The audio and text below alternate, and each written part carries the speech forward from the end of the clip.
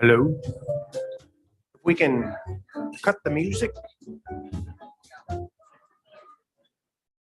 I'm going to do my best to get us started on time. Welcome back, everyone. I'm Brian Ridley. I'm the Chief Chairman of the Tanana Chiefs Conference. I guess I want to start out by recapping a little bit. We had a great chamber reception last night at the hall. We had Mark Brown playing and everyone had a good time.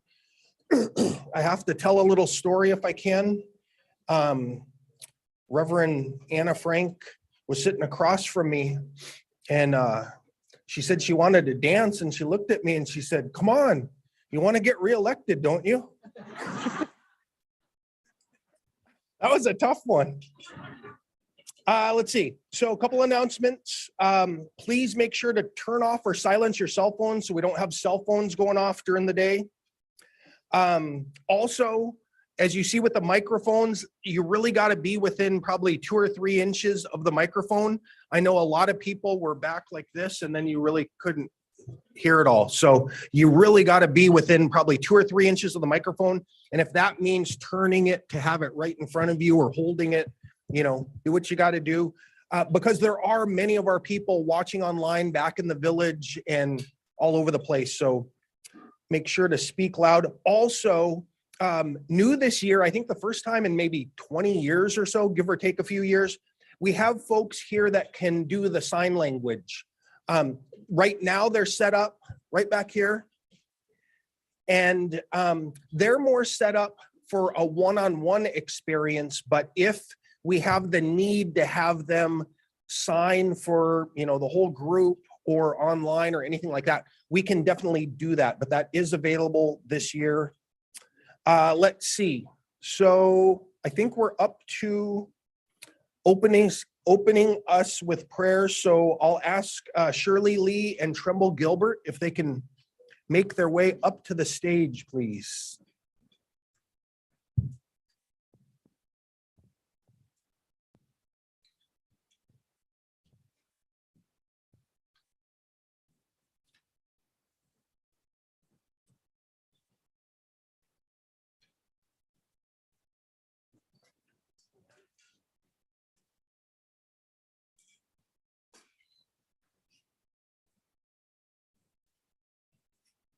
Good morning. Sit down a little bit.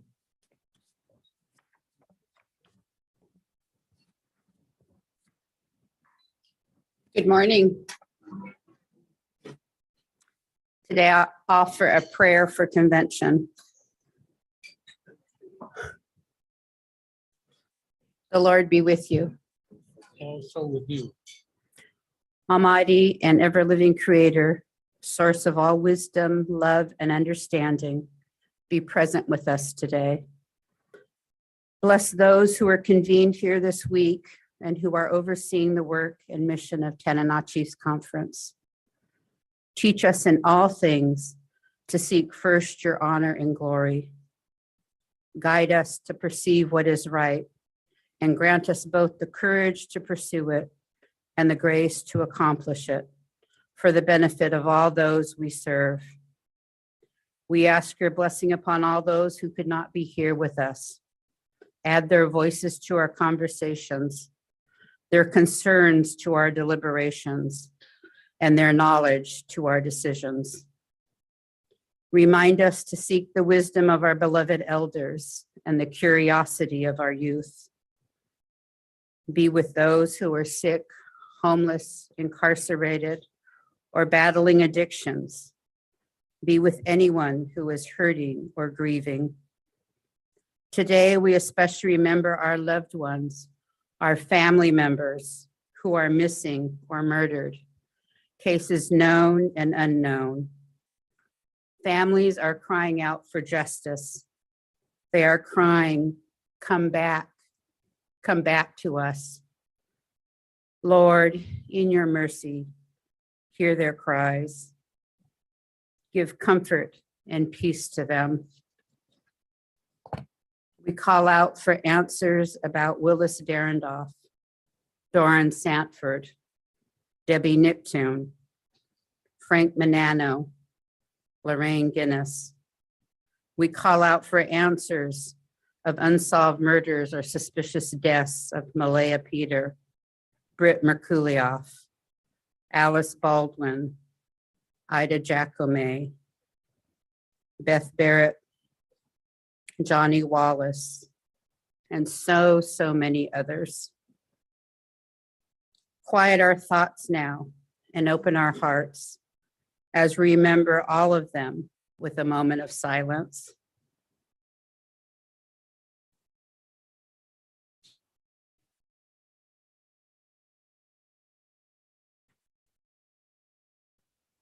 Lord, in your mercy, hear our prayer. Amen. Chief.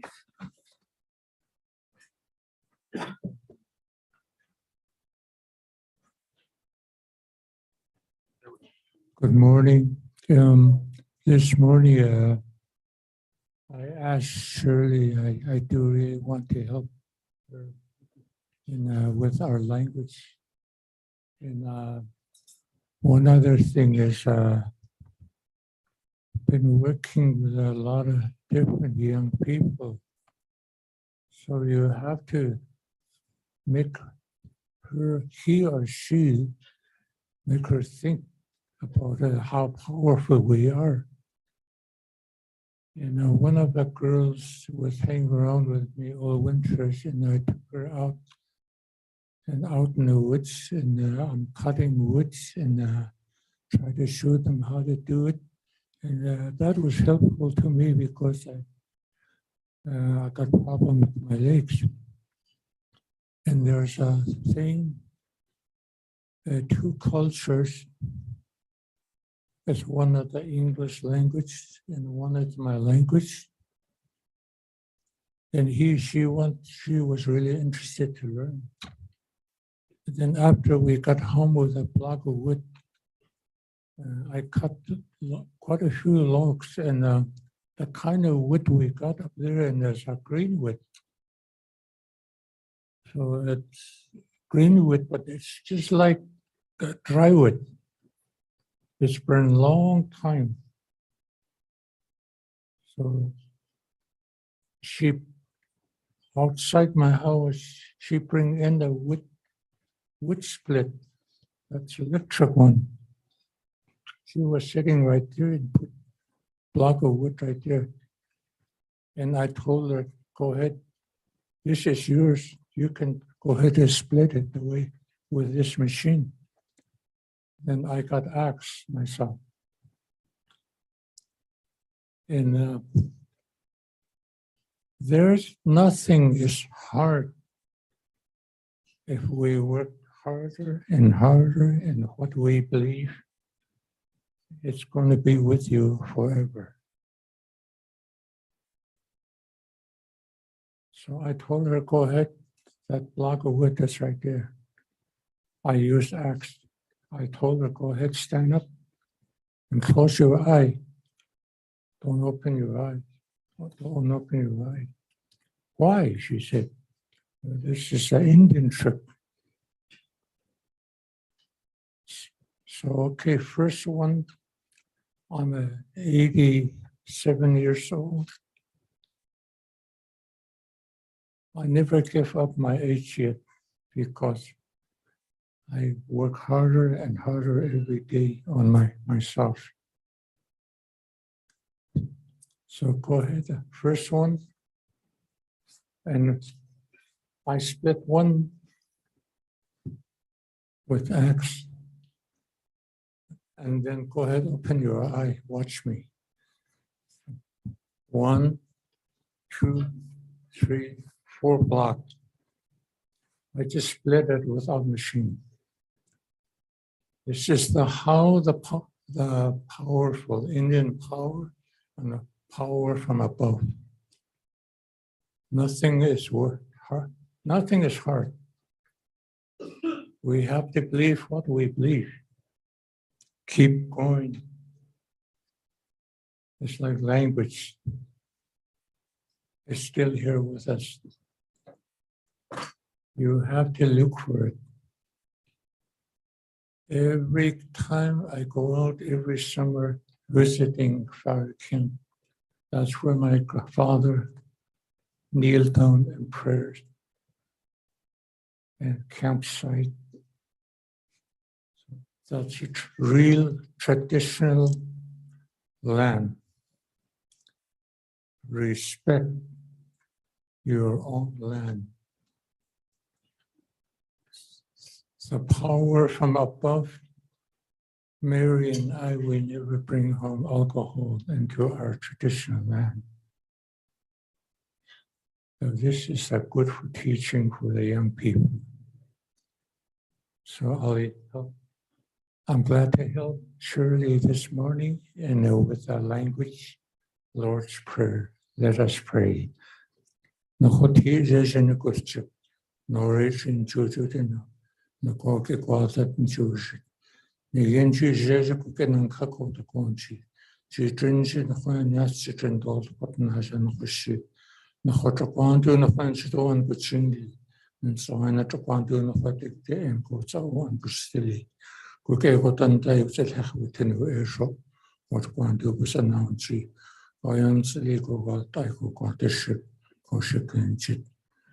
Amen.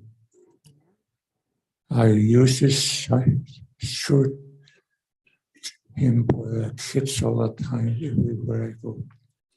Que guarda nesi, que guarda nesi, que guarda nesi, satsa nesi.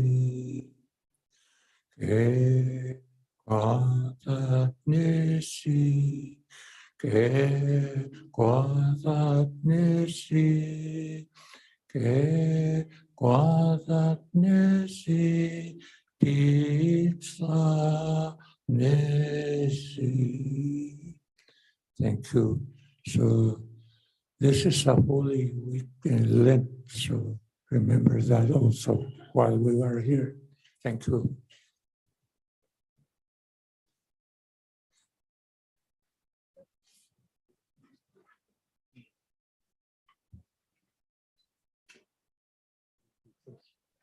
I gotta speak.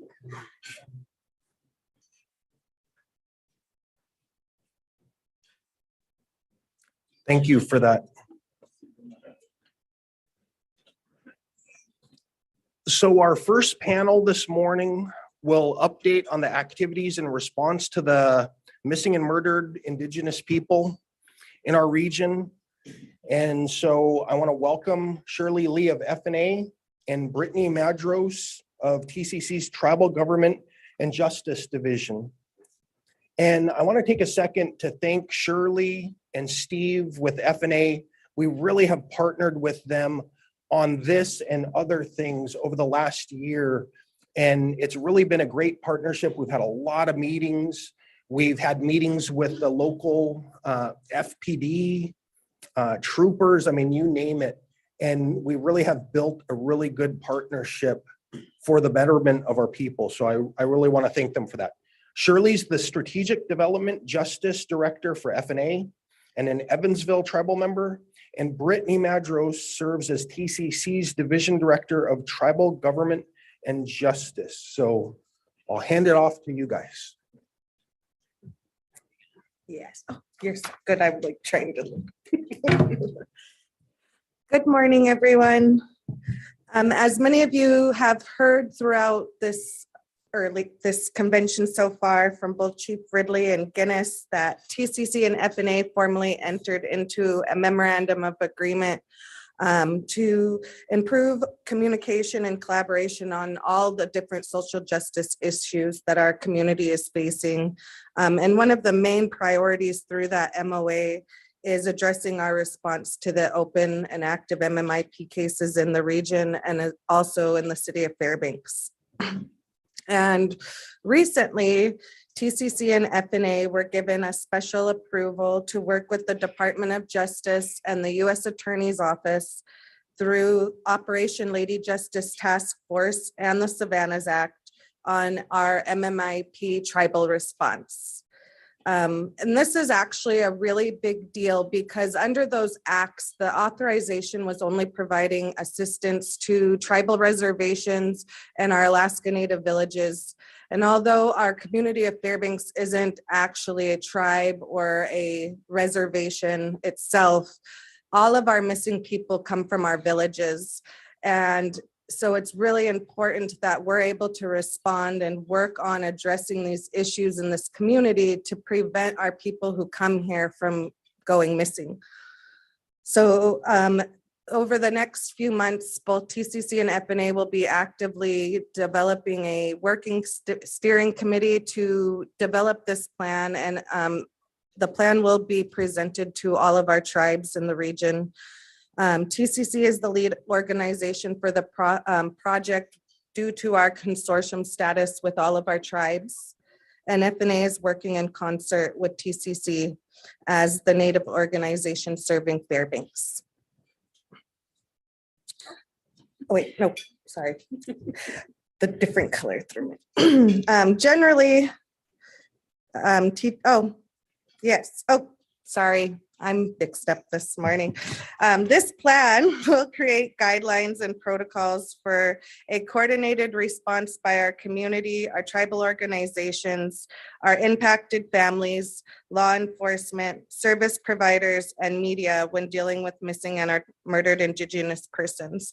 The overall plan will have what our family members are able to do, what law enforcement's protocols will be, what our supports are able to offer, and will be a coordinated plan that coordinates all of these stakeholders and partnering agencies to really have a commitment that we're all unified in responding to, so that everyone involved in any circumstance is going to know the process and know who to talk to and where to go. And so we're really hoping that this will help in the addressing of these issues. Thank you, Brittany. TCC and FNA will work to develop a tribal working team and develop a plan over the next several months. What we're calling a listening session will be held in person here in Fairbanks on April 6th. So if you want to put that in your calendars, followed by a Zoom listening session in case you can't be here on April 7th, 1 in the morning and 1 in the afternoon. Some of you might have been at the FNA annual meeting last Friday, and we had Ingrid Cumberledge, who's the DOJ consultant who will be providing technical assistance to TCC and FNA on this plan. So we're happy that she's participating. We'll have more information out shortly, both on the TCC and FNA social media platforms, Facebook, etc. Once a comprehensive response plan that includes stakeholder responses is developed, it will be shared with the tribes and stakeholder agencies and people here in Fairbanks to be implemented and utilized. And basically what we're doing is we're putting together a resource manual on how everybody will respond when somebody is reported missing or murdered. That includes the police department, troopers, TCC, search and rescue, VPSO, etc. It is TCC and FNA's priority to continue to advocate for systemic change on how we respond and investigate the cases. of our loved ones in the region who go missing or who are murdered. Right now, it's pretty piecemeal and it's hard for families to know what to do when somebody goes missing. Who do they contact? What will they do? What resources are available? That will all be in that one plan. And I should also mention that this is the first urban plan for the state of Alaska that DOJ is providing assistance with. We're even beating Anchorage, and Anchorage is going to be looking to see how we do this and develop it. In closing, FNA and TCC would like to express our gratitude to all the Fairbanks agencies that have committed to partnering with us, especially on our quarterly MMIP rallies, which constantly bring attention to the cases. We learned that from the Fairbanks 4 work over the years. Always keep those cases in the public sight so they're not forgotten. We learned that with Sophie Sergey. We never gave up hope on Sophie's case, and look how long that took. Almost 30 years. But it was finally resolved and her mother finally got to see that happen. So we don't give up on any of these cases. Those names I just mentioned in my prayer, some of those cases are 40 years old and others are just recent, but we don't give up hope. And I'm so happy that we're partnering together. You guys have a wonderful justice person here. I'm very happy to be working with her, although she makes me feel really old. But anyway, we just want to thank everybody, the city of Fairbanks, the police department, the troopers, the district attorney's office. They've all been participating, like Brian said, and will be working with us on this resource plan. And I just want to say that at FNA, I wanted to thank the board of directors and Steve for making justice a priority for the organization and with the partnership. So I work closely day to day with Steve on this, and I really appreciate that. So thank you. I do want to mention one more thing. We do have a missing and murdered Indigenous persons booth at the fair over in Northern Lantern, or whatever it's called. And you can get the shirts like me and Shirley are wearing. And I also want to give a shout out to both TCC and FNA's communications department. They do a lot of work with us and getting all of the media out there, all the flyers and things that you see around. Thank you to our communications departments.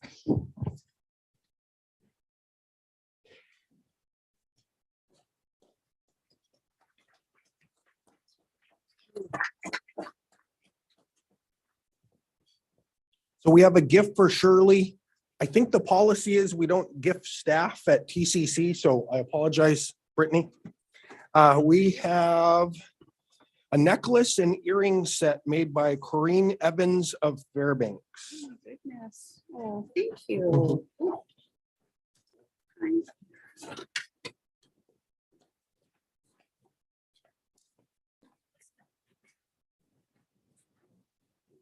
Beautiful. Thank you. You're welcome.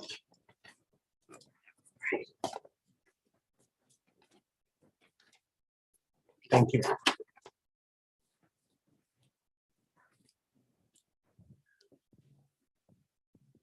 Okay. Whew. Trying to keep us on track. The next panel will address the elder housing and services issue that we've heard over the years. I think we talked a little bit about it at the November special meeting when we talked about housing. Elder housing and services, we've had 12 resolutions in the past 10 years wanting improvements to elder services and housing. 8 of those resolutions were specific to elder housing, and we're facing an increase in our elder population, and it's important to honor our traditions of keeping our elders close to home and safe. sanitary, and affordable housing. And if they're not home, have culturally appropriate elder facilities available. So I'm pleased to introduce our next panel. The panel will be moderated by Executive Director of Tribal Government and Client Services, Amber Vasca. So I'll ask her to make her way up here. And then I'll also ask the panel, we have Paul Osbloom, Home Care Manager, Ori Williams, CEO of IRHA, Karma Alvey, First Chief of Native Village of Eagle, and the Dr. Reverend Anna Frank on this panel. Thank you.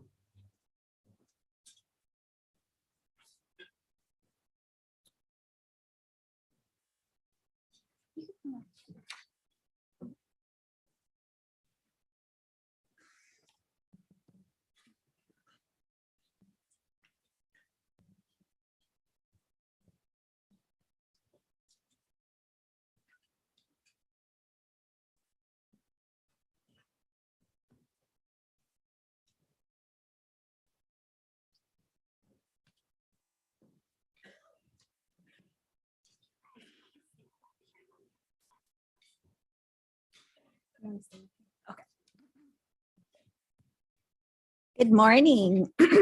My name's Amber Vasca. My parents are James Vasca and Cheryl Peltola of Antioch. My paternal grandmother is Nastasia Wasley of Pinute, and my maternal grandparents are Catherine Hoffman of Napinute and Ray Peltola of Nyack. As Brian mentioned, I'm the Executive Director for Tribal Government and Client Services. I've been with TCC for going on 9 years now. And we're super excited to do this panel on elder housing and services. And if you see Dr. Reverend Anna Frank, let me know because I haven't seen her this morning yet. As Brian mentioned, TCC surveyed the tribes on what you wanted to hear this year at convention, and elder housing and services was one of the highest priorities. The foundation of each of the 12 resolutions that Brian mentioned were passed to support our elders to live at home and near the lands, waters, and animals that they grew up with. It's also important to realize that although elders would prefer to stay in their homes, sometimes it is not possible and their care exceeds what their families and others supporters can provide. My hope is that this panel can spark creativity. How can we use resources that are in our communities to support elders? Are there other ways to approach elder housing than assisted living? What types of partnerships can be made to support our elder care at home? Before we start, I'd like to share a quote from our second traditional chief, Andrew Jimmy. Our goal should not be to help elders live out their lives in our goal should be to help elders live out their lives in comfort, not taking medications they don't want and not living where they don't want to be. I'd like to welcome our panel, which includes Paul Osbloom, our TCC Home Care Manager, First Chief Karma Alvey of the Native Village of Eagle, and Ori Williams, the Chief Executive Officer of the Interior Regional Housing Authority. So since I was gonna have Anna Frank provide an opening comments, but when she gets here, I'll allow her some time. So I'll go on with the PowerPoint presentation. So first, I'd like to acknowledge the work that has been done on elder housing and services by the Interior Alaska Native Elder Housing Interagency Initiative. This initiative included a partnership with Danakanaga, FNA, Doyon, IRHA, and TCC. And we formed this working group to address the feasibility of assisted living facilities due to a 2014 resolution that Danakanaga passed on assisted living. The committee had 3 goals: to coordinate an approach to provide solutions regarding elder services, housing and programs to elders, keep elders as home as long as possible, and to make housing affordable for elders. One of the things that group did was they conducted a 2016 elder survey to better understand where elders lived, what their needs were, and what their knowledge was of senior programs and services. This survey, they got response from over 300 elders, which included 200 in our communities. And they found that village elders want to remain in their home village as long as possible, that they needed home improvements and personal care assistance to do so. Most elders do not plan to move to the city. Most elders own their own homes, and 60% of the elders live alone. Village elders need supportive group housing in larger rural communities. More village elders need short and medium-term housing assistance while in Fairbanks for medical care. Village elders who are moving to Fairbanks have little or no family support and end up in unaffordable substandard rental housing. There are limited openings for elders requiring longer-term, culturally appropriate assisted living services. Though this survey is a few years old, well, like 8 years old, almost, we do plan to do a new survey this year. We're doing a housing survey, and we're going to be including some questions on elder housing needs so we can see if any of these needs have changed.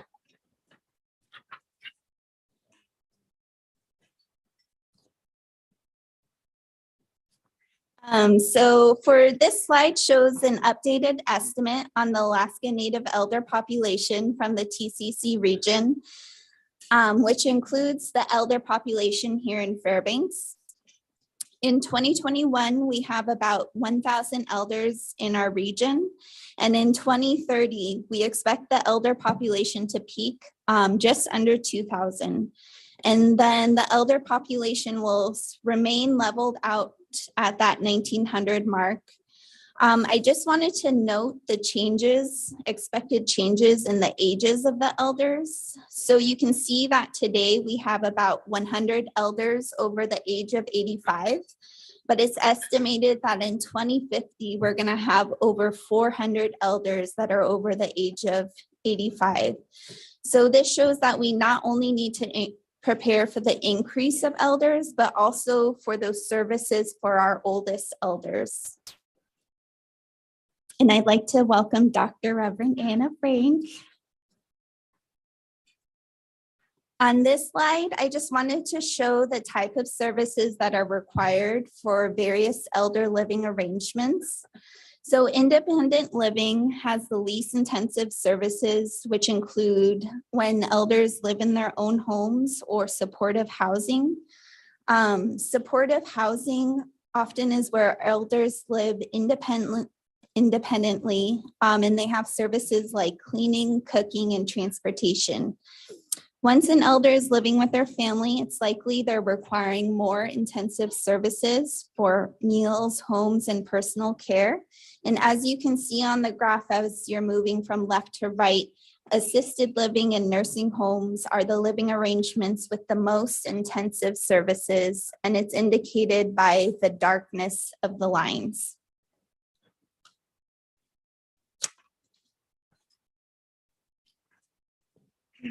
I wanted to share the financial feasibility study that was done for the 2018 Bertha and Johnson Moses Elder Care Facility. This study looked into the feasibility to operate 10 independent housing units and 14 units of 3-tiered assisted living at the Bertha and Johnson Moses facility here in Fairbanks. So what we found was the independent living, you can see that there's an expected net income. The revenues include rental income from a combination of private pay or potentially the IRHA elder vouchers. The expenses were pretty limited and included minimal staff expenses.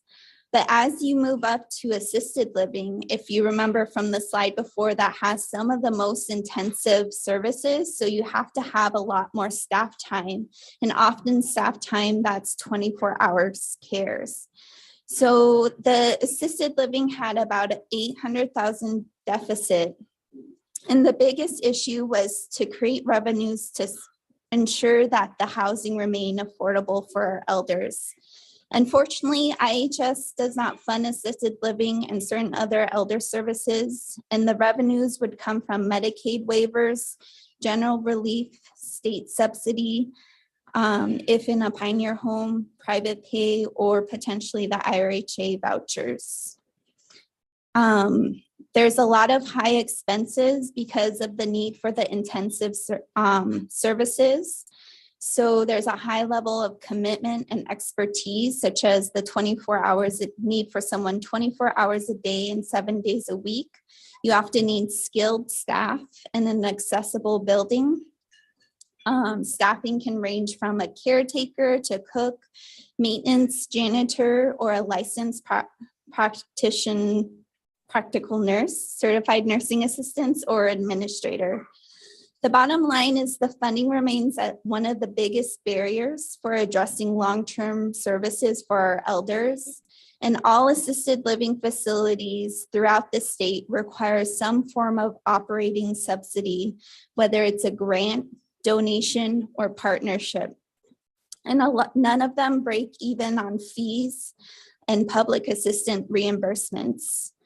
The one thing that I wanted to highlight about this slide is it shows the importance of building a sustainable business model and identifying and establishing those partnerships prior to building an elder center. We must be creative, and when planning an elder facility, who can you develop long-term partnerships with? Are there programs that can be co-located with the elder housing that are safe for the elders, and you could potentially utilize those resources?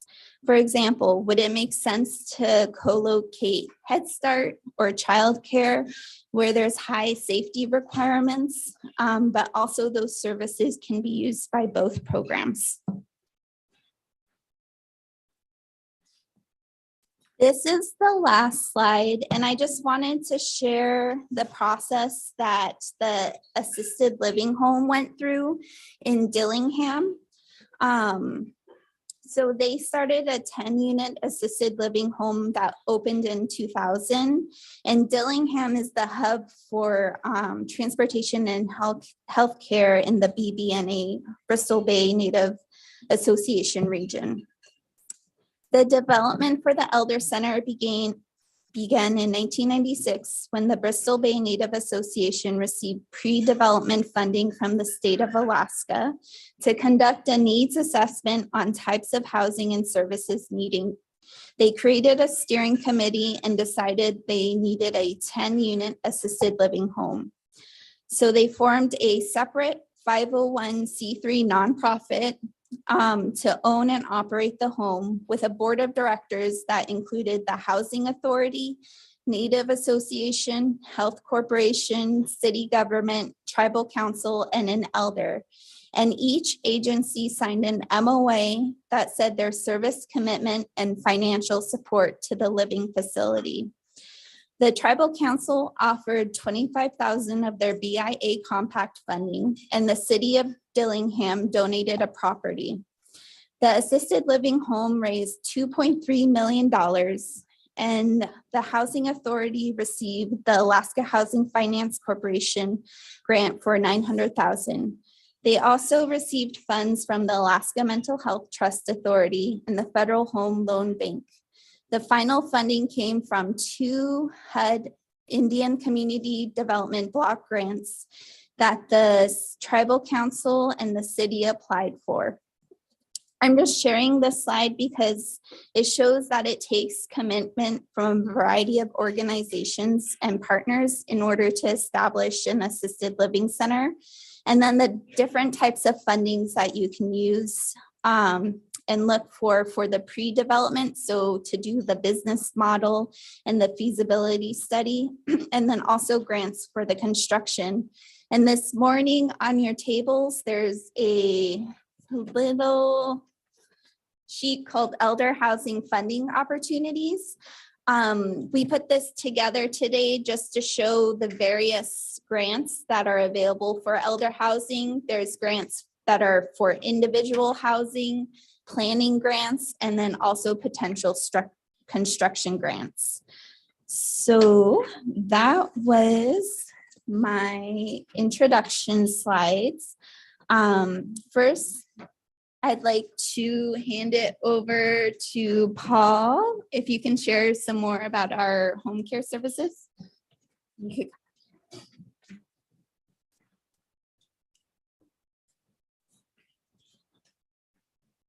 you want to stand up here?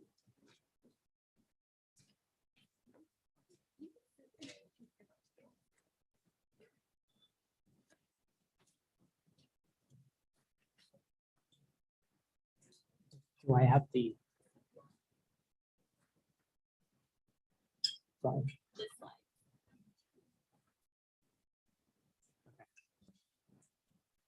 Hi, I'm Paul. I'm in charge of the home care program for rural services. Kind of giving an overview of what we do have available in. Thank you. So I was going to give an overview of what home care services has available. We currently have state and federal grants that provide shore and respite services for the elders and caregivers in the rural villages. Our chief concern is to keep the elders in the home. We use care coordination. We have currently we have 2 care coordinators, and they do a lot of networking and partnering with other agencies.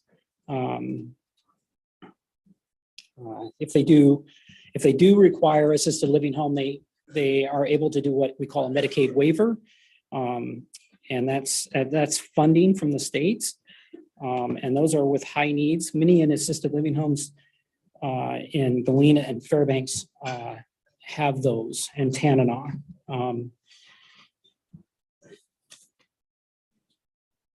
So in Fairbanks, the independent living that we have is, oh, next slide. Sorry.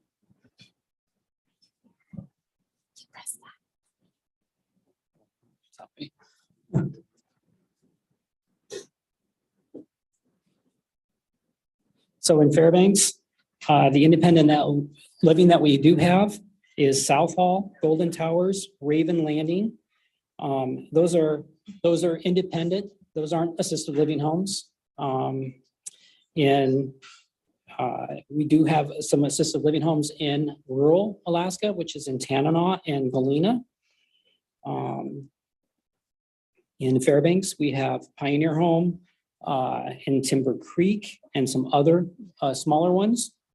Costs can range from $4,000 to $12,000 a month on those level of cares. Denali Center is our only nursing home. Currently, we've lost 2 assisted living homes in Fairbanks, and the main reason is cost. And even though there's a high number of wait lists for these assisted living homes, we have lost 2. So that's kind of a concerning for our elders.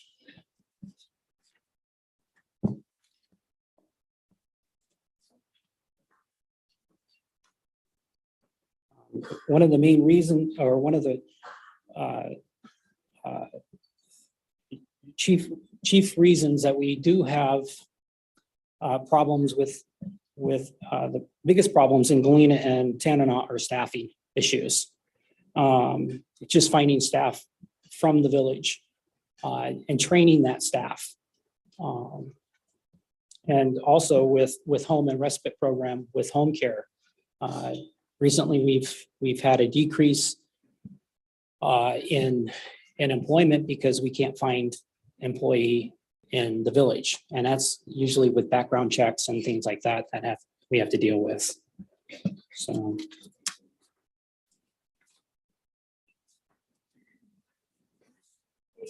Good. Any questions?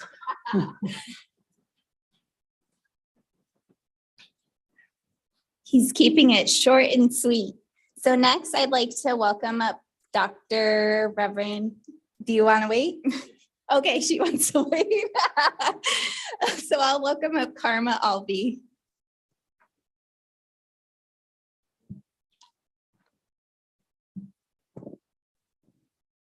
Good morning. So I'm just going to give a few ideas of some of the stuff that we're doing in Eagle. We are a smaller village, and many of us know that working in the tribe, we don't get a lot of extra funding unless you're applying for big grants specifically. There's social services funds and there's indirect funds from TCC, but there's not a lot for elder programs. So I'm just going to give you some ideas of things that we've been doing at home. And so we have a work crew, about 8 people on average. In the summertime, it goes up to maybe like 13. And those are people that just work from the village. We hire, but we don't necessarily fire. We just have people come to work, and if they don't, we try to really stress to have people call in if they're not going to make it, but we don't fire people. And that's worked out really good for us because people want to be there. They want to be a part of what's going on in the village. And it's become a really positive thing for bringing us all together. In the morning, we have morning meetings where we all talk, tell stories, laugh, and figure out what the projects are for the day. So we got a grant for the RTRL program. It's the Reserve Treaty Rights Land. And in that, we're cutting a fire break line around our village because we're in a high fuels area with black spruce. And so this is a grant through BIA, but one thing we were able to do with that was put in for money for a meals program. And so every Tuesday and Thursday, we feed the work crew, and we also bring all the elders in from the village and have them have lunch with us. And we all get together and spend that time together. And then the elders that can't make it, we also send plates home for them so that they can at least get 2 good meals a week. And some other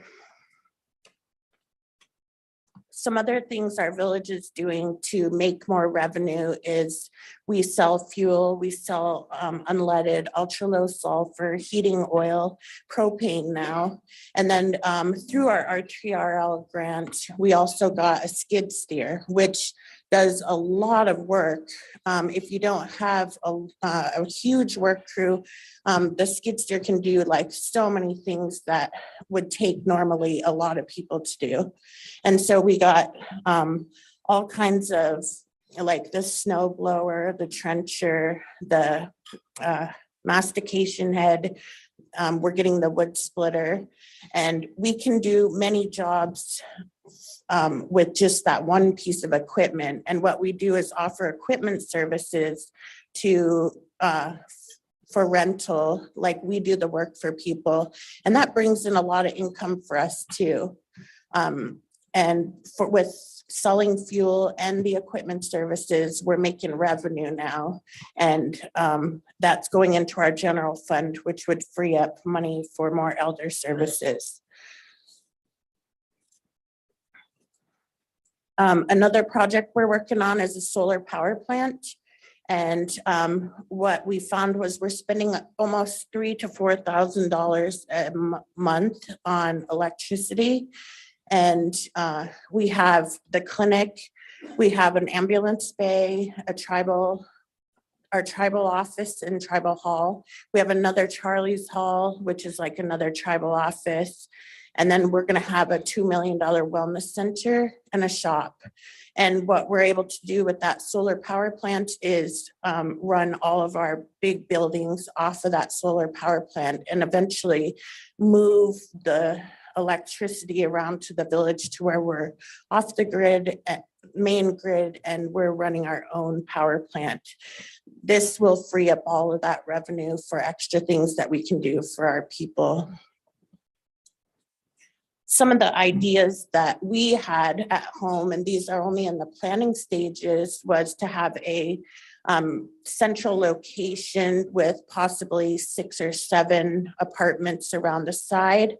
But then another plan we had was also to have a central location, which is like our Charlie's Hall, and then have small little cabins all around the hall to where elders could have their own space, their own cabin, which is traditionally what we used, with their own Toyo stoves, and still can get their own elders programs and stuff, but then have a central location where they can go to, say, play dice or play cards and get meals, but still go back to their little cabins and have their own homes. And what we would do is use the work crew to haul water or haul wood for them or bring meals. And we're able to do that with the grants that we have.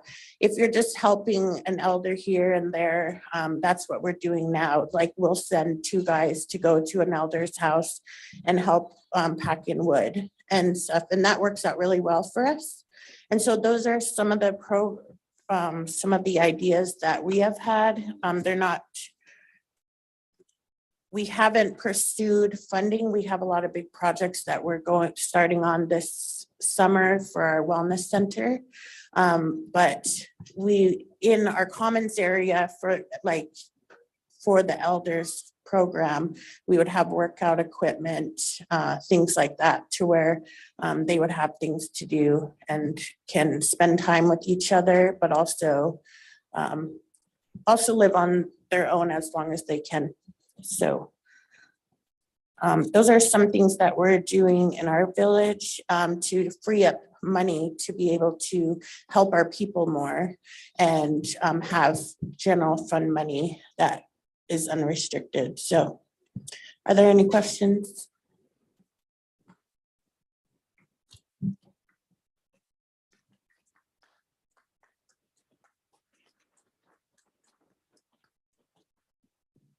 Thank you. I think that really shows how tribes can be creative with the grants and resources that you're receiving to address some of your priorities, such as taking care of your elders. Next, I would like to welcome up Ori from with IRHA. Thank you. Good morning, everybody. I was giggling because supposed to respect our elders, and she gave me my mom's old stare. You were going next. I'm going last. Well, good morning, chiefs, delegates, guests. Thank you for inviting me. I'll tell a little story to start not because I'm getting older, because I watched Mother go through the transition of aging. It took our family probably 2.5 years to talk her into going into a place where there was skilled nursing care for her. No elder wants to give up their puppies or their cats, their dogs, their space. She had her own space, and like a lot of elders, never wasted a thing. I said, Mom, your closets will still be here. Your socks will still be folded in your drawers when you're well enough to come home.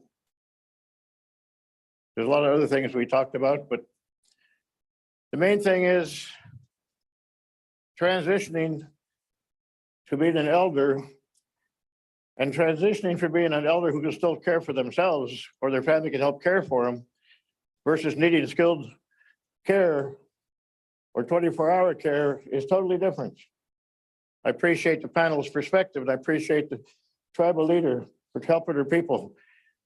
We had care providers in Inanna when Mom was the last few years before she went into hospice care, and that helped a lot. As she said, with cutting wood, with helping cleaning, even a couple hours a day, an hour a day meant the difference in enjoying life or not enjoying life. IRHA has a few programs. Now recognize Denise Callahan and Joyce Summer, if they'd stand so you can see who they are. These are the ladies that do housing and planning for IRHA. Thank you, ladies, for being here this morning. They're the ones you want to contact for planning and assistance. You met Brian Leal when he went around to the sub-regional meetings. He's your main contact, but he'll be transferring you over to these ladies who do the work. So I want to say that, put that plug in while I could. There was a study done. TAS was involved, IRHA, TCC, the Nakanaga, FNA, many years ago. Wasn't really that many years ago, 2017. Paul Sherry did a study on behalf of those entities on what the elder care needs are in the interior. What did it show? It showed a huge number of elders by category of who needed help. Well, guess what? Those numbers haven't gone down. It also showed that, yes, you could find money for an elder care center if you want to build one in Fairbanks or elsewhere, but who's going to fund the program once you have one? IRHA, through Doyon's authority, helps the Galena's Elder Center $100,000 a year for the next 5 years. It went up. Thank goodness for those elders and the care providers down there that keep that place open. A lot of volunteerism. I see Cheryl's sitting here. She manages that, donates a lot of time to that. We have the Meet the Lord Center that was funded by both the state, Alaska Housing Finance, and HUD Nahasda model program monies. That's why it's open to everybody. But guess what? You got 15 rooms down there and only 8 are filled. Why? Some of the same reasons I just said. You can't have pets. Why? Because you have one maintenance person and they make a mess. And elders can't run down the hall to clean up after them. That's what they tell me. I think those rules ought to be looked at. I think we ought to look at that and find out how you can keep your pets. Elders want their cats and dogs. Psychiatrists and psychologists tell you that if you have an animal, the animal puts you on schedule and you'll live 10 years longer. I want to have a whole dog team. I just had to spot that out there. We have a program in Fairbanks. I mentioned it during the sub-regional meetings. We help 75 elders over 62 with rental assistance here in Fairbanks. They're still paying $550 a month, basically $530 a month out of their own pocket to help with their portion of that. Meet the Lord Center, they're still paying $500, $400 a month out of their own pockets to be able to stay there and stay someplace they'll never own. But at least we're able to spend almost $1 million a year, $900 to $1 million a year, helping elders who come in from our villages and need a leg up, need a place to stay while they find a place to stay. Because as somebody else said, there's not enough relatives to house people, let alone to have the skills to house people, the skills to take care of our elders when they are needing more help than just a room.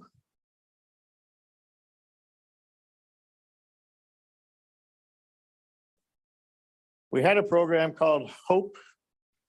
They call it HOPPY. Housing Assistance Projects for Elders. HUD just threw another regulation on that one. That changed it from a 10-year program to a 20-year program, basically eliminating it. We'll have more discussions about that at the Housing Authority with our Board of Commissioners going forward to find out, and at the Alaska Association of Housing Directors to find out why in the world they did this. If you need elder care and elder assistance, we need your support resolution to say we need more ability to use the HOSDA funds to help people in the homes, to add a room onto the house and not call it new construction. We used to add a room onto the house whenever the families expanded or grew, or whenever we need to take care of each other. The regulations have gotten broader and more stringent since we moved from mutual help housing to Nahasda. You own IRHA, you elect their Board of Commissioners. IRHA comes under the authority of TCC. So if we're going to go forward with elder care, we need to work together on changing some of the rules and regulations that govern it. Find out how to fund the program once you build a facility. Building the facility is easy. We can all find money to build something, but where are we going to find the money to operate it once we have it? Anabasi, thank you for letting me talk.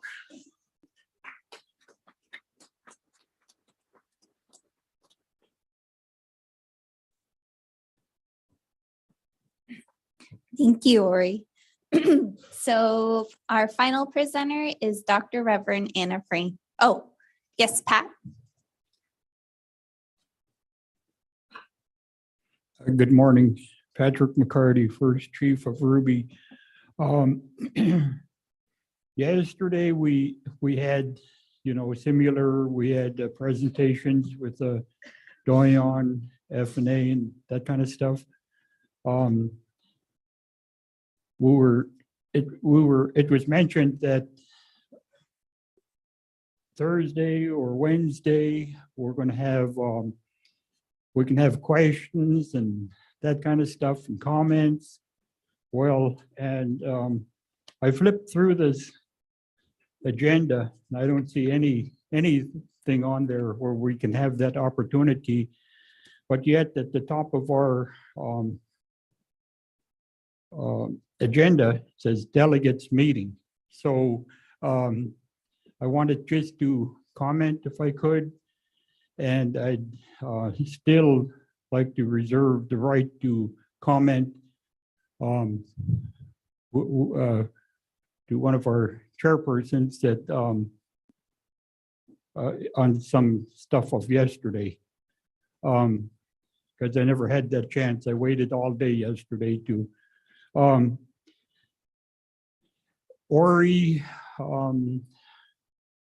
is right. I mean, I put 3 terms on the IRHA Board of Commissioners. It was a pleasure, by the way, working with the late Henry Deacon, Woody Salmon, Charlene Fisher, Daisy Northway, those people. Was back a few years, but I learned a lot from them. It was good working with them. The elder assisted living facility in Galena, 5 of the 6 tribes, including Ruby, pooled our funds to build and develop that center, with the understanding that it's going to be self-sustaining. We have, probably in each of our tribes, we have other needs, membership needs, medical needs or assisted type, home care stuff in our villages, and so we can't. It would be nice if we could find some funds to, other than our own individual tribal shares, to make that place and other facilities self-sustaining. So that was just my comment. And I thank you for, I thank the panel. I thank each of you for taking your time to come up and tell your stories, and appreciate it. Thank you. Thank you, Pat, for the comment. I think that was one of the big thing that I was trying to emphasize in the PowerPoint with that showed the assisted living and the independent living, because it's really important to create that business model where you can see the facility being sustainable in the long term. And that current revenues, if you're only looking at revenues from self-pay or Medicaid, or general relief assistance, that those revenues don't quite meet all the expenses. And so the tribes from the YK region, all of them have dedicated funds to the effort to keep the assisted living home in operation. And if we want to look for ways to create assisted living that's self-sustaining, I think that's why we need to think of creative ways that we can do it. So that's why I brought up the idea of maybe a Head Start could be in the same building as assisted living. They both have high safety needs, but Head Starts also have cooks. They have people on the premise. And so how can we think of some of the programs that we operate in our communities that could be co-located with an elder facility where you can possibly use those resources and reduce some of the expenses? And then what Chief Karma shared was she's looking at ways to reduce their overall tribal operation of expenses so that they can use those unrestricted revenues that they're creating to support their elders. So did anyone else from the panel? Oh, I see Chief Ridley. There we go. Yes, we tried to build as much Q&A time into this, so you guys have the next 45 minutes for Q&A, but I do want to give a chance for Anna to say what she needs to say, and then you'll have plenty of time for Q&A with all the panelists and to discuss the issue. Thank you. Okay, are there any other questions before we ask Dr. Reverend Anna Frank? Seeing none, let's welcome Anna Frank.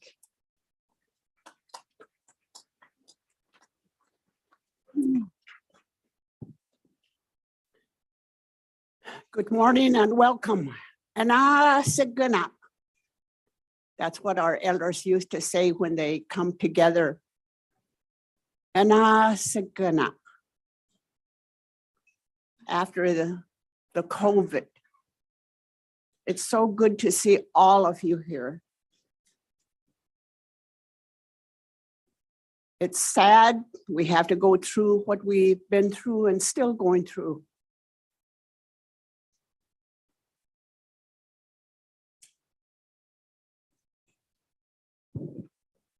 Yesterday, I wore a bracelet, what the board gave me at FNA. And I will treasure this beaded bracelet because they heard what I did, and I'm not trying to lift myself up because you do what you have to do. In 1 week, I buried 5 of our people. That's too much.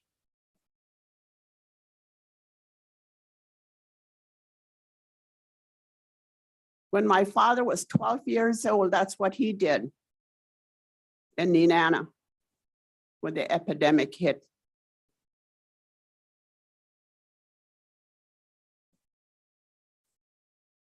He was traumatized. Thank God we don't have to go through that, what he did.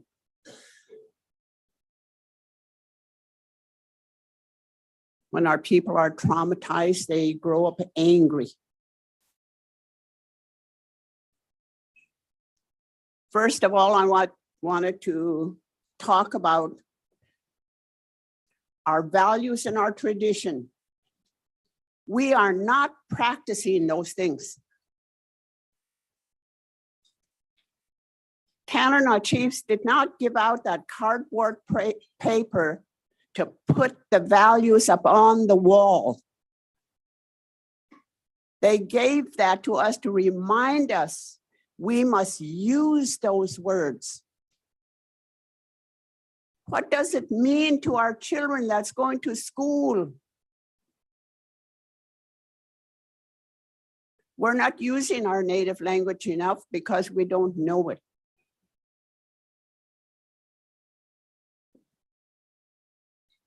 I think I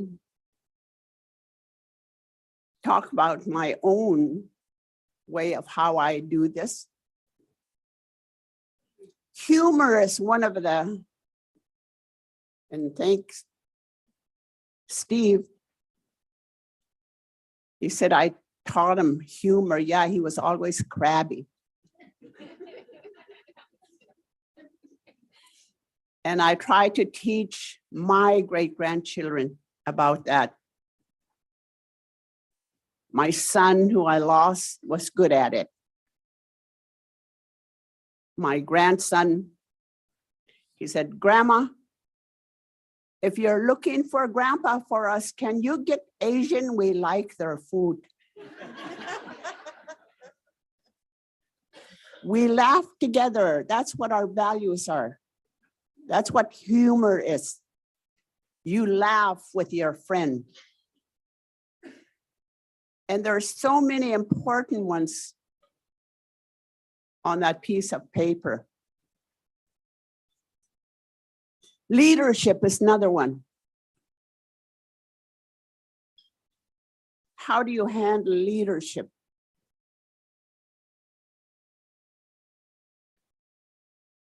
How I do it is they tell us a story about our old chiefs. And they said our old chiefs had 5 wives. I'll use the number 5. And I want to let you young men know, forget it, you're not going to have 5 wives. Can't even handle 1. The reason they had 5 wives is because long time ago, they were very mean to widows. They didn't treat them very nice. So it was the chief's responsibility, he took it on himself to take care of the widows with her family. That's why he had 5 wives. Responsibility to your people. That's traditional. We're not in our villages as chiefs to get more grant money. We sure could use it. But the most important thing is to take care of the people you have there. That's what our elders taught us.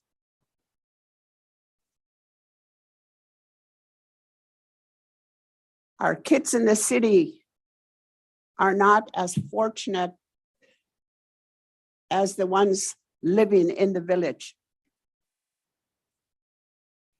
Because here in the city, we have to find where we could use and practice our culture and traditions. In the village, you don't have to do that. It's there. And ask yourself, what are you providing?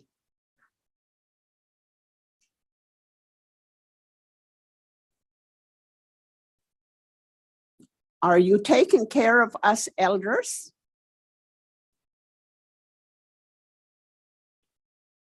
A few years ago, I traveled into the village and there was a elder couple there. She took care of her husband as long as she can.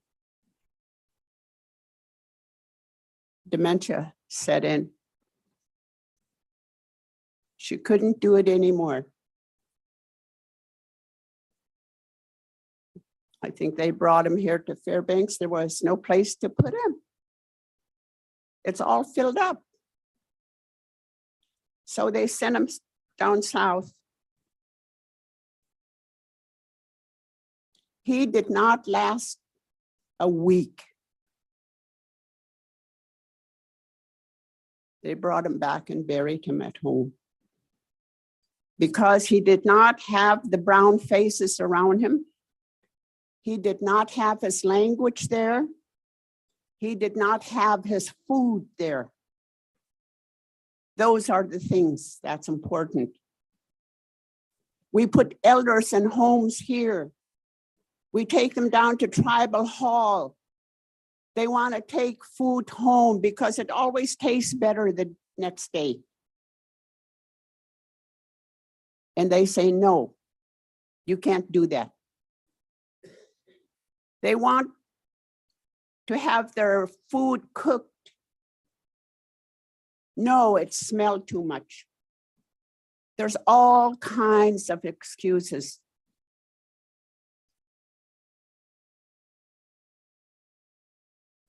You have to get involved in order to know what our Native elders go through, especially here in Fairbanks, in the city. We have hard time putting our elders into a home. It's already crowded. I know of a elder who ended up in the hospital and stayed there until they could put her into a elder home outside of Fairbanks. I think she stayed in the hospital for 8 weeks. There was no place to put her.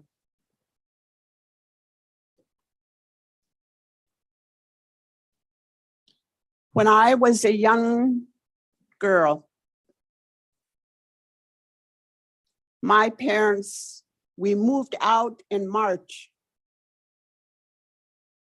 And March is muskrat season. You get ready for that.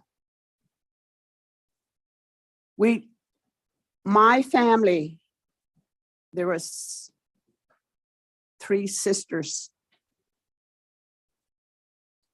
Our grandma was paralyzed, stroke.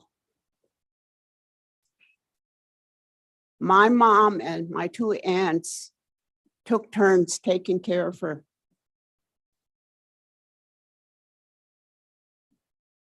And we had her in the spring. She moved out to the camp with us.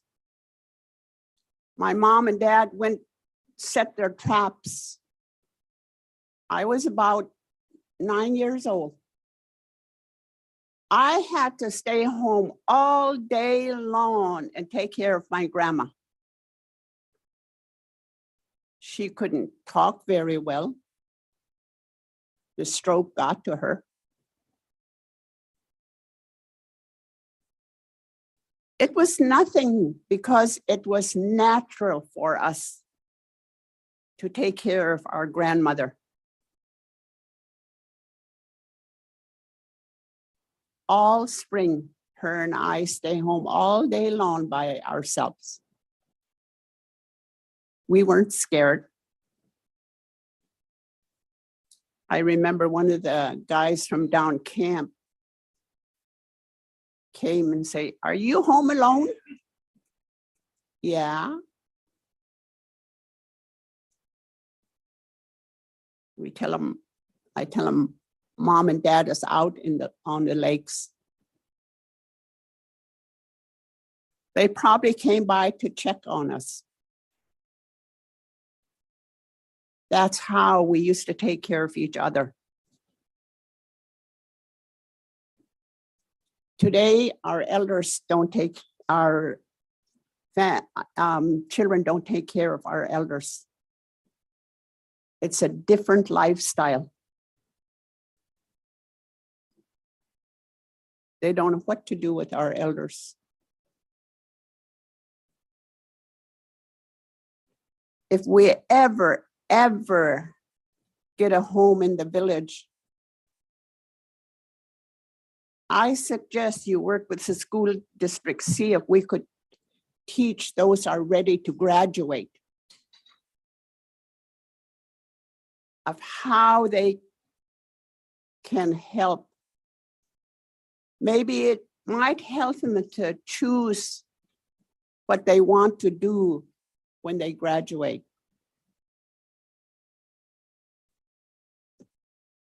We have to start working with our young people. A lot of them just graduate and just stay home.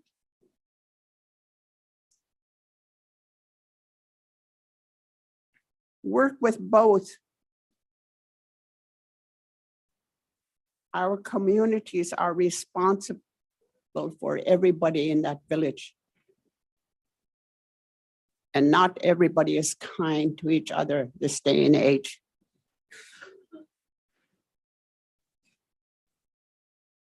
Start dealing with feelings.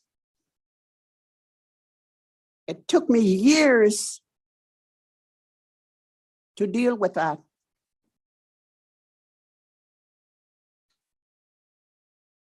I work hard so I could change me. I remember when my son worked at Old Minto, he sat and talked with the young man that was there. And he told my son, gee, you know a lot. And my son told him, yeah, my mom used us for guinea pigs. And you know what? That is true.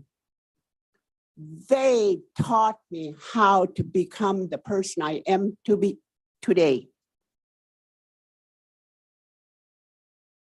If you ever take up counseling or work in the behavioral health, work on your family first. I had to work on my family first.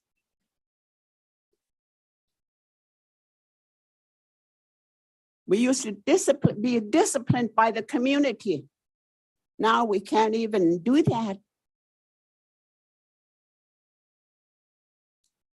Maybe it's because feelings change, because they too have been traumatized. Think about that. All of us here today in this building must think of the groundwork, the problems. We don't need an elaborate home. We just want to be home. I go out in the village and I see a little cul-de-sac with all these nice cabins, all built by the money. Why don't you say we're going to build cabins for our elders and connect them together? I don't know how you do it, but you're all smart. You could do something together.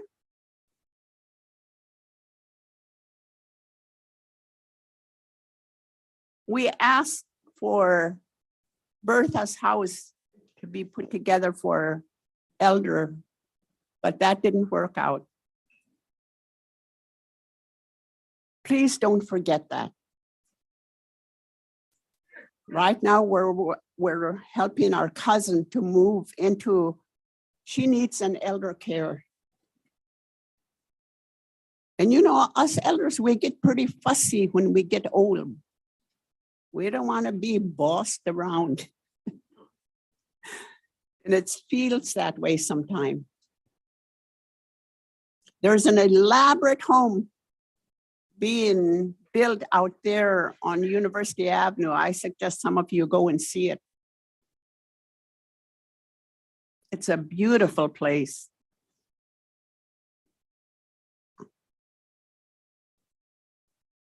She went out there, looked at it, and she fell in love with it. Then just 2 days later, she called me and said, Anna, I don't know if I want to move in there. They'll take all my money. I tell her, give it a chance. Give it a chance. They'll have people there who could, they need the money. They're not going to throw you out. They'll try to find a way to keep you there.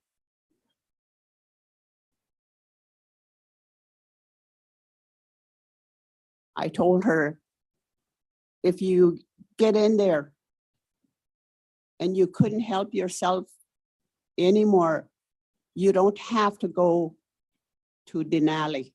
You could just stay in that home and let it take care of you.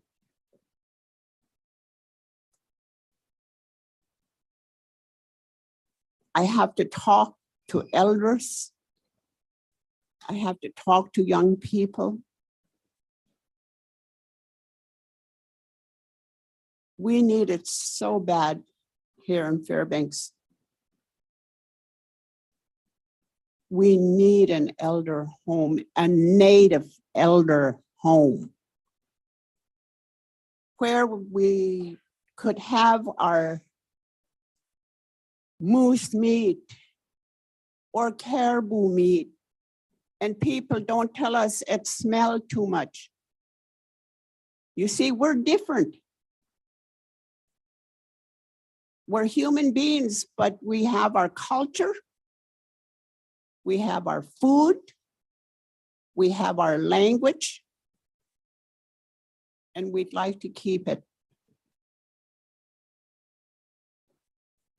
Start small in your village.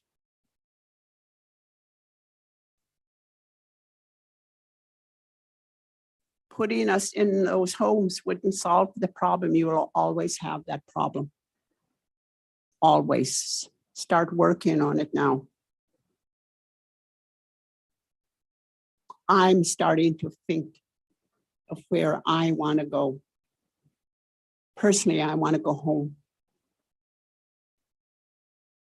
But they have no place to put me at home too. You know what I would like to do in Minto? I would like to tear down that lodge and put elder home right there. So I could look out at the lakes and remember when I was a young girl walking out on that lake.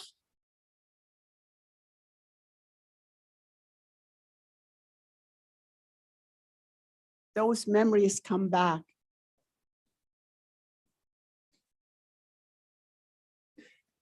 I'm trying to teach my grandson how he's going to grow up. And the story that I'm telling him is that when our Creator made us, He made everything on our bodies. The one thing He told man is, I will not touch your brain. You will have to train your brain. My grandson knows that. He went home and he told his mom, my grandma told me I have a brain and that I have to train it. I want you to know, if my friends get in trouble, it's not because of me, because they got their own brain to train. You don't know it. Your children pick up a lot by watching you, by listening to you. Let's get back to the values and what it was like when you grew up. I know some of you didn't have that. A lot of our elders grew up in a home. They've always sent children away from our villages, and that's still happening.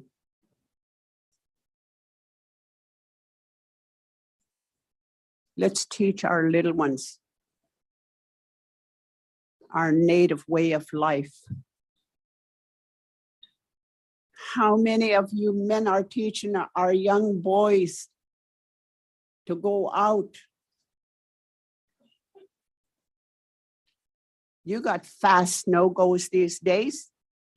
You don't have to load up your sled and put 10 dogs in the harness anymore. You just have to learn to build a sled and take those young men out I don't even know if any of our young boys in Minto know how to set beaver snares.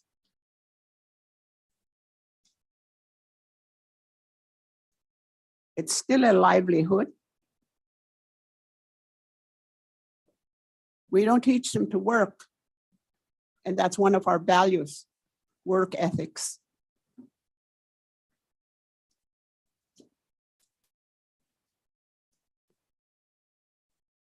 Richard was good with our boys.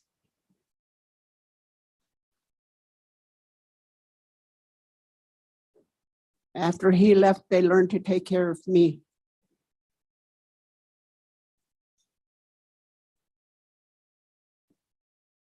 Now it's my job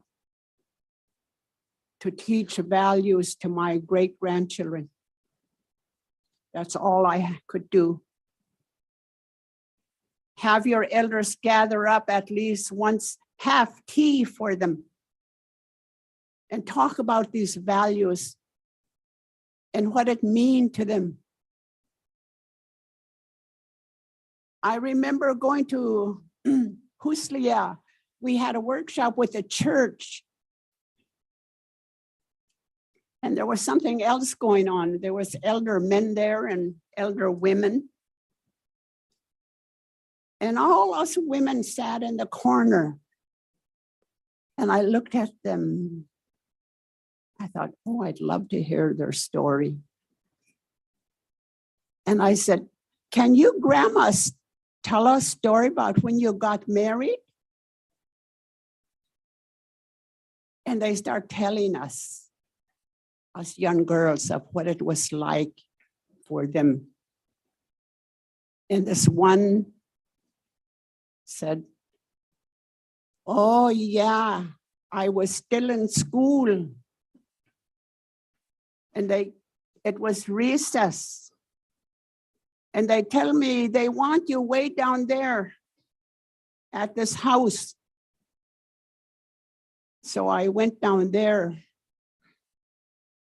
And it just so happened my sister is supposed to marry somebody from another village. And she refused. So in those days, to keep the peace, they get another daughter. So she had to get married. And what advice I give to young girls, don't tell me your hard luck story. She just went out for recess and she got married. That's what our grandmas went through. That's her story she left behind. And I always remembered that. And I respected that woman ever since then. To give her life. Then I asked another one, did you know your husband before you marry him? No, I just see him go by one time in steamboat.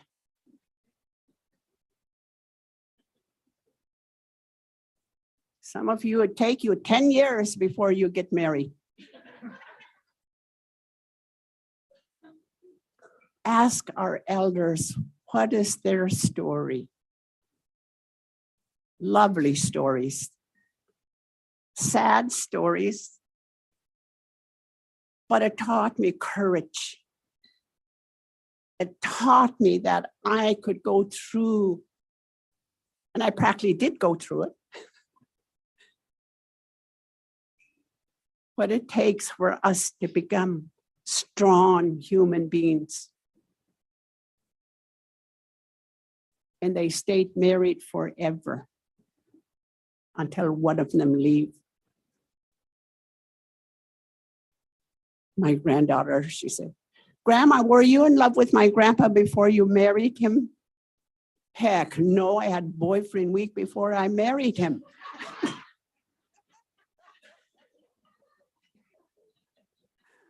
Humor, takes humor. If you get to know each other, there's a lot of comical stories, lots of good stories. as we come together as a group of people, let's work together. Just because you're the chief doesn't mean you're the whole chief. You have to share with each other, and how can we do this? What must we do to make our communities stronger? And I've seen some of the villages come together, and the strength that they showed. I remember going to a village and they say, somebody's coming into the village and they're going to try to sneak into the village. Oh God, all the men got together. I don't think that those people came into the village because they got together and stopped it. You could do that. So much work to do. And it takes courage. And our people was so full of grace and the Creator's power.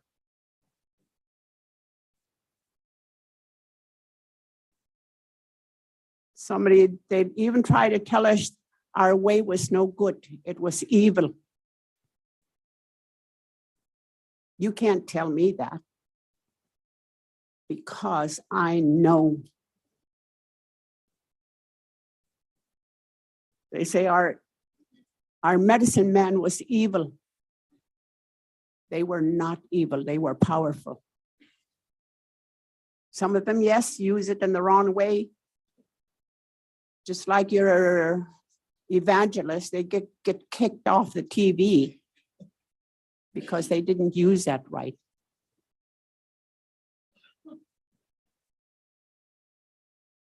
They were strong people.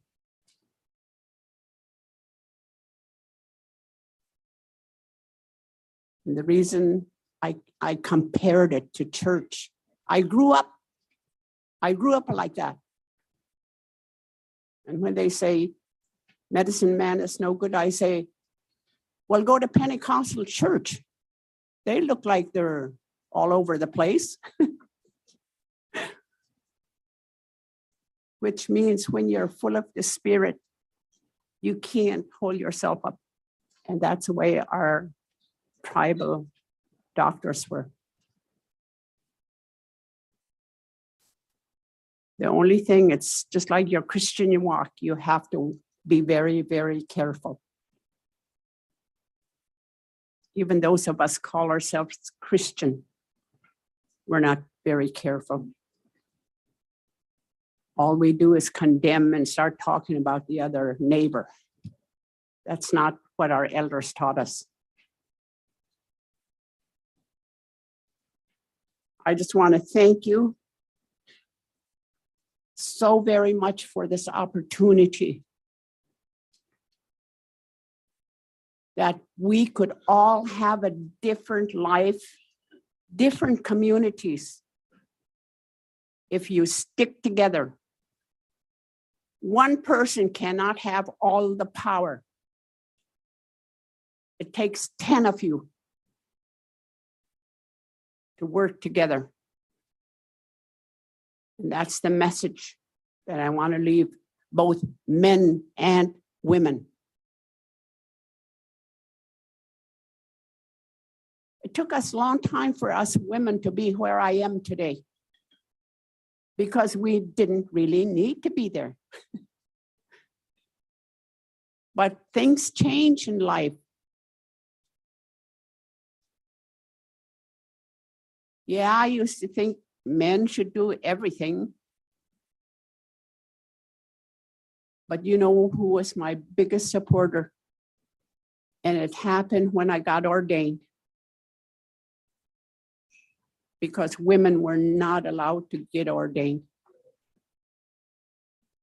And when I went to my husband, I say, Richard, they want to ordain me.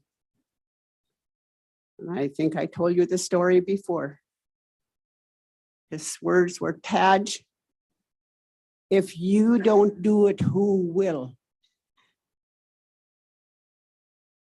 I wanted to cry, and for those of you who haven't heard the story, I said, oh God, only you can put those words in a native man's mouth.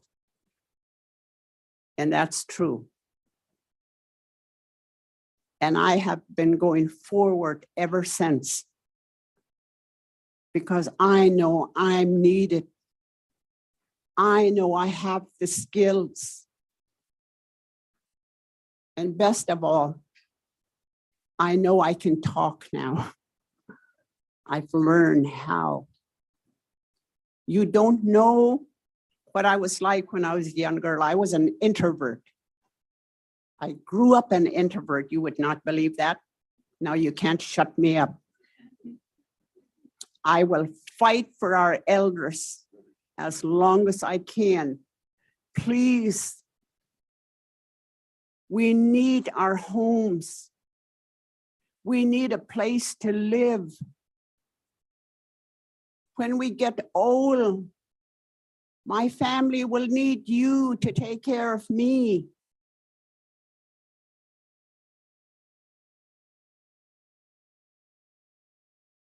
My Auntie Evelyn used to teach me, we got to go check around the village, see who's okay. You know what our chief used to do? Our chief was George Titus. He would get up and he'd walk around the village to see if everybody was okay. I don't know if our chiefs do that anymore. Just walk on the door, in the door, or knock on the door and walk and say, just checking on to see how you're doing. Let's do that again. Check on each other.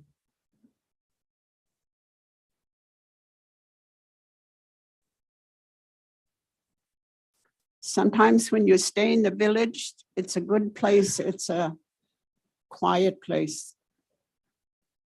Here in Fairbanks, especially a priest, have to deal with death every day. Every day. Sorry, saddest death I have ever had to deal with was a baby.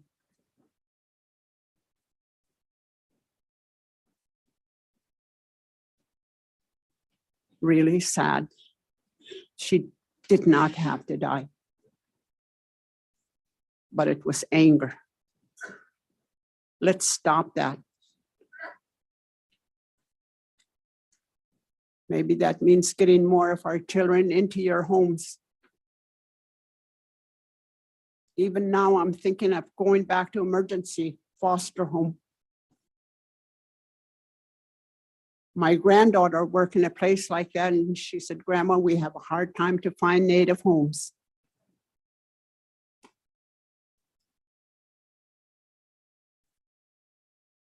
If you can, open your home, even as just for emergency. Thank you so very much for listening. Thank you for being here. I know that you care. That's why you're here. Bassett.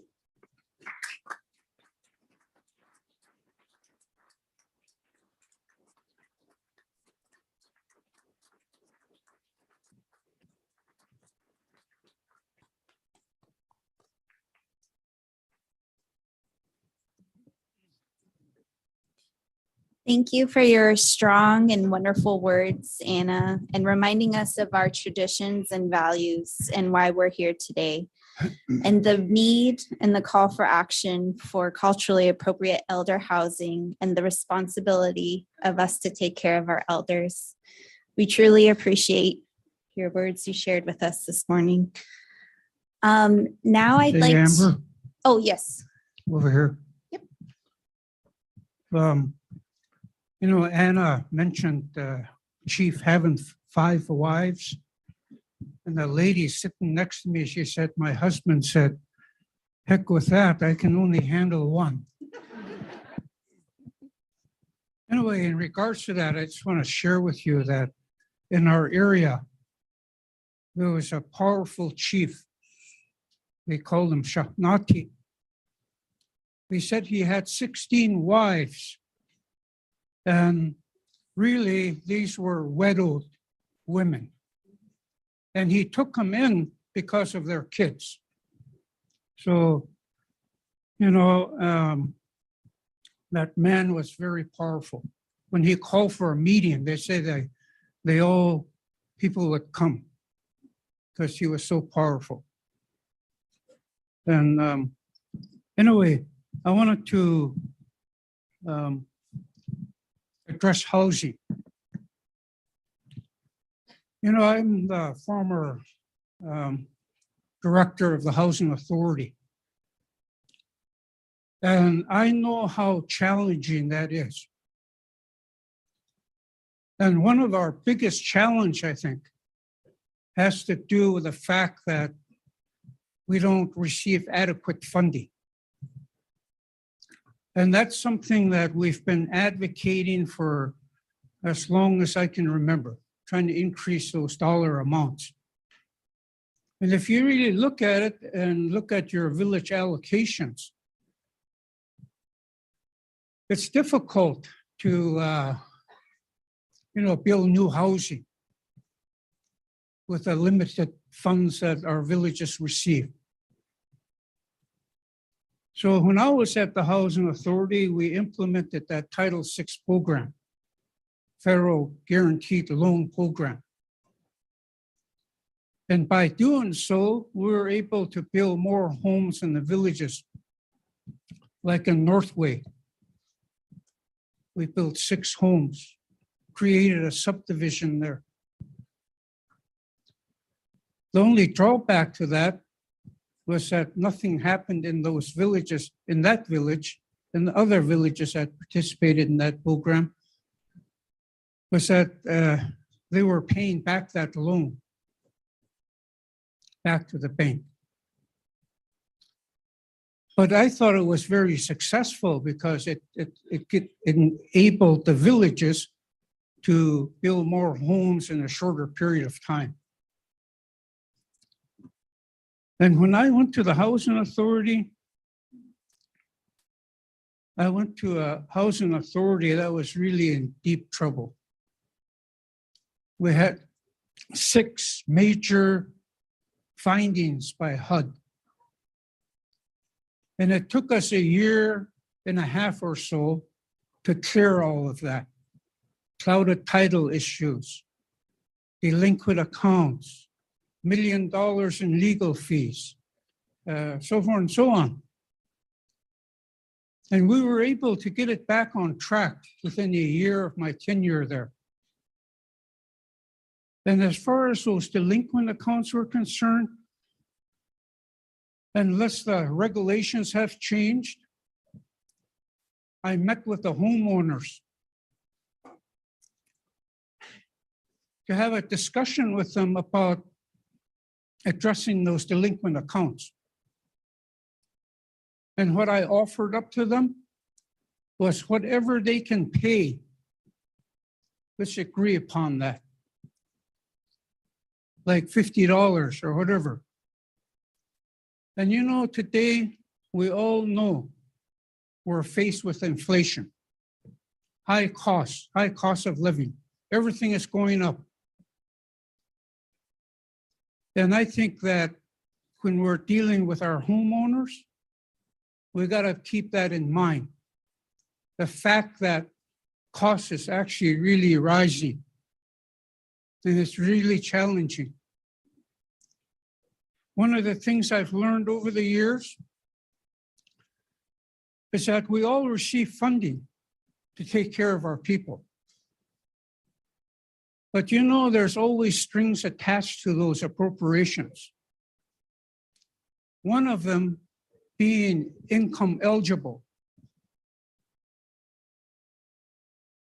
And a lot of our people are on fixed income. And even with that fixed income, it's not enough for them to survive. but yet they're denied because they're determined over income. And I think we need to address that problem on behalf of those that have worked for many years, have retired, and trying to make a life to enjoy the remaining years of their life. And I think that's something that we really need to think about is how do we address that? And I think the other thing is the issue around allocation. You know, those, as you all know, they're out of our hands. It's in the Congress or it's in the legislature. But I think collectively, we can make a difference there. And we can't just leave it up to our president to advocate on our behalf. We all have to share in that advocacy. And when they sent letters out to the villages for support, that's where you can share your voice. So I just wanted to say that, you know, housing has always been an issue. And we got to find creative ways to address that. I appreciate what the chief from Eagle, how they're trying to address things within their village in creative ways.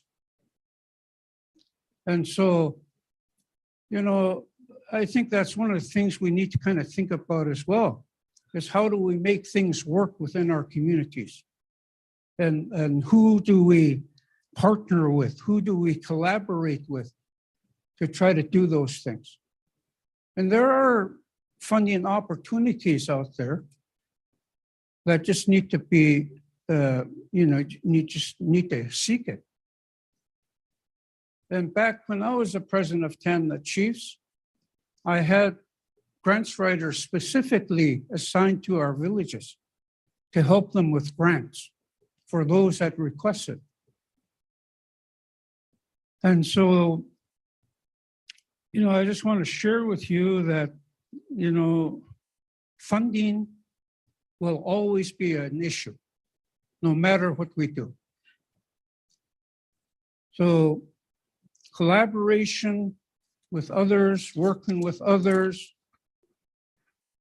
is the only solution to that issue. And I would encourage our tribes to work with the administration of the TANA Chiefs Conference, because they are your tool. They are the folks that can provide you the technical assistance you need. Utilize it. Utilize them. Because some of the stuff that we're talking about here, you can turn to them. Ask for their assistance. I was just approached a little while ago, and I'm not going to mention the tribe, but they're finding out that they're in deficit. And she's asking me of who should she turn to? And I'm talking about a huge deficit. So you're going to run into problems like that in your communities. And don't feel alone. There's folks out there that can be provide assistance to you. So thank you so much. Masicho.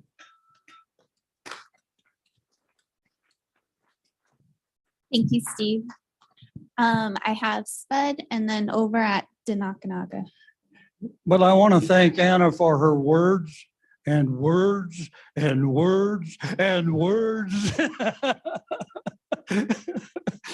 Just three small things I hear a lot of programs talking about using Medicaid to fund a lot of these programs. And I read something in the paper the other day that shocked me.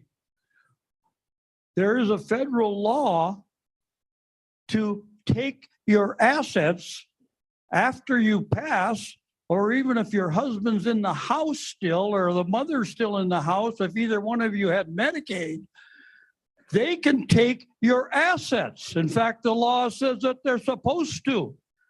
Some of the states really implement that law and attach elders' assets after they've passed. So be careful on these Medicaid programs. Get those elders' assets into an early will or some type of a document. We did this to our mother because we planned on her Pioneers home a couple of years in advance. And Mom pre-willed the house to our brother so that the state could not take her assets after she passed. And that's one of the laws about the Pioneers home. If you don't pay your own way, which is about $6,000 a month anymore, and you use Medicaid or any of the other programs, the state can attach her assets after passing.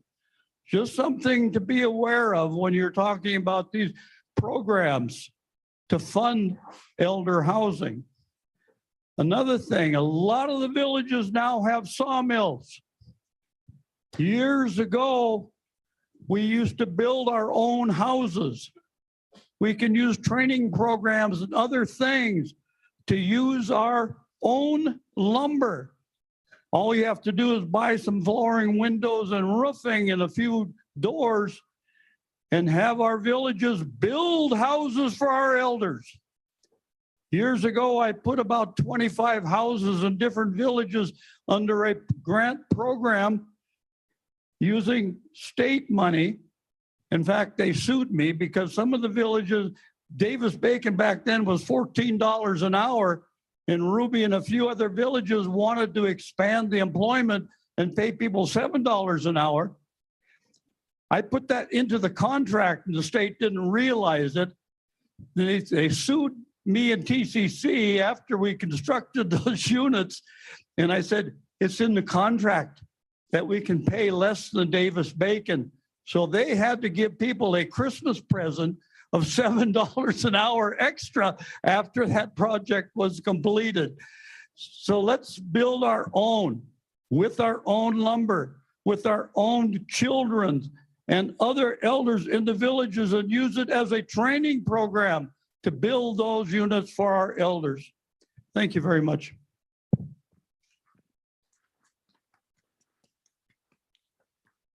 Thank you, Spud. Good morning.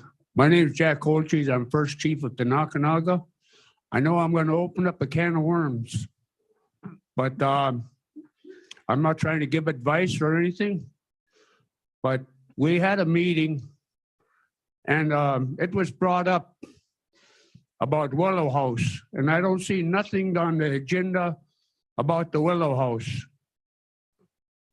You know, I don't know how many delegates know about this, but they're planning to close the Willow House and utilize the Bertha Moses House.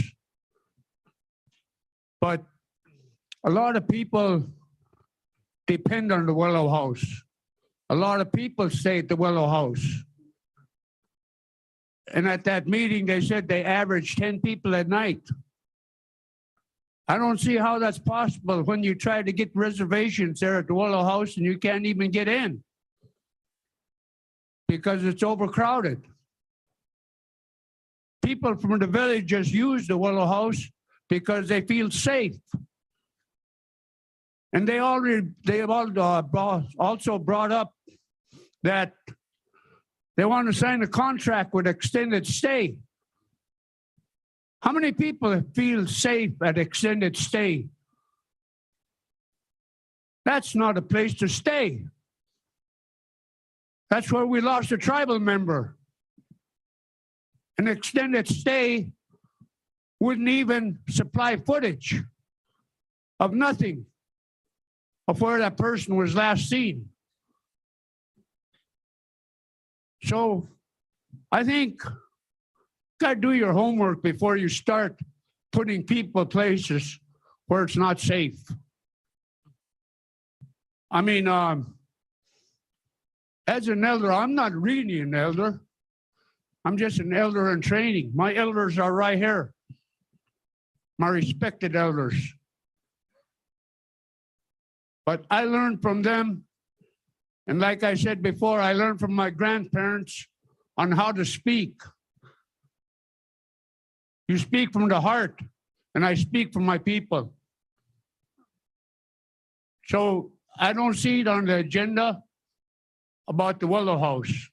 So I just had to bring that up. Thank you.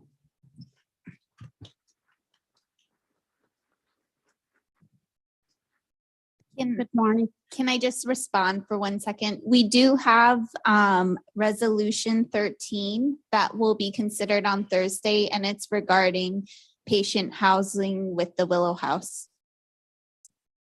Good morning. I think it's imperative that we have some type of housing for elders because I had placed my mother in the Nally Center when she was like 96 after taking care of her for like 15 years. I couldn't take care of her anymore. And one of the problems I had when I put her in the home was there was a miscommunication between I and the Denali Center of who was going to do the paperwork every month. There was a little delay there, and they sent us a bill for $25,000. So we appealed the decision in court in a hearing in Anchorage, and we just brought up the case that we did. Well, I didn't, but the Denali Housing did. They did the paperwork because you have to do paperwork every few months. And we had to take it to court because they were going to charge us $25,000 because we were a little late, but we did it on time. So I think it's really important that we get some type of housing for elders. Thank you. Thank you.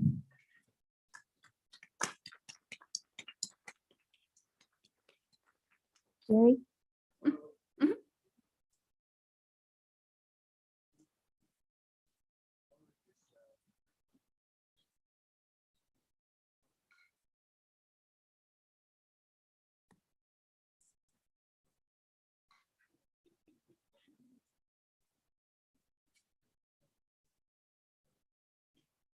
I was just going to say that way back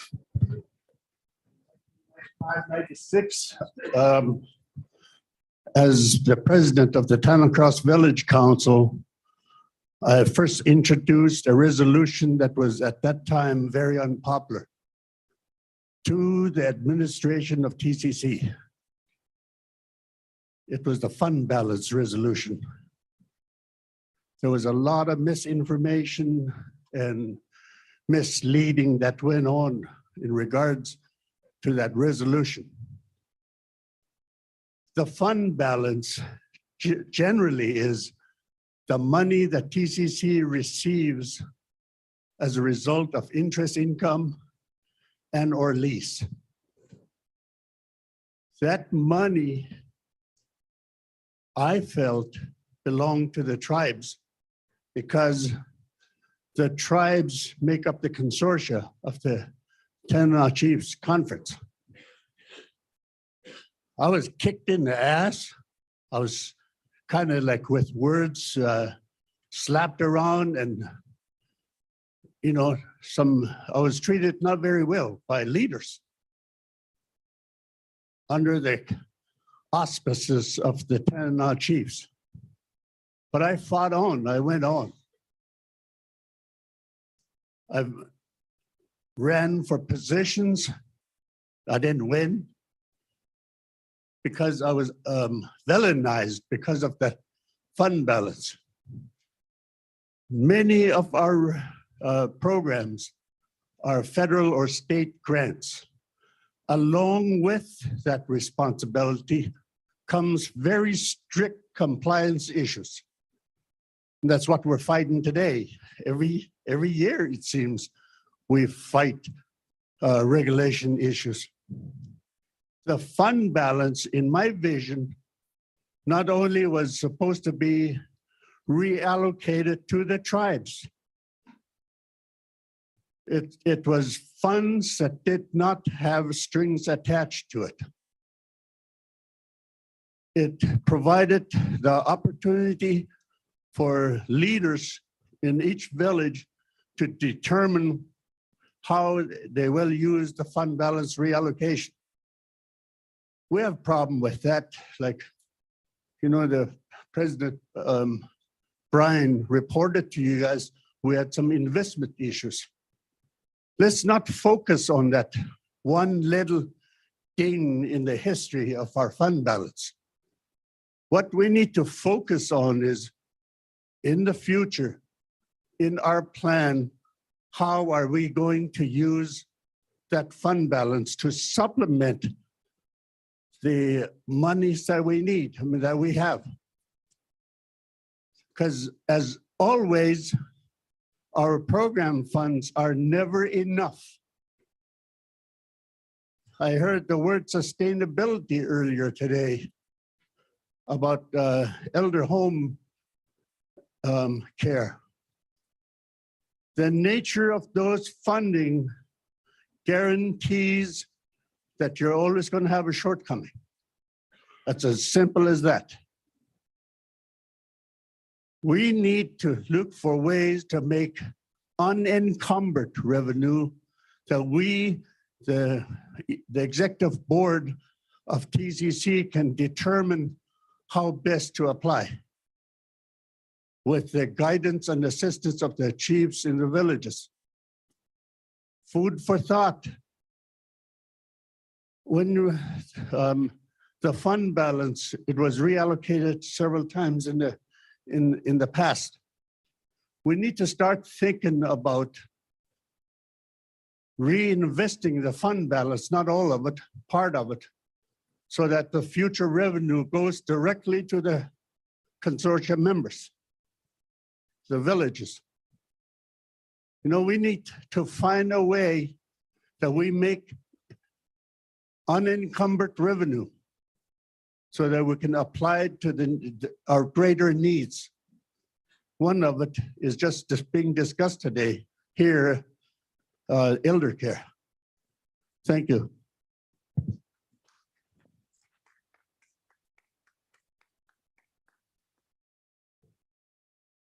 Yes, Chief Burgett.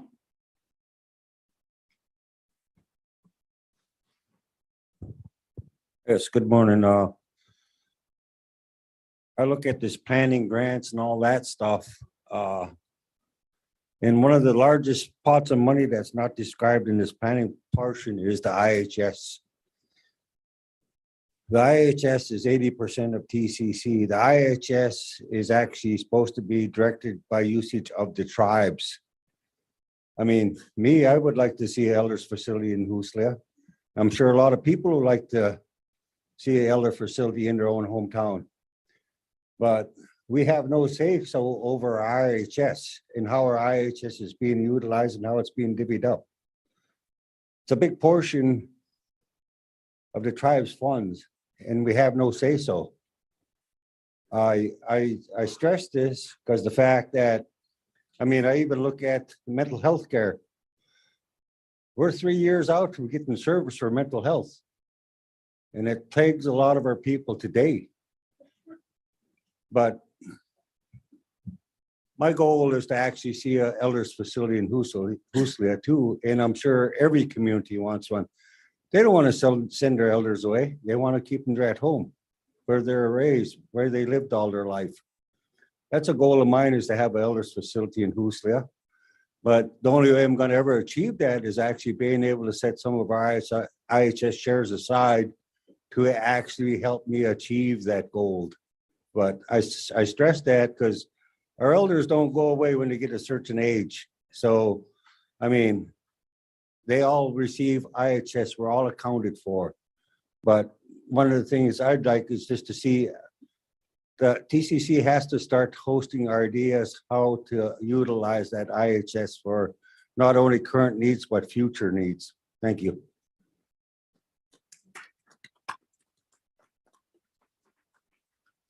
Thank you, Chief Brigette. And as I understand, we can't use IHS funds for elder care. Jacqueline?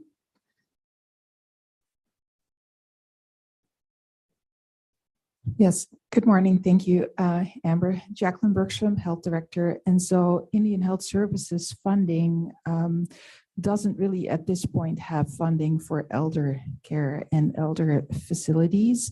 And so in the Indian Healthcare Improvement Act, there is authority given to IHS for like long-term care elder services.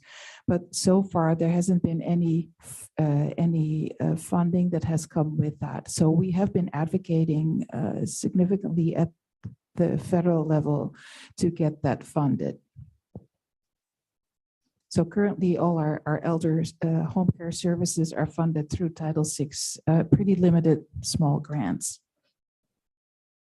Thank you, Jacqueline. Chief Green? Yes, thank you. My name is Charlie Green, and I'm the chief of Loudon Village. I wanted to say that our elder center in Galena right now has over 20 people waiting list to get in. And we had talked about it last week in our sub-region meeting about, ways that we can all kind of maybe try to work together to help. We're talking about if we can maybe do an extension of maybe 10 rooms. The way it was originally designed was more of like a live-in place. Every room has a kitchen and a bathroom and, but they found out, most of our elders they're caring for have dementia. So it's a pretty high needs place. So, the new design is going to be a lot different and shouldn't be as expensive. But, we have our tribes here. Like I say, we all put in 5 of the 6 tribes have to, pool our money together to keep this thing running.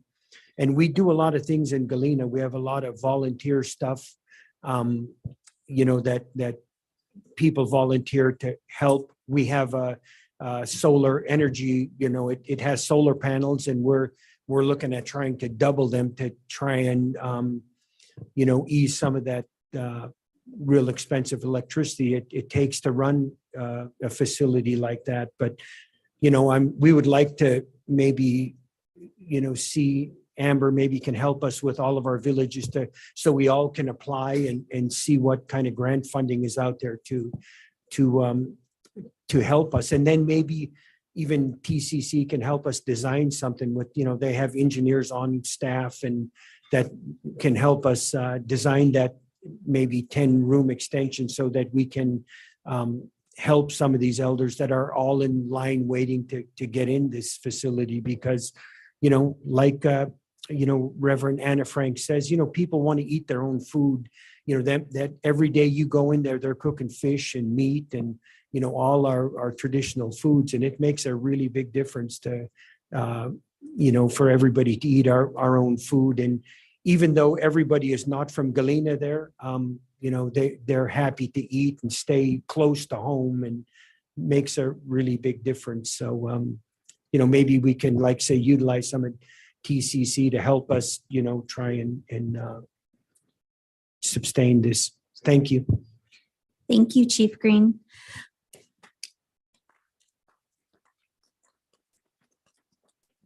TCC, like Chief Guinness mentioned, we do have contract grant writers that are specifically for our tribes.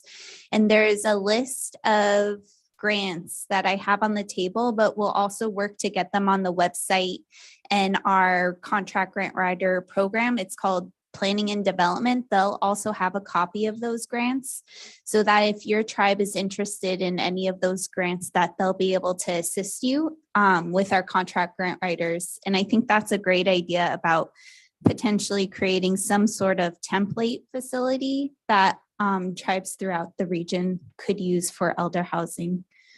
Are there any other? Yes.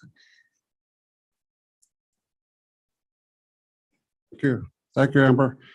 I'm just listening to all these. We kind of different down from the lower Yukon sub-region, but we have similars that goes on in our area too. But one of the things that we always sit out and we talk about all this all the time, but we never ever really put our candidates to this question, like the president of the going to run for TCC. Let's put this on the platform for him or her, whatever, and put on your e-board member saying, why do you want to run for e-board? Why do you want to run as president? This should be on there, and we should hold that accountable, because Ori Williams made that a definite point there when he said, we work for you, you don't work for us. So I would like to see this in the question, Amber, if it's possible that whoever's running for the president of TCC, that we get to ask him, hold him accountable for this and ask these hard questions, because Jack Olches, I mean, he is right. Even, I'm Steve Guinness when he spoke too. This is right, because we use the things that he brought out in IRHA. Spud Williams, he's right too. So all these people who spoke up here, we have to hold our leaders accountable for this. And I'm going to make sure that when candidates run for the presidency, I'm going to ask this question. And it's going to be a hard question for maybe to answer, but that's what I'm going to do. Thank you. Thank you, Chief Robert. Yes, Chief Nancy.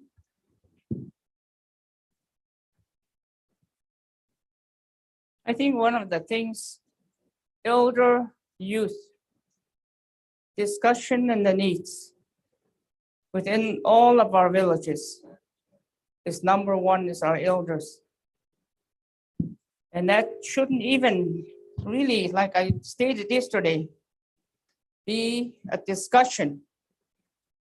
As an organization and as tribes, that should be our number one. The need to take care of our elders that are becoming of age. Imagine how it is when you have to be on the waiting list for a home to get the resources. When we're in the health organization, imagine how it is when you see funds. If I know how to read the budget, it's a budget. There is no reason why this should take a big discussion. The e-board is taking that elder and youth funding, but there needs to be planning. But I need to go back to the resolution that I keep bringing up. What's the purpose of resolution? I'm the first chief of Kuchaje. 2016, we brought up a resolution on the floor, adopted by the delegates. Today, this is a delegates meeting. And my question also to the e-board is that what is happening to the resolutions that our delegates, what kind of report and what are we doing? If it's not working, we need to take it back and get the people that are the maker of the resolutions have an input of why it doesn't work. We need to be accountable for our resolutions because we are representing our tribes. In 2016, we introduced 2 resolutions. And I'm happy to say that all the sub-regions also wanted to be included. One is Drug and Alcohol Center in each of the sub-regions, and the other one is elder.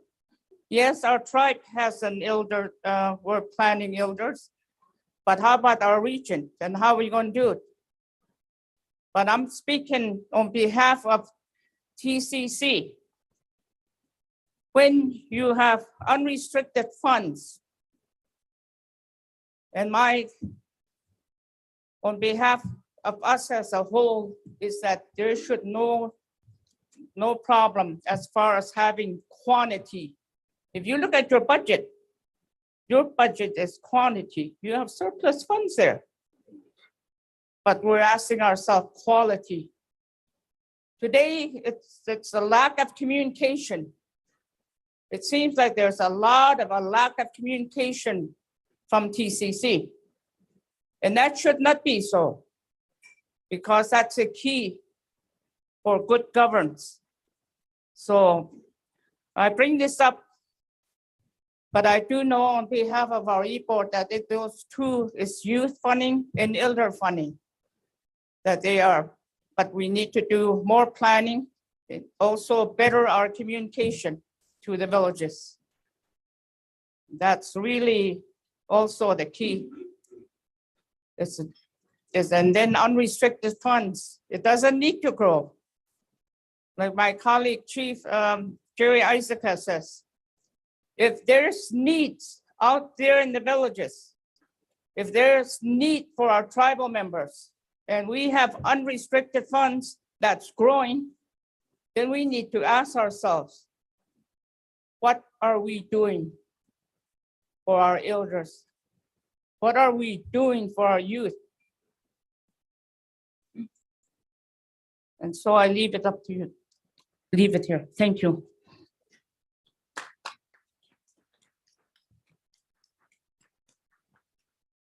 Thank you, Chief Nancy. And addressing and being accountable for our resolutions is something that we internally have been working on. We have an action tracker sheet now for our resolutions, but we do need to communicate better with the tribe, the maker of the resolution, so they know what's going on with that resolution throughout the year, and that if we're still working on those resolutions, that we continue to work on those resolutions. Amber. Can I ask a question? Madam Chair, Sorry, who's speaking? Yes, Don, Chief. Don Honey Jr., Second Chief of Ruby. I really appreciate Anna bringing this up. And I guess my question, this is more of a statement than a question. Maybe the powers that be, Fairbanks Native Association, IRHA, TCC, but I guess it just every year or so, or every 2 years or everything, I know she's very passionate about it, and it is a problem. My mother is in her early 90s, and she likes something like this, and I hear her bring it up year after year with no answer. Is there anything that that would be like an elder housing in Fairbanks, like proposed or anything like that, where somebody could come up here and be self-sufficient and stuff, but have that, and not to go into Denali Center or Pioneer Home. My mother is she takes care of herself real well, and we help her out and stuff, but there's a certain age group, and I guess what I'm saying is we're constantly harping on it, right? I mean, there's no answer. I realize that the hostel maybe at some point could have been used for that purpose. So that before I left this room, I wanted to express that, and just to see if there's any answers to your question and mine. Thank you.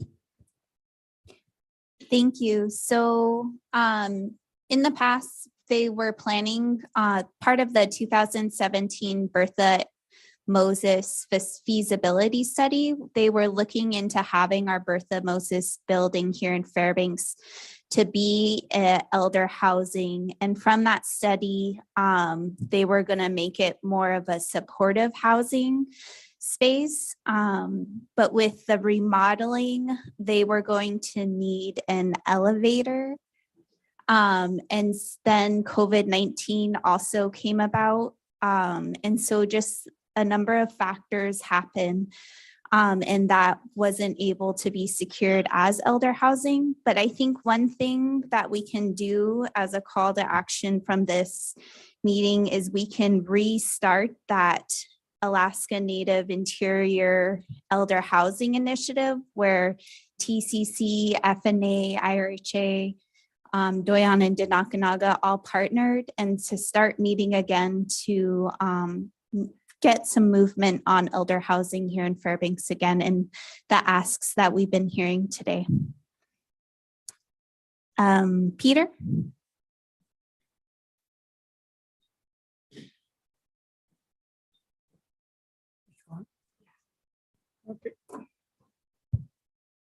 Yeah, first off, I think we've been in here having all these discussions, everybody's tired, and can I tell everybody a little joke?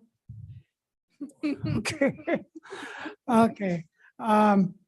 Couple of months ago, I had a room here at the Westmark, and I didn't know that local basketball teams were going to have a game here in Fairbanks. So I was on the same floor with basketball players. And one day I was going in my room, and this basketball player come out of his room. I don't know, to me, he looked 7 feet tall. You know, he was going by me. Sir, you have a cigarette? No, no, sir, I don't smoke. He goes by me going down the lobby. Ah, you're too short to smoke anyway.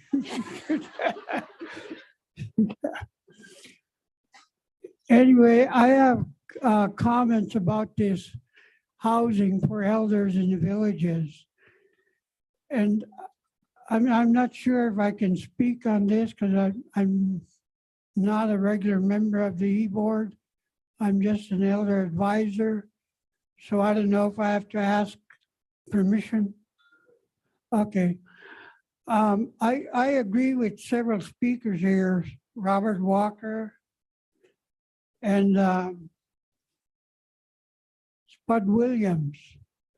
We're talking about elder homes. And there's two separate areas that we're covering. Elders in the villages, elders in the communities of Fairbanks or Anchorage. I'm of the opinion that elders in the villages want to stay there. They want to stay with their people. I don't want to come to Fairbanks or Anchorage. My only option so far is the elder facility in Galena. When I get incapable of moving around, that's where I want to go. Other than that, though, elders don't need to come into the cities if they don't want to. But they do need help in housing in their own villages. We're talking about payment for housing built by IRHA or whoever. And the people have to pay for those. I like the opinions of a couple speakers here who think elders in their villages should have homes built for them. A long time ago, we used to build our own homes. We'd go out into the woods, get our logs, and build our own homes that we needed. Now we can't do that because corporations got all possessions of the lands. We have to get permission from them to harvest logs to build our homes. I appreciate all the comments about elders needing homes, whether it's in the villages or in the Fairbanks or Anchorage. But you should consider building homes in the communities for the elders who want to stay there. I'm one of those elders. I'd like to stay there. One more comment Anna Frank brought out. Maybe I'm pretty old, but I'm not old enough to remember the times when husbands or a man had 4 or 5 wives. I kind of wish I lived in those days. Thank you.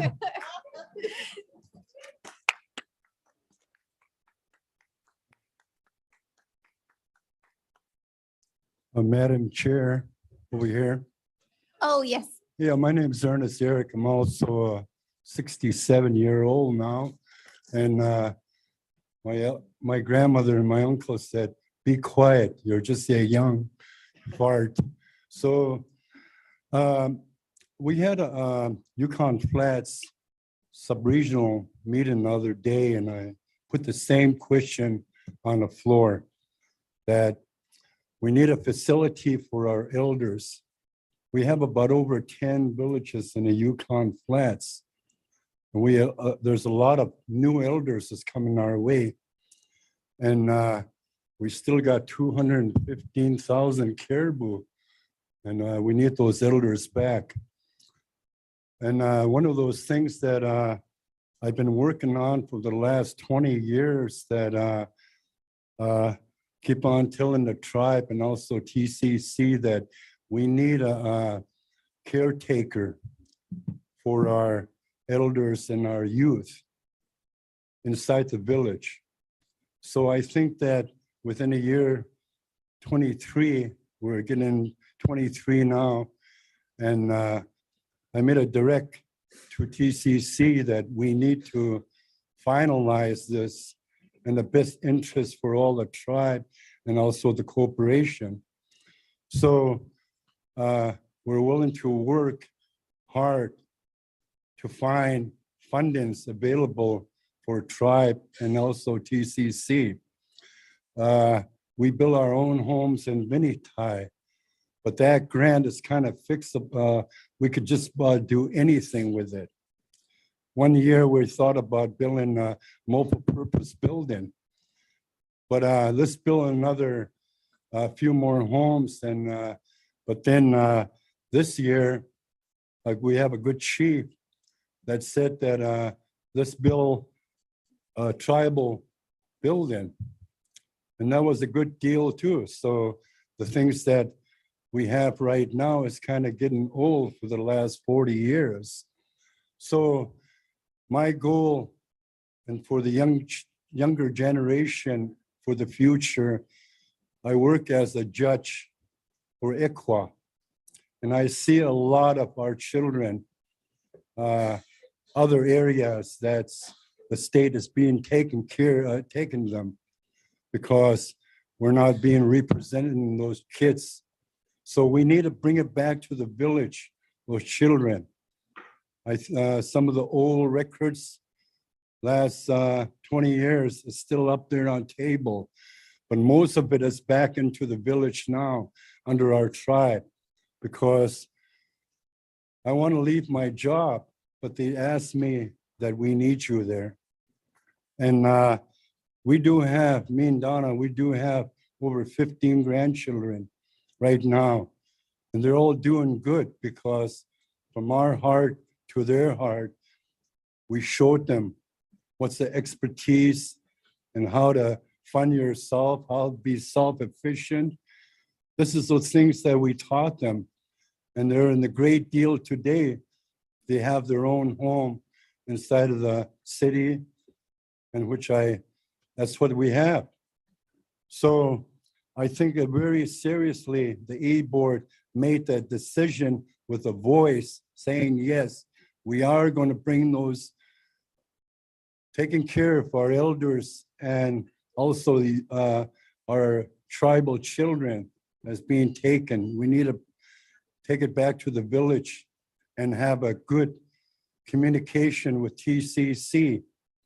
I was hoping that Doyon Board of Directors could see a little bit of bigger vision, what we're asking for today, because a lot of that income under a 7I money that the tribe should have got that, but it's getting into the corporation hand.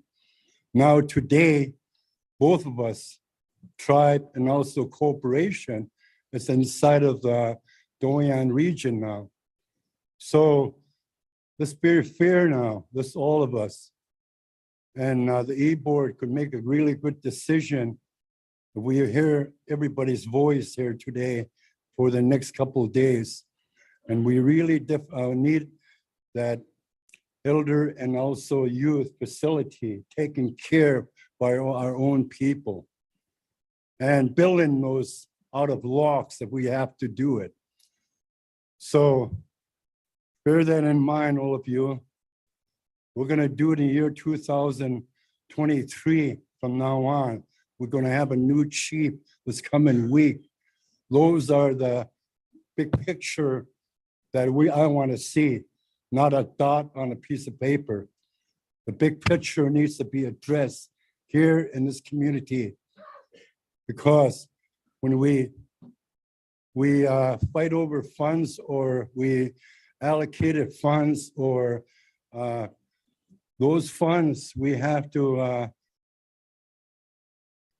RHA. It's the same deal as many Thai housing projects.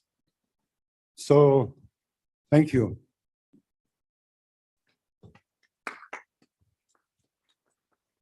Thank you. And we'll take one last comment. I saw Daisy's hand up, and then I think we're coming up on our break. We might have passed it, but we'll break after that. Just wanted a little bit of clarification from my friend Spud. I'm sure he's still sitting back there. Because, you know, we have two programs here that he was talking about. Medicaid and the assets of Medicaid being transferred down to family members. And the other program that is a federal program is Medicare. Medicare is something that an individual earns along with Social Security benefits. Medicare pays for hotel rooms for those people who are eligible for welfare assistance, including adults and children. So I just want to, maybe I missed something along the years or something changed that I didn't know about that would, you know, offer something under the Medicaid program that you could transfer on to someone else. You cannot transfer, I do know for a fact that you cannot transfer Medicare to your spouse or anyone else. You know, if your children are over the age of 18, then, you know, you've just lost that part of your Social Security and Medicare upon death. So that needs to be clearly understood here, because sometimes people are confused between the two programs. And so the other comment that I just wanted to touch on briefly is the fact that, you know, for years and years, even as I sat on the IRA board back in the day, I think 80s, 90s, we have talked about this. Anna, I commend you for your continued effort to advocate on behalf of us, of all the elders. There is definitely a need here in Fairbanks, but there's also a need for other things. Why do we continue to have a waiting list? You know, when we have a youth in our village that says, I'm ready to go to treatment, I want to go and get help, waiting lists. So many waiting lists for this and that. Folks, I think it's time to get real. In each of our area, and I know in the upper town now, we have asked for years and years to have a facility be built. COVID happened. We all understand what COVID did. It not only took away our way of life, but it took away many of our people who could have benefited from these various programs that is being offered to us today.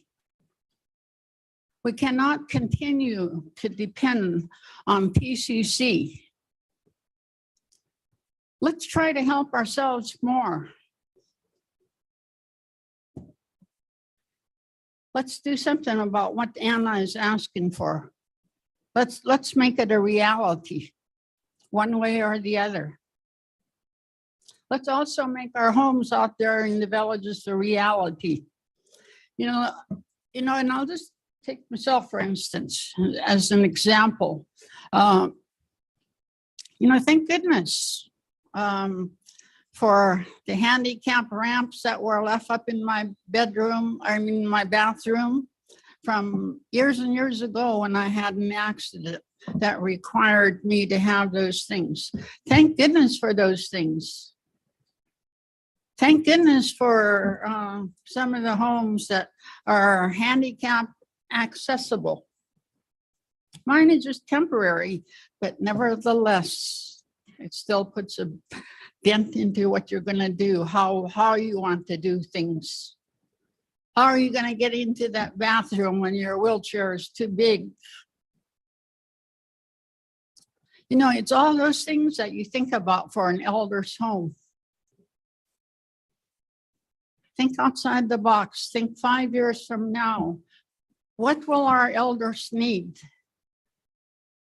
My mother lived to be 95 years old. 85 years old, she was out there sawing her own wood. Those little, I don't know what you call them, but they're like a little bow saw. She'd be out there. I would send my boys over to her house to help.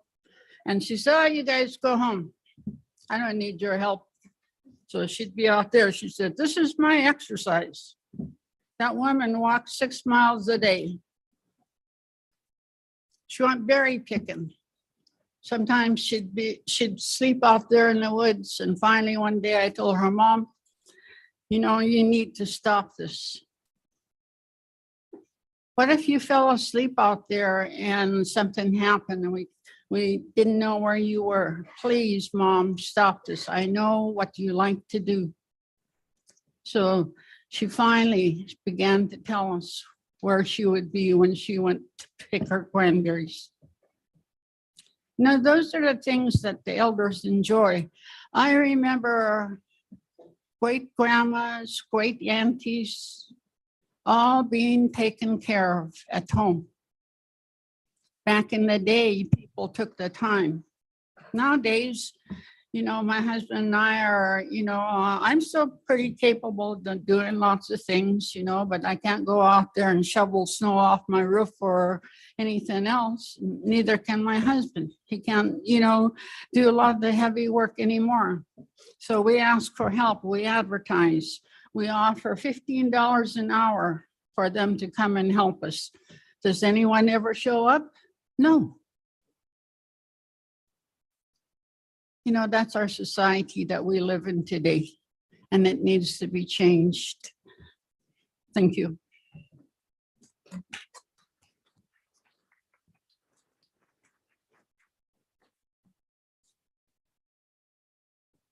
We have the individual at the mic. Eugene?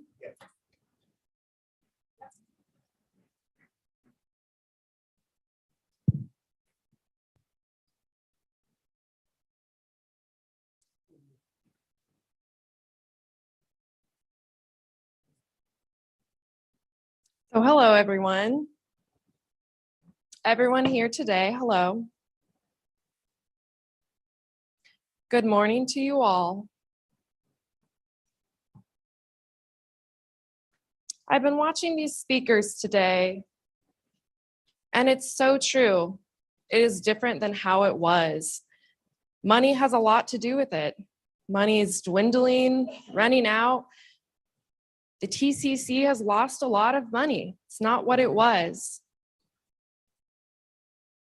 My advice is to get more money from President Biden. Biden is not always the best, but he tries to support financially to our state and others. A lot of homes now aren't what they used to be. We need to improve them and bring them back to how they were. Today, there's just not a lot of help anymore. The Republicans, they have just been taking businesses. It's not how it was. Their focus is business instead of people. Democrats are more focused on creating homes and helping the people, but Republicans, even in Congress, it's such a disaster. People argue over money all the time. We do need to be careful. Watch the Republicans.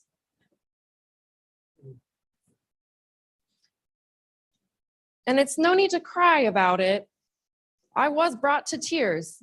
I have been by our situation. But we try. It's hard, but we try.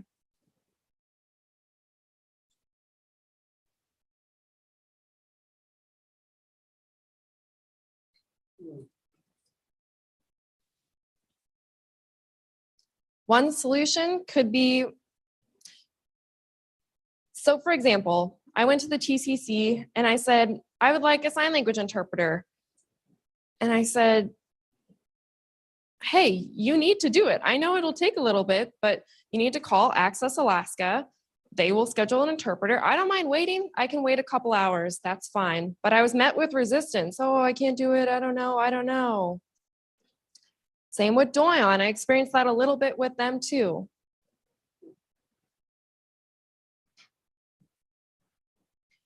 Because I used to live in Washington State, I met a lot of deaf elders there, older deaf people who are still working, and they would get interpreters right away. They would get interpreters as soon as they needed it. This process of getting an interpreter for this event was very slow. Now we do have interpreters here today. They're from Anchorage. And because I requested a good, highly qualified interpreter, there's some interpreters in Fairbanks, they're just not good enough.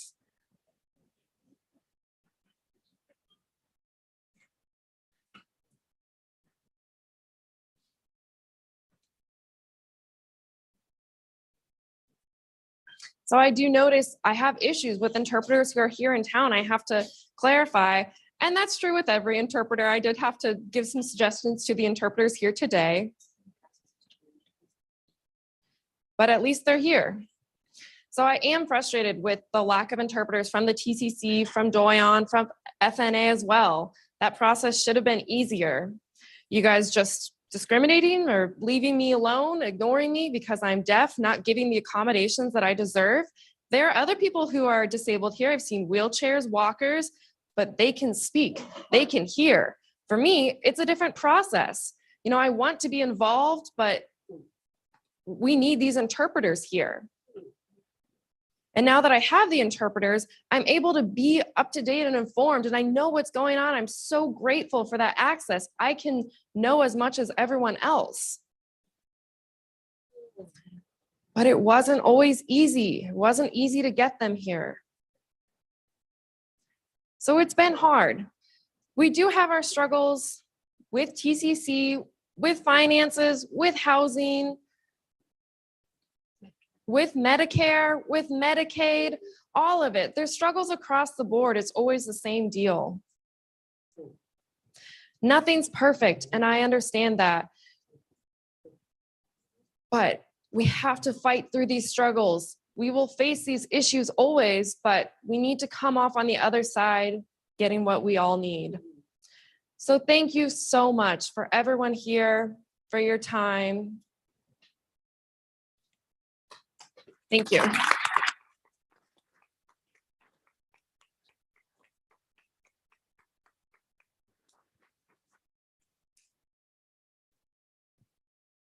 So I think we have one last comment and then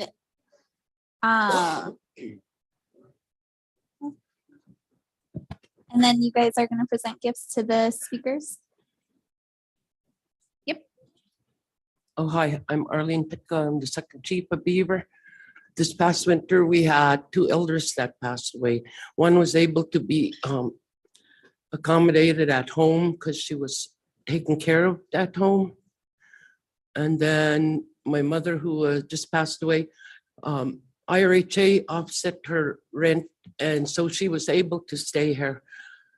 She had to move in because of medical, and she had to be by a doctor. So I really appreciate what IRHA can do for our elders. We got to work with them, and thank you. Because the first elder that passed away was Clara Joseph, and she was able to, her family kept her at home, Anna Joseph and Goose and her 2 kids. And the village got together at the end of her life, and everyone got together, everyone. You should saw the young kids. So if we work together on this, it's gonna work. And you know what, when my mom was here, IRHA did a lot for her, and I appreciate it. Thank you.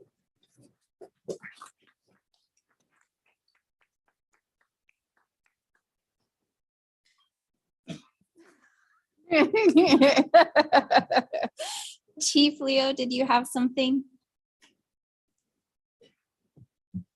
Yeah, good morning, everybody. I guess we're talking about elder housing in the village and elder housing here in Fairbanks, or something that we can accommodate our elders. And it's really a good topic. I like to hear this because our elders are always in need. But you know, in the past 3 years during the COVID, each and every one of our respective villages got a lot of ARPA funds, a lot of CARES Act monies. Even our corporations, all our other entities, our nonprofits, they got a lot of CARES Act money. And you know, the one way that's the best time to go after it right now, because the money is still out there. They're probably still in the banks of these entities. And it was a pretty good sum amount that each and every one of them got, every one of us got, you know, even the villages.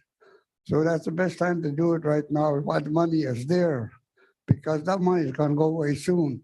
It won't be around anymore, and we'll be struggling in the future, as we always have been before these monies came around. So time to work on these programs right now, projects. Even if you're success on 2 of them, it'll be a very great success for these elders here. So just a word for your information to think about. I want to put this out there. Time to think about it is now, while the monies are there. Because, you know, we all know it's going to be gone before long. So with that said, I would appreciate it, but not stepping on anybody's toes, but just trying to be helpful for, you know, thinking out of the box. So with that said, the greatest time is to do it now while the money's there, because that'd be gone so soon. Thank you.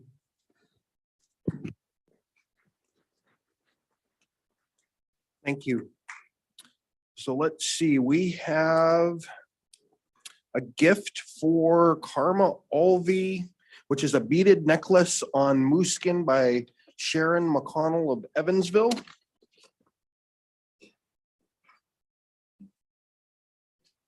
Thank you. Mhm.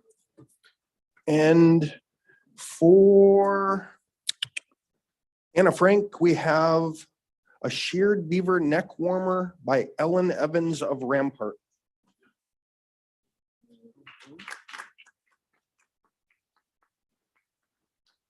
That's to make up for not dancing last night. Sorry about that. Another night. Okay. So I do want to mention that, you know, in my years at TCC, I've always hoped that no matter what the topic is, we can help support the tribes to do a wide range of things, basically for themselves. And so what I really like in preparation for this discussion are, I believe it's 6 pages of grants that your tribes can get. They were on your tables. We can share that with you. I've always hoped we could take the success of some of our tribes and list it so that if any tribe wants to expand housing, expand elder housing, you'll have that list in front of you. Now, what we can do with that is support you with grant writers, planners, you name it. We've got, like they said, engineers, to get more housing out there available for your tribes. And so I think that would be a big help. I do want to mention that we would normally gift Ori, but we gifted him a necklace yesterday with a knife on it. And I said, just make sure you don't go through TSA with that because they might come after you. Let's see. I've got Doyon asked again to remind you guys that in the northern latitudes, they do have a booth out there to assist anybody that hasn't voted for the Doyon elections. And there's veteran allotment assistance in room 112, but from 10 o'clock to 3 o'clock today. I think that's all of the reminders they had me do. So right now we'll take maybe, to make up for time, we'll take maybe a 10-minute break and we'll come back to do a very large education panel. I told them only 3 presenters and they went with 6 instead. So what we'll do is when we get started with the education, we'll get moving.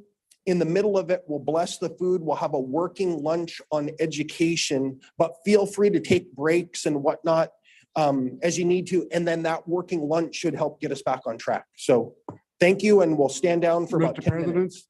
Yes. what about Iditarod? Do we have a winner yet? I haven't heard yet.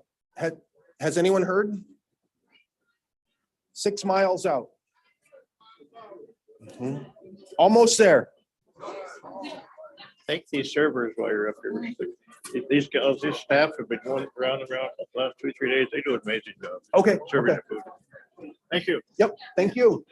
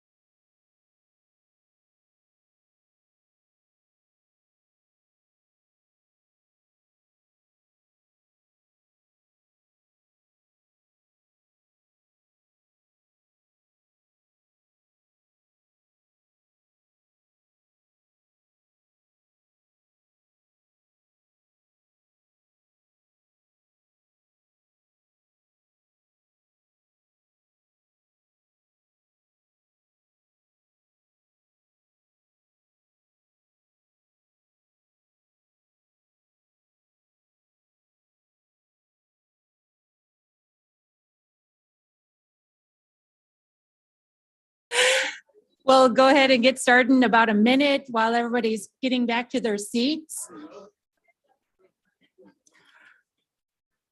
That was a great panel this morning on housing. It's so good to hear from our tribes, our bosses.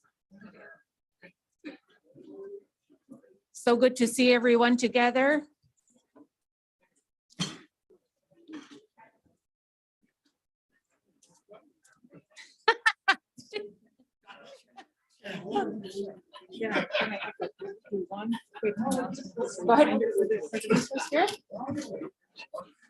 Okay, good morning, everyone. And as everyone is making their way back, I just want to give a shout out to everyone who is working the health fair resource fair in the Northern Latitude area.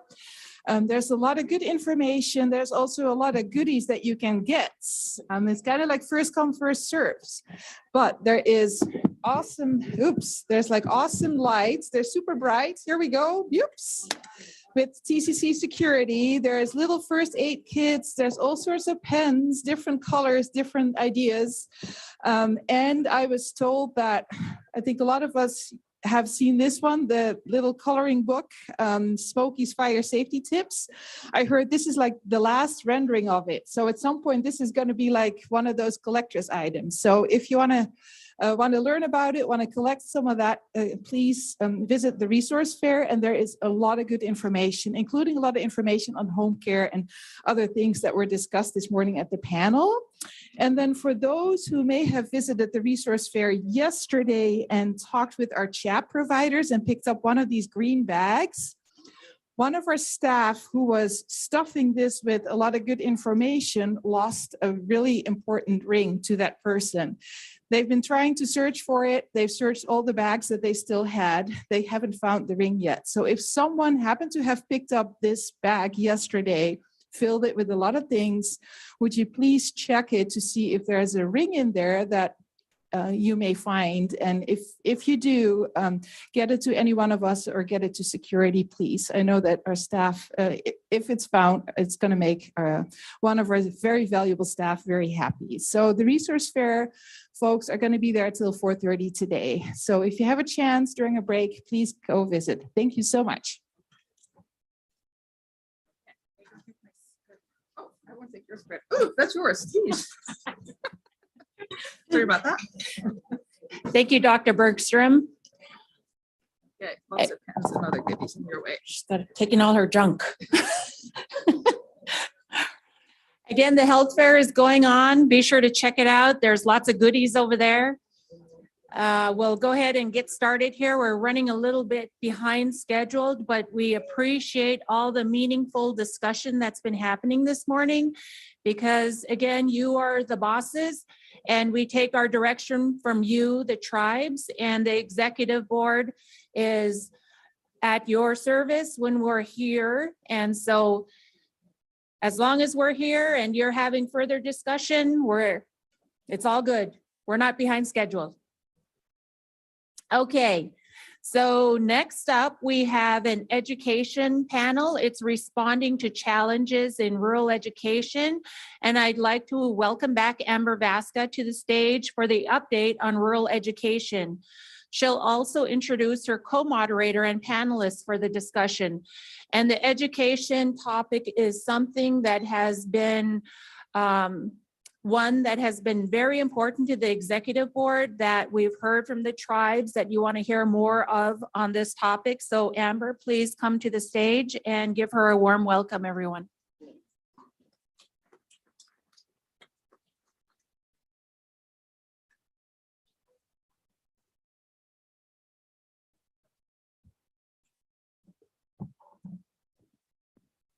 Good morning again. So for this panel, we do have a hybrid panel. So we have participants that are online. Would we be able to show them?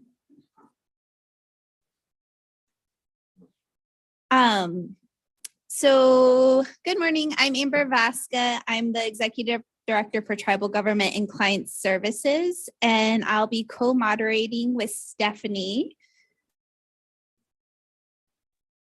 Do you want to? Yeah, hi, I'm Stephanie Hines. I'm the Education and Indigenous Learning Manager for TCC. I'm from Fort Yukon and my parents are Clarence and Virginia Alexander. And also on the panel, we have Dr. Christy Graber and Deborah Riddle from the Alaska Department of Education and Early Development, and they are also online. We have Tiffany Jackson with the Association of Alaska School Boards and Sarah Sledge with the Coalition for Education Equity. So in the past 10 years, the TCC full board of directors have passed many resolutions regarding education, and they range from promoting teacher retention, protecting our schools, enhancing literacy, or improving education quality with curriculum that reflects our everyday life. On top of that, there's a number of challenges that we face with providing education in our communities, and then COVID-19 came and we were presented with a whole new set of challenges in the education system. But we do hear the tribes that quality education is traditional education, where our children get hands-on experience with curriculum on our lands, waters, and animals. So knowing that's where we want to go, there's a lot of current major opportunities, including tribal compacting of education, and then also the limited teachers certificates. That was a bill that just passed last year to make it easier for our language and culture experts to teach in the classroom. So now I will pass it on to Stephanie, and she has a really brief presentation just on some statistics of education in our region. All right, thanks, Amber. As soon as we can see those slides, please.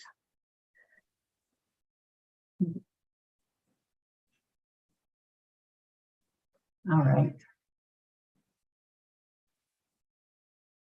Okay, thank you for the introduction.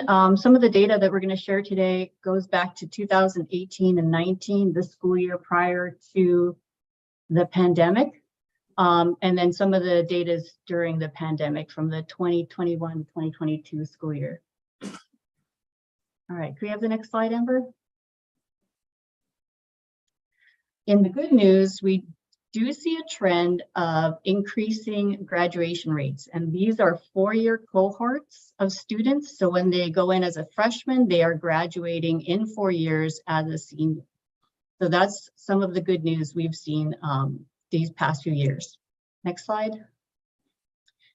Also in the good news, we see that our dropouts have actually decreased. So this means more students are staying in school longer and finishing through their 4 years of high school. All right, next slide. We've also looked at data related to students and their assessment. This is from the AK STARS assessment. Prior to this, it was PEAKS.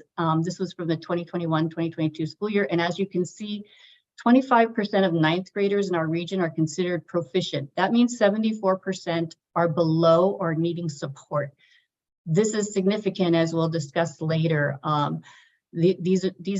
These numbers are important to note that these are for the whole region. So your district or your school might have very different numbers than this.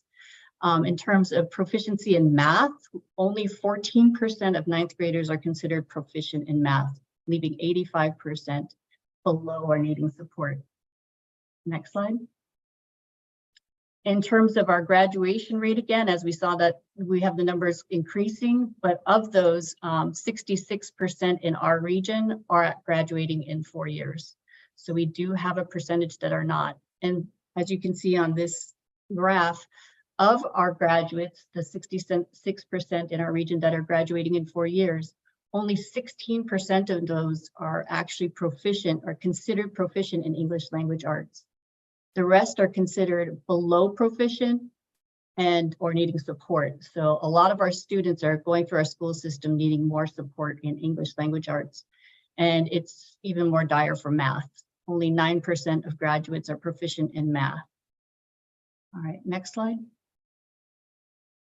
You can see here that there's an increase in the number of the students that per teacher, right now it's averaging about, across our region, it's averaging about 1 teacher per 40 students. So that's something to keep in mind when you're thinking about outcomes for students. Teachers are having much higher class numbers that they are having to work with. All right, our next slide. Chronic absenteeism is one of the primary areas that our teachers have indicated needing improvement in our region.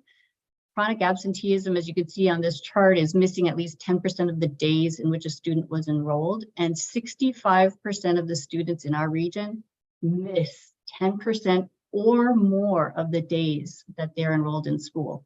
And this is important to note.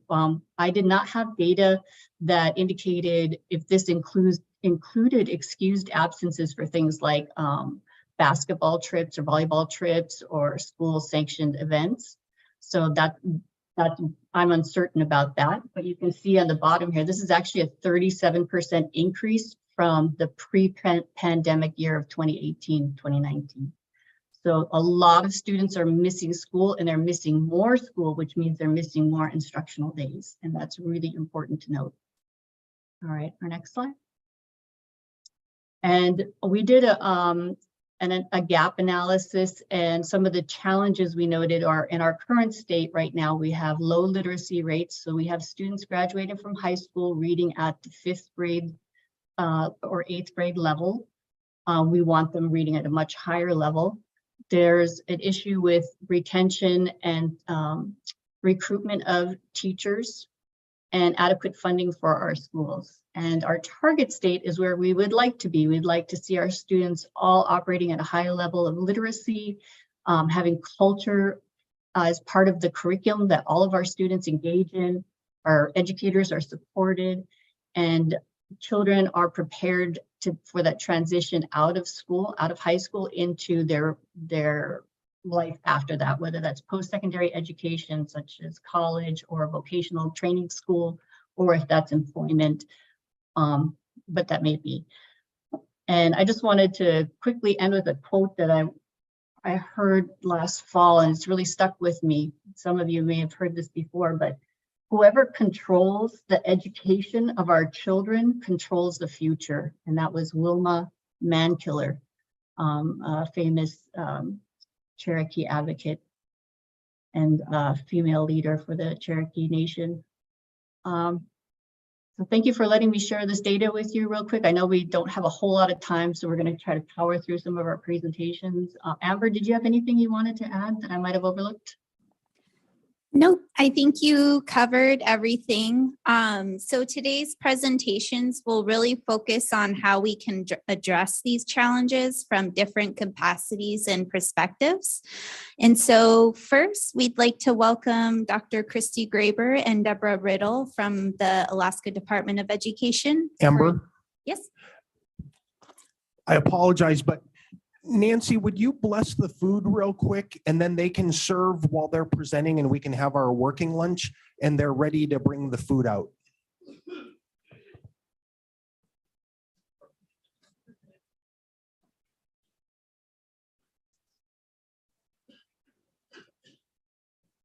We thank you for this beautiful day. Thank you, Lord Jesus, for thy blessings. And even in our hurts and pains, for so many that have lost their loved ones, let there be healing in their midst, of families, of communities, within our region and the nation. We thank you for our food that you have given us, for those that have prepared it, and for those we are about to receive. We just thank you for your blessing. Amen.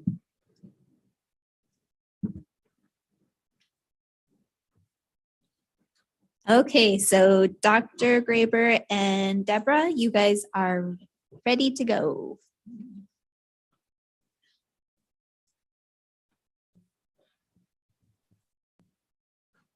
Hi, and thank you for inviting us to participate in your conference today. We are from the Department of Education and Early Development and have been working recently on the Alaska Reads Act, which we'd like to share some information with you about that today. Next slide. And I'm Deborah Riddle, and I am the Division Operations Manager, for the Division of Innovation and Education Excellence. And Christy, you want to introduce yourself really fast? I'm Christy Graber. I'm the Academic Support Team Administrator with the Department of Education.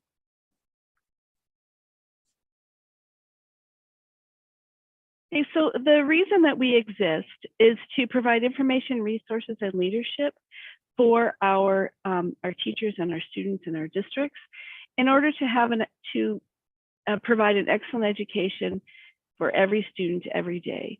And this is all driven by our vision statement, which is actually outlined in statute, section 14.03.015, with the goal of the students just having, creating the background for a really meaningful and successful life. Next slide, please. So a few years ago, and I think many of you were involved in this, we did some work in 2016 with the Alaska's Education Challenge, and we met with people from across the state. We had educators, we had tribal leaders, we had legislators and parents, and we got together and talked about transformative education. And from that work that we did, we came up with 5 shared priorities. And these are the strategies that we try to base all of our work on. So at the department, these are the 5 things this is where we try to really focus on. And so the one we're going to talk about today is the first shared priority, which is to support all students to read at grade level by the end of 3rd grade. And so when the Alaska Reads Act passed last spring in May, a lot of what it really supported the work that we were already doing, and then really provided a kind of a backbone or a foundation for us to be able to move forward with some of the items that we have been talking about and some things that we hadn't. So we have our work cut out for us this year, trying to get this all ready to implement. Next slide, please. And so the agenda, is this you, Christy? Am I going ahead too fast? Go ahead, Christy. She is our reading expert at the department. She knows all the good stuff. So take it away, Christy. So our agenda for the rest of this short presentation is really just to look at how the brain learns to read. It's a really special process. We're going to just look at the simple view of reading, which is really details how the Alaska Reads Act it becomes an overarching system. We're going to look really at the district reading intervention program, just an overview of it, and then have some time for questions at the end.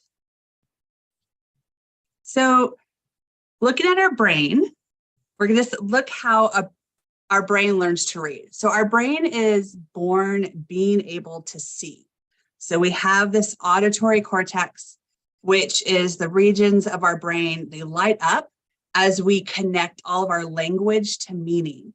Our auditory cortex is how we recognize when we hear the word chair and that this is a bottle, and those parts of our brain start to light up. And these right here are connected. And this is what we call our Wernicke's area.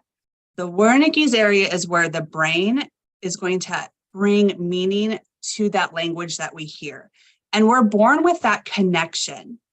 Right here we have also in our brain, we have the visual cortex. And this is that part of the brain that will begin to develop to process letters in our reading. But when we're born, it's actually disconnected from the part of the brain that does process the letters. We call this the letter box. So before we learn to read, we do have our Wernicke's area, which is bringing that meaning to our spoken language, regardless of the language that you do speak. So this is why when your children are listening to stories, they can hear the word bat and they understand through the context of looking at the picture if the word is a bat that flies or if it's a bat that you're going to swing, because they have this connection and they can see the picture of a bat cave or they can listen to a story about a bat cave and they know that it's a bat that flies. Our letterbox right here is a brand new area of the brain that is dedicated to written words.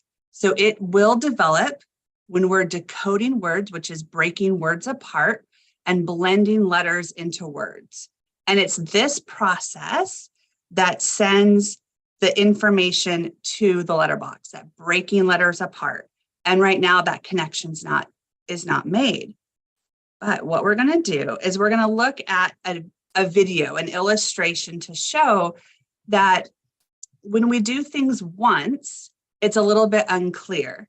To really build those connections, you have to do it over and over and over again. And I have an illustration about a basketball and free throw, just to show you how this repeated practice, which is when we're talking about instruction and reading, we talk about systematic and explicit instruction. It's repeated practice to start to build those connections between your parts of the brain so that we can read our words and connect it all the way down to the meaning. So we're going to watch a video and hopefully it does work. What's going on in the brain when you learn? In order to learn anything, whether it's math, a foreign language, guitar, or how to dribble a basketball, you need to create and strengthen pathways in your brain. Think about shooting a free throw. Know that feeling when you've got it down and don't even have to think about it? That's muscle memory. Here's the thing. Muscle memory lives in the brain, not the muscles. Your brain controls everything your muscles do, and it does this by activating specific neural pathways for each and every movement. These are functional pathways, neurons working together to achieve a goal. Say you're learning how to shoot a free throw. If it's your first time doing it, you don't yet have a pathway for that movement in your brain. You need to create it. Let's use an analogy to look at what's happening in the brain during this time. When you're first learning, your brain is like a forest full of trees and dense foliage, with no clear pathway between point A and point B. As you learn the mechanics of shooting a free throw, you create a trail through the forest. Now you can shoot the free throw because you've created that pathway in your brain, but you probably don't make many shots because it's so new. The pathway isn't very clear yet. In order to improve your free throw, you need to refine and strengthen the free throw pathway in your brain. The way you do that is through practice. Practice gradually widens the trail through the trees, turning it into a dirt road between A and B. You're starting to get pretty good now. You're making more free throws than not. You don't have to think about the mechanics as much. That's because the pathway gets stronger after each practice rep. And you've done a lot of reps. With even more practice, the dirt road turns into a paved road connecting A and B, allowing information to be transmitted at a faster rate. Now you're a 70% free throw shooter, and when you step up to the line, you don't even have to think about it. Eventually, with enough practice, what started as a trail has become a full-blown highway. Now you're a master, draining almost every free throw, and the movement is completely second nature. Scientists call this plasticity, and it's your brain's innate ability to create and strengthen connections between neurons. These connections are the path through the forest. So is the path through the forest. And so when we teach reading, how many times do we have to practice to create those pathways, all those different areas of the brain to connect them? Well, every reader and every child has a different amount of repetitions or exposures that they have to build that superhighway, to build those connections.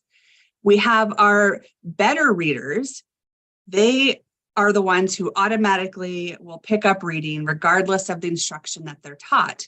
Even as a better reader, to learn a brand new word, they do need 8 to 12 different times being taught that word, of how to break apart those sounds, to put them back together, to learn that new word and build those pathways. Average readers, your average students, need 15 different times to build those pathways to learn the new words. And you have your poor readers, your readers who just need that extra bit of help. They need 16 to 45 different times of learning that new word, breaking it apart, seeing it in different aspects, different variations, to finally learn that new word. Which then, that brings us to the simple view of reading.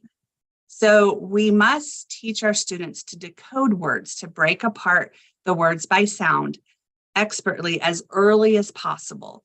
Because when our students can decode expertly, their reading comprehension capabilities will equal their language comprehension capabilities. So what that means is all of our work that we do in our kindergarten through 2nd grade and 3rd grade, in decoding, in phonological awareness, listening to sounds of the words, breaking apart each word by its sounds, and also learning all of those new words. That's all necessary. And we take that times, so it's like a multiplication equation, times our language comprehension. So you need to have your vocabulary knowledge, your background, all about your language structures, where those periods and commas are, your literacy knowledge to know how to hold a book, how that words go from left to right, that words make up sentences, and also your verbal reasoning. This means to understand when you're decoding sentences that there's a joke or it's sarcasm. So those are all more advanced skills. When you have all of those skills together, that's how you make skilled readings. That's how you learn to really comprehend text as we read. And this all is the foundation in your kindergarten through 3rd grade, which is where our Alaska Reads Act is focused on. I wanted just to break it down just a little bit more and look at just one element of that skilled reading equation of our math equation. So we took decoding and then times it by background knowledge and how that equals skilled reading. And background knowledge is essentially meaning that all of our new learning, everything that we know and learn, builds upon our prior learning. And you can really see this in your young children. And we do know that children can understand books better if they have some background knowledge about the topic. Our readers rely on background knowledge to make sense of what they're reading. Kids can understand a book if they already know a little bit about what it's about. So we have our child who loves dinosaurs, for example. They create islands of expertise. He knows everything about dinosaurs. His toys are dinosaurs. His pajamas are dinosaurs. He sleeps on dinosaur sheets. His toothpaste has dinosaurs on them. He is an expert in dinosaurs. He has so much background knowledge about dinosaur. His islands of expertise is that topic where children happen to become interested in and they develop a very deep and rich knowledge. So a typical island emerges over weeks and months and sometimes years, but it's woven throughout multiple family activities. And then with that background knowledge, it's easier to read a text about paleontologists. So I'll go ahead and I'll show you that simple view of reading, where if we know all the words about dinosaurs, so T-Rex, for example, times all of our background knowledge, so we know about Jurassic Park, all the dinosaurs that we know, we can comprehend text greater about dinosaurs because we have the background knowledge with the decoding together. And so our students can understand books about dinosaurs. And that brings us to our alignment of DEED's mission, where Deb spoke about the Alaska Educational Challenge with our strategic plan. It's all woven together to have reading proficiency by the 3rd grade.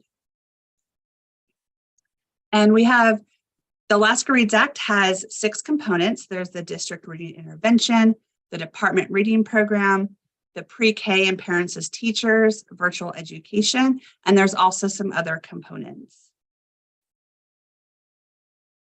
Specifically, just for this presentation, we'll just look at the MTSS framework, which is that each school district will be required to offer intensive reading intervention services to students in kindergarten through third grade to assist our students in achieving that reading proficiency at or above grade level by the end of third grade. And then they have the literacy screener, which is the use of a culturally responsive literacy screener, or also a waiver to use a district approved screener in grades kindergarten through third grade to identify the reading needs of your students. Universal screeners are similar to like a blood pressure or temperature check to identify problems as a very quick tool. So like we know there's high blood pressure, so we take a test, and then they use the screener to see what's going on, and then you do additional diagnostics, followed by the individual reading plan. And then I'll just go ahead and there's our contact information. If you have any more questions, there's our emails, and stay connected there. Go ahead and pause.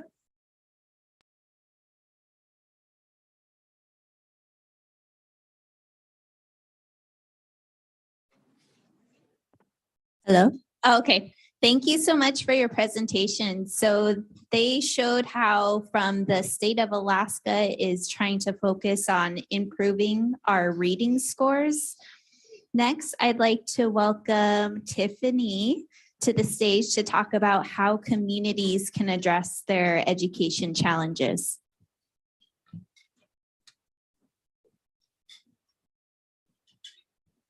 Good afternoon. My name is Tiffany Jackson. I'm the Director of Membership Services for the Association of Alaska School Boards. I'm here in place of Lon Garrison, our Executive Director. You may know that there are a lot of education bills that are going on in Juneau right now, which require his attention. I'm happy to be here with you. A little history on me. My parents are Dick and Edie Jacobson from Sandpoint, Alaska. A lot of history in education. My sister is a teacher. I was on the school board for 12 years. I served as president of the Association of Alaska School Boards for 2 years, 10 years of total on their board.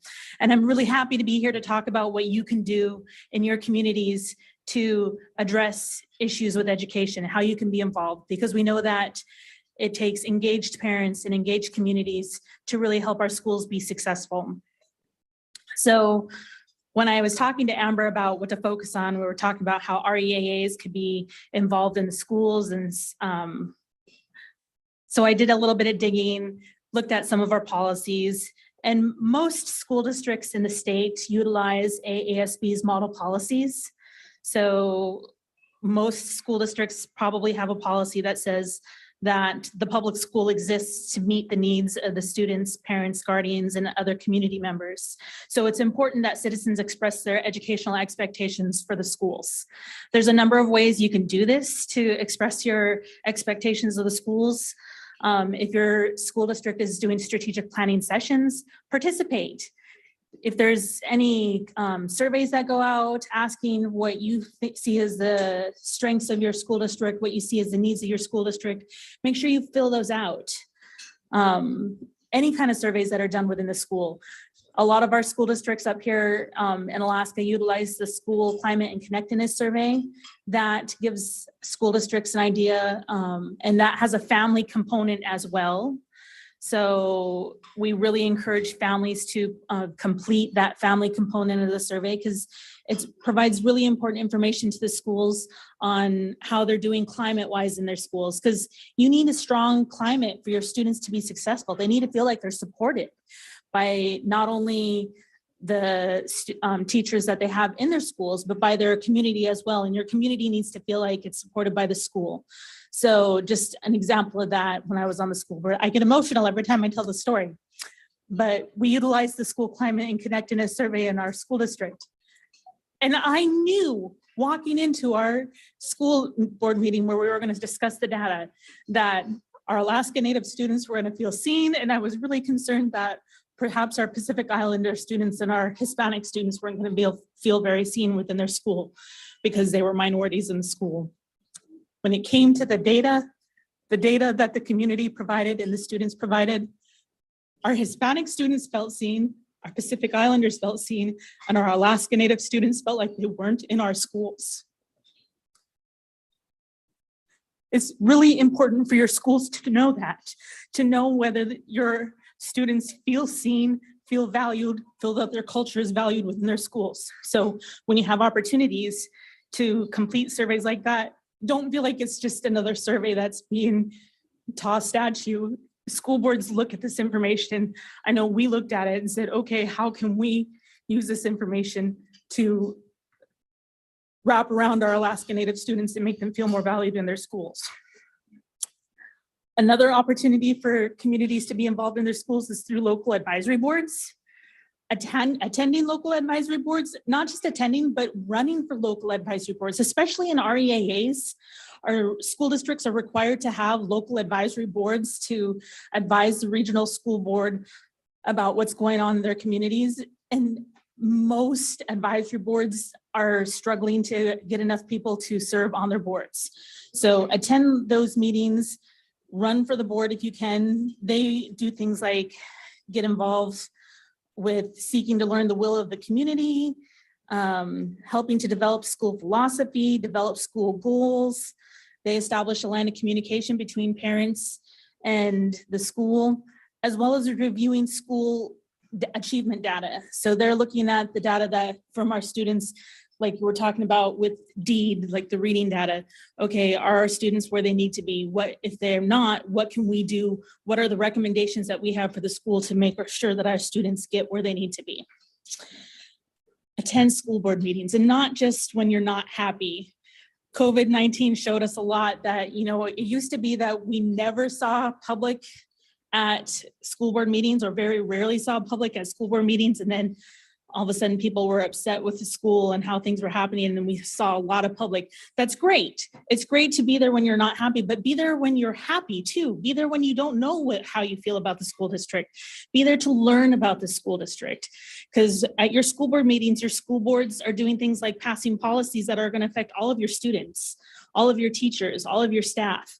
They affect your communities. They approve the budget, which put resources where if you value a cultural program in your school district, make sure that your school board knows that by attending and providing comment to your school board so that they know that that's a priority for you and perhaps for their budget. They hire and supervise the superintendent, and your school boards are nonpartisan. So they represent the entire community.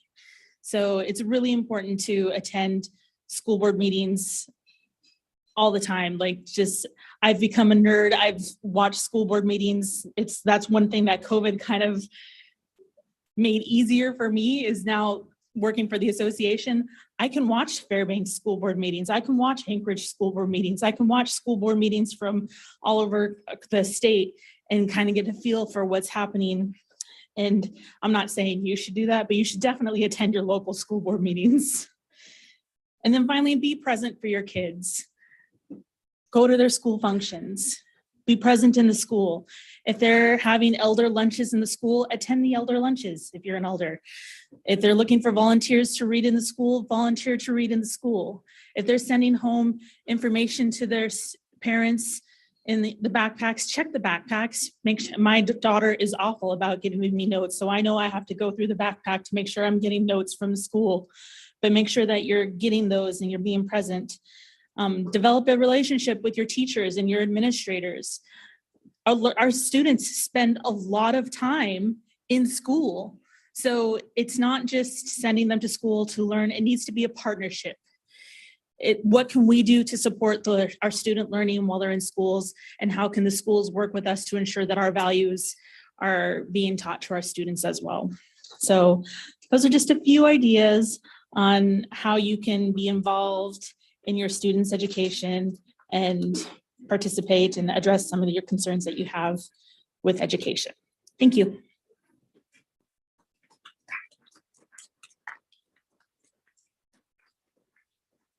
Thank you. And finally, we have Sarah Sledge with the Coalition of Education and Equity that will talk more about the state's constitutional responsibility for public education and what does adequacy mean.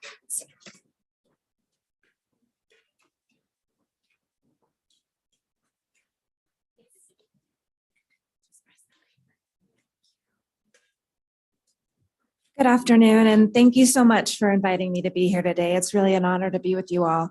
My name is Sarah Sledge. I'm the Executive Director for the Coalition for Education Equity. And I realize that I have way too much information in my slides. I'm going to try and give you the sampler platter of what I'm going to talk about, and hopefully I'll get a chance to talk with you again.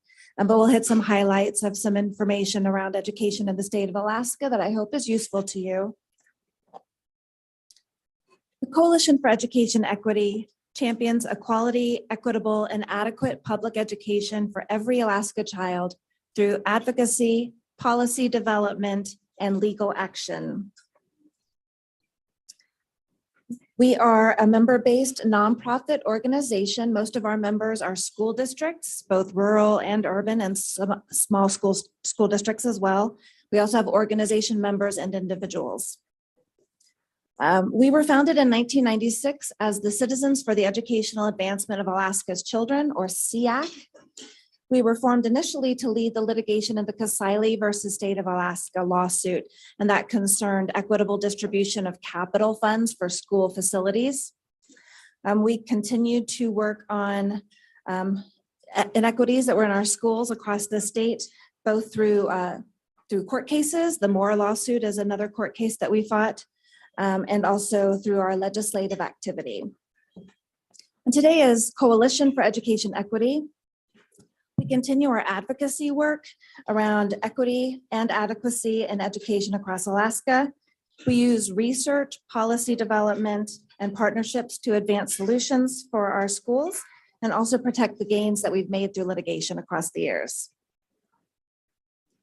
So I've thrown out the words equity and adequacy a couple of times. So I just wanted to go over what I mean when I'm saying those words. So maybe 24 years ago, you would hear a lot about equality. And equity goes one step beyond that. Not all of our kids need the same thing. Not all of our students have the same needs. So equity is more looking at fairness.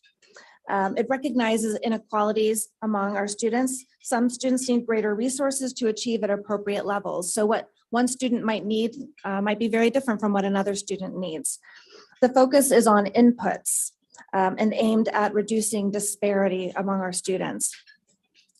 When we talk about adequacy, it goes a step beyond equity and is really a school finance term or a legal term. So you'll hear most of the lawsuits about funding across the country have been adequacy lawsuits. They're using that term.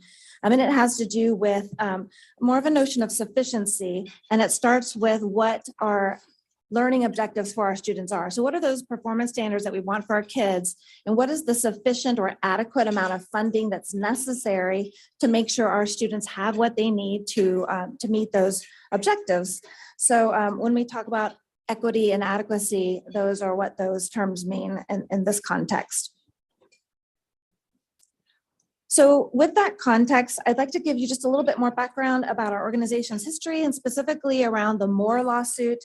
I mentioned the Kasile versus State of Alaska lawsuit, and that was filed in 1996 and wasn't settled until 2011, but it did lead to increased investment in our rural schools and our EAA districts. After CEAC formed during 2001 to 2005, we conducted a series of community conversations and collected data about education around what were some of the barriers that communities felt were getting in the way of their ability to deliver an adequate education for students. And those included things that you've already heard today: high teacher turnover. We had teachers that were teaching outside of their area of certification. There were courses not offered on a regular basis. There was a lack of vocational and technical courses, and our Native culture wasn't valued by the school environment. So those were all things that were being discussed in the early 2000s and led up to the filing of the Moore lawsuit. And in that lawsuit, it was challenging the adequacy of our education system. And it's significant for a couple of reasons. That it was filed in 2004 and the first decision came in 2007.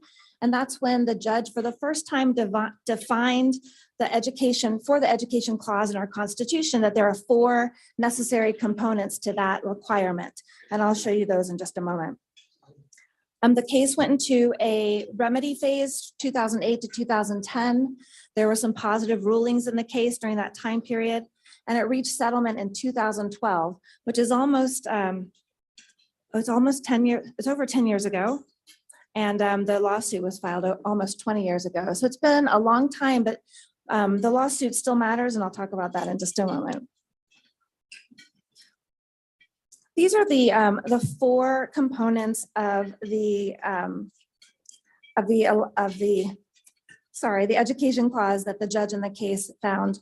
And I've listed them there for you, but the last one is highlighted. This is where the court found that the state was not meeting its responsibility. So the Department of Education at that time was having interventions in the schools, but they weren't addressing the strengths and weaknesses of our school districts. They weren't giving consideration to pre-kindergarten and other intensive early learning initiatives designed to address the unique educational challenges for our students across the state. And their interventions hadn't addressed teaching capacity due to high turnover, teacher inexperience, and unique education challenges in Alaska's chronically underperforming school districts. So it was during that remedy phase that these underlying issues in our struggling districts came to light. They're in the testimony, and the expert testimony also talked about the things that we know actually help our students succeed. And so those were some of the things that I just mentioned. When the case went to settlement in 2012, this formed the basis for what was in that settlement. There were grants that went to fund early education, that went to fund teacher retention grants, and also targeted resources grants to help those districts work on the things that they felt that they really needed to address in their school districts to help their children succeed. These lawsuits, both the Kasaili and Moore, inform the priorities that Coalition for Education Equity works on today. They're considered landmark constitutional education court cases, and our work has been predominantly in these areas. These are the priorities that we're working on this year. A lot of them are repetitions, they're do-overs from other years because we tend to face these same issues year after year. With new governors and new legislatures, we're often having to fight for our education funding. We are often having to fight to preserve pre-K programs. The Alaska Reads Act, which you just heard a little bit about, expands pre-K in over a 5-year period so that it's available to every student across the state within 5 years. So we supported the bill for that reason. And also because it defines what reading instruction needs to be for our kids, and has in the statute provisions for the departments providing support for our school districts to help them do what they need to make sure our students are succeeding. We do priority work on school construction and major maintenance funding, and also the recruitment and retention of quality educators. Just to briefly talk about education funding, we know that education funding is a significant need in our districts. Our current funding levels are insufficient. Here's just some data for you. These funding and budget deficits for our school districts affects instruction. It affects how much we can pay our teachers. It affects the quality and condition of our buildings. It affects the additional resources that are available, instructional and support resources for our teachers. And that affects whether or not teachers want to stay in their jobs. A lot of our schools are losing the ability to retain their teachers, counselors, nurses, special education aides. So we know that education funding is a huge issue for our school districts. I mentioned that funding affects teacher retention, just in the form of salary and benefits, those available resources for our teachers, and also the building conditions that they're working in. These are all things that affect whether or not teachers want to stay in the school buildings that they're working in. These are some other factors that are affecting teacher recruitment and retention. Teacher housing is a big issue that we're working on, seeking ways to get funding into our rural communities, especially to make sure that teachers have a place to live. The retirement system is an issue that we know is affecting whether or not teachers want to stay in Alaska. And these are all just compounded by the idea that our teachers, there's a lack of perceived value for educators, not just in our state, but across the country. So I feel like I've been very negative. And so I want to say that there are some really good things happening in the state where we have a lack of funding. We also have a lot of school districts that are doing very creative things, and they're really building on the strengths of their communities.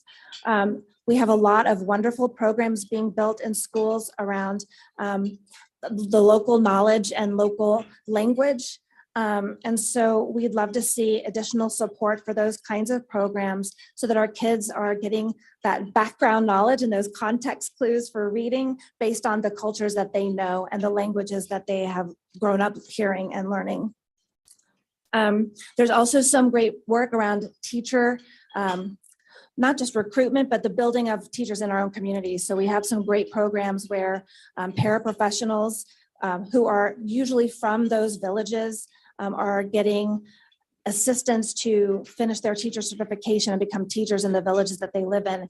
And we know that that's very successful. It's expensive and it takes a long time, but it's definitely worth it.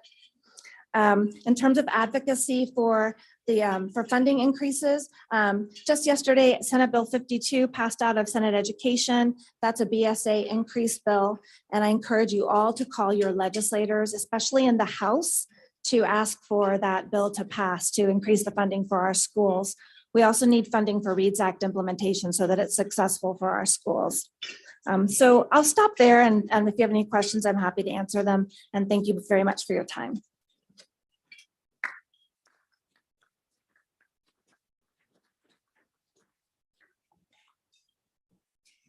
Thank you. So first I have a big announcement. In Nupiaq, Musher, Ryan Reddington just won the Iditarod.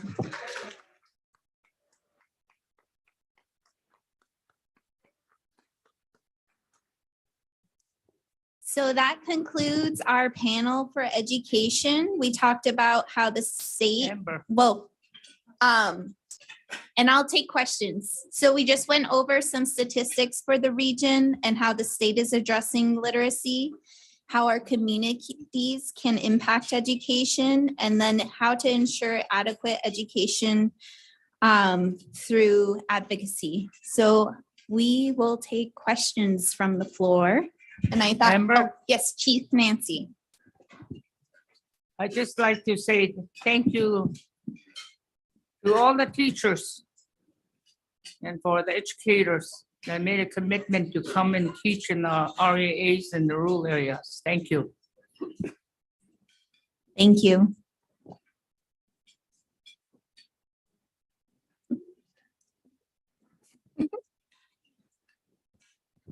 I had a question about the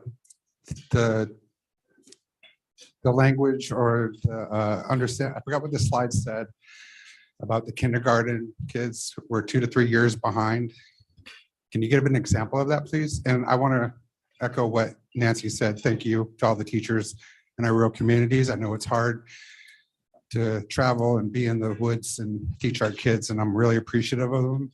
I've also joined the school board for our local area, and I'm learning a lot, and I thank you for this presentation.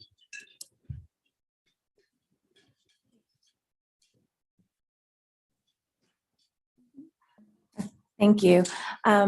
So one of the ways when children enter kindergarten, there's a developmental screener that's given that assesses where they are in their language skills. And when they're during the Moore lawsuit, they presented evidence that there were children that were in certain areas 2 to 3 years behind their peers. And that deficit tends to linger over time. So it builds. If you're not developing those language skills, then in 3rd grade, you're probably going to be further behind in your reading. And so what we were seeing is that in the state of Alaska, there were not those pre-kindergarten programs that would help children develop those skills across the state. And so that was one of the parts of the Moore settlement, was to make sure that there were grants to pay for those kinds of programs. And what's a good remedy for that? Well, high quality pre-K is an excellent remedy. It's one of the best ways to address that issue for our kids. But we know that it needs to be community-based, contextual for where kids are from. And it can be in any language. It doesn't have to be in English, but just having that opportunity to learn a language and develop those skills in pre-K definitely makes a big difference. Thank you. You're welcome. Yes, Chief Picka. Hi, so we had a presentation on the Alaska READS Act, but I didn't understand, was there a funding mechanism with it? I also sit on the school board for the Yukon Flats. Hi, so I can talk to that.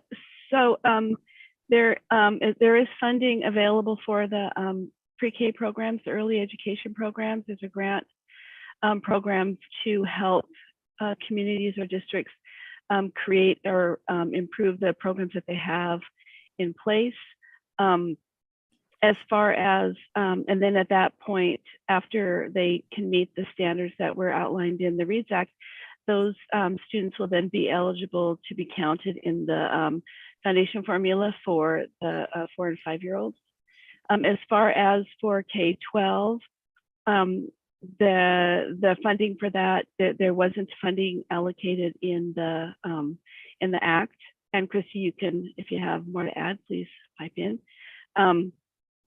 So the majority of the funding is for the pre-K program, as well as some reading specialists to help the districts create their their reading plans and to get with for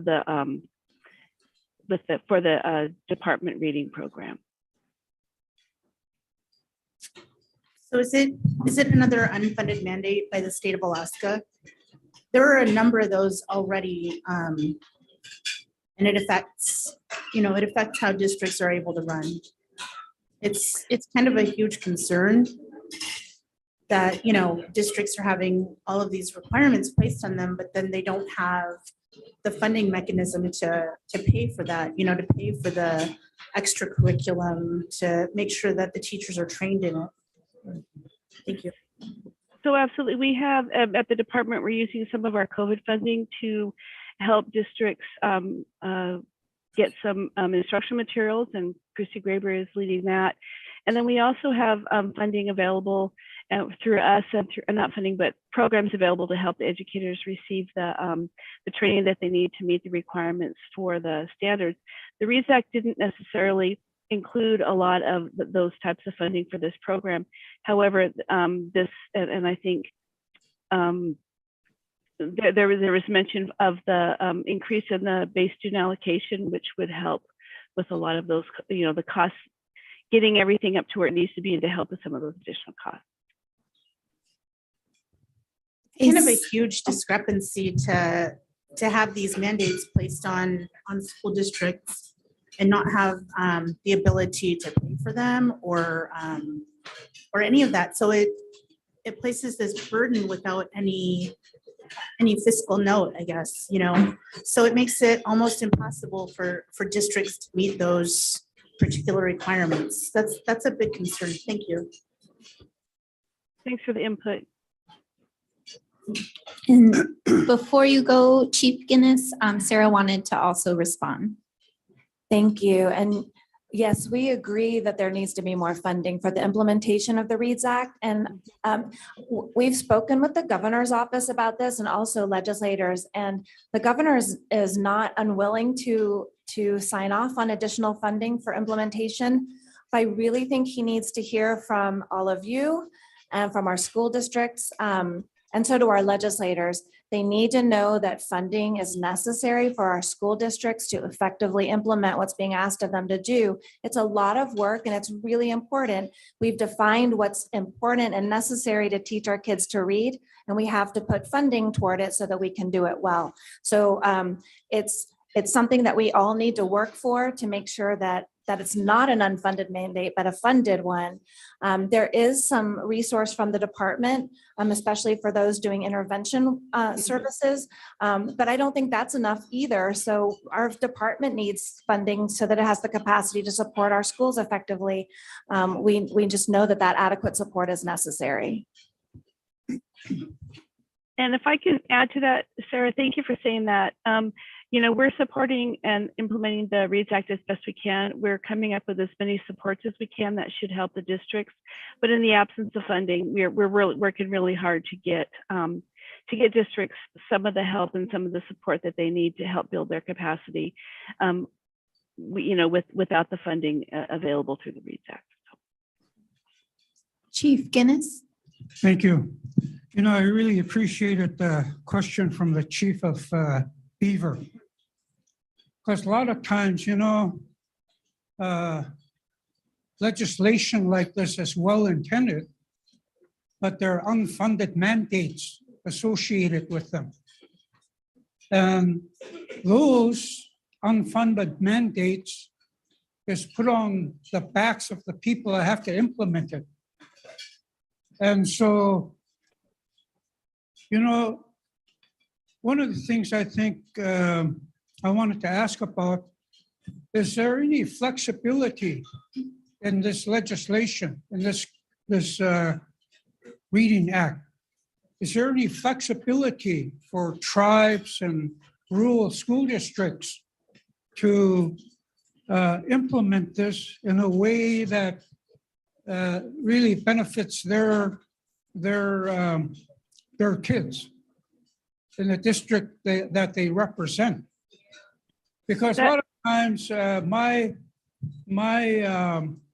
experience has been that legislation sometimes are crafted where it doesn't really, it's one shoe fit all. And sometimes that kind of legislation just doesn't work. Now, here in Fairbanks, we have what we call an implementation agreement in place with the school district here. And the very issues that you're all talking about, absentee, dropout rates, grades, all this stuff, is what we're dealing with here in the district. And I think we're making some headway, but you know, when they do these, like that graph is pretty revealing that Stephanie had presented. But like she said, it may not be the case in each school. And we find that here in Fairbanks, graduation rates, when they do across the board, across the school district, it appears like there's a 4% increase in graduation rates. But when you really drill down at each school, like for example, if you look at Lathrop, the graduation rates are, as far as Native students are concerned, are really low. So when you're looking at that kind of information and when it's based on across the board, that information really needs to be a little kind of drilled down into to see how that's affecting your own village that was presented here earlier. So my question, I guess, is there any flexibility in this legislation for school districts or for tribes to craft this in a way that it really benefits them? Thank you. That's an excellent question, and we've been working very closely with our immersion schools that are using a language other than English to help them navigate through this, because it wasn't intended that it was just English that was taught. That language is language, reading is reading, and so we are working very closely with the immersion schools, with districts who have unique characteristics that we need to respect and honor, as well as with some correspondence schools as well, to make sure that all of this fits to the best for each of the students. And each school and each community is going to have a different set of successes and challenges, and we want to really work hard. And we know that this first year, the implementation is very, very fast, and we're working really closely to try to get everything like in place, but knowing that this first year, when everything is when the requirements are in there and things have to be that have to be done on time, we're building in some flexibilities, knowing that it's going to take time for us to get this the way we want it, and so that we have grace with each other, that we're trying to help, and it's kind of a give and take. So it's a pilot program that is going to take us a couple of years to get organized, and so we appreciate when we hear from communities that there are unique situations that we need to really pay attention to. So please continue to give us that feedback. It's really helpful. Thank you. So I have Bruce. Hi, can you hear me okay? All right. Yeah, I just want to say thank you for the presentation.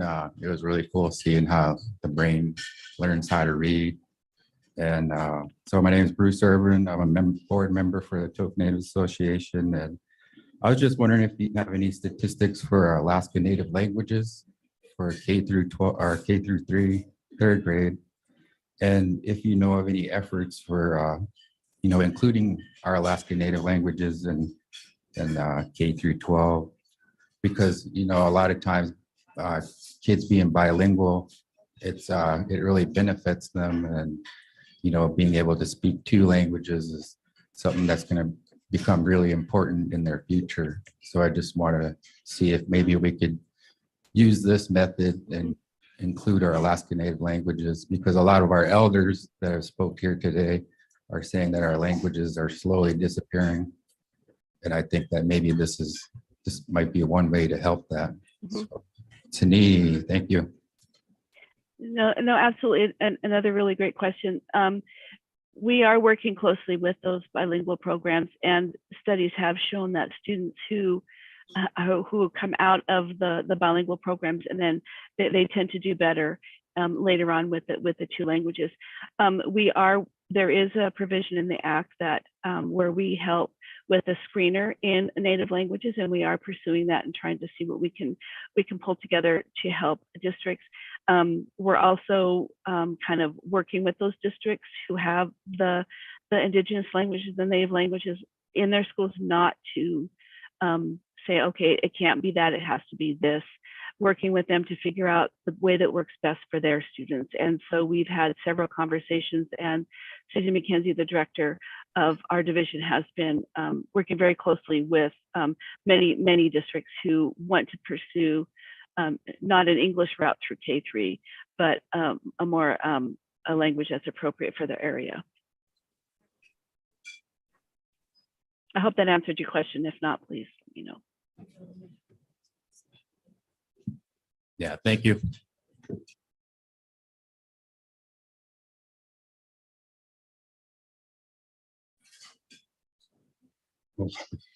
Hello. I'm just going to I have. only got one comment. I'm not a comment, but I've been really studying on that bilingual in the Yukon Flats. Is there any funds available for that district under the Gwich'in people? That's my question, and I never saw any kind of funds available in the district, because back in 10 years ago, we had a lot of Gwich'in people as teaching inside the district. So that's my point of view, and I understand that 1 through 3 that we are responsible as a parent to teach our children. From 5 to 10, that's another responsibility to teach our children. So then we get into high school. So once they get out of the village, they go into the burden area, and to seek there's some education that they need to consider in the future. Thank you. Thank you. I think Tiffany could respond, because a part of it is working with your school districts.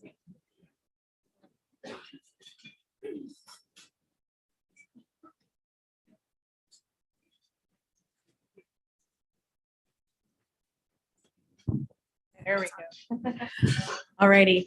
So the community can communicate to the school district that if you want language to be a priority, that that's definitely something that we would encourage you to do through public comments, both written comments and at school board meetings, letting the school board know that language is a priority. And it's also a partnership. We don't just turn our students over once they go to school for education. It needs to be a partnership between the family and the teacher and the school system on how we work together to educate our students. I just took the school climate and connectedness survey for one of my students. And one of the question was, how many times do you reinforce learning at home on topics that something like that, reinforce learning for your students. So it needs to be given a partnership. So we have 5 minutes. Chief Peter? Yeah, thank you for your time.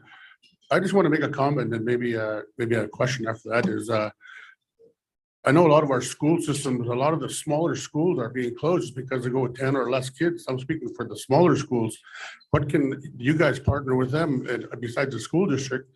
And it's coming from the school district side that even 10 students or less, they're closing the schools. And that's why we're losing a lot of our kids to the urban areas. So what can we do as not, because we're homeschooling one of our boys, but I mean, I'm talking about the other villages, how can they work with you guys, the smaller schools, as actually to have an accessibility to education online for their kids? So this is Deb Riddle. So as far as the 10 students per school, that is part of statute. There is some grace period in there, like a hold harmless for a couple of years, because sometimes the numbers will bounce back up. That is if you want to reach out, we can, probably help maybe figure out a way to do that offline, because I'm not quite, that's a big question. I'd love to be able to solve it today, but not sure we're gonna be able to do it. But that 10 students, that is something that is in statute. And we're sad to see that when we hear that another school has closed. That is not what, that's not what anybody wants. So. This is Stephanie. I'll address that question also. Canada Chiefs does work with the community to help bring residents back to their home community if they want to enroll their children there, to help their school, right, get above that minimum number and stay there. I can say that TCC has also been really great about looking at other means of working for our employees, whether that's remotely or some other sort of flexible way of being employed. And that's something that they're considering, especially given the state of some of the communities that do need more families within those communities. So we may have employees that may want to move back home to a remote community, and TCC is working with employees to try to make that happen. But if there are families that are interested in moving back to their home community where the school is in jeopardy of closure because of falling under enrollment numbers, that minimum 10, that is something that we can help support, and we've supported in the past. Chief Peter? Yeah, I mean, but I mean, is there something else we can do though? Because I know a lot of people are moving out of the community because of lack of work too. But other than that, they say that no left child behind. And it seems like a lot of the smaller villages are getting left behind and kind of being left out of the whole big picture. That's kind of what I'm, get to. Thank you. Thank you.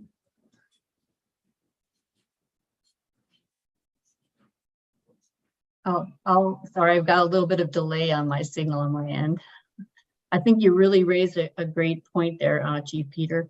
I think that the way that we are looking at TCC, at least in education, looking forward to ways that we can support communities so that they are thriving, whether that's support through Head Start and early Head Start, or having at-risk children be able to get services through our infant learning program.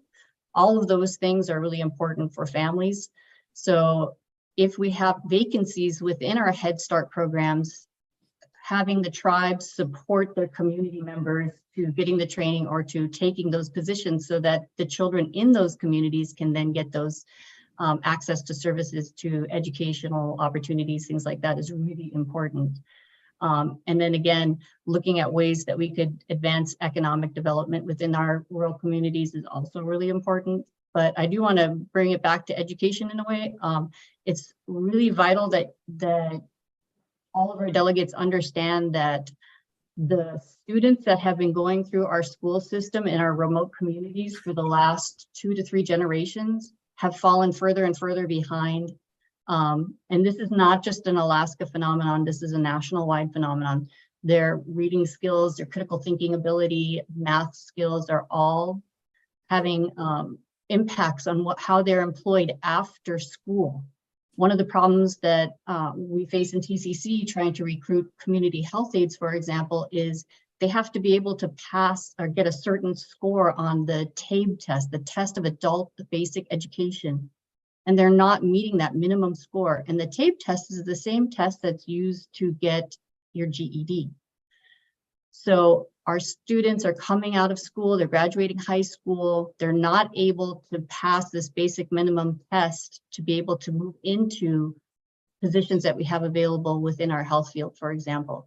We also know that this is true for vocational training. Many of our kids can't get the basic math test or math score needed on the TABE test to be admitted to vocational training.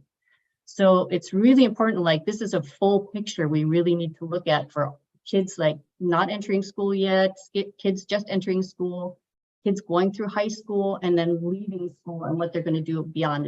It's really a global kind of picture that we need to be looking at and how that's going to impact our communities going forward.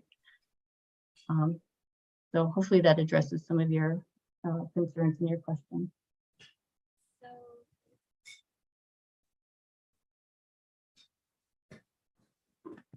Oh, now it's back. So it is 1 o'clock. I'm looking to see how many, because we do have a congressional delegation address. Not yet? What's this for? Yeah. Let's see. Let me get up there.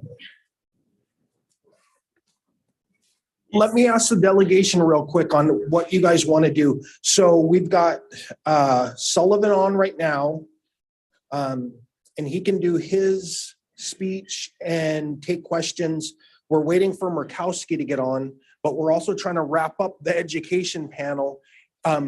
So should we wrap up the panel and gift and let them go? Or do you guys want to come back to more education questions after the 2 congressional delegation? I think we should come back for a couple more questions. Couple more questions? Okay. I can't hear you. Oh, I know. We're not. That's not the plan, Marna. Okay. Oh, yeah, but I've got the congressional delegation on now, so we're going to hear their speeches, let you guys ask them questions, and then we'll come back and cover more education questions. Okay? Okay, so with that, I guess we'll go with Sullivan right now since he's been on for almost an hour with us. Rob promised me he wouldn't leave me up here waiting for minutes. Chop, chop, Rob. And Sullivan did say after he speaks, he will take questions with us, so.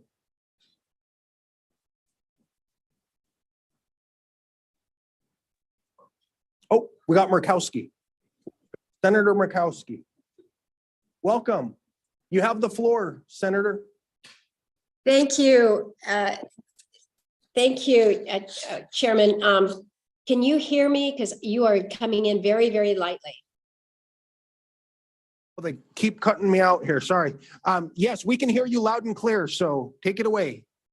Okay, all right. I can't hear you very well, so this will be my opportunity to share with you. And then when we get to the end, we'll figure out if we can, if I can turn up my volume here. But thank you for the opportunity to be with you this afternoon on my time. Chief, I want to thank you for your leadership. I want to show appreciation to the board, to the traditional chiefs, all those of you who lead in such a strong way. Thank you for that. And thank you for allowing me the opportunity to be with you.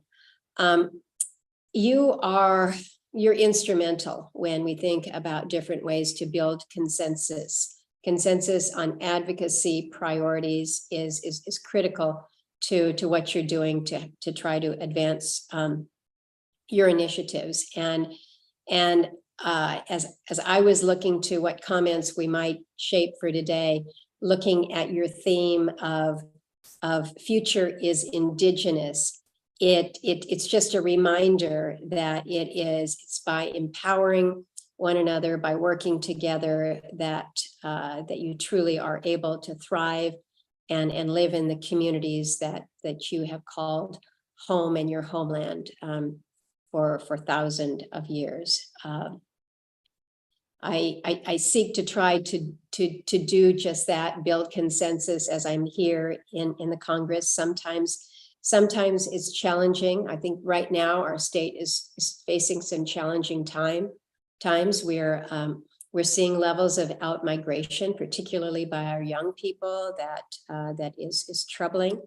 The reasons, of course, vary, but so much of it comes down to economic security, food security, opportunities, the need for increased public safety, especially in rural Alaska. We're still dealing with the outflow or the outcomes from the pandemic.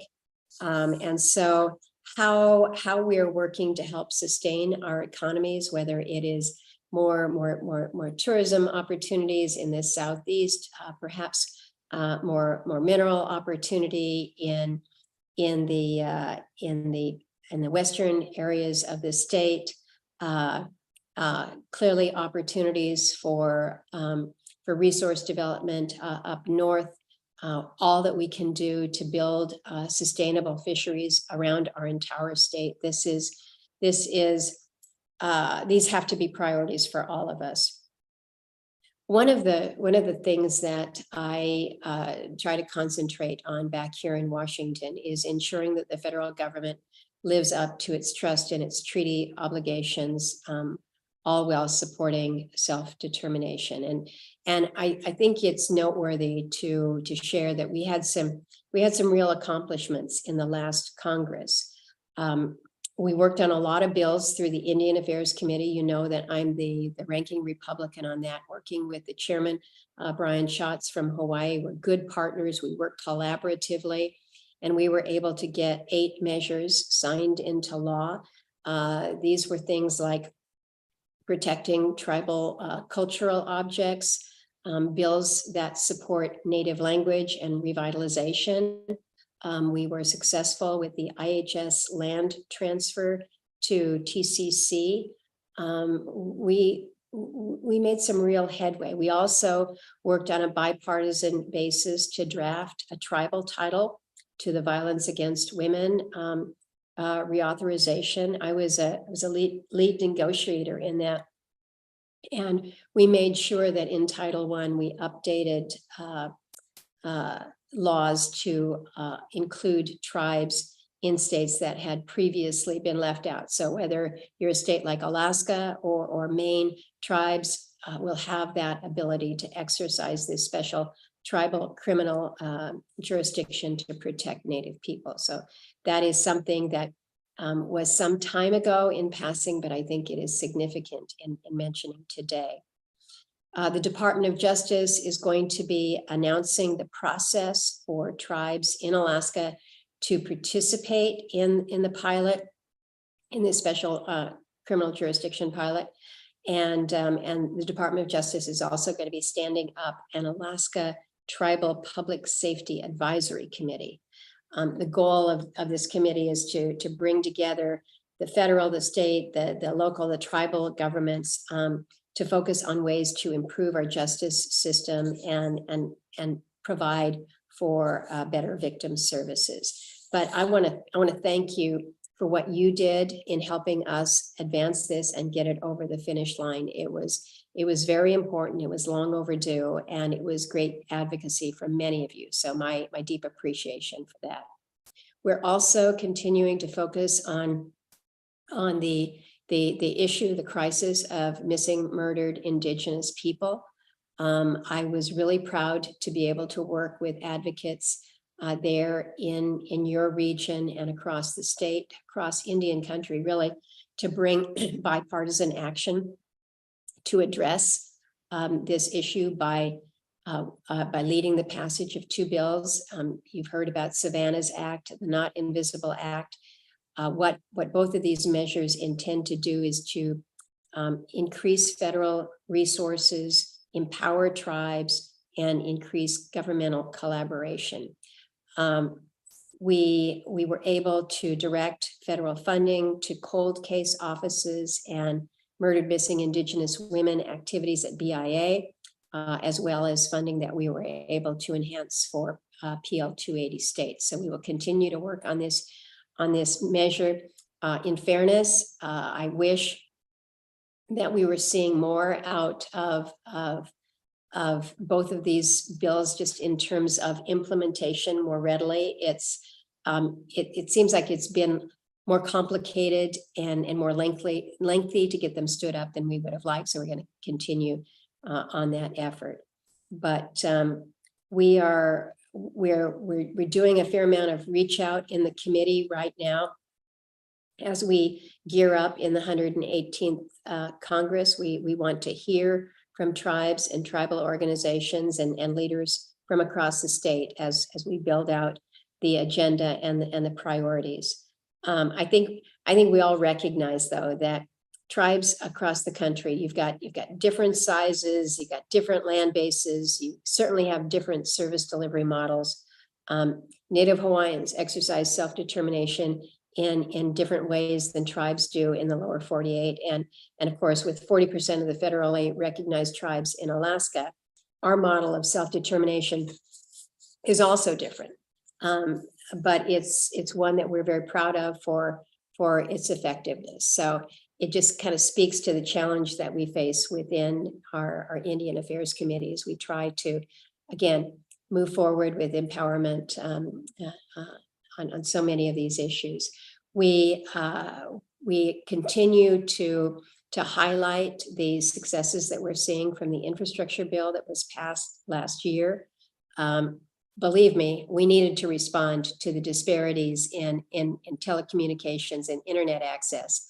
Some of the critical infrastructure like clean water and sanitation, housing, lack of public safety and justice. So we have made good progress. There's considerable support, again, coming for broadband. You're seeing it in the region. More is coming as we're working to meet some of the water and sanitation needs. But we've made some very good progress, I think, and it is not an understatement to say that it is direct. It's direct funding, and it's really historic funding in terms of its levels of federal funding opportunities for investments in critical infrastructure in rural Alaska. And I think that's where we recognize the disparities are, and that's where the priorities need to be placed. So not all is perfect. I'm not going to try to suggest that it is. We know that there's bumps in the road, but we need to be listening. We need to understand where the barriers, where the impediments are. So listening to tribes and tribal organization is really going to be important to making sure that we put these resources in the right areas. So now that we're in the implementation phase of these once in a generation investments, we need to make sure that the federal agencies are getting it right. So whether we're talking about programs within Department of Energy or at Treasury or at NTIA, know that we're working to ensure that these federal dollars are going to meet the needs in Alaska. So please share with us, what you think the good news is, and more importantly, where you feel that that things are not happening as they need to. We've got a lot of oversight to do. We know that, but we can do it better when we're hearing directly from you. And when we're talking about oversight, I will share that one of the things that we continue to hear before the committee, and I certainly heard as I was traveling the state last year, was housing everywhere. So that is going to be a priority for me in my office, but also within the committee. But we also know that we need more culture-based education to support our Native youth. So we're going to be working on that. The Farm Bill is up for reauthorization, and so we are working to advance many of your priorities when it comes to food security. We're going to work to better support self-determination through USDA programming. I was actually supposed to be on a call just a few moments ago with the U.S. Forest Service chief and talking about better opportunities for 638 contracting on Forest Service lands. But we know that there is much more that can be done. Certainly when we're talking about food security issues within our federal lands to help assist as well. So these are matters that are key. And of course, you cannot talk about food security without talking about salmon and the crisis that we have seen on the Yukon, on the Kuskokwim, really throughout the state, because it's down in Southeast Alaska as well. And we are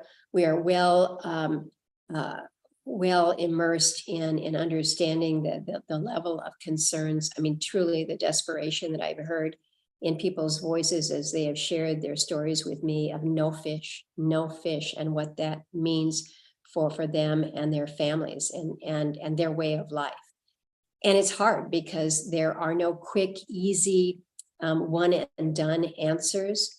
I think part of the solution is just understanding what we face in front of us. And so through my position on the Appropriations Committee, I have been pushing aggressively to ensure that there's adequate funding, more than adequate funding, for research assessments, for stock assessments, to help us with better fishery management.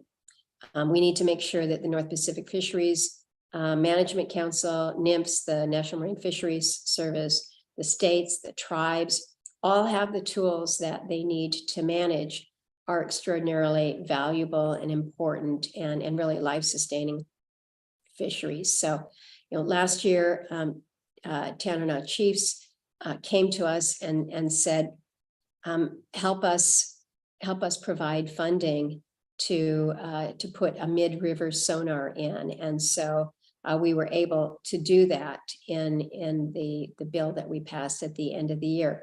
We were also able to work with the Bering Sea Fishermen's Association, as well as the Kuskokwim Intertribal Fish Commission, to provide for Indigenous-led monitoring in so many of our subsistence communities. So again, it's getting the information to make sure that we have what we need, but it's also utilizing the skill sets of the people in the region, the people who rely so heavily on these fisheries.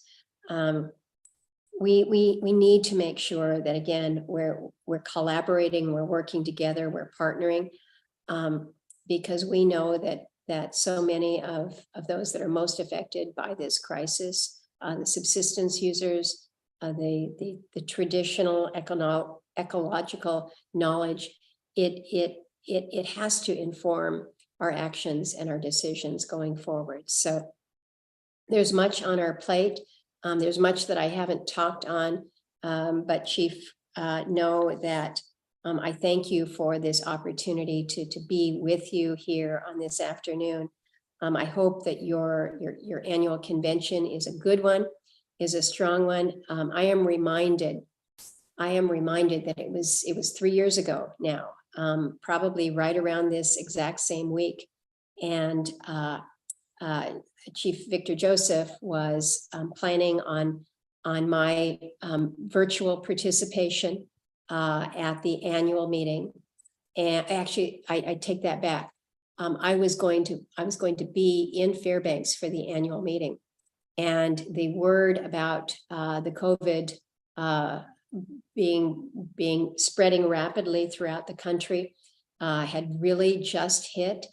And I remember having the phone call with him and saying, I'm worried that I would get on an airplane and perhaps be carrying into Alaska the COVID virus. And I'm not sure that this is the right thing to do. And the decision was made that the meeting was not going to be in person. And I know that that was hard, because the value that comes when you gather together is so important. It is just important to how we work together. And that was hard. And the following year was hard. And the following year was hard. It has been 2 hard years. And so know that I think about that. I think about that time that was so disruptive, that was so sad for so many of us who lost friends and loved ones. And for those who are still impacted, my hope is that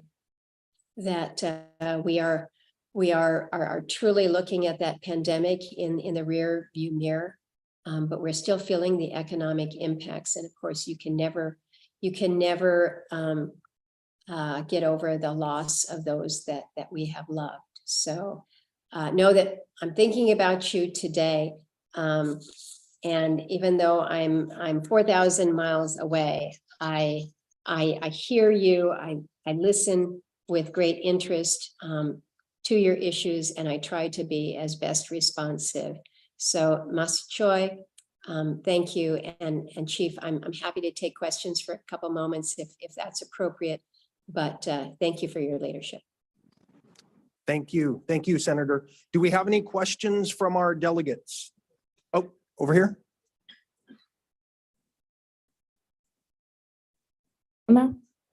Oh. The red light needs to light up and stay on. There, go ahead. Okay, thank you.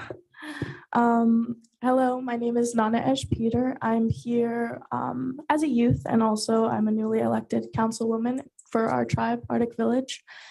And I wanted to make a comment. First, I wanted to thank you for hopping on this Zoom call and presenting to all of us. And I wanted to thank you for your work around MMIW. It's very important. And as a young Indigenous woman, it is something that is very close to my heart. And I'm very happy that you're working on that for our people. Okay, so like you said, you can't talk about food security without talking about our salmon. And you also can't talk about food security without talking about our caribou and the changing climate and the extractive industries that are causing these great changes.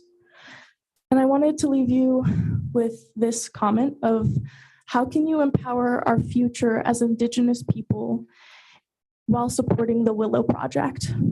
This project would be a current day genocide of our lands, water, air, culture, and people. So please listen to our voices when we say stop Willow. Masi. Thank you.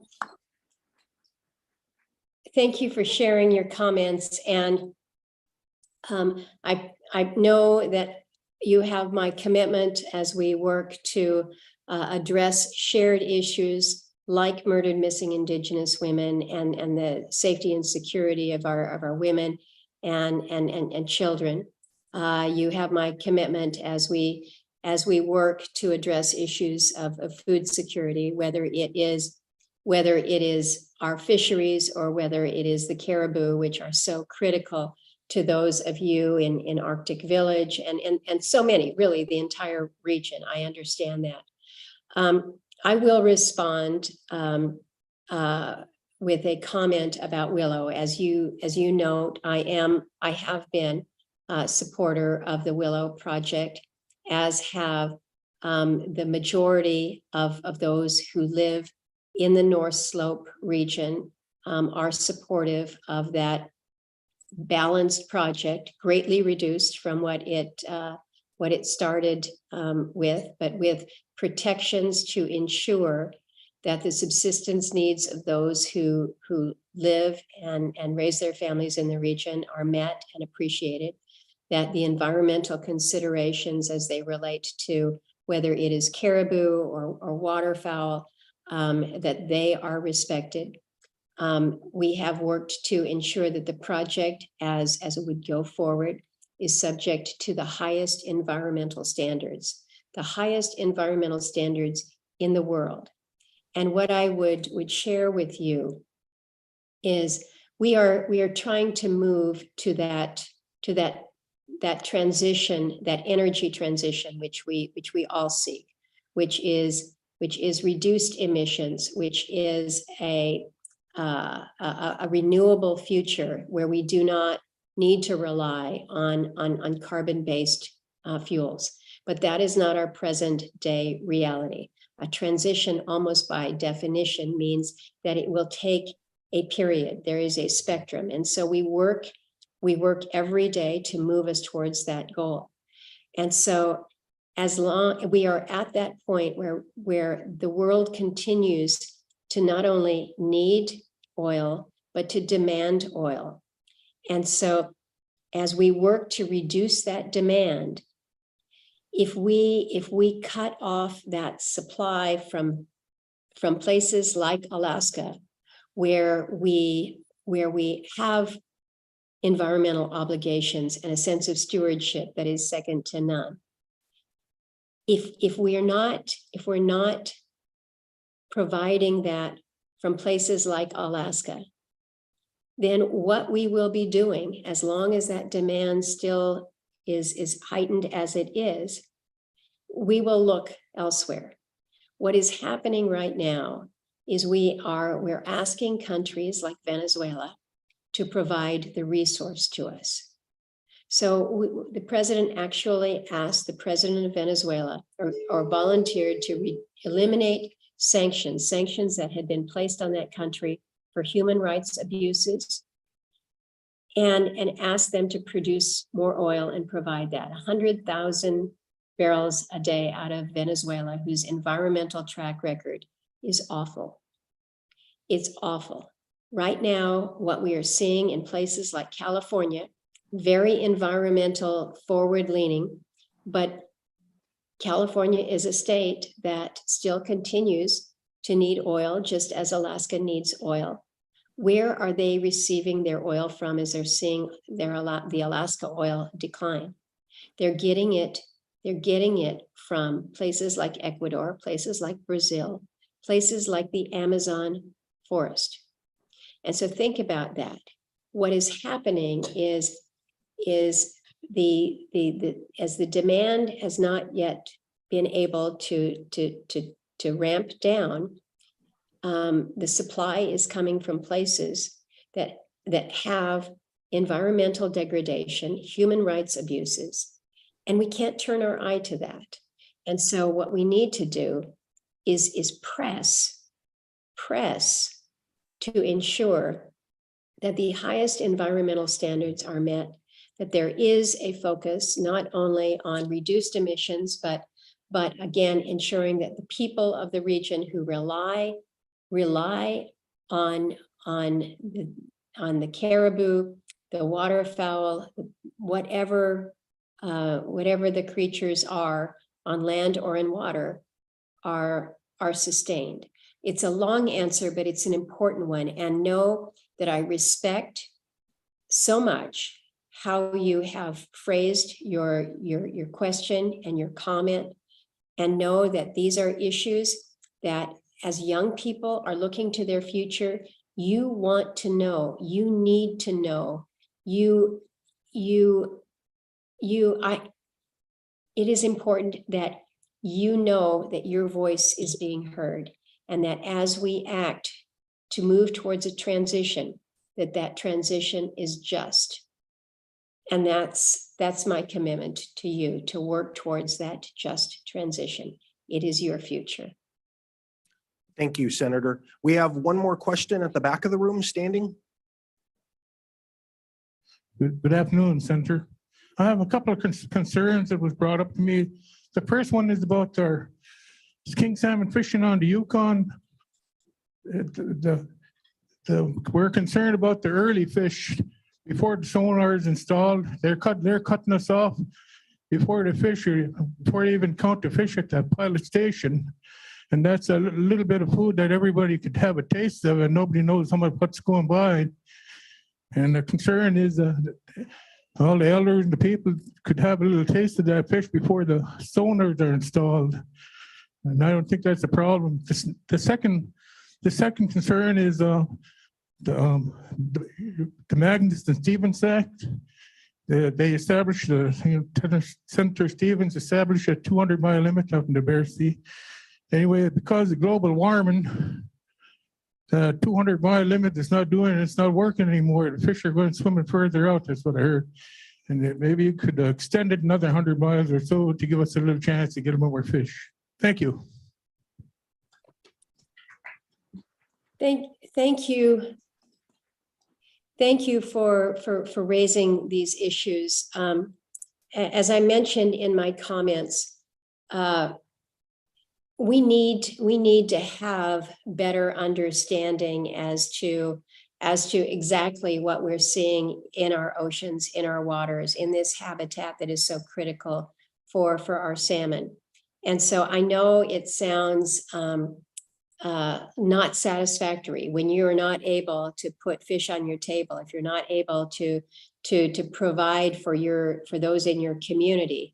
It seems kind of weak to say, well, we need more research, but we really do need to understand so that we can be making wise management decisions. We need to understand how far out are these fish going? How far north are these fish going? Are they moving or are they gone? Is it an issue of predation? How much does bycatch play into all of this?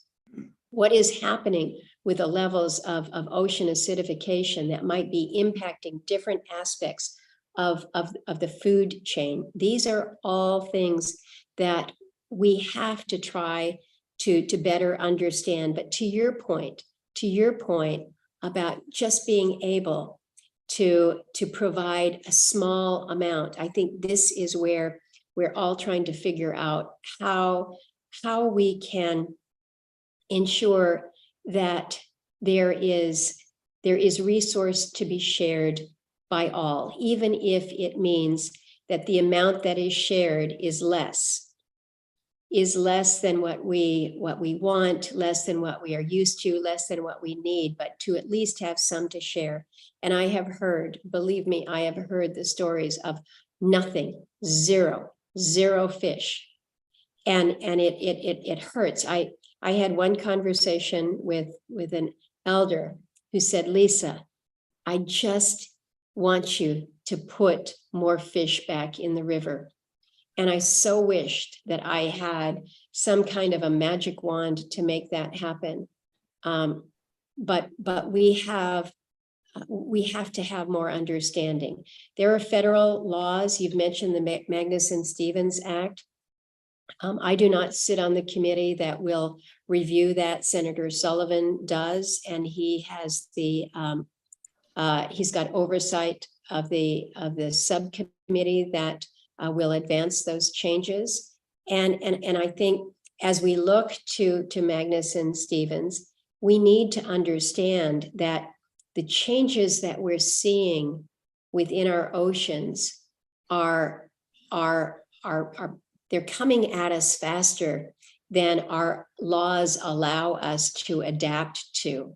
And so if if we need to be more nimble in how we manage our fisheries, we need to figure out how to do that. But know that as we approach spring, and people are thinking about the season upon us with the fish returning, know that I and so many, certainly all of your delegation, it is an honor to be working with Representative Peltola, who has really put fish, and particularly salmon, but she's put fish on the agenda front and center as a priority, not just for herself, but she's broadening that conversation. And so we are all working to address the causes of the crisis so that we can get to solutions for you and your family. So know that we are very engaged and very, very committed. So thank you for your question there. Thank you, Senator. We have one more from past president and FNA Executive Director Steve Guinness. Thank you, Senator, for being here. This is Steve Guinness. You know, I appreciate your comment on the fishery, seeking additional research dollars. But, you know, right now, I mean, I think we all understand there's other impacts out in the ocean. But right now, the most serious impact to our fishery is the intercept fishery that's going on in Area M. And through your capacity, if there's anything you can do to help us address that intercept fishery, I believe that we'll be able to fish. And, you know, our leadership, our tribal delegates have all testified before the Board of Fisheries to address that very issue. And they were turned down. And when you have a board that's prominently dominated by a commercial fishery, you know, that's a result. That's the kind of result you get. And we can't just keep putting it off and saying, well, we need more research, this stuff. It's an immediate problem that needs to be addressed, Senator. And if you and the congressional delegation in Washington, D.C. can help us address this problem immediately, I, for one, would very much appreciate that. And one other question I just had for you, Senator, is just around capital projects requests to your office. I'm not sure what the timeline is to submit those. And if you could share that, I'd appreciate it too. Thank you so much. Thank you, Steve. It's good to see you again. I will take back to the delegation the concerns that you have shared about the council. I know that those meetings are very charged and very, very difficult. And I know that there was a lot of disappointment after this last round. With regards to appropriations and congressionally directed spending, if you go to my website, murkowski.senate.gov, you will find a portal that is specific to appropriations requests. The deadline for submission is coming up. The committees are starting to work very, very quickly. We want to try to move through appropriations bills in a manner that we haven't seen in a period of years, and that's good for us. It's important for the process, but it means less time to get in. Our deadline is the 17th, which is just in 3 days now. So if you have questions about how to submit or what to submit, my recommendation would be to either contact My assistant there in Fairbanks, Trina Bailey, my state director, who's based out of Anchorage, or my appropriations team back here in Washington, DC. And if there's anybody that we need to have speak to you about a specific project based on the issue, we'll try to accommodate you, because as I mentioned, the deadline is coming up soon.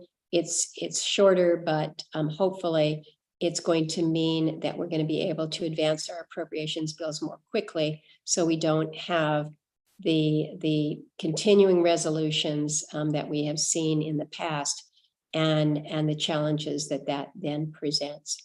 Chief Ridley, we have been called to a vote. We're voting on, I believe it's a deputy secretary to the Treasury, and so I'm going to have to excuse myself, but I really appreciate the opportunity one more time to be with you at your annual meeting. One of these years, hopefully it will coincide with a break that we have here in Congress, so that I can actually be with you in Fairbanks at your annual meeting. But best wishes to all of you. Thank you, Senator. And thank you for all that you do for us in our region up here. We really appreciate it. You did mention the new representative. Maybe if you can put in a good word for us. We were very hopeful that she could have joined us at this year's convention, but unfortunately her schedule didn't allow. And I believe it's the first congressional delegation that hasn't addressed us in probably 15 or 20 years. So maybe you can put in a good word for us with her. I will do that. I think I'm going to be seeing her tomorrow. So I will tell her that I have a special message from Chief Ridley. Thank you. Thank you.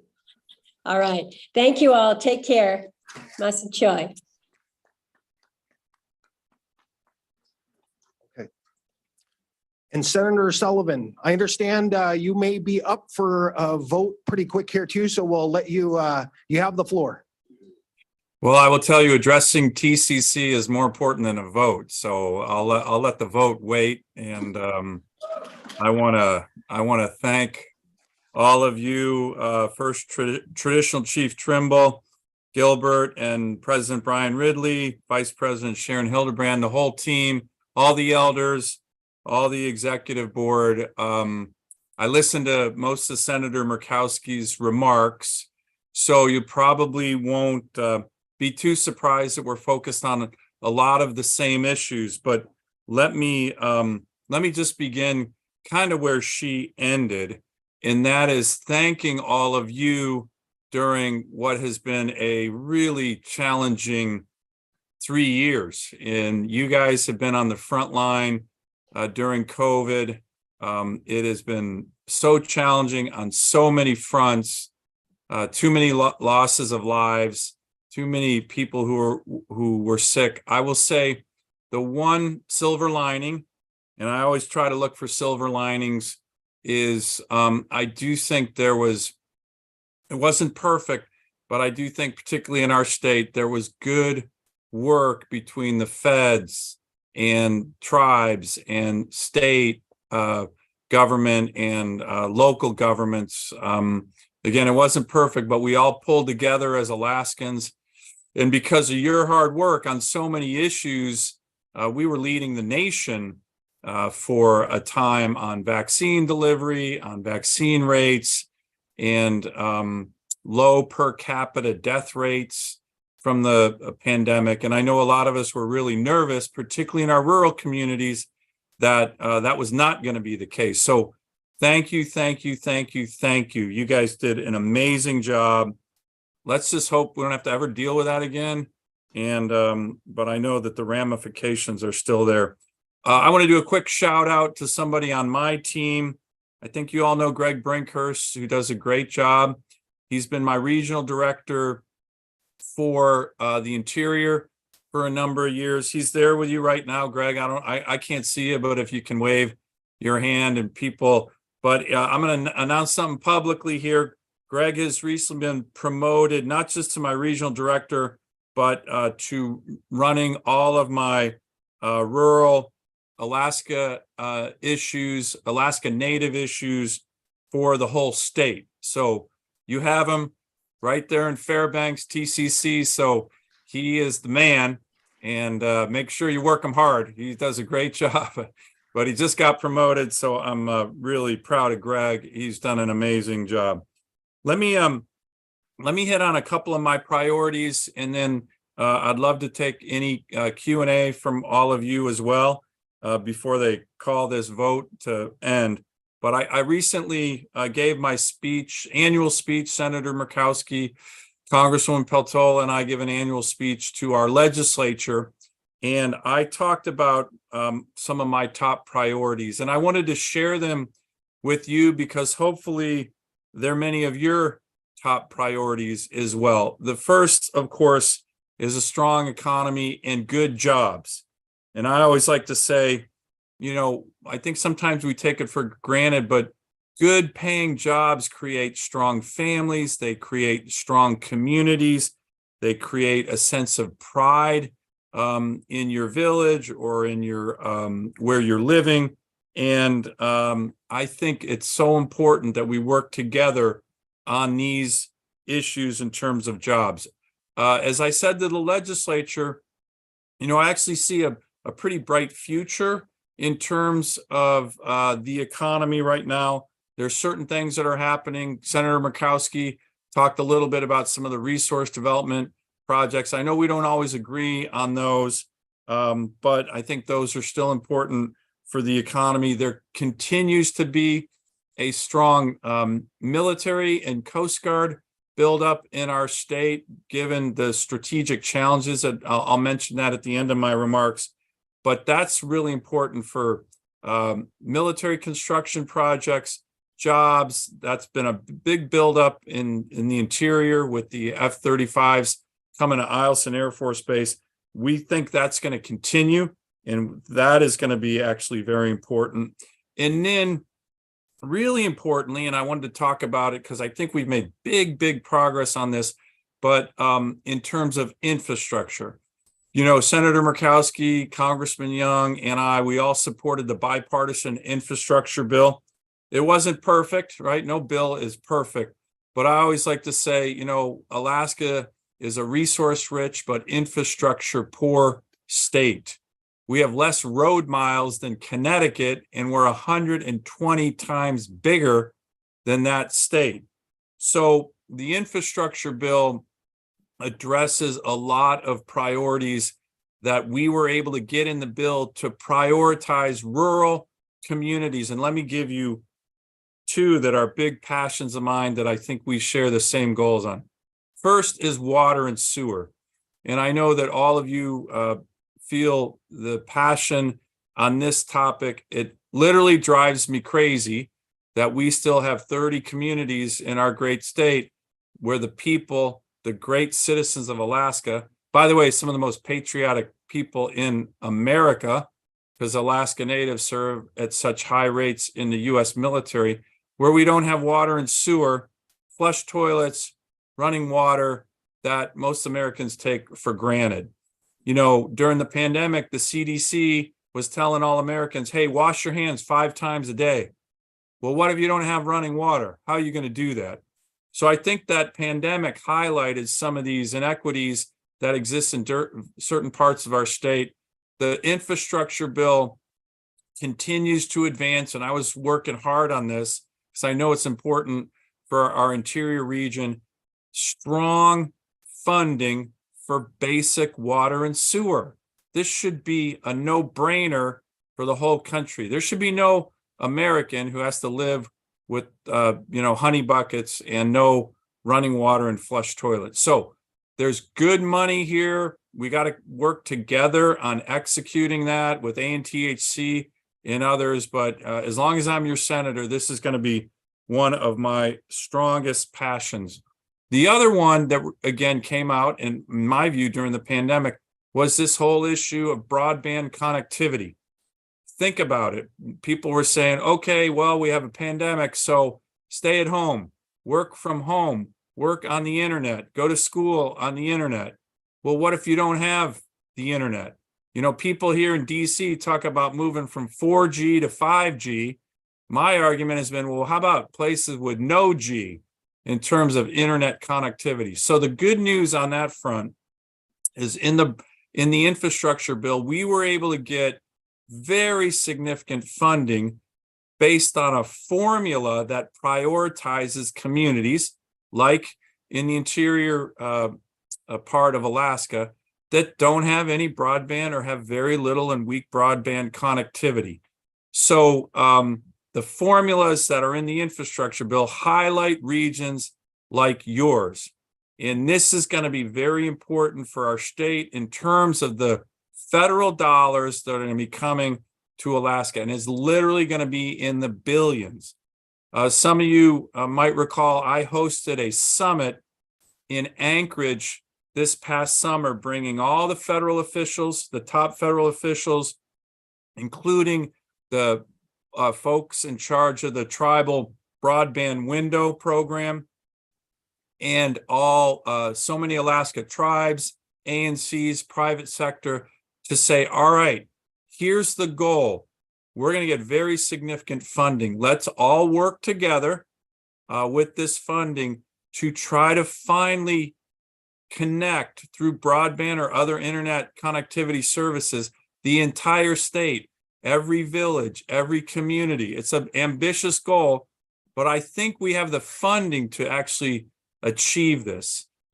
Think about what we can do for communities along the Yukon and other places in interior Alaska in terms of telehealth, in terms of education, in terms of just small business opportunities if everybody is wired.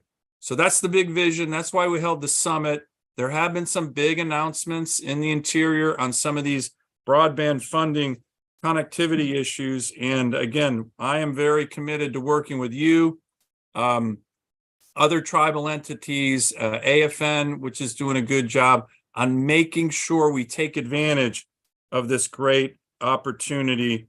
And you have my commitment to work with all of you on that. It's very exciting, and we will keep working this. I know that there was the announcement of the $50 million award to connect TCC's own collaboration with the Alaska Fiber Optic Project, and making broadband connectivity possible for up to 20 communities along the Yukon and Kuskokwim. This is one of these really good opportunities. That's just an example of where that's happening. Let me just also talk about salmon. And I don't want to repeat too much what Senator Murkowski said, but I think you all know that one of the strongest salmon advocates, who I happen to know really well from the interior, whose family has had a fish camp on the Yukon for thousands of years. And of course, I'm talking about my wife, Julie. And, you know, I have been so privileged and honored and really humbled to be introduced what salmon means to the native culture and people in the interior on the Yukon as part of my wife's family's fish camp, which my wife and I and our girls have been going to ever since our daughters were born, literally bringing them up there as 1-year-olds, toddlers. You know, they're grown young women now. They know how to head and gut and strip salmon on the banks of the Yukon. This is something that our family loves to do. And the spiritual sustenance, the importance from culture is something that you all understand. My wife and daughters understand. I've learned alongside them. And so we are hearing you. We know just how horrible what's happening and what it means beyond just food security, but to the entire culture of interior Alaska native people who have been fishing the Yukon and other beautiful rivers for millennium. So you certainly have my commitment. We have not fished our fish camp in over 3 years, like so many of you. I did want to mention legislation that we work with you on and others we worked with AFN on. And I know, and Steve Guinness, he raised a really good question with Lisa. And I know sometimes people can say, hey, enough studies, you guys, what are we going to do? And we are tracking closely the Board of Fish deliberations and the Area M issues. As you know, those are state decisions that happen at the Board of Fish. But I had legislation, I think all of you were supportive of it. It was called the Alaska Salmon Research Task Force Act. And the whole idea of this bill, which by the way passed at the end of the year, so it's now the law, is to bring the best scientific minds, state, fed, certainly traditional knowledge and tribal knowledge, university, and get to the bottom of what is happening on our great rivers, particularly the Yukon, the Kuskokwim. The good news on this was that, you know, as we see these horrible crashes in the interior, then you see other parts of the state like Bristol Bay and their sockeye run that are breaking all kinds of records. The good news on this bill is it tried to bring every stakeholder group together. And you know, sometimes that can be difficult, particularly on the issue of salmon, and say, what is the problem? What is the answer? Senator Murkowski laid out a lot of the different theories of what's happening, but we need to get to the bottom of this with the best scientific minds and traditional knowledge. We will be doing that. We finally have the funding to do that. I know that's not a satisfactory answer, but know that we are very, very focused on it. Let me just end with a couple other points I made in my speech to the legislature in Juneau last month. You know, I said, look, even if you have a strong economy and strong jobs, none of it all matters if you're still dealing with very significant social challenges. And there's three that I highlighted that I think many of you know I've been very focused on, but I just want to quickly talk about them. Of course, the continuing problems we have with domestic violence and sexual assault. As we all know, this is unacceptable, but it's at such high rates. One of the areas that I've focused on working with all of you is getting more lawyers to represent survivors. Now that might sound, well, how does that matter? It actually really matters because it can help people who are going through this cycle of violence, victims and survivors, to break out of that cycle. I had a bill called the Power Act, which was focused on pro bono, so free legal services with survivors, with a focus on helping Native populations.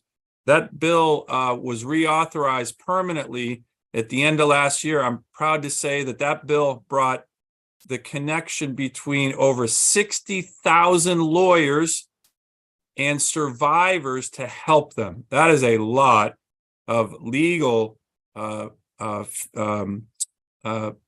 bono work to help survivors. We're going to continue to focus on that as a way to help people break out of this cycle of violence. And I know that Senator Murkowski and our very own former Assistant Secretary of Interior for Indian Affairs, Tara Sweeney, have done a great job on the missing and murdered Indigenous women issue, which is such a horrendous blight on American society, with Savannah's Act, with Operation Lady Justice, and I am very fully committed to working with them on those and working with all of you. The second social issue that is impacting everybody, I know it's impacting all of you in the interior, is this addiction crisis. It's something, again, that I've been very focused on.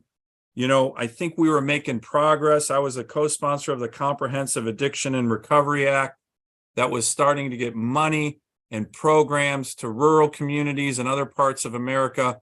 But let's face it, the pandemic, we've seen horrendous backsliding, not just in Alaska, but across the country.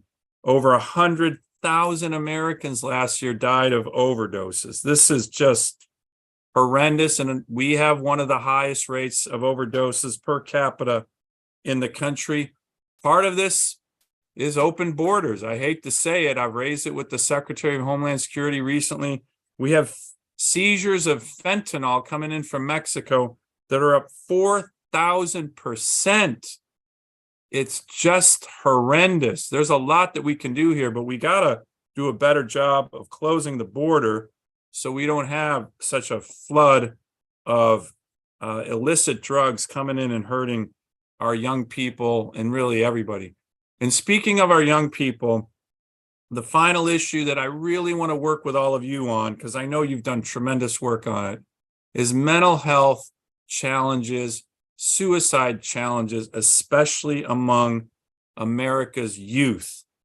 The numbers, and I'm sure you guys have seen them, that have come in kind of post-pandemic in terms of suicide for young Americans, suicide and suicide ideation for young teenage girls in our country, it's through the roof. The numbers are unbelievable. It's such a crisis. A lot of people use the word crisis, but this one is a real crisis in my view. I think some of it has to do with online stuff that young Americans are seeing with their iPhones and things like that. It is a very complex issue, but if we can't get a hold of the issue of young Americans depressed, mental health challenges, young teenagers looking at taking their own lives, I don't know what could be more important. So we have a lot of ideas on this. We want to work with you because I know you guys have been working these issues for many, many years, but I don't think there's anything more important than that.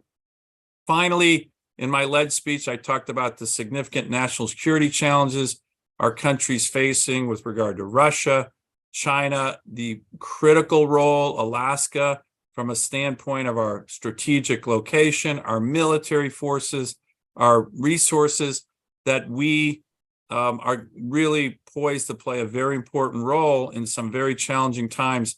And I just want to end where I began. I recently hosted the Secretary of the Veterans Administration.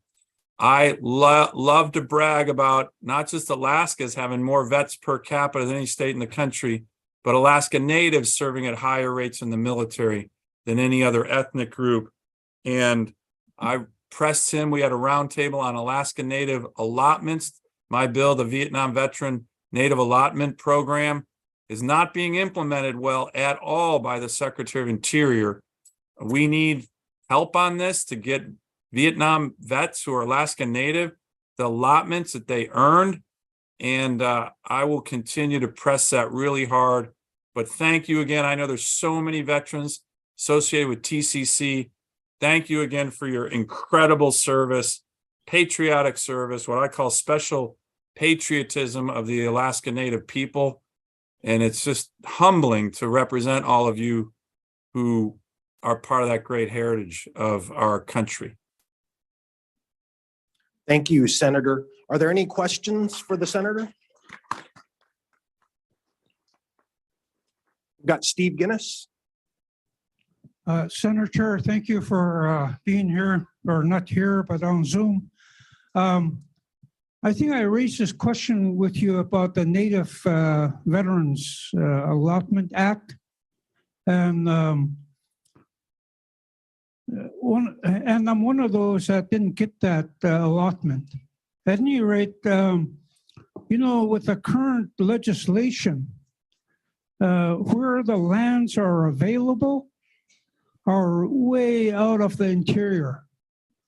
And so I think I brought this to your attention in one of our meetings, and that you are going to work towards, I think, making an amendment to the legislation whereby veterans can select lands a little closer to their homes.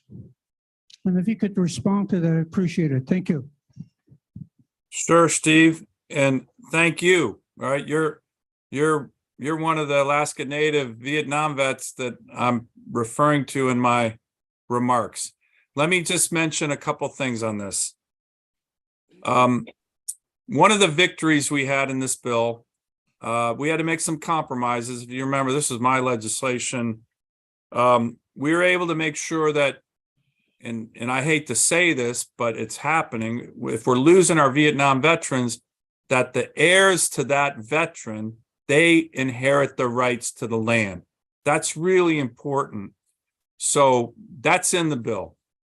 The second issue, as I mentioned, and I'm very disappointed in the Secretary of Interior, when she went through her confirmation process, the number one topic I said to her, number one over anything, oil, gas, mining, the number one issue I said was work with me on getting our native Alaska Vietnam vets, the land that's in this legislation. They had to execute the implementation of the regulations.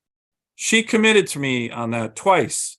And that's one of the big reasons I voted for her confirmation. They have not done that. They have not done that at all. Her first action on this was delay the implementation of the bill for 2 years. We've only had 7 Alaska Native Vietnam veterans get their allotment. 7. There's thousands. It's outrageous. And that's why I had the Secretary of the VA do a roundtable with Alaska Native Vietnam vets so they could voice their frustration to him. Now, he's not in charge of the land, but he's in charge of veterans. So I wanted him to hear it. They were respectful, but they were frustrated.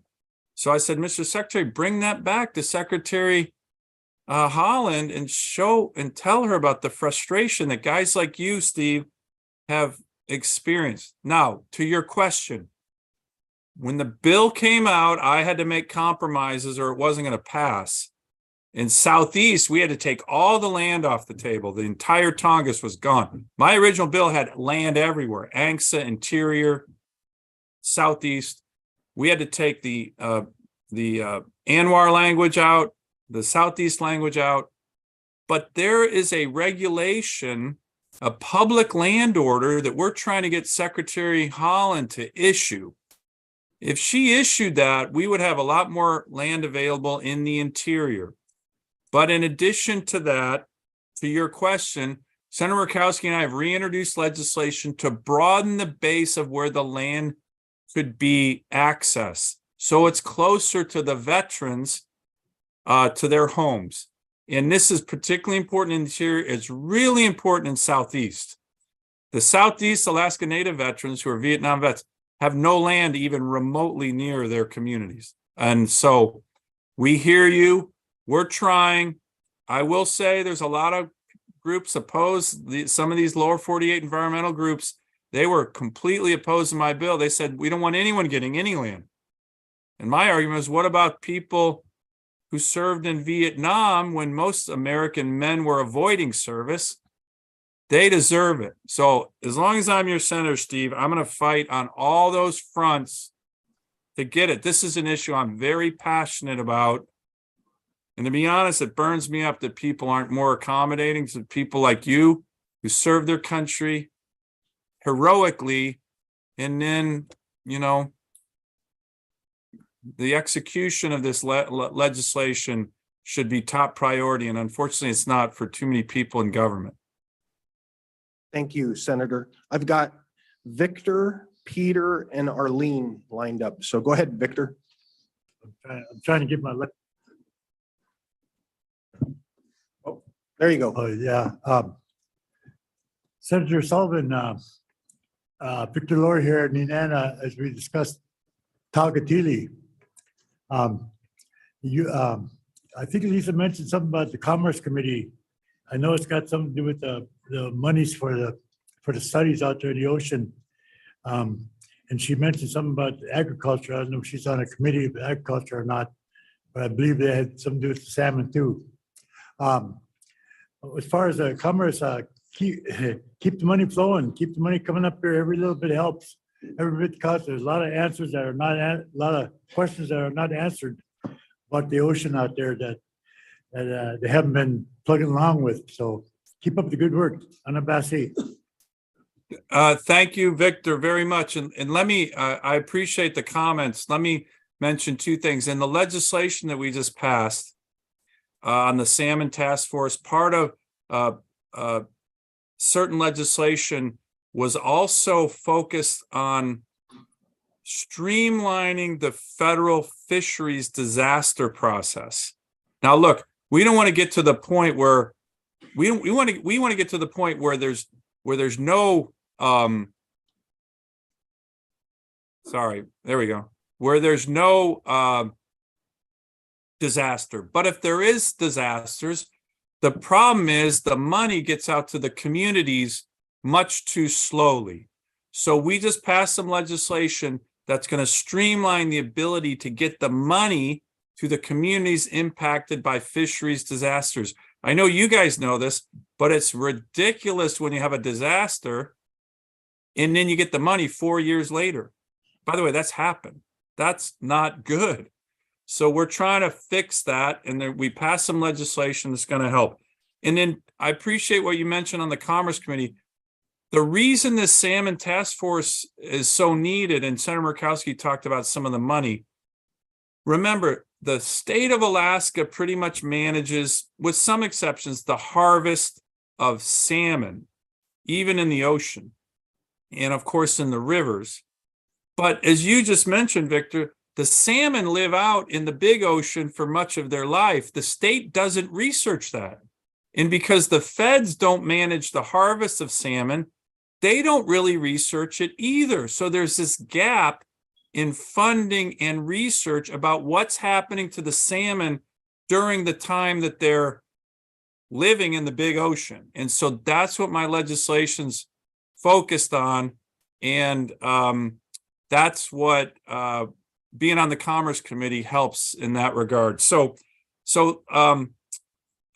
President, I'm going to have to, unfortunately, we can take the questions, and if you can get them to Greg, I'll answer them. The Senate floor is calling me. I'm the last guy who hasn't voted yet, and I think you wouldn't want it if I missed the vote. Although, look, I'd rather miss the vote than, I'd be more into missing the vote and being with TCC. But I think as part of my Senate duties, I got to go vote. So if Greg can take the other questions with you right now, and then we can get back to you on that. Does that sound good? Yes, we can do that. Greg used to have the office next to me, so I know him pretty well. So we'll get him lined out here, and then anybody else that has any other comments. I just want to thank you again for all the work you do on behalf of our people, be it veterans allotment, getting us all the COVID funding, water, sewer. I know we had concerns that when they thought we were fully funded for water, sewer in Alaska, that was pre-COVID estimates. And Right. As you know, those costs have gone up. So we need to keep fighting for that. And as it stands now, well, we do have broadband, a lot of broadband going on across our region, but we still have some gaps out there, and we're trying to fill those gaps. And so what I've told people is, whether it's TCC, Doyon, or any of the village corporations, it doesn't matter to me who gets that funding, as long as we have good coverage across our region when the dust settles. So thank you, Senator. That's the goal, President Ridley, and we want to continue to work with you on all these things. So great to see everybody. Thanks for all you're doing for our great state. And I look forward to getting there in person with all of you soon. Thank you.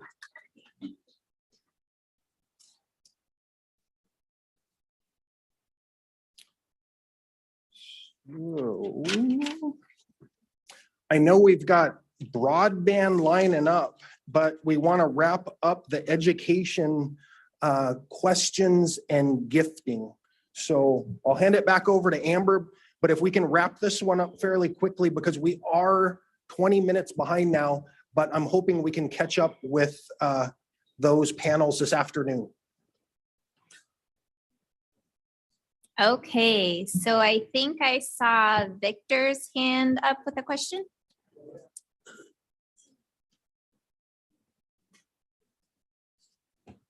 Yeah, back to what we were doing before he came on, or State came Yeah, on. education. Yeah, education. I'm usually in the fish business. I'm the alternate here, but I can mix them together.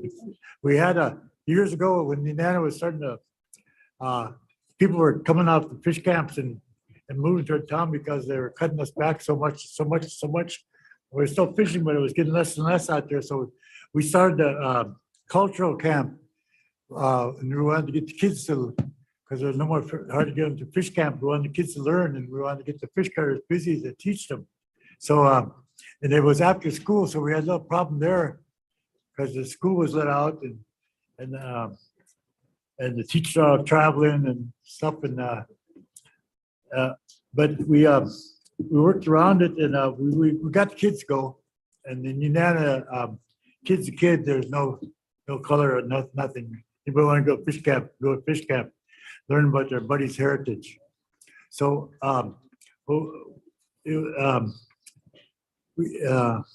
we had the fish camp. We weren't working with schools then, but it was in their mind to get it down the road. This is where education may maybe help us. As we check the fish now, we tell the kids, let's go check the post office, check for some fish. Instead of jumping the boat, let's go check the reel or net. So I took the kids out back then, and fish camp was fish camp, and they're all pretty mischief. But we got them in the boat, and got them all lifeguards up and everything, and we took them to the wheel. And boy, I said, you guys got to sit down now. That paddles have got many definitions for paddling a boat, and you can paddle something else. So they listened, and they seen that fish get caught, and they were mesmerized. Their eyes got big, and no more this or that. They were in. They're at a certain age too. Like the guy was talking before, how to get them in a certain age group. But the kids, they clicked on, and I told them, well, what do you guys think? You guys got to take this home. We got to take care of it back at fish camp. And they were on. They were helping get the fish up to the bank and watching the lady fish cutter cut the fish and really paying attention. And I know those kids pay attention so hard that no matter what in life, they'll vision that again, and they'll vision how to cut the fish as they were doing it themselves. But my point is, the kids get educated, but if we get the school system involved, those young teachers too, they can join the fish camp. They can learn about the heritage of Native people. So much better to people understand each other. There's a lot less conflict. Anyway, I wanted to get that out there, and then those kids, they went all the way through it to the end of the camp. Lasted for 2 weeks. That's what it takes to get into the smokehouse and out of the smokehouse. They pay attention to the weather, the sun, just like the fish cutter was telling them what you gotta deal with. Can't leave it out too long. Can't leave it in. Can't leave it in. Can't leave it out. Gotta get that fish in the smokehouse and out. They paid attention to all that, and we had a big tea. We call it tea at the end of the program, where we invited all the principals and teachers and the city leaders and village leaders, and they served it, and they were just totally happy. I told them, you'll know at the end of that how you did, because you watch the people that eat, and they'll say something. And half the people got up and they were just bragging about how great that fish tasted. So, yeah, education would help, and kids with their heritage also. And it was mentioned up there, it was mentioned toward the end, to reiterate. Thank you, Abasi. Thank you, Victor.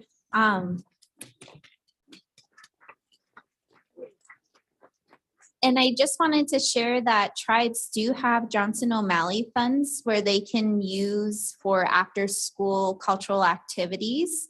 It does require a parent committee, but we call it the JOM program. We are going to have a focus on the JOM program next month at our education summit, which will be on April 11th and 12th. So we'll be able to have more discussions on that. I'm Patricia Salmon from Chalkisig. I was voted as the first chief. I want to mention the problem at the school. We have a high turnover. We're a small tribe in a small school. I think we have about 15 to 20 students. Anyway, the teachers that are hired, there's no community involvement. We just get whoever, I guess, they choose to send up there. And I think that just isn't right. It doesn't set right with me anyway. During higher, just want to mention that. Thank you. Thank you. And I think Tiffany had to leave, but I would assume that districts have a policy on how they hire teachers and looking into that policy to make sure that there's tribal or community engagement in that process.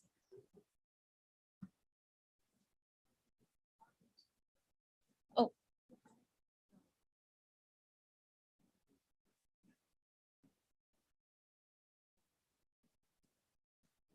right there. I was a retired teacher, and when I found out the students in my village could not read, I was very upset. And I had a little girl I adopted, so we moved to Fairbanks for 4 years. And I went back and she missed home, we missed home. And so I volunteered in the school and tried to help these kids. And they never had to really read. They just had a high school teacher teaching them. And he finally said, Lois, I don't know how to teach these kids. So I took the fourth graders. But it's sad, but for parents and grandparents, make sure your children, when they enter kindergarten, are ready to read. Give them books when they're little. And parents, get involved in your school and check to see why your child or children aren't learning to read by grade 3. It's very important. And I always made sure all my students could read by 2nd grade. And if not, I really worked with the parents and to see what we could do. And so all my kids, when I was a teacher, were able to read on 3rd grade level. So think about it, get involved. It's sad when kids can't read and they get out of high school and they're still low in reading and math. And they stay in the village or they go to the city and they're lost because they have no jobs. Thank you. Thank you, Lois. And now we're gonna gift our presenters. Amber, I have one question. Yes. On your education, you have the Athabascan Tribal College that's been on the agenda for the last 20, 30 years. The last 2 days, we heard from our elders and everybody else the need to introduce and practice our values. We might want to combine that with the education and get it reactivated in the tribal college. Thank you. Thank you, Chief Nancy.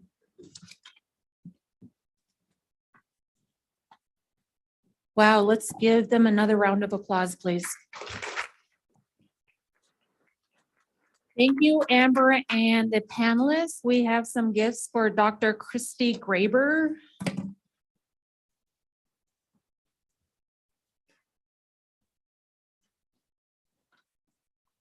It's a birch bark basket made by Mercy Cleveland of Ambler.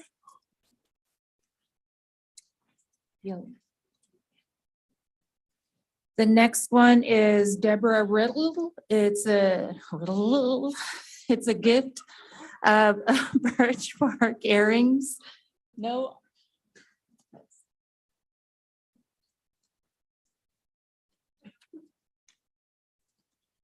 Birch bark earrings for Deborah Riddle.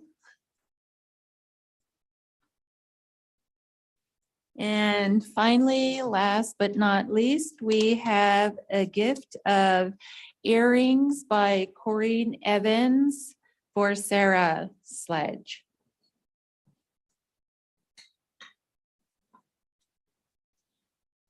Again, thank you all for joining us. Let's give them another round of applause, please.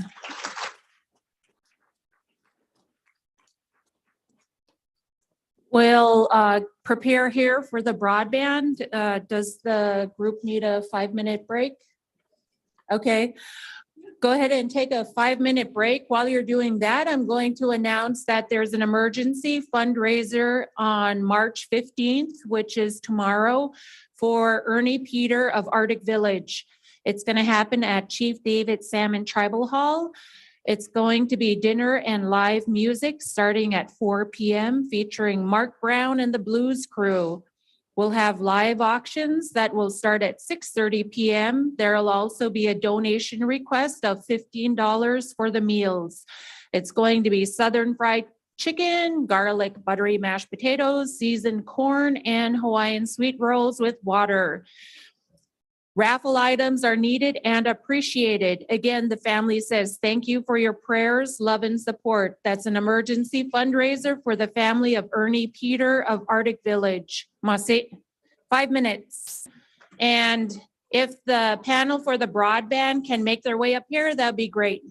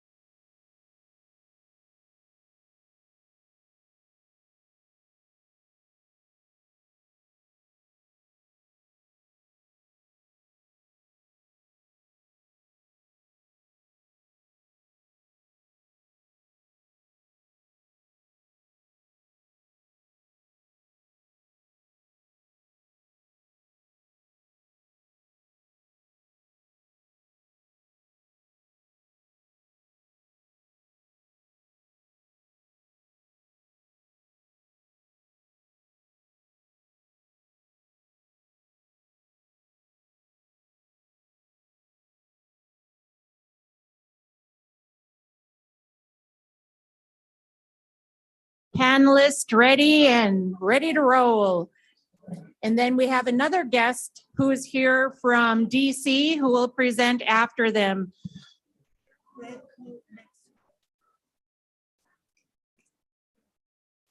So exciting to see everyone back together. Like Senator Murkowski said, it's good that we're not all online and virtual.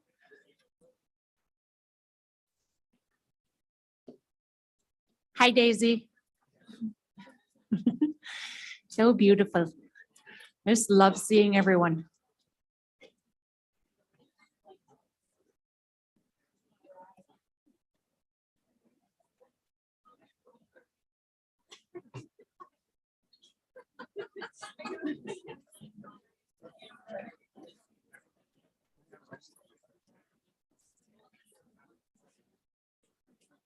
Did you want to sit up here with them? Is he presenting with them or no? Okay. While everybody is finding their seats, I'll tell you a funny story. Growing up, I was raised by my grandma in Nolado, and I'd hear Adjournment a lot. And I thought that was my native name because my grandma would, I'd do something and my grandma would say, Adjournment. So finally, I don't know how long later, I finally asked her, is that my native name? And she said, no, that means crazy. I was like, oh. I guess I used to do goofy stuff when I was little. Anyways, my native name is Itzachlan. It's after my grandma. It means one who doesn't cry. But back then, they'd give native names that were funny in a way because they said my grandma was a crybaby. And they said I was a crybaby too. But it looks like everybody's almost back in their seats. I'm going to go ahead and hand the mic over to Dave PM or Messier. Everyone knows him as Dave PM. Please give a warm welcome to Dave and gang.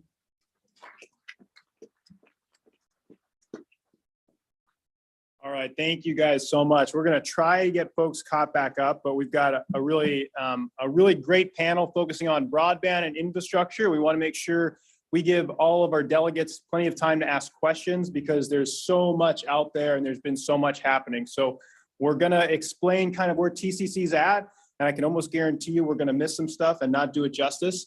And we're going to give you guys the opportunity, hopefully at the end, for about 20 minutes to ask questions. There'll be two panels. The first section is folks to my left, and we're going to focus on broadband and some of the exciting changes in the region. And then the folks on my right are going to focus on energy. We've got Director Wahala Johns from the Office of Indian Energy, and then Kevin Williams from the Nuclear Regulatory Commission to talk a little bit about the Eielson reactor project. So we'll kind of get moving. You guys have all heard, I'm sure, of the tremendous investment that our congressional delegation has assisted in putting forth for infrastructure, right? What's that? Into the mic, sorry. Okay, there we go. How's that, Paul? Is that better? Okay, I had some jokes too, but I'll leave those aside.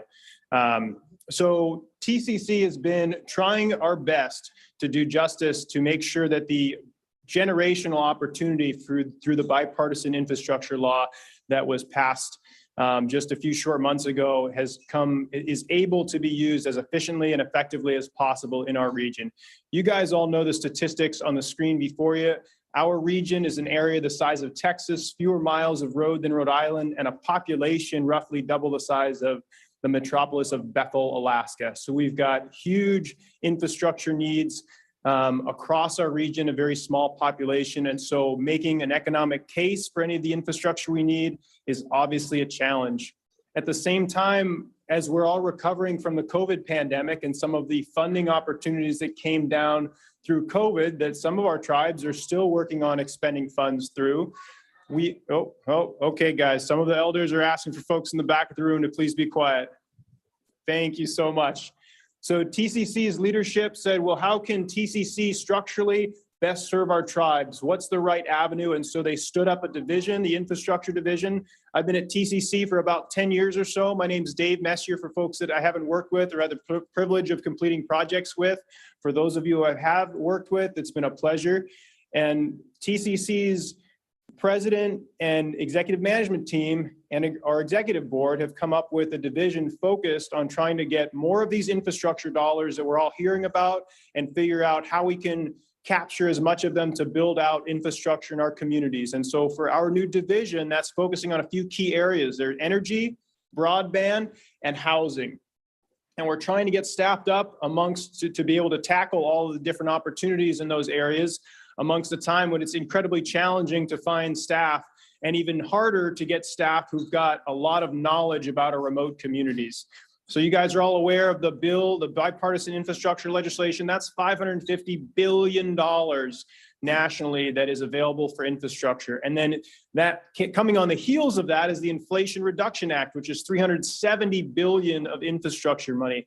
And that's all coming on the heels of COVID funding that some of our tribes are still struggling to spend, and various state and federal programs that have leftover money to spend. So there is a ton of money out there for tribes. And one of the things that we're hearing loud and clear from our communities and our tribes is that it is a challenge to put forth projects that are well vetted, and folks are asking for help, sometimes from TCC, on how to most effectively spend infrastructure dollars to make sure that they've got long-lasting impact. And so that is the goal of the department.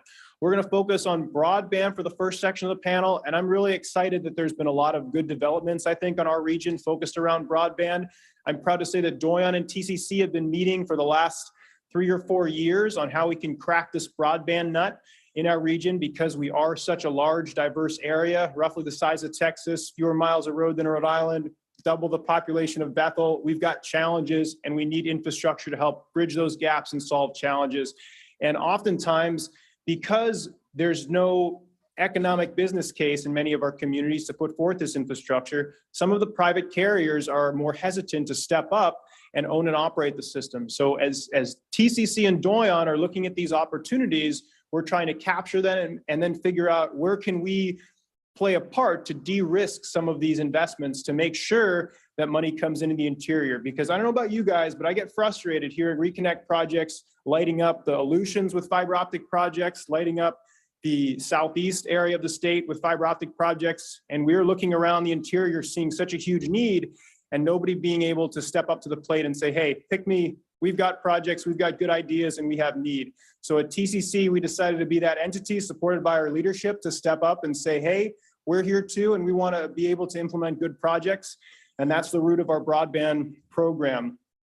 Energy, we've been going after a number of large projects. The photo on the screen here is a 120 kW project that we finally commissioned fully in Hughes. And for the first time in my last 10 years working in rural Alaska, I was in a rural Alaska powerhouse. The power was on in the community, and there were no diesel generators running. And that's pretty cool. And I want to congratulate Hughes for that accomplishment. Because you guys all know when you're driving by the powerhouse in your community, if you don't hear those diesel engines running, the power's out, right? Not so in Hughes anymore. And they ran about 30% of the summer, 20 to 30% of the summer, diesel's off, which was a huge accomplishment and something that we're very thankful for our friends, the United States Department of Energy, for supporting, and for past leadership at TCC for supporting. Housing is another key area. There's been too little housing built for too long. And I think TCC's got a phenomenal housing director, Mitch Schufelt, who does, sometimes he does more than 10 people at other organizations. This is a list of the projects he's working on right now. The man is always on the go, always trying to provide additional houses for our tribal members, looking wherever he can, BIA HIP, trying to partner with tribes to go after ICDBG money, facilitating projects wherever he can. And it's a huge testament to Mitch's passion for assisting with the build out of homes for our communities, that he's able as a one-person show to be able to build out all that he's done. And so we're going to try to put Mitch on steroids if we can and beef up his program so that he can get more homes built in more of our communities. Again, just, you know, the reason I think that we stood up the infrastructure division program is because we like to build things. And I think we have a pretty good handle on how to get those things built, whether they're community halls, solar projects, housing developments, tank farms. We like seeing more infrastructure get put into our communities, and we've got a good plan for how to make that happen. But it all comes down to working with our tribes and hearing from our tribal councils about what the needs are in the community. And then also from the council's perspective or the city's perspective, we need local plans on how they're going to be operated long-term. And so we are here to assist our tribes in getting these projects built. And we're also very cognizant that once these projects are built, it's just like shooting a moose, right? The easiest part is pulling the trigger, and then the work begins.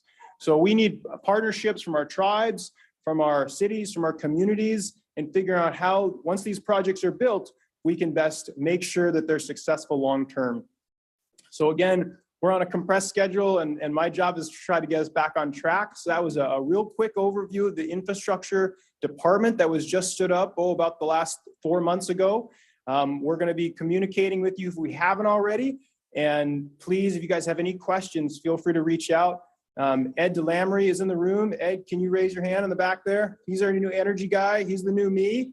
I'm the new infrastructure guy. Mitch Schufelt is, I don't believe Mitch is here today. He's got some family issues that he's tending to, so we wanted to pass on his apologies. But if you need to track Mitch down, feel free to contact me. We can text him, get him over here. But he's got some family issues that he's dealing with right now. So really quick, let's move on to the next slide deck. Apologies for what we're gonna do here, guys, is try to hold all the questions till the end of the first broadband section, whether it's on broadband or any of the infrastructure questions. And then we'll have about 20 minutes for questions so we can try to get everybody back on track.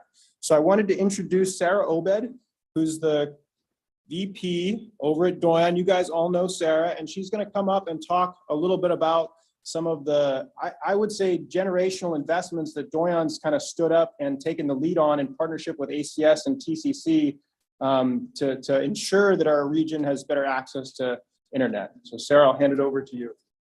Thanks, Dave. How do you forward this? Green button. So I really appreciate the opportunity to talk with you guys today about Doyon's involvement in broadband. And I'm going to start by talking about our project partners, of which the internal team at TCC has been a fundamental part of Doyon's involvement in broadband. And I want to acknowledge Dave PM and Marna Sanford and Michael Humphreys as part of our broadband team.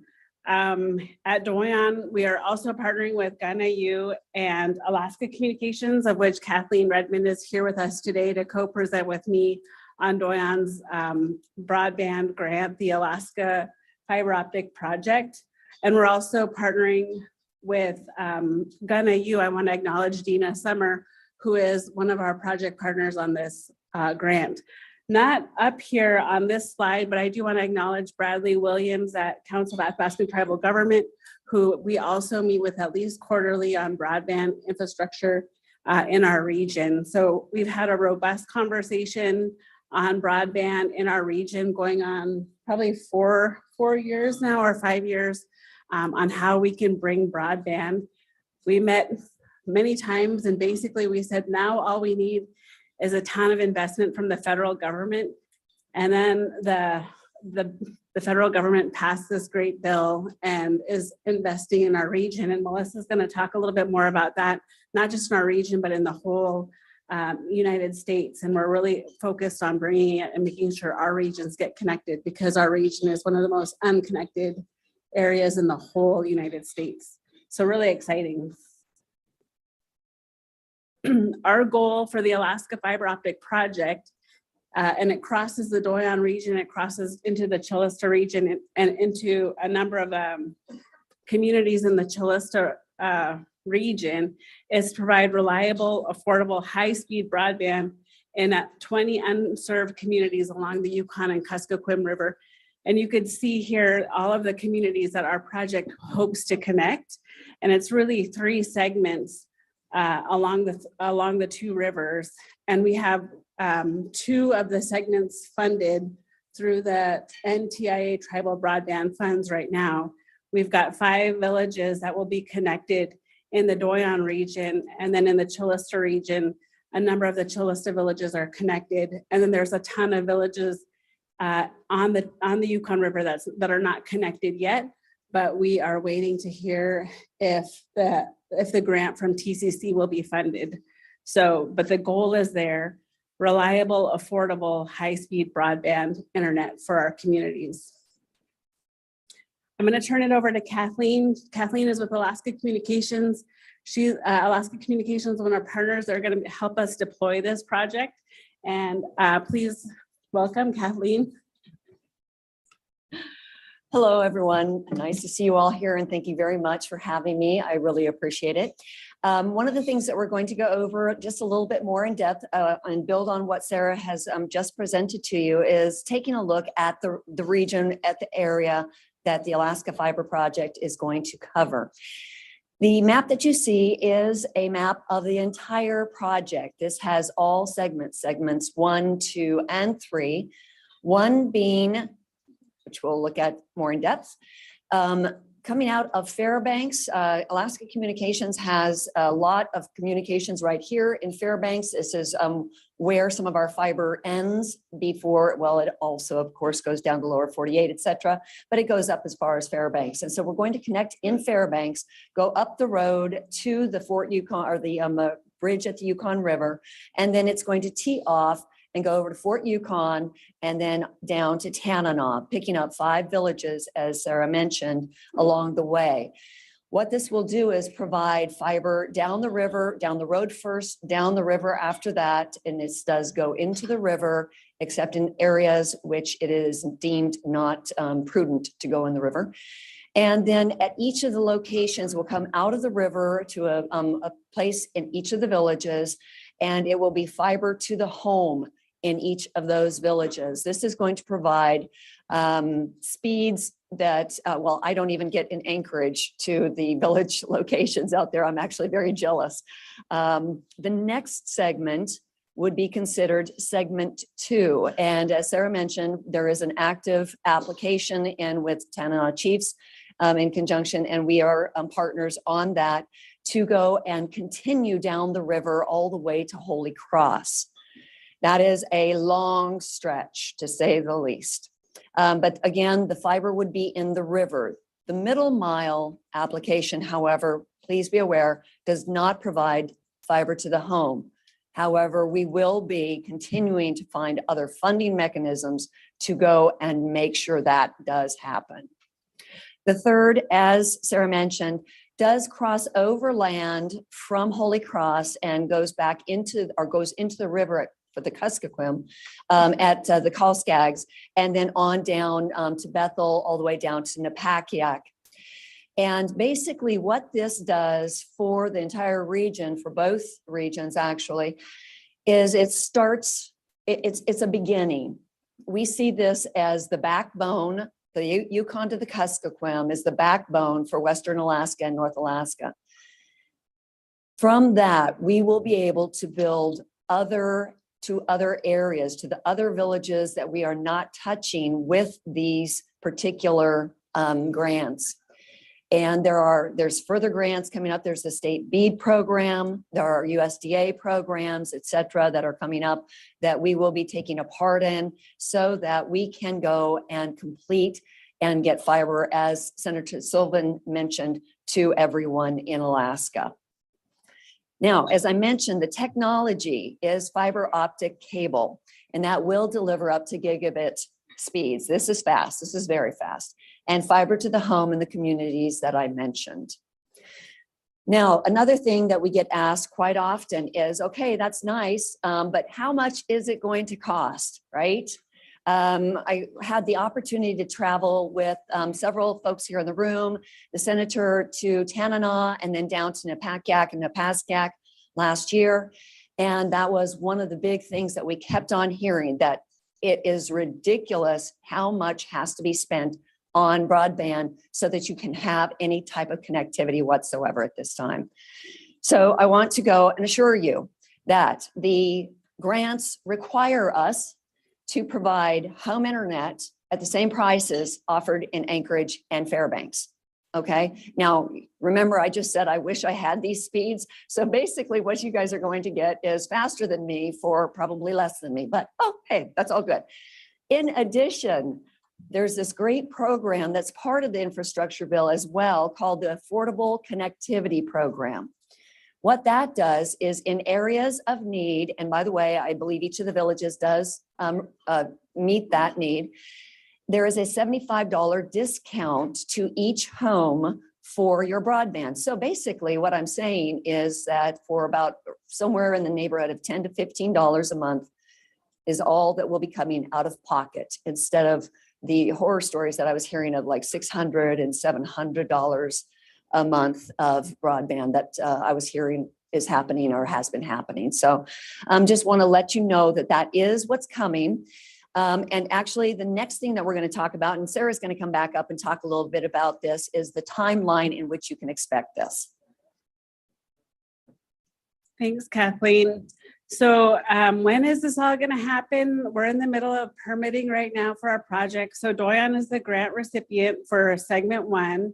For segment 2, TCC is the applicant right now. That grant hasn't been approved yet, but TCC would be the grant applicant. The grant has been awarded to Doyon segment for the first 5 villages. Those are mostly in the Yukon Flats area, Fort Yukon to Tanana. We are going to be visiting those communities right after breakup at the end of May. And we're going through the permitting process right now through spring of next year. And we're hoping to complete install by winter of 2025, and that's when sign up will begin. We did launch a website where you can learn more about this project, and Christy Williams very graciously handed out handouts to everybody that has the project website on it where you can go and visit more, and we'll be able to collect sign-up sheets through that website if you're interested in signing up for service when service becomes available. That concludes our portion of the broadband presentation. I'm going to turn it back over to Dave to introduce Melissa. Awesome. And I'll just note that the really exciting thing about the partnership between ACS, Doyon, and TCC, in my mind, is that for many years, we've been hearing complaints and concerns from our community members. And the real root of the matter is that if you don't own any of the broadband assets, then you only have so much control over what folks are charging. And so the really intriguing thing about this project, this Yukon River project build with ACS, is that the tribes will be the owners of part of it. And that's a first in our knowledge for Alaska. And I think it's something that we should all be really proud of if this project moves forward on the middle section. And we really appreciate Doyon and ACS's leadership. I also wanted to introduce Melissa Kukesh. As some of these funding opportunities that we've been talking about and that TCC has been going after and Doyon has been going after, those are kind of small pots of money, $1 billion. And I never thought I'd be up here saying $1 billion was a small pot of money. But the federal government released what's called the BEAD funds. It's a $42.5 billion pot of money to assist with broadband build out across the country. And in order for a state to be eligible for that, they had to stand up a state broadband office. And so the state of Alaska stood up a broadband office last summer. I think in August is when it was formally commissioned. And Melissa Kukesh, who many of you know, is the tribal liaison for the state broadband office. And she's going to talk a little bit about the broadband office, their mission, and some of their tribal consultation goals. So you guys could join me in welcoming Melissa up to the podium.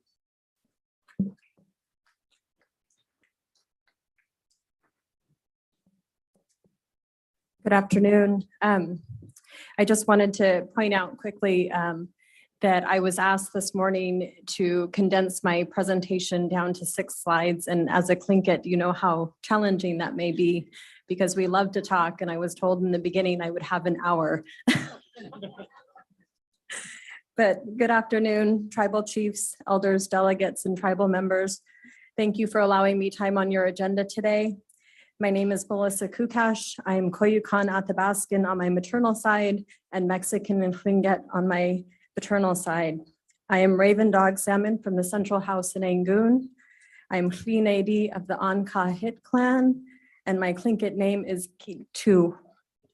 I am the granddaughter to the late Walter and Judy Woods of Tanana, Rampart, and Manly Hot Springs, as well as the late Matthew and Ramona Kukash of Angoon and Carrizozo, New Mexico. My parents are Lena Woods and the late Floyd Kukash of Angoon. They are the younger siblings to Sally and the late Senator Albert Kukash, also of Angoon. And I am here to talk to you today about broadband. And I didn't realize all of the work that you guys have going on, and which is very commendable. And had I known this, I would have been able to shorten my presentation much more. Next slide. Or I have it, huh?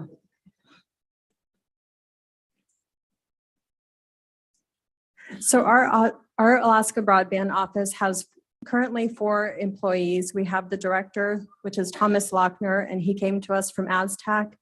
We also have Lisa Von Bargen, who was instrumental in standing up our office in September of 2022, I believe. We also have Anissa Firo, who was in the out there for the last 2 days, answering any questions that anybody had regarding broadband or signing off on your bingo sheets. And then myself, the tribal liaison, a position that was created to be able to work with our tribal entities in open communication regarding the future funding coming to our state and ensuring that our communities are connected and not left behind.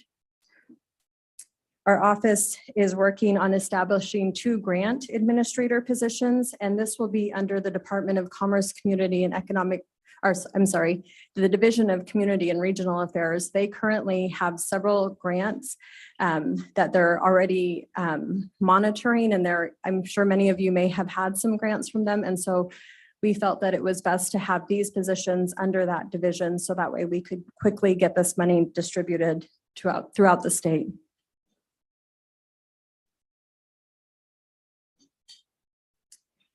The next slide is the statewide broadband advisory board. And this was recently announced through the Office of Boards and Commissions. And this makeup represents a diverse cross-section of the expertise throughout our great state. And any upcoming meeting information you can also find on our Commerce website. So the Broadband Equity Access and Deployment, or the BEAD funding that Dave was referring to, is the funding that will help build to our communities. And there are 3 different categories. There's a planning grant, which is what stood up our office. And there's the capacity grant, which is based on the same funding formula as the planning grant allocation. And then there's the competitive grants that will be open to all tribal, state, and local governments. So the grants will be based on percentages of locations that are unserved, which is less than 20 megabits over 3 megabits. And that's the download speed and the upload. And then there's the underserved, which can reach the 25 over 3, but the underserved is less than 100 megabits over 20. And the 100 megabits over 20 is what's required in the notice of funding opportunity. And that is the least amount that is acceptable for our communities, basically, in this grant process. And then there are the unserved community anchor institutions with less than 1 gigabyte over 1 gigabyte. And the plan behind the 100 over 20 is that it has the potential and the opportunity to grow into 1 gigabyte over 1 gigabyte. So that means we don't want anything less. We want it at the base and then moving up.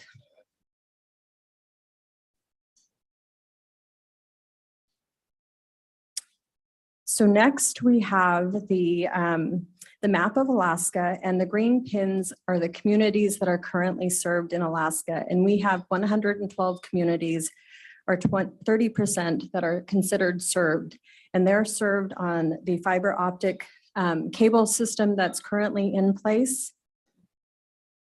And your community is considered served if you can reach that 100 over 20, as well as if 80% of your community has service. The next slide that I have here are the 78 communities that will have projects that will be coming to the state. And the blue lines are the microwave lines that are currently in Alaska. While they do provide some level of broadband internet, None of them meet the 100/20 benchmark required in the NOFO. Here you have the light bluish green lines. It's very complicated and I think hard to see. I see Greg squinting. But the light bluish greenish lines are the microwave projects that are coming to the 78 communities that will be served, and that's at 21%.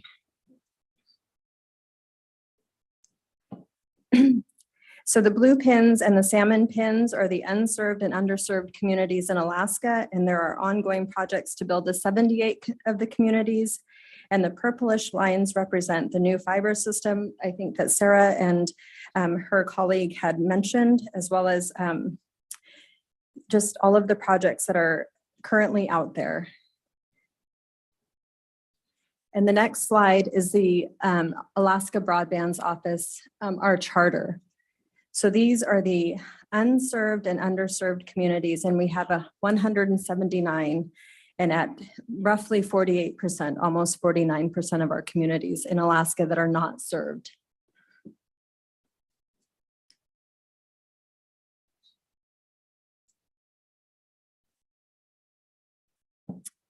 And here we have the 179 communities that are considered unserved and underserved communities, but then we added back in what we thought would be the most efficient way to connect these communities.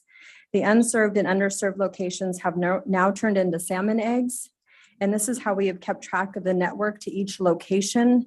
And then there are network lines connecting each one, and in many cases to the next community through a line that reaches throughout the region.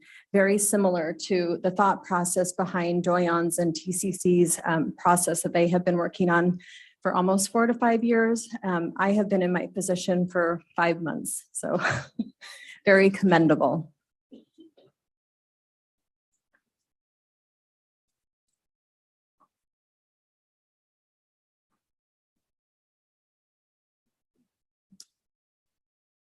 So the networks that I spoke about on our website, we have a draft plan, which is in this draft plan is basically going to connect the communities through the fiber optic cable system. And in our draft plan, it has basically networks that will connect each community, and they have numbers that connect each, as well as the different ways that you can possibly connect, whether it's inlay, road, fiber optics, or subsea, depending on how it would be best to connect your community to this system. And also on our webpage is a capital cost model, which includes the different types of ways that we can possibly tie in the different communities, so that way nobody's left behind.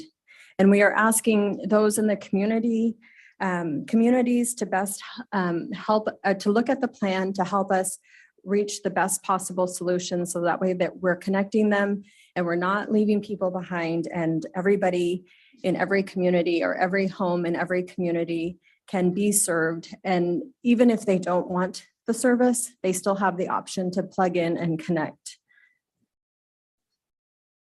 We will also be hosting 2 different public meeting series. We'll have general questions on Wednesday and technical questions on Thursday, and anybody is welcome to join in those sessions. And we definitely encourage all of the community's participations. And finally, oh my goodness, I forgot about this. Sorry. And so finally, these are the remarks that I was able to condense into hopefully 10 minutes. And I'm happy to answer any questions you may have or get responses to any questions that I cannot answer today. Ana Basi, Gunakchish, for your time and allowing me to be here today. Thank you.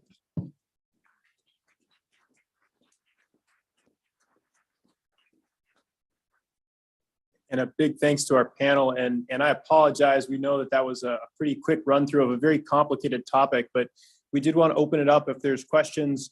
I know we've been hearing quite a bit from different communities about when broadband is coming to your region, and we wanted to make sure we had time for questions from our delegates.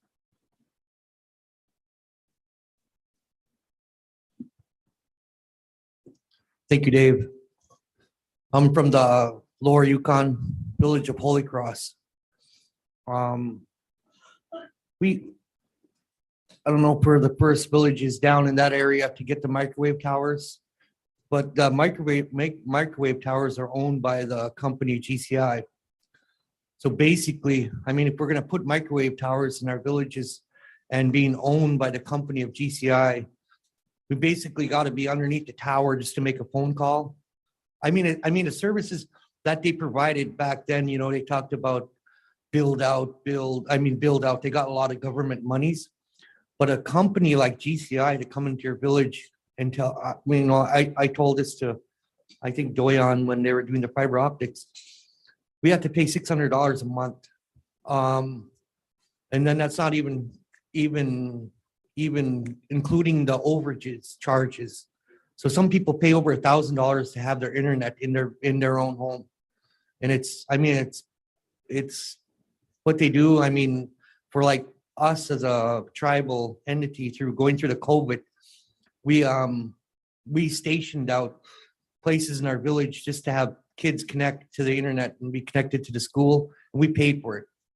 GCI didn't even come in and say, you know, thank you, but you know, we paid extra couple $1,000s for our kids to go through school through the pandemic. But just to have a company like fiber, I mean, just like I was thinking of Doyon bringing this structure into our villages, that's going to be a real benefit and a plus to all our communities. I don't think, you know, I mean, thinking about what GCI is doing to our people in our communities down there, I wouldn't trust them, because what they're doing to us is just marketing our people, and it's just a bad service. I mean, if we get microwave towers, I get drop calls all day. I mean, I pay for a service that maybe was provided from the government that gave them supplement monies to build these things. I mean, it's just sad that companies could do that, especially as big as GCI company is. And it's I don't think I would think about GCI coming into any other villages, because it's sad what they're doing to our people in our area down there. So I mean, I just wanted to make that point across. You know, that's what we're dealing with. Thank you to Elon Musk. We got Starlink, and it's Starlink all over in our village right now, and you could see the kids. I mean, you know, just to be connected and get through education through that, it's helping our people. It's only $100 a month, and there's no overages. I mean, we have blackouts during the day, but you can't. I was the first time seeing my children streamlining stuff on the internet that I thought was never going to be possible, and it was through the Starlink. So I mean, it's popping up all over in the village, but it's something that was only $100 a month. I think they're charging $99 because of the blackouts. They dropped the bill down to $99 or $90 a month. But yeah, that's what we're dealing with in our village with GCI. And Chief, I just want to let you know, we hear you. And that's the reason that we kind of stepped up at TCC and said, look, the model that was used to build out the GCI Terra network is half of that was paid for by government subsidies. So it's really that privatize the reward, publicize the risk. And we said, well, if the federal government's going to be putting out, again, millions of dollars in infrastructure investment, then as a public entity, we want to be the ones to step up and say, hey, we've got smart folks. We can partner with other entities and receive those funds and make sure that the benefits going to the people that we're serving. So we really appreciate those comments. And that's exactly why we've kind of stood up at the broadband meetings between TCC and Doyon. Kathleen? Yeah. I'd like to, is that working? Just press it once. Okay, I'd just like to add a couple of comments onto what you just said. Yes, that is something that we've seen. That is what I heard in the PACAC and the PASCAC. And yes, it breaks your heart, because how are these kids, especially during COVID, supposed to go and keep up in the digital divide, et cetera, and still learn? That was just, like I say, it was heartbreaking. One of the things I would like to mention is all of our plans that will be offered in the villages have unlimited. Okay, we do not do usage. We never have, and we won't.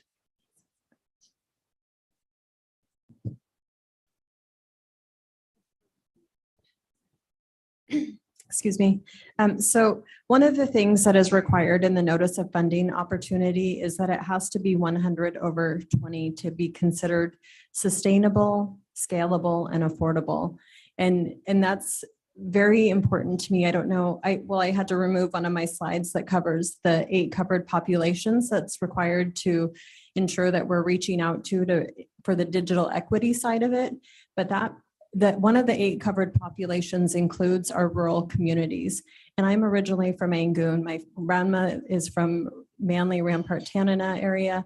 And so I know the importance of our rural communities, and I definitely don't want anyone left behind. And so that's definitely one of the things that's really important to me, is that whether it's the microwave system or Elon Musk and the Leos, it has to be sustainable. So that means you have to have the 100/20 all the time. Like you cannot have these like blackout periods. And so it has to be something that will be there and something you can rely on. Thank you. Yeah, just a comment. I know that you're going to be like right now too up in the villages, like even Vinita, that a lot of people are, getting the Starlink, and a lot of people, I haven't heard nothing really bad about it. But another comment I got to make is once you get past Beaver from the bridge on up, it's very braided, the river. And not only that, us that live along the river, all along the Yukon, fall time water drops low and the ice freezes pretty much all the way to the mud. So, I mean, how are you going to, I'm just wondering how is the cable going to be able to sustain it from the river going up? Because every year the breakup is different, and then the amount of water that freezes, and it depends on where you put it and how you put it, I guess. I mean, it's, I don't know. I mean, is it really actually going to be doable without snapping that line? Yes, actually, we're doing a lot of study on the river, talking to a lot of people on the river to get that, education, to educate us to make sure that we don't put the cable in the river in the places where it is most in danger. There are areas that we will come out of the river and go alongside the river and then go back into the river because of some of the braiding that you mentioned, because of some of the rapids. And so there are particular areas that we will go and avoid and then come out and go across the land. The deeper areas we expect okay, so first of all, this is subsea type cable. So it is armored. It is the stuff that we use just like in our subsea cables to the lower 48 that withstand pressures, withstand currents, withstand a lot. And so it will be that as well. Plus, we're not just bringing it up onto the shore. It's going to be buried into and then come up on the shore. So if there's any ice movement on the top, we're prepared for that. Now, I do know that there's also scouring, et cetera, on the bottom too. And we are planning for that. There's a lot of studying that is going into this. And again, a lot of institutional knowledge that we are going to be basing our decisions upon. In other words, talking to you guys. Okay, I was just wondering about that because I know once you pass up into Beaver, there's a lot of backsloughs and stuff that you probably end up going through there. But just kind of curious, where you guys are at now. Thank you. And I just want to point out, Mike, it's a great question. And this is the first project of this kind that's been done. And so there is a degree of risk. We can only de-risk it so much. But at the end of the day, there's no better alternative. Even Elon Musk's satellites is going to be, less good than a fiber optic cable to individual tribes' doorsteps. And so that's what we're going towards. And we totally recognize that there's going to be challenges. And we're trying to do everything we can to de-risk those challenges and go into this eyes wide open.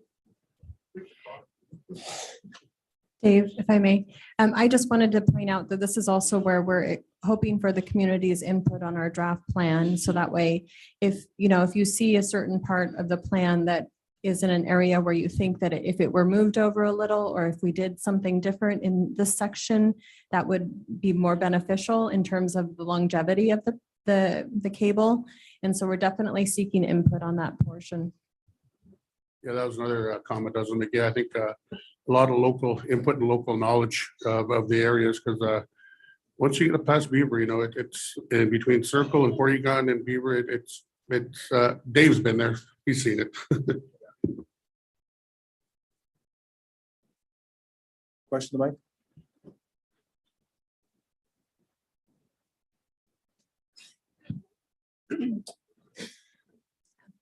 Hello. Okay. Hi, my name is Brittany Woods Orson. I'm from Rampart, Alaska. I am the broadband specialist for Alaska Public Interest Research Group and Native Movement. I would like to invite people to continue this conversation at the Indigenous Connectivity Summit in Anchorage, May 22nd through the 24th. It's free and it'll bring Indigenous leaders in broadband from Canada and the US. I'd also like to announce that I'm working with Melissa with the Rasmussen to host state digital equity listening sessions where people can voice their concerns and learn about these issues. And then my question is, with the organization or with Doyon and the corporations focusing on build out, who's going to be leading the digital literacy piece where people can learn how to use devices appropriately and to be safe online, because that's going to be a huge issue with scams increasing as internet usage increases. It's a great question. I don't have an answer quite yet, although we have gotten a couple of those questions. This is Sarah. We've started having cybersecurity webinars at Doyon with our director of IT, or sorry, our vice president of IT and our cybersecurity analyst, Mitch Gruber, with the village corporations and tribal representatives. And so I think we'll probably have more of those at Doyon with across our region. Those are held on Zoom. So we held our first one last month. I think we just have a lot of continuing work to do in that area. So it's a great question. And I think there's going to be more work to do, continuing work to do on that. I just wanted to say one thing was that part of the letters of intent or letters of interest in the very beginning, or like maybe last summer, was the several of the tribes and village corporations and regional corporations said that they would be doing or hosting their own listening sessions. And so I know there were 298 of them, but also the funding hasn't been allocated because they didn't anticipate that all, like they would receive a huge number from Alaska specifically for the digital equity and literacy. So I know that they're still working on that funding allocation. And then if it's okay with the delegates, we're going to take one last question and then transition into our two-person energy panel. Janet?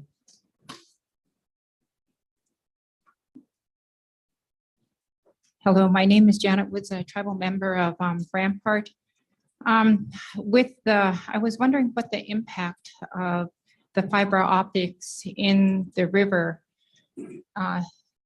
north side, south side, how deep and where, because as a fisher person, I was thinking about, from the Yukon down, there's many fishing eddies that we use. So how is this going to impact that? I know you had, somebody had asked some questions, but how will that impact how we do our subsistence fishing? Thank you. Thank you for the question. The fiber, again, is quite heavy, and we do foresee it going and settling into the silt and into the bottom of the river, which would mean that there should be no impact. In addition, this is not high voltage. This is low. This is not something that in oceans have bothered the fish in the ocean area. So we're not expecting any kind of impact to the salmon in the Yukon from the fiber. Dave, if I may, just because that was the last broadband question, and because the state is represented here, I just want to acknowledge that the state of Alaska has a tribal broadband liaison. And we had a question about Indigenous representation, and I really want to give credit to Melissa Kukesh, because we always give the state a little bit of problems for not having tribal liaisons, and we have a tribal liaison for tribal broadband, and I'm really grateful for the work that she's doing in enhancing broadband in our region. So thanks, David.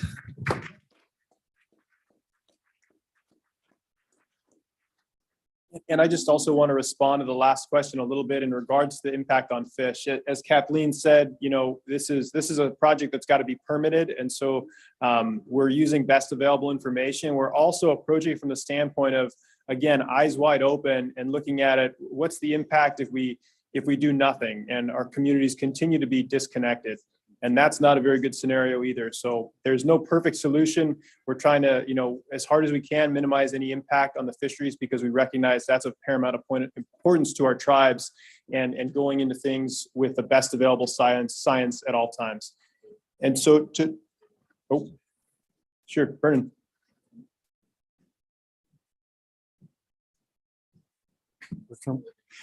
Yeah, hi, I'm First Chief Burns John Nikolai. I heard you mention something on broadband. It has to be, you said something like 100 people sign up for the to get broadband in the community.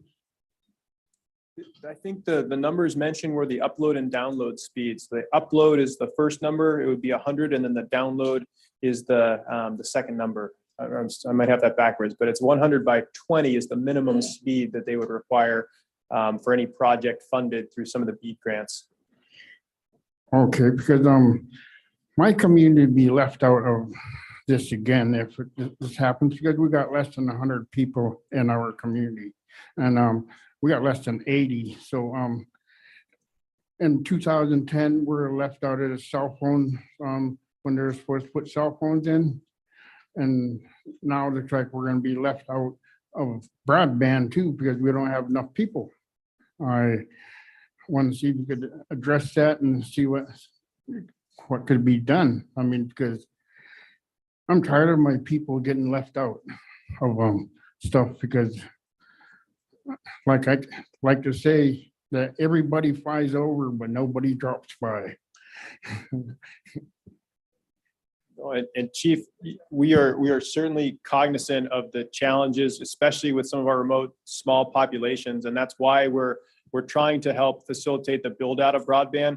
There's a bunch of different, I didn't have time in the presentation to really show how we're structuring it, but Nikolai and McGrath are, I would say, our fourth phase of projects, and we're looking at what are the available funding opportunities and what's the right technology for the remoteness of the communities. And for McGrath and Nikolai and Takatna, it's probably going to be a joint project looking at microwave shots. But a lot of these projects build on one another because microwave is point to point, and the closer you can get a fiber line, the better it is. So if we can successfully get a fiber line into up the Kuskokwim River or into Holy Cross and over to Shagaluk, it makes the shot over to McGrath and Nikolai that much easier and that much more affordable. So we are certainly trying to cover all of our communities, and we're doing everything we can to make sure that some communities all of our communities are not left out. That said, we're also trying to make sure that we're giving folks more options and not fewer. And so for some communities that are incredibly small, some of the LEO options are available now. And we're definitely encouraging tribes to take advantage of the Starlink options and the OneWeb options. Okay. Well, there's well, you heard of Donlin Gold. They're going to be building a gas line over the Alaska Range, and would that be a possible for fiber optics to go over by their line? Definitely. If that gas line gets put in, then there's plans for there to be a fiber optic line along the same route. And so, guys, I apologize. I want to be respectful of our presenters that have come from DC to speak, and we'll kind of transition, if it's okay for the delegates, into the energy section. And we'll transition to Director Pohela Johns, who's coming to us from the Office of Indian Energy. She is the director of the Office of Indian Energy, coming from a strong background dealing with energy challenges across her area, the Navajo Nation. I remember, you guys know Eddie Frank from Venati? He used to do stand-up, and he told me one of his jokes was, Dave, those Navajo are related to us at the Baskins. We sent them out to go look for buffalo a long time ago, and they never came back. So we're really glad that Director Johns has come up all this way. And I just wanted to introduce her and see if we give her a big TCC welcome. Thank you, Dave. Yat edo hehe she wahelang she ashihin nishle dog ashe bashishin is sunny dash che ado kia ani dashanele akut ego sun nishle. I'm Wahala, and I'm the director of the Office of Indian Energy.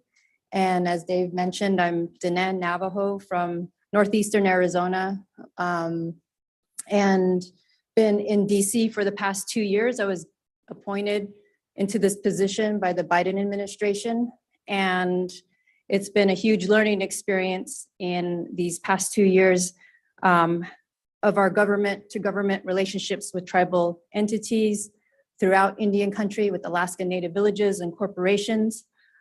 This administration is really committed to making sure no one is left behind, as folks have mentioned. And when you talk about broadband, you have to talk about power and energy, because it's going to take power and energy to power broadband.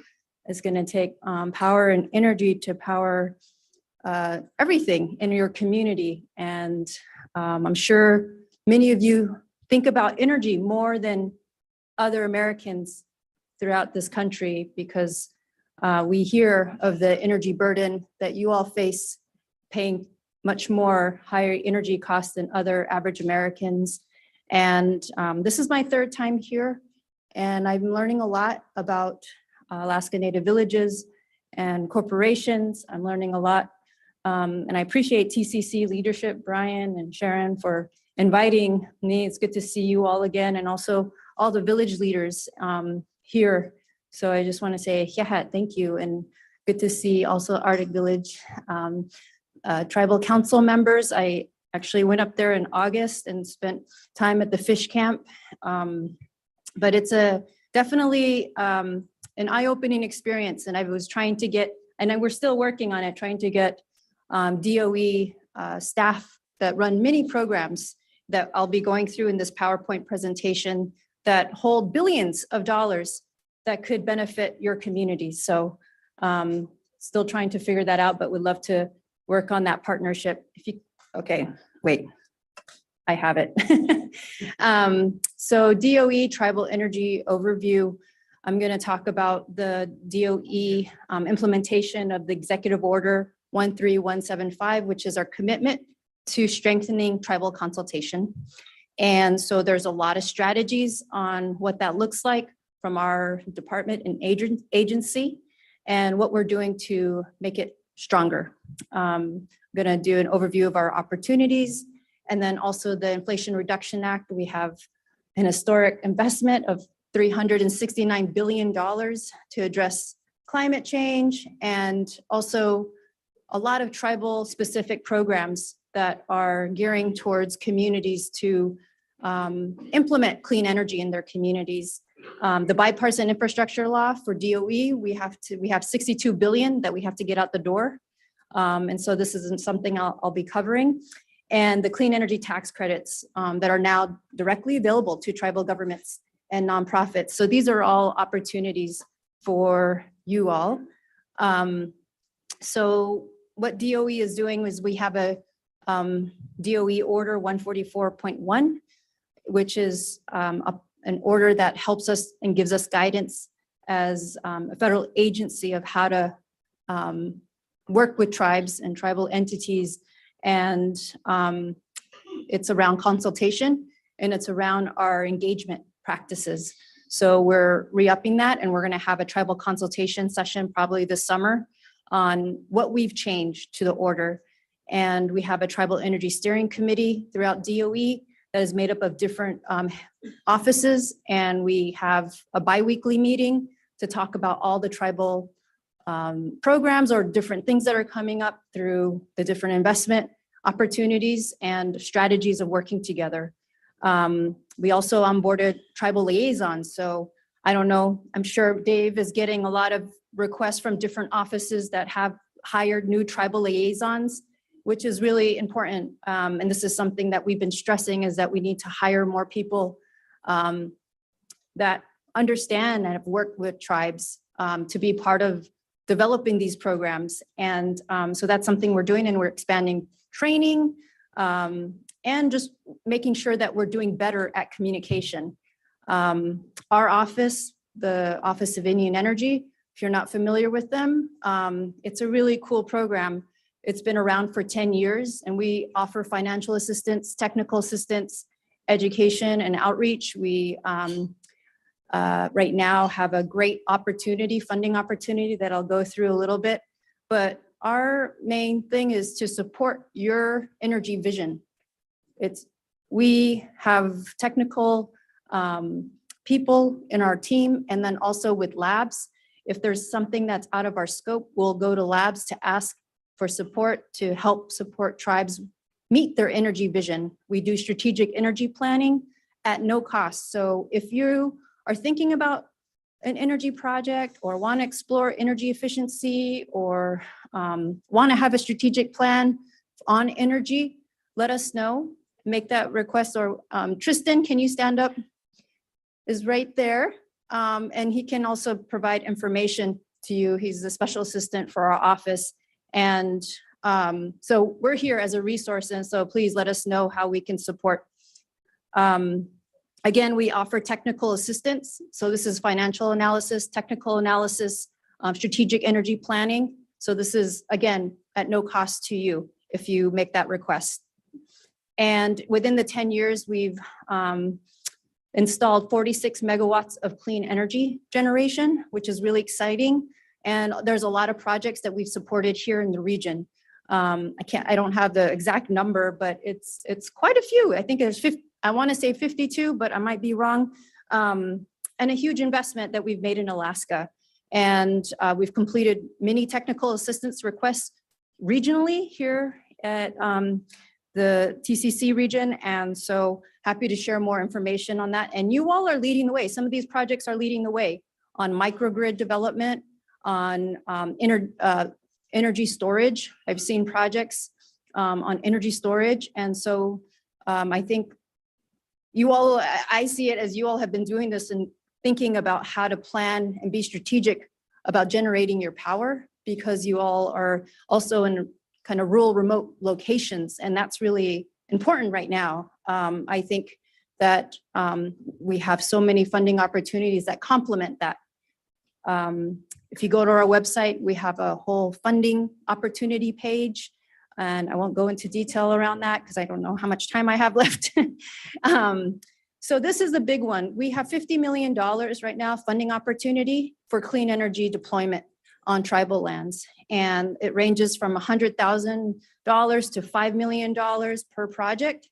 And this is to install clean energy generation or energy efficiency measures, community scale energy generation, and powering unelectrified tribal buildings. So this is a new area that we're seeing in Indian country, just as you noted that some folks don't have broadband. There's a lot of people, Native American homes and buildings that don't have electricity yet. We have about 20 to 30,000 homes in Indian country that doesn't have electricity. So we've put that as a topic area here. That's open right now. The deadline is May, the end of May. I'll get the specific date, but I don't know that at the top of my head. We also have a funding opportunity. I think there's one tribal college university in Barrow for taking campuses to go 100% clean energy. So this is something that is really exciting that we put out there. It's a notice of intent, and it's $100 million to $250,000. $100,000, sorry, did I say 100 million? So 100,000 to 250,000 for planning grants. And then for the projects is $1 to $3 million for deployment grants. So this is where it's gonna get a little harder to explain because my colleagues that run these programs are not here. But if you have a specific question regarding some of these funding opportunities, let me know and I can get back to you on, and we've heard a lot already. Thank you. I think TCC has written many letters. Many villages have written us letters around the grid resiliency formula grant. And unfortunately, they couldn't meet me here to help co-present, but wanting to make sure that we hear you loud and clear on the recommendations, and the team back in DC is working on making sure that we're helping to address some of these concerns. So the highlighted areas are still, I think, are really important. They're not the 40101D. These are two areas within DOE that are, if you're thinking about a big project, there's $20 billion loan program, direct loan program within the DOE. And it's really amazing opportunity if you're thinking about large scale. So please talk to me about that, or we can put you in touch with the Tribal Energy Loan Guarantee Program. The other highlighted area in the Inflation Reduction Act is 5122, which is the high energy efficiency electric home rebate program. This is $225 million to take homes towards electric. So putting in heat pumps, electric stoves, a number of different energy efficiency appliances. So this will be also available. We are putting out a tribal consultation session soon. I think it's in the slide deck here.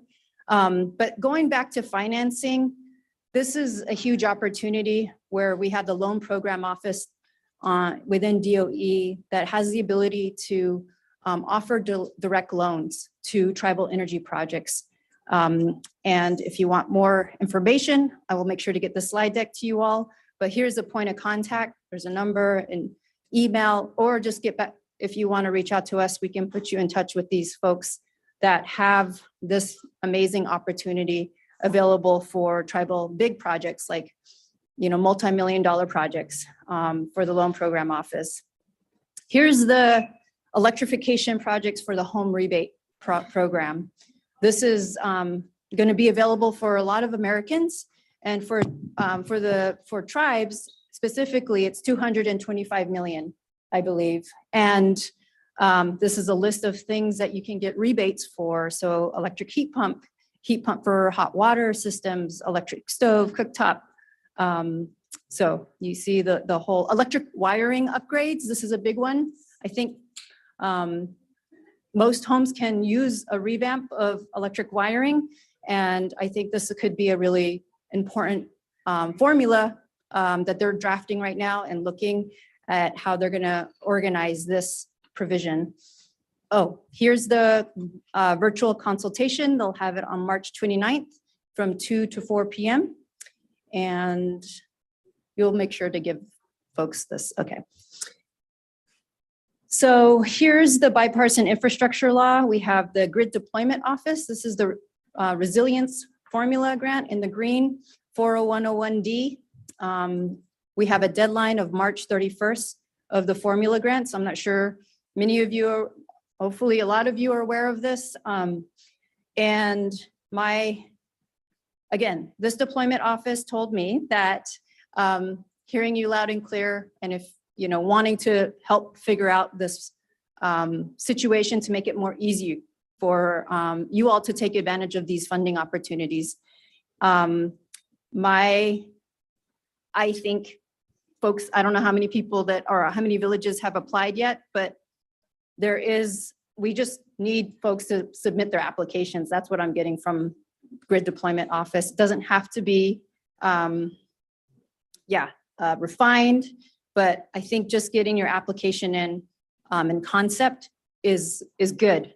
So it's 2 years of funding opportunity. Each village, I think, has a allocation, and I'm sure you all are working on that with them. So the other opportunity is the Office of Clean Energy Demonstrations. Currently, there's a energy provision for improvement of rural remote communities. This is huge for $15 million prize. And I think this is really important one for Indian country, and hopefully you all know about that one. The clean energy demonstrations on mine lands, this is up to 500 million. They're looking to 1 to 5 projects to use, former lands that have gone through mining, and particularly tribal lands. And so this is another huge grant opportunity. Carbon management is 3.5 billion. I think there's a deadline here in March.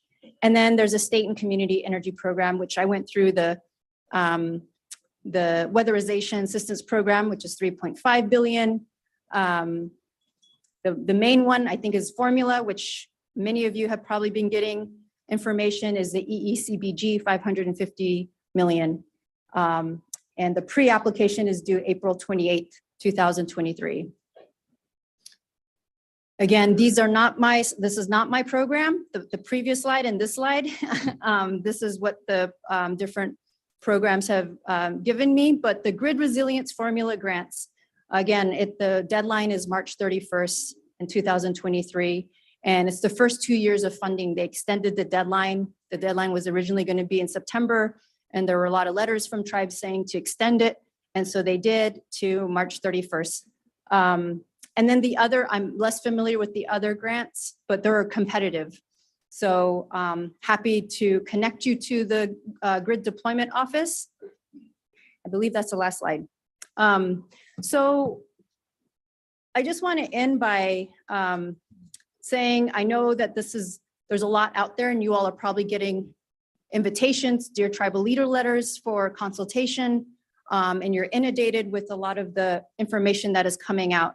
I'm happy, our office is happy to be a point of contact. If you have questions, we can put you in the right, or point you in the right direction, connect you to the right people to talk to.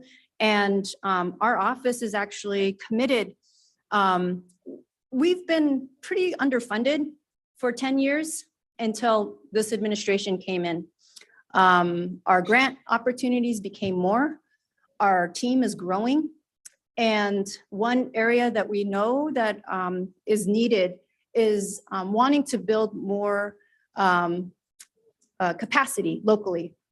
So we're going to be offering with intertribal organizations to pay for a full-time employee to help with this information, to help, bridge these gaps of communication and make sure that we are supporting locally, regionally, the capacity of people, the investment of people in your communities, in your villages, so that as a way to, see how it's going to work. But I think that's really important is if we do that investment. So happy to talk more about that and partner with TCC. And I appreciate all of you leaders here today and just letting me give me the opportunity to speak to you. And I'll hand it over to the next guest speaker.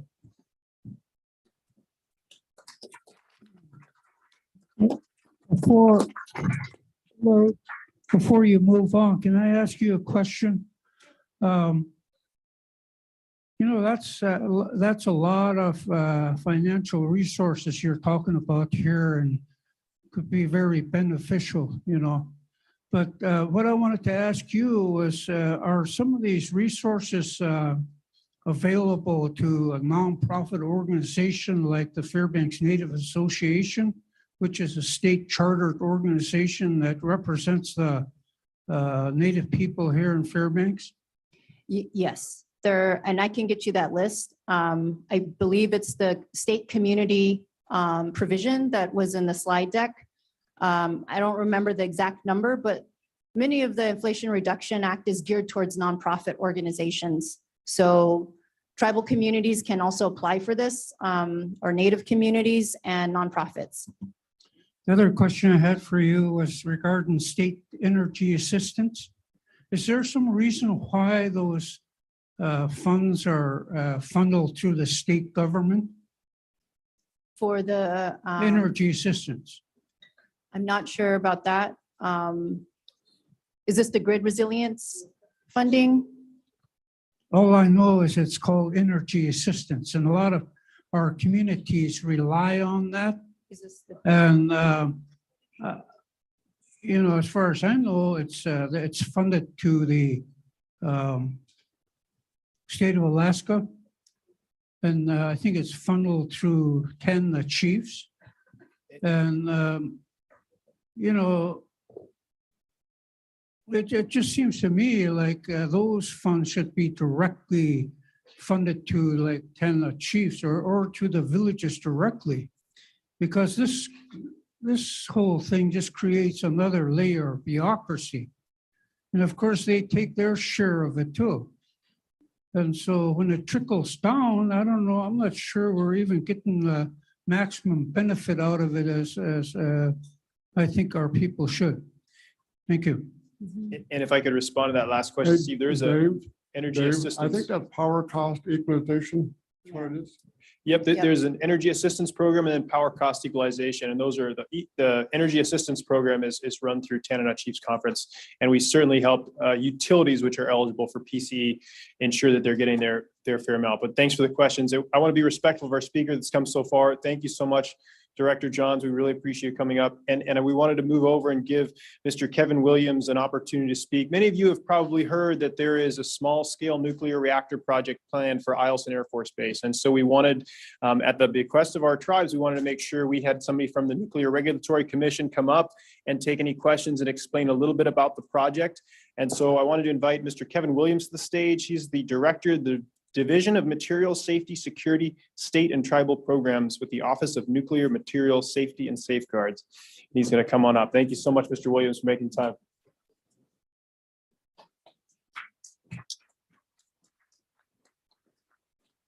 So first of all, I'd like to say thank you. Thank you for having me. There's a few things that when you get an opportunity to come in front of a group of people like such as yourselves, there's a few things that you take away. And some of these are my personal thoughts, but I want you to know that I stand in awe of who you are as a people and your commitment to the land, to the environment, and to each other. And having the opportunity to witness the number of veterans that have served this country is simply amazing to me. And my hat's off to you. I really want to say thank you for your service. Thank you for your dedication, and thank you for your commitment. It does not get lost on me. These are my personal thoughts, but I have to say it because I'm just so amazed and so appreciative of everything that you've done for this country. So thank you very much.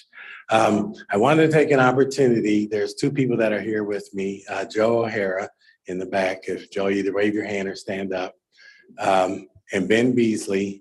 They both are here from the NRC as well, and they have been staffing the table out there, and they're probably two of the finest NRC people that you'll ever meet. And I may, based on your questions, I may have to phone a friend, but I did want to take an opportunity to talk about that. I did also want to give honor to the chiefs, delegates, and elders. This is a very good opportunity for me. In my division, one of the things I wanted to highlight is with regard to tribal activities, we develop and coordinate policy for intergovernment consultations. We facilitate government-to-government consultation with tribal nations for programmatic issues that the NRC undertakes or NRC activities. And we facilitate engagement and communication with the tribe on NRC activities. One thing that I want to make clear is my purpose today is to discuss the role the NRC has in licensing new reactors and our tribal outreach policies and our goals. Is that green? So the Nuclear Regulatory Commission was established as an independent agency to regulate the commercial use of nuclear material, including nuclear power. We focus on the safe and secure use of radioactive material. We do not promote nuclear power, but we do regulate it to make sure that it is safe and secure. We have a 5-person commission that is led by a chair, and the chair is by the ruling party. So our chair this year is a Democrat. With respect to nuclear reactors, the NRC performs reviews to determine whether it is safe to build and operate a proposed nuclear reactor at a site, evaluates environmental impacts of building and operating nuclear power at proposed sites. We also inspect the safe operation, and we also license individuals to operate those plants.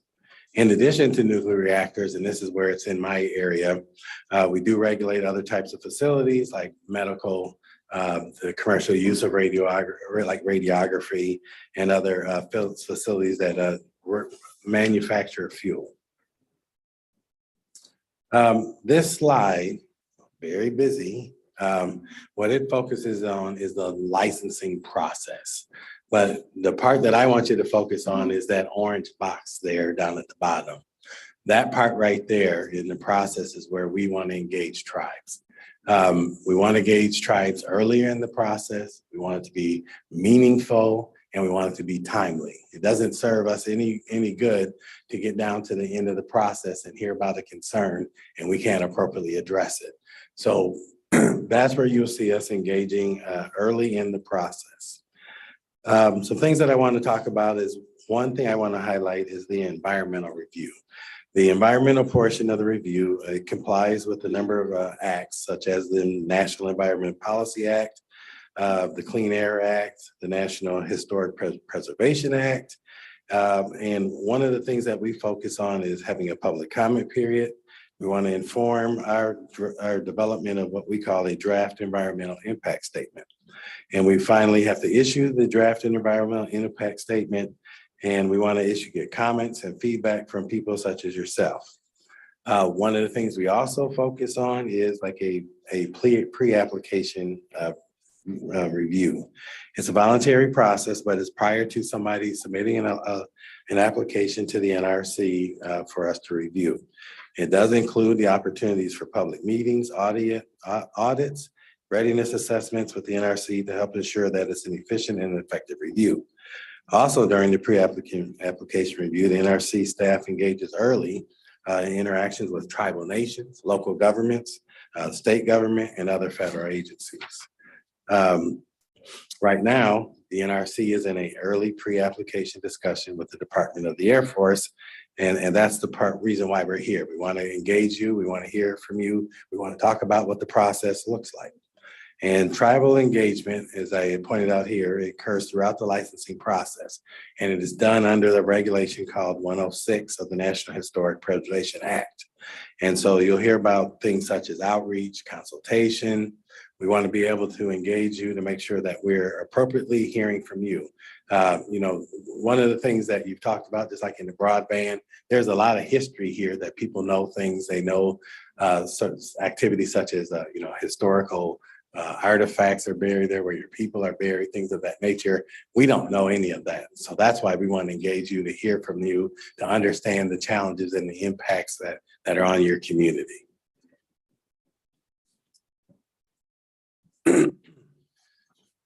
So the commission itself has a tribal policy statement. And in that tribal policy statement, it outlines how we will fulfill our trust responsibility. And we've come up with 6 different sets of tenets here that are listed here. But the key thing that the takeaway from this is we want to engage early in the process and we want it to be meaningful. It's up to us to figure out, what are those challenges that impact to your community. But it is to facilitate outreach, and it also facilitates consultation. We also are in the process of developing a consultation guidance. And what we've done is we've put out what I call a handy dandy one pager that is listed in my slides. And if we click on that, you can see what that is. But it tells you how we're going to consult under 106, and it also will tell you how we're going to consult under our tribal policy statement. And it gives us the flexibility to talk about things such as the microreactor, reactors themselves. One of the things that, as I was listening here, one of the benefits is training. How do we train people? How do we share information? How do we educate people in terms of what these processes are, such that you can ask the appropriate question?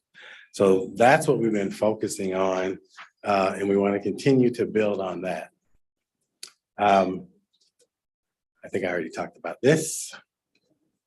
And finally, because Dave told me it was my job to get us back on time, here are the contact information. My contact in there is on there. I have a branch chief that works through a lot of those activities. We have tribal liaisons as well. And you can get through us any of those avenues there. But one of the things we want to tell you is that we want to hear from you. We want to hear from you early. And that's it. I think that's it. Yes.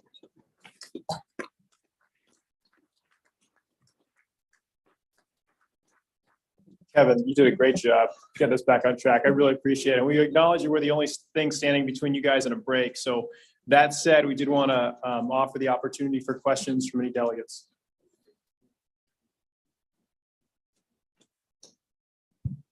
I got one. I was looking at the,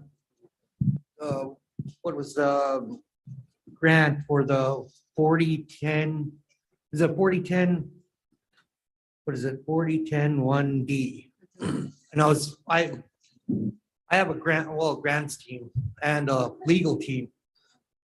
So when we did go into detail or just to apply for that grant, it overweighed the amount that we're asking for.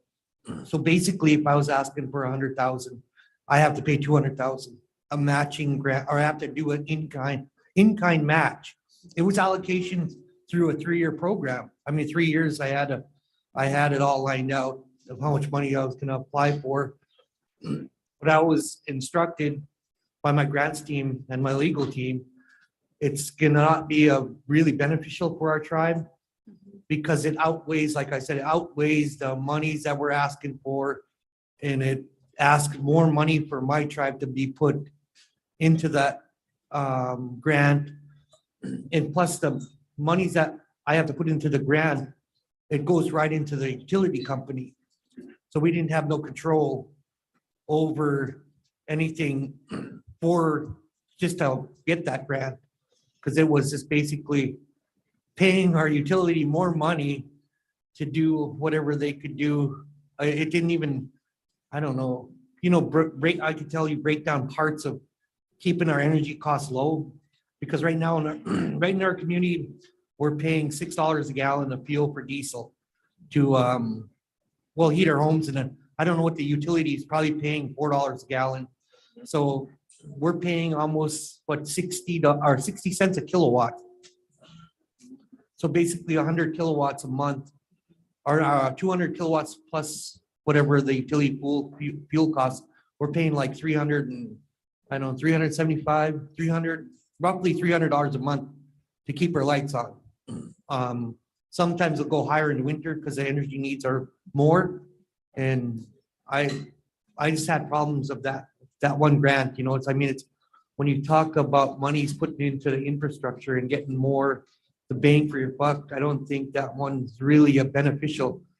I had to pull back and had to tell them my grants and the legal team, we can only spend so much on trying to get this X amount of dollars and then putting more money into it. It was just beneficial for my community. I was just wondering if you knew anything. Is that how the grant is being put out? That 1 or 110 or 1B? So that's exactly the comments we're getting and receiving. The grant or the grid deployment office is that it's not going to benefit the amount of resources that folks are putting in or needing to put in for cost share. And again, they're working on a lot of these comments, and I think happy to connect you. I'm not sure if you're talking to somebody at grid deployment office, but yeah. So, that's all I have. Unfortunately, many of the provisions that are in the bipartisan infrastructure law and the Inflation Reduction Act, was designed, they're all congressional design. It's with different restraint or kind of, they're designed in a way that I don't think they knew when it comes to tribes, how this would be. I think they were thinking it would be beneficial, but it's actually a lot more work for tribes, especially entities that don't have staff or resources to put in, an application. And this is formula money. And I think for me, I know that it's hearing a lot of these comments are disheartening because we want you to benefit. We want you to take advantage of this funding opportunity. And but would love to follow up on hopefully it doesn't go back to the government. Hopefully we can create a solution that can actually benefit your community. So And I would just add to that as well, Chief, that we've been really, again, I'd ask if Ed DeLamery is still in the room to raise his hand in the back. I would say TCC has kind of been at the forefront of the 40101D program because we were so hopeful that it was going to be this much needed investment in infrastructure. And over the 5-year life of the program for just Alaska, it's about $88 million that we would stand to benefit. Unfortunately, to date, or at least this was true 2 weeks ago, out of the 574 federally recognized tribes, there was only 20 who had applied to the program because some of the concerns you brought up. And over half of the 20 that applied were from the TCC region. So that represents, it's a challenging program. We have been, I would say, on the verge of disrespectful in our frustration to the good people at the 40101D office because it's been such a maddening experience trying to work with their legal team. But we have made sure that AFN and our leads over there are advocating, that we've been advocating through Murkowski's offices. Director Johns has been a great help, and we are trying to bring that exact message that you shared, Chief, to the Department of Energy. And I will just share my frustration, but it's not for lack of trying. Mr. Gittes? But I don't know who to direct this question to, but, you know, we're talking about a lot of money here. You know, has there ever been any discussion about possibly compacting these dollars similar to how we do BIA and Indian Health Services? That just seems to be a more economical approach to, you know, applying for these funds.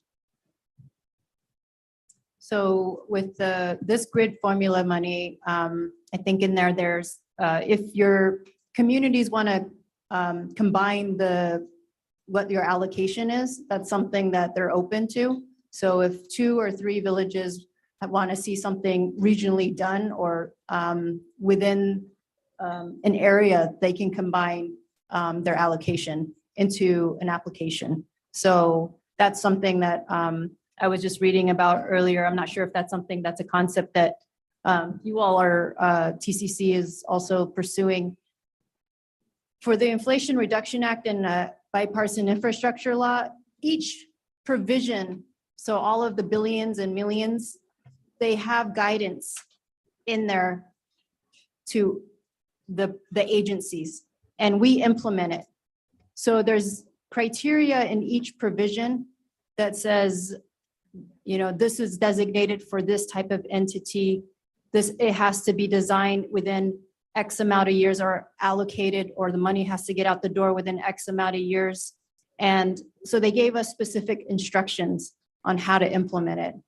And I think that's the problem here, is that we're implementing it. We're trying to implement it, but it's not aligning with folks on the ground that really need these resources. And that's what we're taking back. And that's why we're dealing with our legal counsel on how to interpret these provisions that weren't designed by our agencies. This is language that came through the law. And so that's the challenge that we're dealing with right now.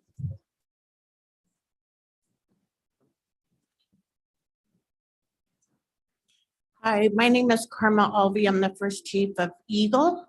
And I'm sorry, I apologize. I was talking to Tristan, trying to get my information to him, but on the 40101D, one thing that we ran into, and maybe you guys covered this already, but the cost match, we kind of understand that if we give that funding to AT&T, who's our local power company, it's 15%. But if we do it on our own, it's 115% cost match. And we didn't feel like that was really lifting up the tribe communities. That was more helping the power companies. And so I talked to Tristan, and maybe we can talk after and try to see how we can really put our comments across on that. That would be great. Thanks. All right, guys. And I think if that's it for questions, we're going to ask for a round of applause to our presenters who have traveled so far.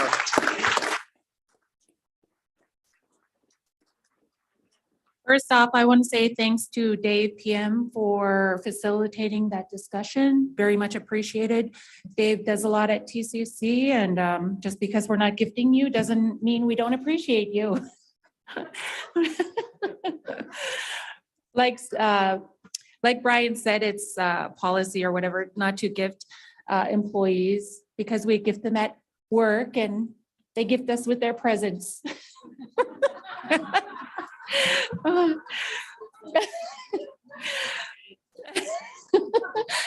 Let's give them a applause for appreciation. Thank you, Dave. So first off, I want to say thank you to Dave and the panelists that we had here. First, we're going to do the left side of me, which is your right. We're going to gift Sarah Obed, who's with Doyon Limited, a birch bark picture frame by Lena Ticket of Coba.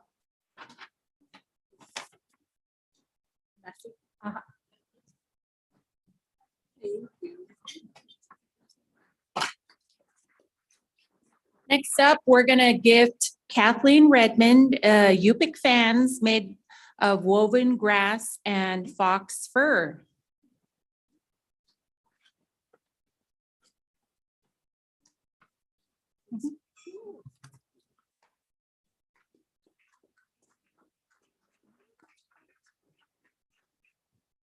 And finally, on the broadband side, we're going to give Melissa Kukesh a carved necklace.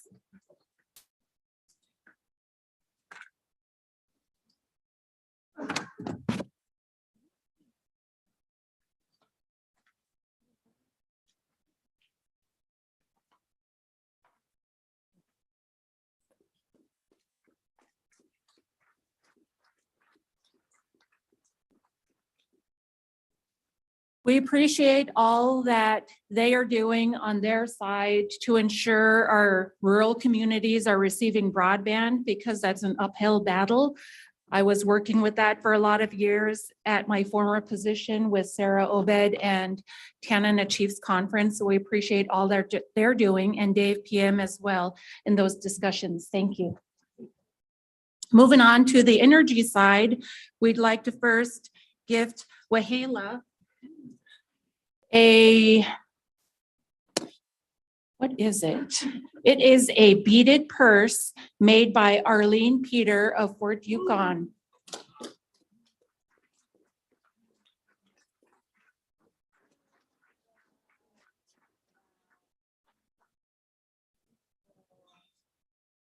And Wahala has always made time for Tanana Chiefs and our tribes whenever we're in DC, and she's made a couple trips up here to Alaska, so thank you. The next gift we have for Kevin is a gift of a medicine bag with quill work made by Corrine Evans of Fairbanks. Ooh.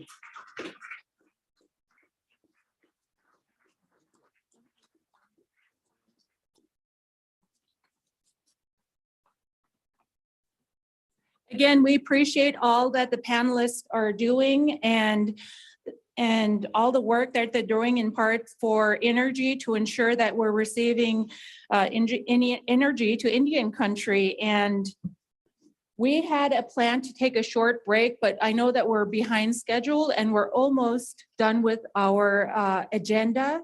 If you'd like, we can move on to Jacqueline Bergstrom. Yes? Okay. So we'll go ahead and thank our guests. Thank you.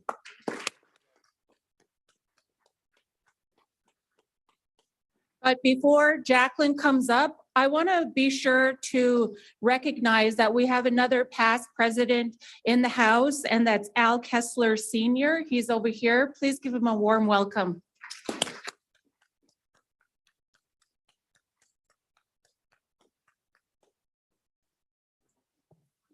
Please welcome Jacqueline Bergstrom and Brian Ridley. You wanna, oh, okay.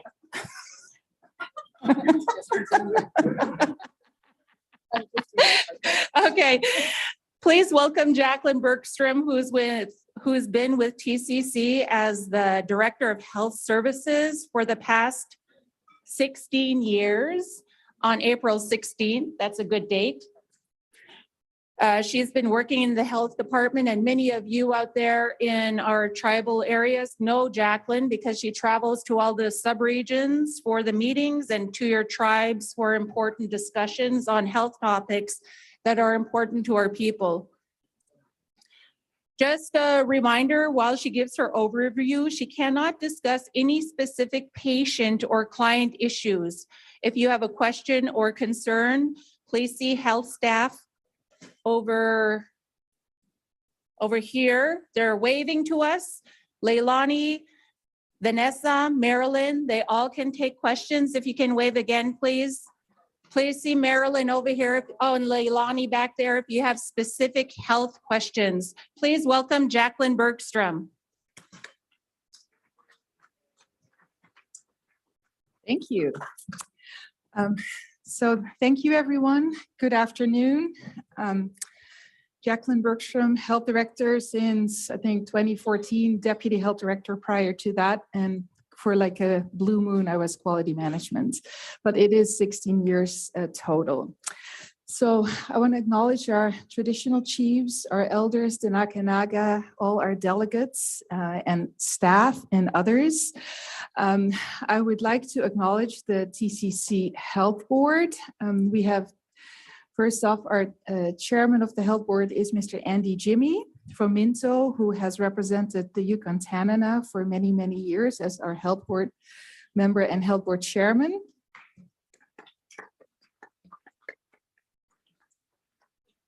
For the Upper Tanana, Sylvia Pitka, she's in the room.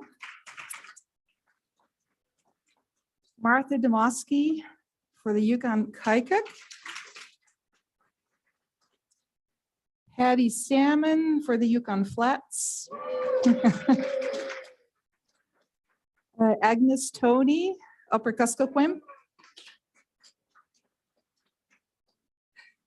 Jessica Black for FNA, is in the room. And last but not least, Victor Joseph for Tanana. And I think he might still be online. I also want to give a shout out and just recognize all the staff in health services who have done tremendous work over these last couple of years during the pandemic, have continued as the pandemic is winding down. As someone said earlier today, the pandemic is in the rearview mirror. I wish we were at that point. We're not quite there yet, but we're getting there. So shout out for all our health staff. And then in addition to Leilani and Marilyn for individual questions, I also want to acknowledge Lucy Frank, who is our patient advocate. She's standing in the back there. She is our patient advocate at Alaska Native Medical Center, and she is our one of our two liaisons down there. Right now, while Lucy's here, April Frank is down there still holding the fort. Where's my clicker? Here it is. And so what I'm going to do is today just give you a couple of slides with like an overview on some of the things that we have worked on over the last year, specifically some of the significant challenges that everyone in this room is very aware of. And then tomorrow afternoon, all afternoon is going to be dedicated to behavioral health and substance use and the challenges and what we're able to do there. And so we really want to discuss that with all of you. So I'll focus on basically the non-behavioral health pieces today.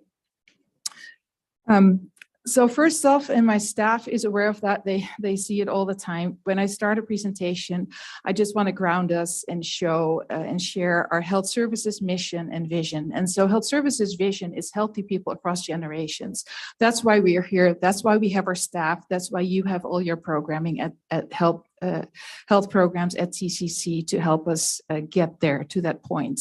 And then the mission, how we're trying to get to our mission, speaks about the partnerships with everyone we serve. That's you, that's our tribes, that's our tribal members, our patients, and our clients. And then for those of you who've been at the table for a while, are aware that in, I think it was 2017 or 2018 or so, TCC also adopted a guiding principle, Suitsen, wrong way.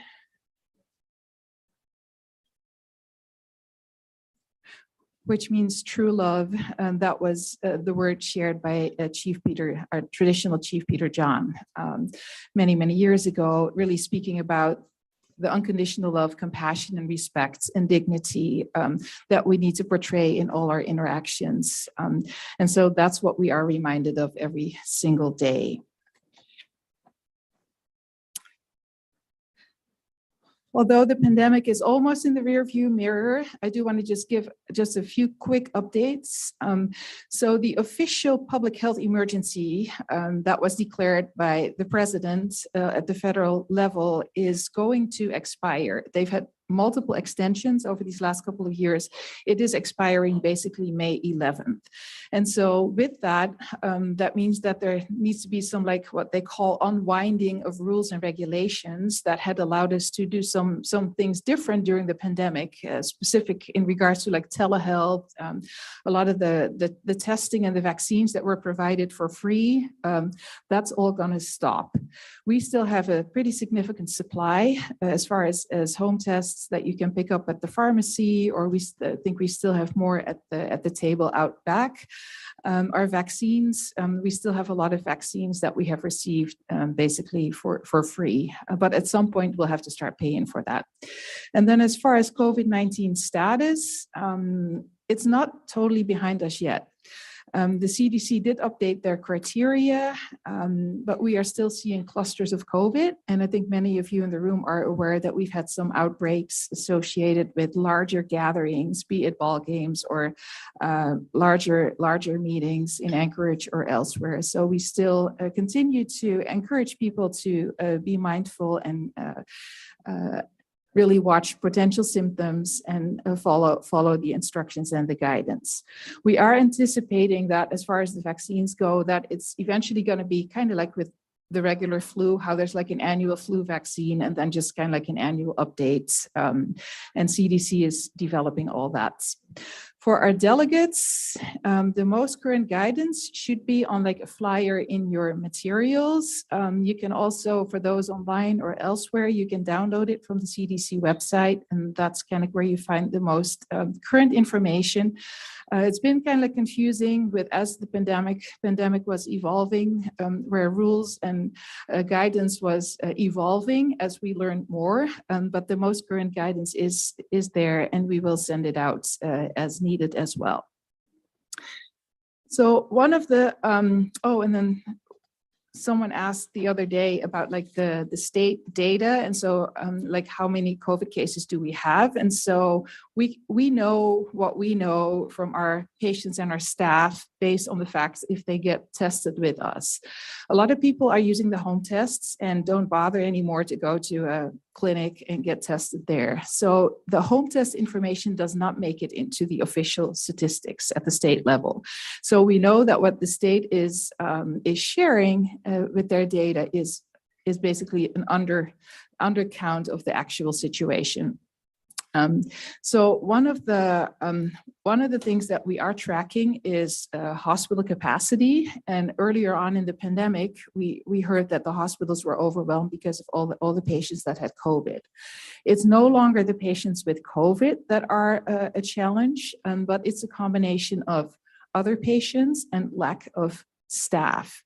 And so on a almost daily basis, at least 5 times a week, the state of Alaska updates what's called the hospital capacity. And I pulled this in and I realized it didn't change the dates. This was actually yesterday's dashboard. And so they show the hospital capacity, and it might be hard to see, but it shows the top 3 are Anchorage-based hospitals: Alaska Native Medical Center, Alaska Regional, and Providence. And this has been a pretty typical dashboard. So when it's yellow, it means that they're near capacity. When it's red, they're full. When it's green, they're open. For quite a while, the 2 columns that are green to the right were red because there was the emergency rooms were pretty full as well. So right now, what we're seeing is that there are some ICU beds. That's the second column over. There are some regular beds for adults.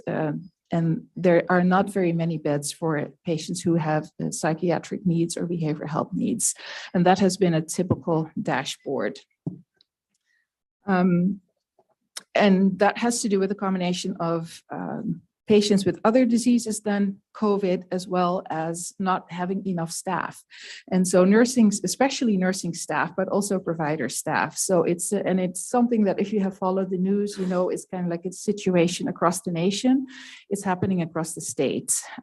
We've heard FMH has a sheer number of vacancies. ANMC has a number of vacancies, and they have to rely on like traveling nurses, locums providers, folks who are coming in and out, and we're all kind of like fishing in the same pond for nursing staff and providers. And so that is one of our most significant challenges. Another update that I do want to give is in regards to the water and sanitation. So during the special session back in November, we had Val Davison and several of her leadership here at the table, and we were speaking about water and sanitation needs and the significant challenges. And our delegation here, our leadership, they didn't hold back. Everyone was really honest about all their frustrations and their challenges, and Val took it. Since that time, we've had a number of follow-up meetings with them. They have added a number of new project managers, and so they have some new staff, and that has been helpful. As Chief Brian indicated, we've been to like, I don't know, 20 or so communities over the last couple of months. And in several communities, we were there at the same time as ANMC had staff on the ground. And some of those were their new project managers. And they were very responsive. And we heard in several of our communities that people were actually very happy with the fact that they were really talking with the homeowners, with the tribe, with the community members on the needs and what needed to happen. And they were providing a lot more information. I know that is not true for every single community, but there has definitely been progress made. They also have improved their communication to us about the status of all the projects. And so on a monthly basis, they send us like the list of all the communities in the TCC region and the updates on all the projects. And they have ensured us that they are sending that to the tribal offices as well. And I've heard that a lot of folks are receiving it. I've also heard that maybe not everyone gets that yet. So we will continue to discuss that with ANTHC. And then we have continued our advocacy both at the state and federal level in regards to water and sanitation needs. And Andy was in Juneau about a month ago, and we were walking the hill, and we were advocating in collaboration with the Alaska Native Health Board and others. And water and sanitation was one of our topics to make things easier, reduce all the regulatory barriers and all the reporting requirements that are potentially associated with all the new funding streams as well. Because yes, there's a ton of funding out there, but it's always like the devil's in the details.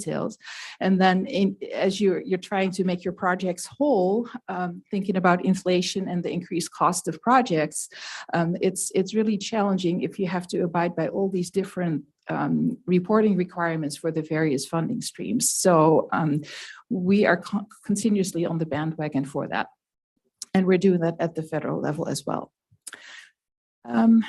Quickly about our expansion. So that was kind of like started just before the pandemic hit. So it's been maybe a little bit more of a challenge than what we had anticipated, but we're open. Last July, some of you were there when we had the official opening.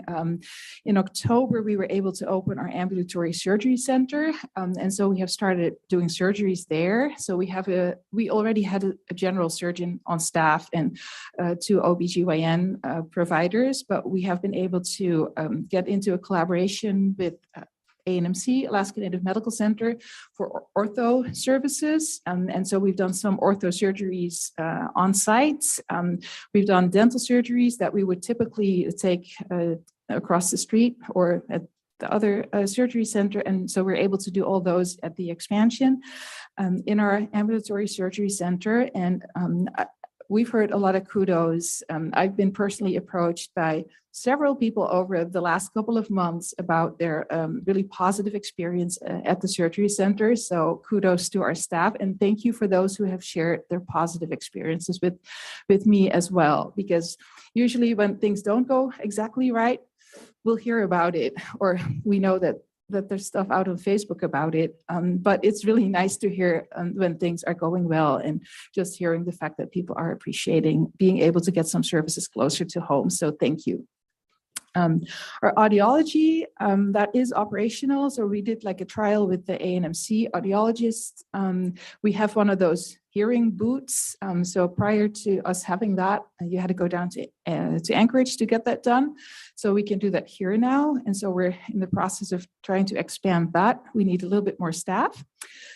Also ophthalmology, which is kind of like the eye surgery side of the house. We're still waiting on some equipment that was kind of caught up in the supply chain challenges, and we need some additional staff. And then our infusion and oncology services, we've started with non-chemo infusions.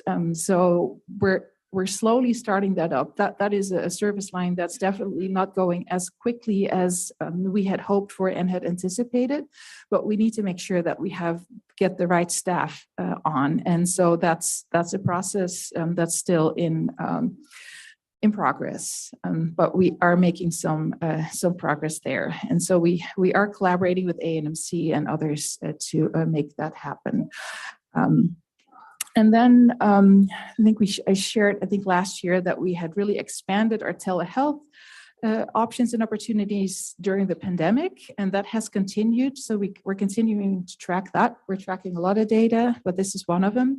And so it's, and this is all for like medical, so non-behavioral health related. So it's primary care for surgery, ortho, as well as PT, physical therapy. And so it's between about 15 and roughly 20% of all our visits are through telehealth.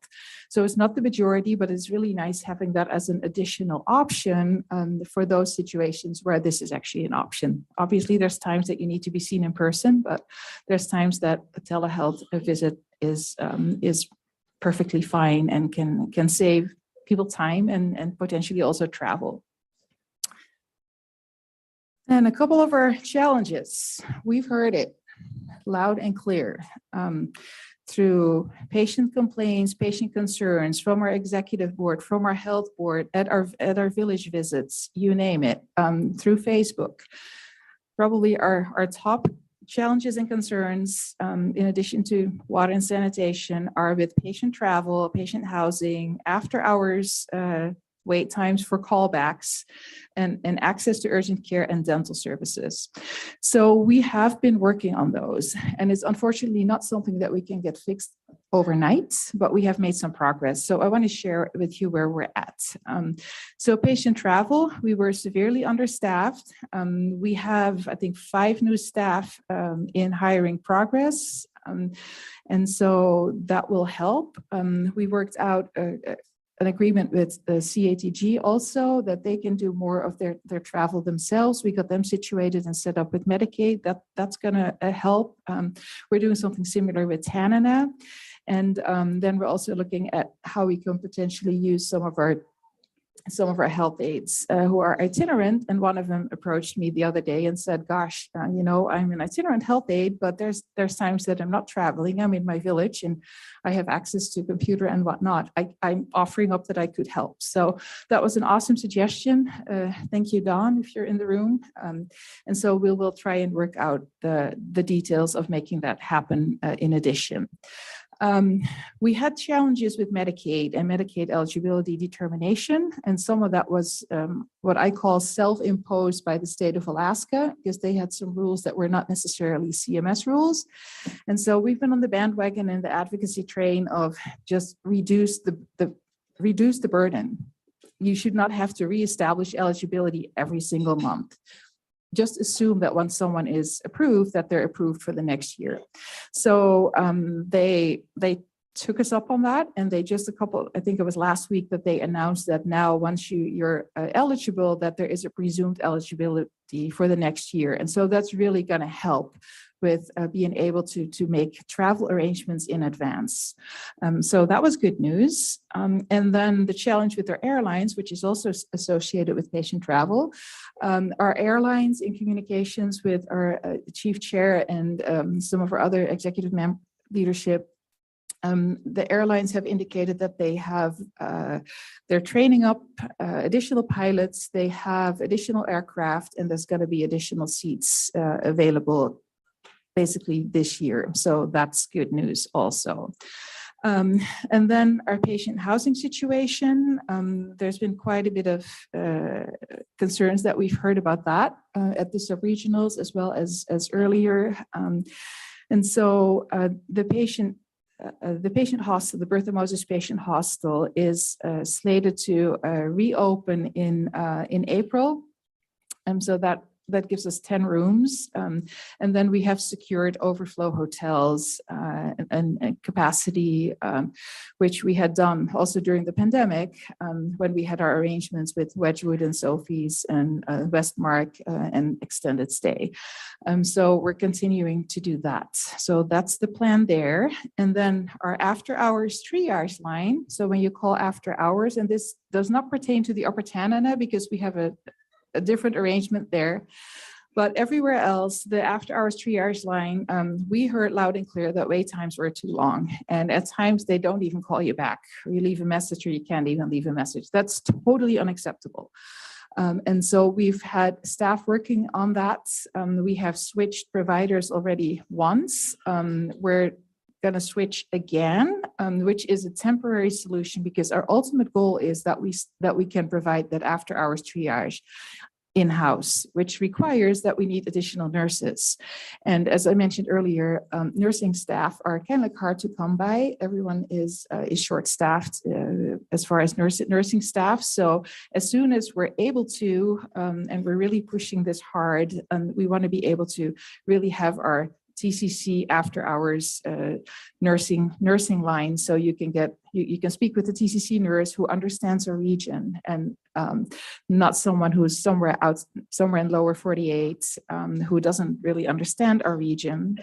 And you know, I got the question the other day, or someone suggested like, well, maybe as long as you have like out of state providers, you should give them some kind of orientation into the region and make them understand that you can't just drive to the emergency room where you're in Birch Creek.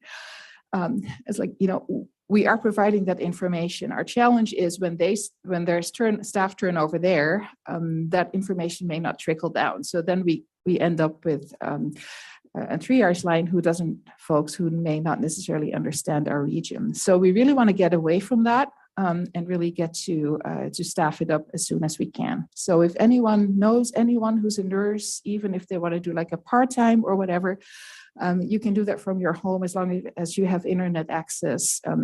We're happy to try and hire you for this purpose. And then our urgent care and dental access was another one of those challenges, which also had to do with staffing. We did try to figure out, like, are there ways within the process that we can make process improvements to open up appointments and availability of providers. And for urgent care, that started about a month ago with the pilot. And we've been able to get to like more same day access, and just tracking that data over the last month, we've seen like I think it was an average about a 17% increase in access and capacity in urgent care. So that's going the right direction. And then for dental, dental is, they're doing something similar with like dental zones. And so it's kind of like sad because we had, and you've all heard and you're aware, we had like wait lists for dental for a long time. And it was literally right before the pandemic hit that we were down to basically no wait list. And then the pandemic hit, dental services were on hold for like about 5 months totally. And then we had to try and figure out after that, how do we provide dental services in a safe manner? So we had to have different cleaning protocols, different ventilation, circulation protocols and whatnot, as well as the time in between patients, we needed to like let the room sit and all those things. So that really reduced our capacity, and that started increasing the wait list. That was very, very unfortunate. And then we ended up also being short-staffed over the pandemic, as in other programs. So we are still continuing our village visits. And then for those who are in town, which is kind of like where the wait times are, they started, dental started basically doing like a 3-zone approach. And so there is a zone 1, 2, and 3, and they really that kind of like replaces the walk-in clinic, and they really want to reduce the wait times and improve, obviously, patient satisfaction if you don't have to wait that long. And so they're increasing the number of appointments, and it helps if you call in before walking in, but they are experimenting with this, and so far I think we've heard some positive feedback from that. Then some other challenges that are impacting our patients, and some of those are with us and some of those are at ANMC. Some of you may have experienced like wait times for referrals, and that happens, that has to do with like some of the staffing challenges at ANMC. And Valerie Davidson has been pretty open about that, and so on a weekly basis they share what their capacity is and where their challenges are and what it is that they're doing to try and mitigate that. There are a couple of areas where they don't have capacity and they have new providers coming on like at the end, towards the end of this year. So cardiology, I think ENT, some others are really, really backed up. And so we're trying to figure out in collaboration with them, like, well, what is like, how do we mitigate some of these wait times for referrals? Because for some things, it might be okay if you have to wait a while, but for some things it's totally unacceptable. So how do we filter those, and what are we able to do maybe locally or through referral elsewhere, maybe even out of state, to try and mitigate that? So that is work in progress.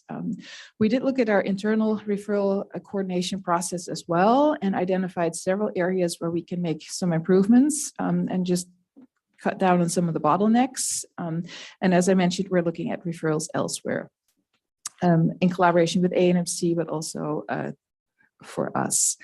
And then in our service expansion, so our goal was really to have some of our specialties providers like shared with ANMC, where we may not have like the volume of patients for like a full-time FTE, but maybe it's a half-time provider, or it's a 0.6 or whatever it is, and just having that provider staff shared. That's a concept that we still want to continue with. It's just trying to find the providers to do so, and that's a continued collaboration with ANMC.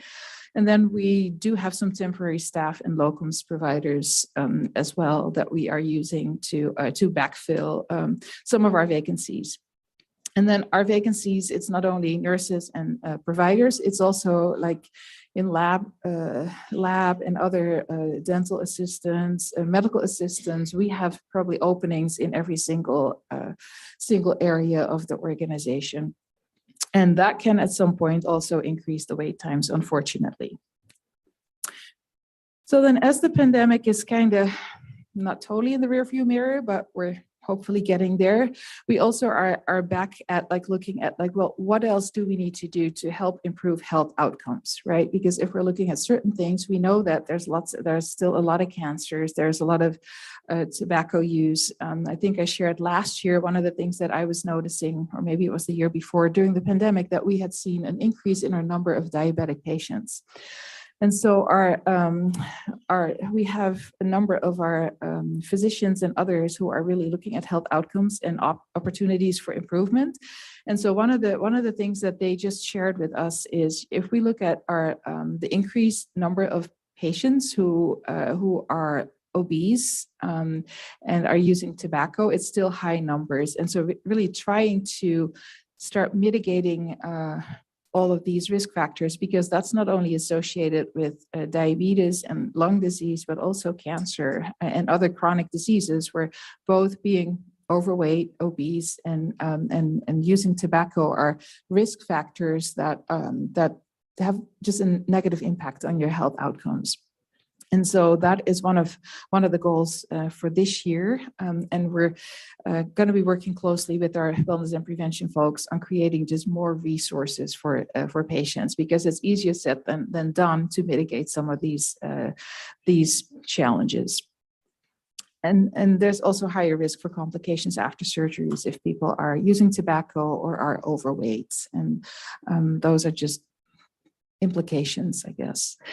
And then my last slide before we can go to questions. We did have our accreditation review about a month ago. So every 3 years, we go through a rigorous survey on our clinical. This is for all the clinical services. We have CARF for behavioral health services. So this was the AAAHC accreditation review a month ago. And so we had 3 surveyors here. So they looked at all our policies, procedures. They observed procedures. They went to, I think, 6 of our communities and looked at the local clinics, and asked lots of questions from our staff, also spoke with, I think, board members and others. And so they had a lot of positive feedback. We didn't really have any findings. There were like 2 minor suggestions. And when I actually read those, I was like, wow, you guys were digging deep to come up with that. It was literally an administrative box or 2 administrative boxes that we didn't check where we needed. We host a lot of students in pharmacy, in medical, dental, other areas. And so we have agreements with all these dental schools, medical schools, nursing schools, and others. And so we have all these agreements. And so we have all that information for those students. And there was like one thing that they wanted students to sign and acknowledge that they were aware of the fact that we actually have those agreements in place. It was like, okay, well, that's an easy fix. If that's all you can find, then we're in pretty good shape.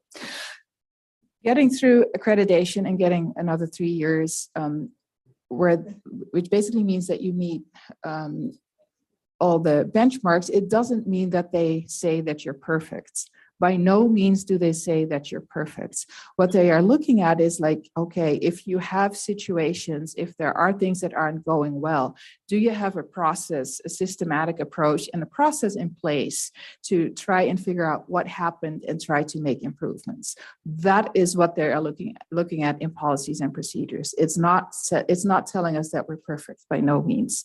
But I do want to give a shout out to all our staff who also worked on this, because that was it's a lot of work always to get ready for these accreditation surveys and making sure that the surveyors understand and that they have all the information that they want to look at.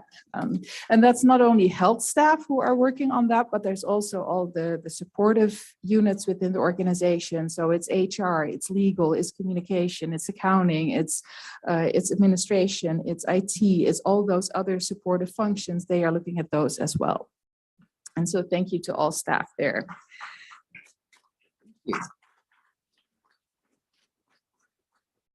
Okay.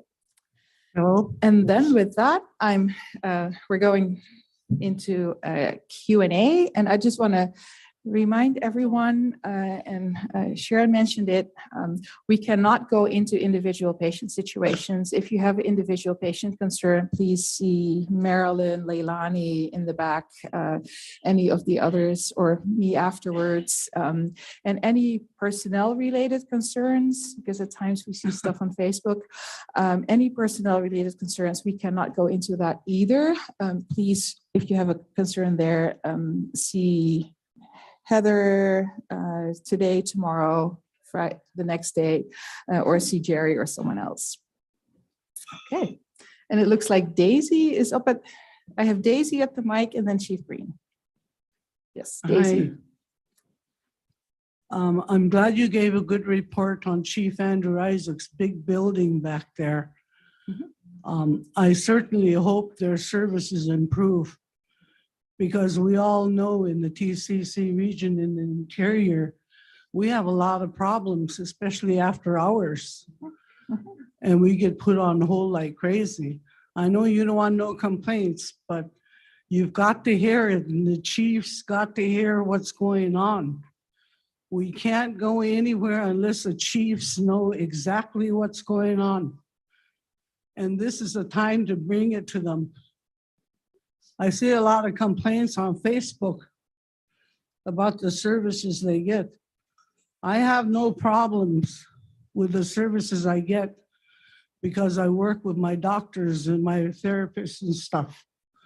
And I'm starting to get well.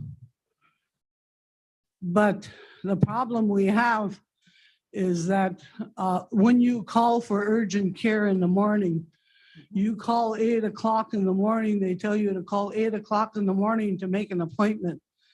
And the lady answers. She don't even say good morning. She just says, Chief Andrew Isaac, what would you like your schedule to be? And then you ask her if you can make an appointment with your doctor. And the next thing she says is, you have to tell me what you want to see the doctor for. Now, why do we have to answer to secretaries and receptionists that make schedules and tell them what's wrong with us so that they can tell the doctor what's wrong with us? That's not right. What happened to HIPAA?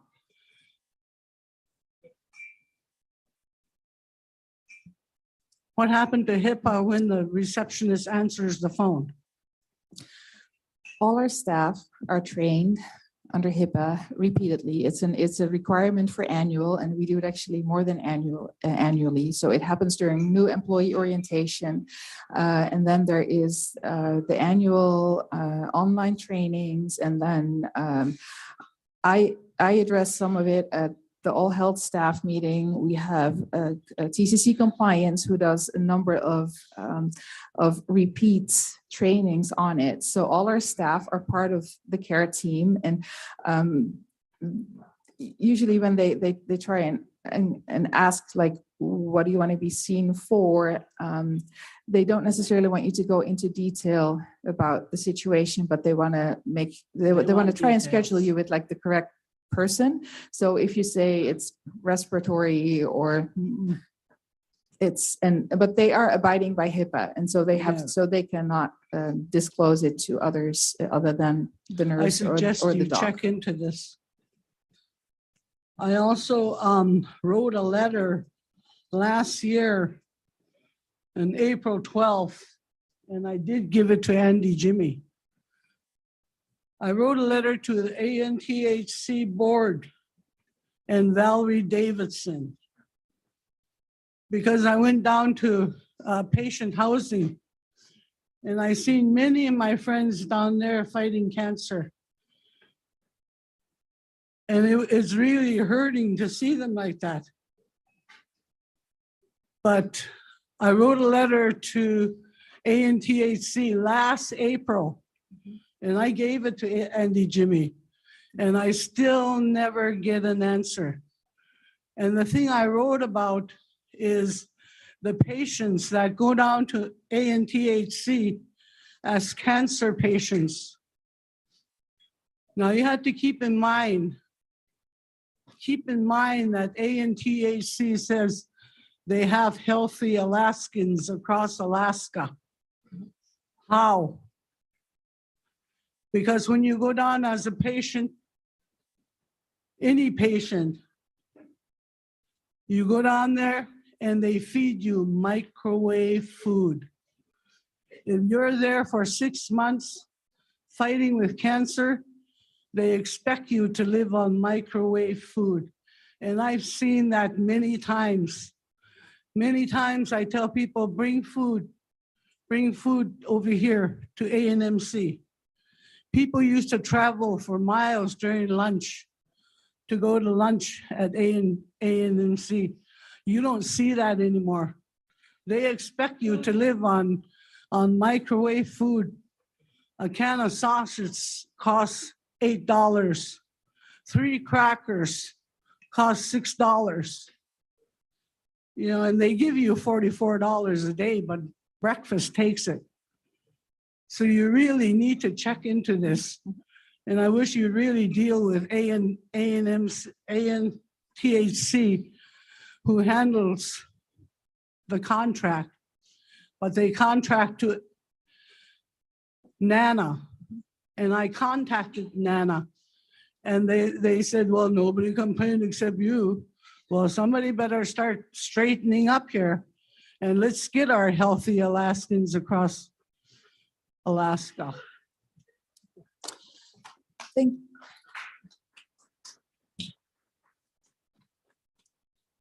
Thank you for those comments, Daisy. And you mentioned that during the sub-regionals, or maybe it was in the sidebar, so I heard about it. So I know that during the pandemic, ANMC, they had closed the cafeteria. We did get word that they have reopened, and so they are open again. I did check with Lucy, and we were talking about it, and about the prices being really steep, because you mentioned it, and she said, gosh, I had a kind of like a sticker shock when she got her lunch over there too. So we will bring that up with them as well, because it has to be affordable. But it's my understanding that they have reopened the whole cafeteria, and so their food selection should be a lot better than what it was.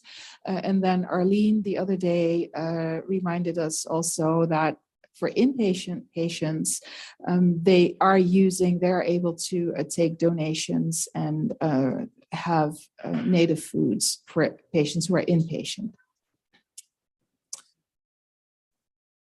And I have our chief check and then can I ask Andy, were you going to respond, or can we go to Josephine first? Yeah, my name is Andy Hume. I did deliver the letter, and I checked in a couple of months later. They did get the letter. There was 2 other letters pretty close to the same thing.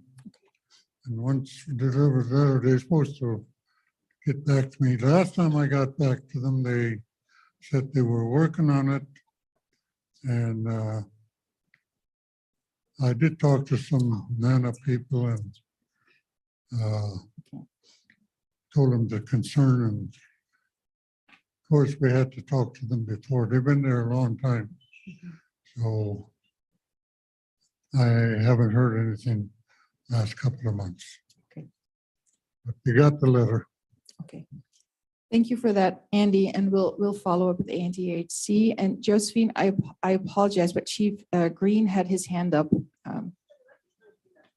Oh. Yeah, thank you, Okay. Jackie. I'd like to recognize Josephine Malamud, Loudon Tribal Council member. Thank you. Oh, there's supposed to be a slide on the side. It slides up, is what I'm being told. Check 1. Check 2, yes. I was just going to sing. Yes. That's all I came up for. Hi, I'm Josephine Mahmoud, originally from Galena. I live here in Fairbanks. I have a couple of issues with health services. I work for Chief Andrew Isaac Health for almost 20 years. I was a proud worker. I was proud to work for my people, proud to help them to get better health care. And the final 4 years, I ran the clinic. Thanks to Jerry Isaac. Is Jerry here? I want to recognize him. He did believe in our Native people that were qualified, that could take those positions to run those programs. And I think you have a lot of holes, and you can stand up here and tell people that we hear that every year, we're going to look into it. We're going to look into it. I filed a formal complaint with you 2 years ago, and it was about my 2 family members. My brother had end-stage cancer in his head and his lungs. And when I woke up one morning, he was crushing Excedrin pills. He was paralyzed on half of his face. He couldn't swallow. He was coughing. He was choking. What are you doing? He said, I have a headache, and he didn't want to ask. So I went to his appointment with him that day. His health summary was not current. His medications were not current, so I couldn't tell what he was on. That's a sub-regional clinic. And you as directors up here, you should be listening to all these concerns and addressing them with all these people. We nominate people to represent us in healthcare, on your e-board, on your village councils, to represent us, to be our voice when we cannot be. Your job when you hear issues, you should be answering those. I travel now and teach music throughout Alaska from K through 12th grade. I love what I do, but I go out there and I see what healthcare is like. Behavioral health is a big problem. You can sit up here and talk about doing Zoom, and you can sit up here and talk about what you're doing, but there's a big problem out there with mental illness, with suicide, with substance abuse, with people that are hurting, that are elders, that have cancer. And Every year I hear the same stuff and it's real, address it, or we are short staffed. You know, that's your job to do. Don't have a beautiful clinic and don't give me statistics up there where you are not dealing with those issues. My sister was another issue I brought to you. You never responded back to me, Jacqueline, when I made my complaint to you. She was cut off her chronic anxiety medicine without visit, without a telephone call, and that's a big problem. You just don't be based on what you think you can do and just cut people off. Those are big issues. I'm very adamant. I'm passionate with people. I'm passionate with health. You look around, there's a lot of people, you know, COVID did a lot of people. It isolated a lot of people, and people were hurting that had a lot of problems. And I do have good care, but I advocate for it. I advocate for myself when I go in for healthcare, and I'm happy. And if I don't get it, I'll go find someplace else to get healthcare. If I have to pay out of pocket, I will. But, you know, not answering back and give us, we'll deal with it, we'll get back with you. It's not a good answer. You should be coming back here saying, based on last year's issues, this is how we dealt with it. You know, I know, and I don't know if this is still the case, but every time we did our health budget every year, I don't know if this is true today, but 30% of our budget went to administration down in TCC. If you guys have any pull, what I would do is nominate and make a decision to pull health services away from main TCC so you can run your own entity, and you'll have the funding there to run good programs if you can. But when you deal under the umbrella of TCC, it really, sometimes it scatters your money, it scatters your care, and nobody gets back to you. But things are falling through the cracks. And I think you guys that are in leadership, that in those big, high paid positions should be addressing those and dealing with them and getting back with people. Don't not get back to people. You get letters, and nobody gets back. That's not okay. Don't stand up here and tell me all these good things and you're nominating this one for that one and doing this. You know, I am frustrated. That's why I'm up here. And it's out of frustration. So don't get me wrong. I think there's a lot of things that are good, but the things that are not good, on call, dealing with cancer patients. I had to pronounce my own brother-in-law dead this last winter because hospice couldn't get there. Me. You know, you guys contract with hospice. That's another one. Until contract health pays hospice care, you do not get services. Believe me, I've dealt with them 4 times in about 5 years. They will not even look at you. They were discharged out of the hospital with no place to go, no medications, no supplies, and no hospice because contract health was the issue with them. So be careful who you contract with to make sure that, and follow up and get those answers to those questions you hear. I'm going to look at my notes real quick to make sure. And thank you for listening. And well, that was it. I remembered all that. But anyway, I just want to thank you, and I would really encourage you representatives at your job here to listen to your people. Come back and demand a report. Come back and get them answers from those people you nominate to represent you. Because I come from healthcare, you know, and I look at people, I travel all over. I visit elders, I have kids I talk to. You know, there's big issues out there in the rural areas. And you can come up here and tell me all your statistics, but those things are still there and they're not dealt with. Talking on a telephone or on a Zoom call does not fix the problem. I can't sit there and talk about my most intimate issues to the TV or on the telephone. You know, EHR was started when I was working for the clinic. The big plan was we're gonna combine all these. You don't even have to go into this program, that program. You're gonna be connected to ANMC, to the VA. You're gonna be connected to local clinics here in town. You still have not come clean with that. That still is not addressed. You know, EHR, you know, I hate going into a clinic when you're looking at you're typing, no attention is being paid to you when you go into a clinic. There's a lot but EHR didn't solve that problem. I'll tell you, I see it. And I know those issues from when I work for them. And then now that I'm outside. But anyway, thank you. I'm sorry if I took too long. Thank you.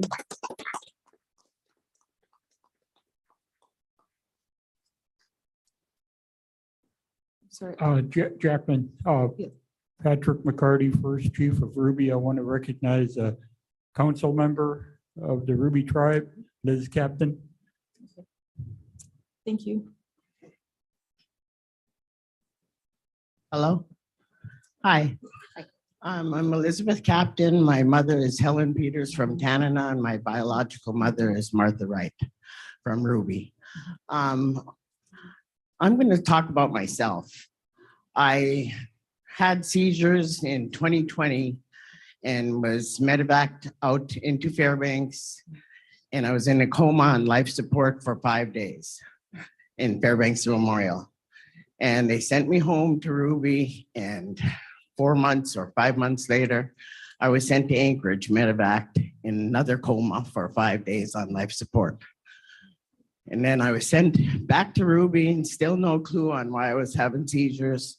I was sent to same doctor in Anchorage, and he said, maybe we could send you to Seattle.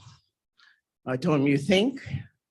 They sent me to Seattle. They put 27 electrodes on my head, and he told me I had a rare form of epilepsy. And I said, at 56? And he said, you wouldn't believe how many people that happens to. And so he said, there's 6 doctors on the floor. When your husband comes back, we're going to discuss what we're going to do. And 5 doctors wanted to put in a new pacemaker for my brain, and the 6th doctor wanted to put in or do brain surgery. And so I have a pacemaker for my brain. But long story short, I haven't had a seizure in 14 months. My daughter is a health aide. She's an itinerant health aide. She was in Ruby, and the second time that I had seizures, the doctors told her, film her. She had to film me, and I had broke 6 teeth and almost cracked my jaw in half.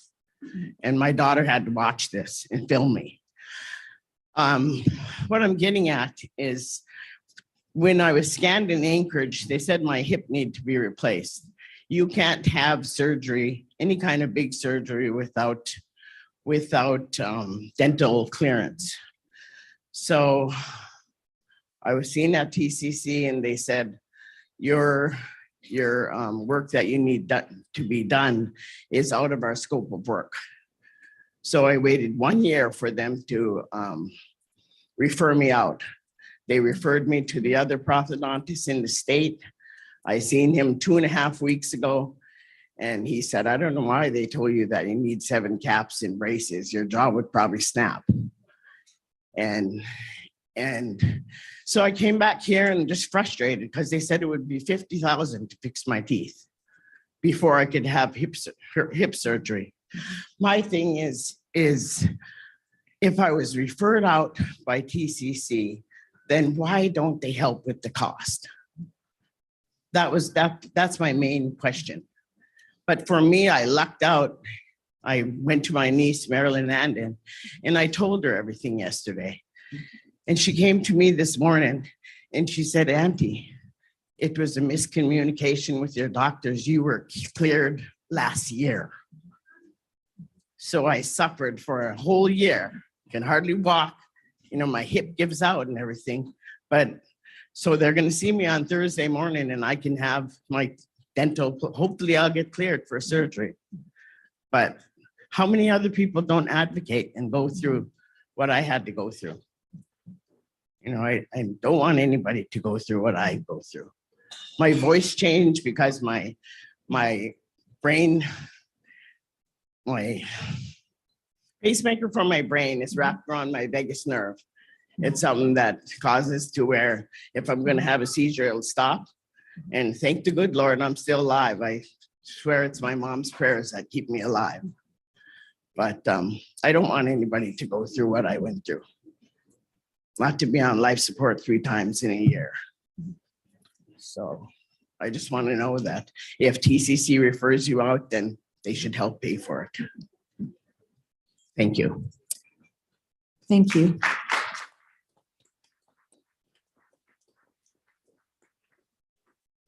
And so to the part of the question, like if we refer out, do we pay for it? Unless there's like Medicaid, Medicare, private insurance, there are some rules around purchase and referred care. And so certain things are not paid through them, but a lot of things are. So it's kind of like a case by case basis.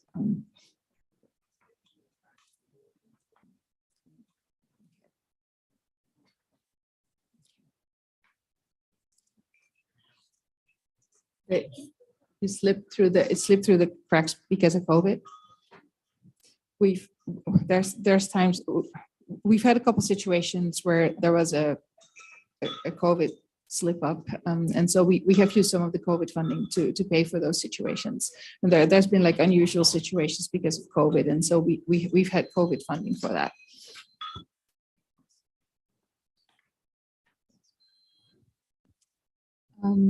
Let's see. Janet Woods. Janet Woods, yes. Tribal member of Rampart. I don't see my delegation here from Manly or Rampart, so I was hoping I would be able to speak.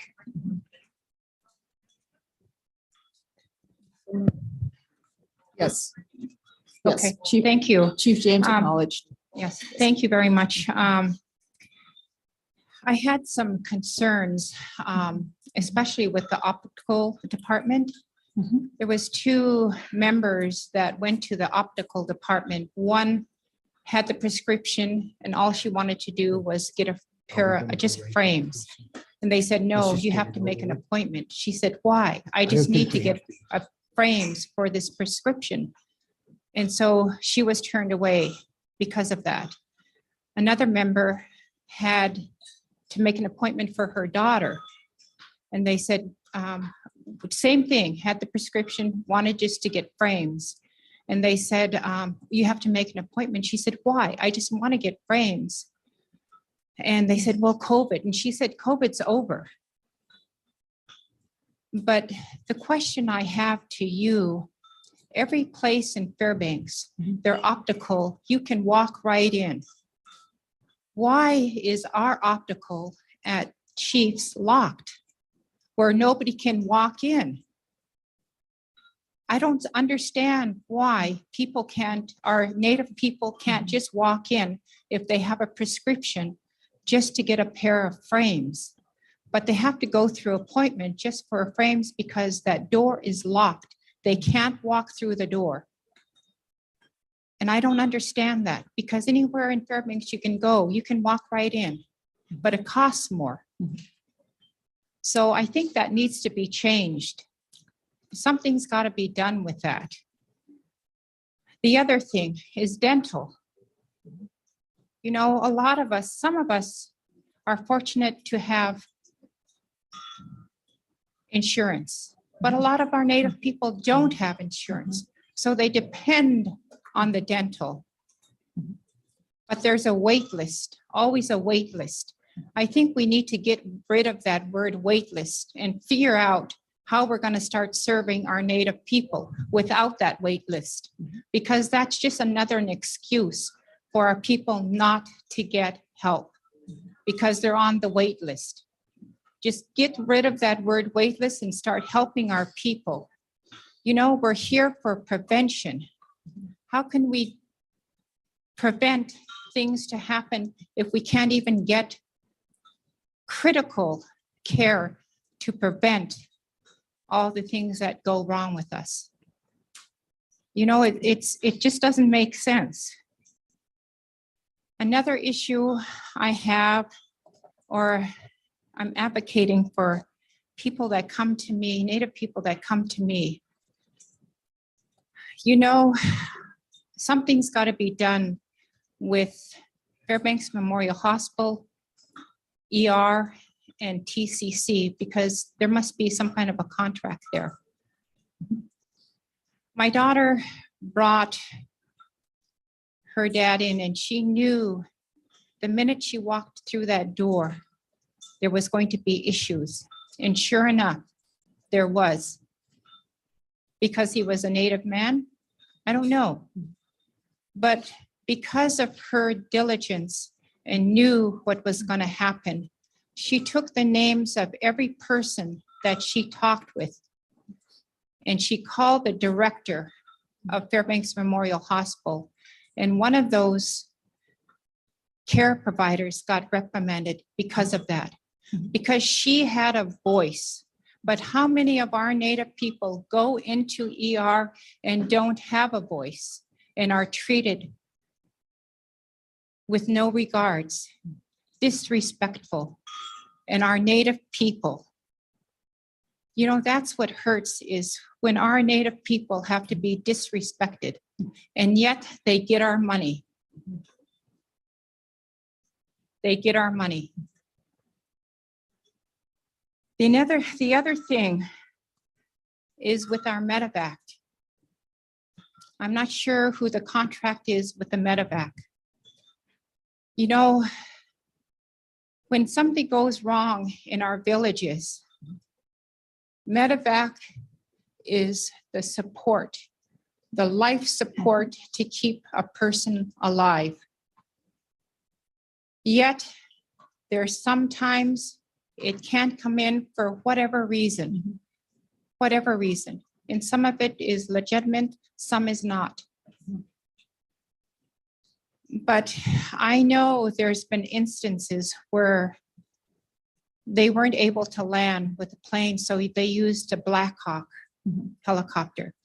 So why did somebody have to die and not have the Black Hawk or some other way to get this patient out? How many of our people have to die in order to make changes with our health care? Because it's not happening. And you know, a director was so happy with this big, beautiful building. And I said, yeah, it's a big, beautiful building. So hopefully this service is going to be just as beautiful as this big, beautiful building, but it hasn't. Expand out of control. Expanded too fast with no control.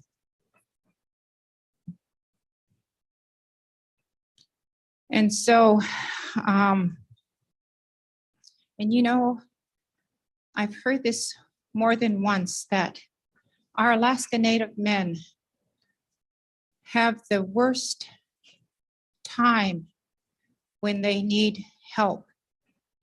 Maybe because they don't speak up for themselves.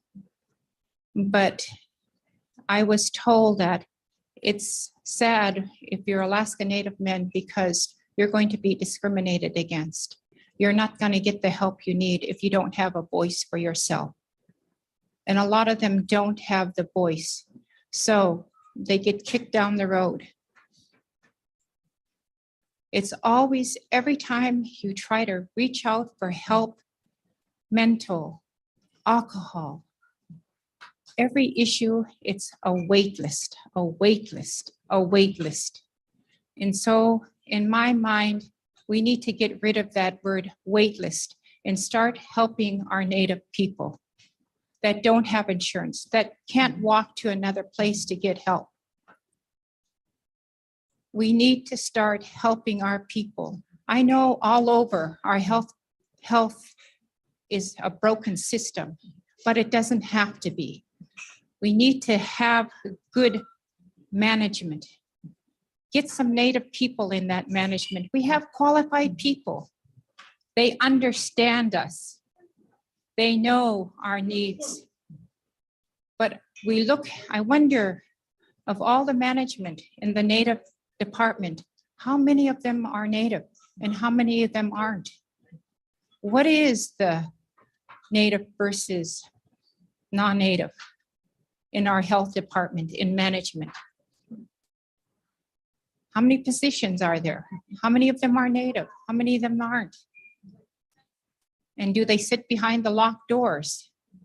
Is that why the optical department is locked up? Because they sit back there? I don't know, but I think that's got to change. But thank you very much for giving me the time and for people recognizing me. Anabasi. Thank you.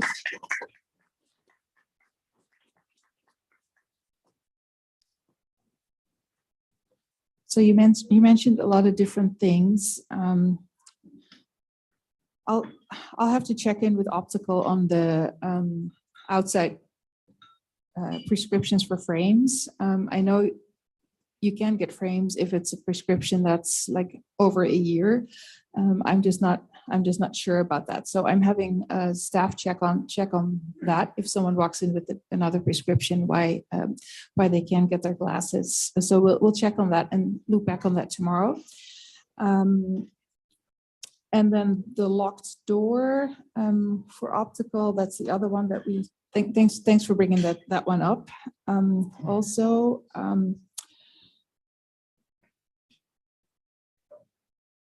the disrespect at FMH, an emergency room, is something that we have heard off and on over the years, and we have addressed it a sheer number of times, and we're hearing it again. And so we're working with them on getting that resolved again, because that should not be the case. I totally agree with you on that. Medevacs in general, there's two medevac companies in the state. It's basically LifeMed and Guardian are the ones that are covering the whole state. And then in the Upper Tanana, there's the 40 Mile Air. And then so it gets called in if there's a need for a medevac. It gets called in. If they can't fly for whatever reason, if they don't have a plane available at that point, it rolls over to the other one. If there's reasons that they can't get in because of weather or other situations, then it rolls to the military to see if there is support from the military with the Black Hawks. But that is like a couple of steps in there. And then our native non-native ratio, I know there is a sheer number of native staff, both in our staff level as well as among our managers and directors. And so one of the initiatives and one of the things that we've been working on is also trying to get more Native leadership across the organization and train folks up to take the reins. So those have been initiatives, and so we have a sheer number. I don't have the exact percentage, but I'm sure we can get that through HR. And then wait list is not. It's not an excuse, but it's a reality, and we have a sheer number of vacancies. If we can find more staff, if we can fill our vacancies, that's going to help reduce, and that's going to increase access to services. And that has been a challenge. It was a challenge before the pandemic, but it has been compounded. So that's, unfortunately, I don't have the magic wand. I wish I did. But we're working collaboratively with Amber and some of her programs in the TCC Go and trying to get kids interested in healthcare. There's opportunities for dental assistants, medical assistants that we're helping train up in others to get them interested in healthcare and start helping us fill those positions. So it's like a multi-tiered approach. I only have one question. What is hostel care? Sorry, hospice care? Yeah, Okay. yes. I'll get to you, Cora, just a second. Hospice care is care that is provided kind of like towards the end of life. So if there's a hospice care it's run under Fairbanks Memorial Hospital for people in Fairbanks, and I think it's within within like a 30-minute radius. I think it's for here and North Pole. And so they have staff who will come in towards the end of life and check on people and provide some additional support to the family. So it's not 24/7 care. And who makes that decision? For hospice care? Yes. I think that usually happens in collaboration with the patient family members and the providers. And so we have some of our providers, and I think a lot of times it gets initiated when someone ends up in the hospital with a significant situation and a severe illness, and then it might get initiated there. But we have some of our case manager, our nursing staff, as well as one of our providers who has spearheaded some of that, like end of life care as well. And so usually they have like a care conference with the patient and family members on trying to discuss like what might be needed towards the end of life. And Our staff also have, and we presented on that a sheer number of years ago, I think 6, 7 years ago, there is for village-based patients who want to get back home towards the end of life, there is that level of support in support of the family members. And so they have created this, it's a box with a lot of the supplies that are needed towards the end.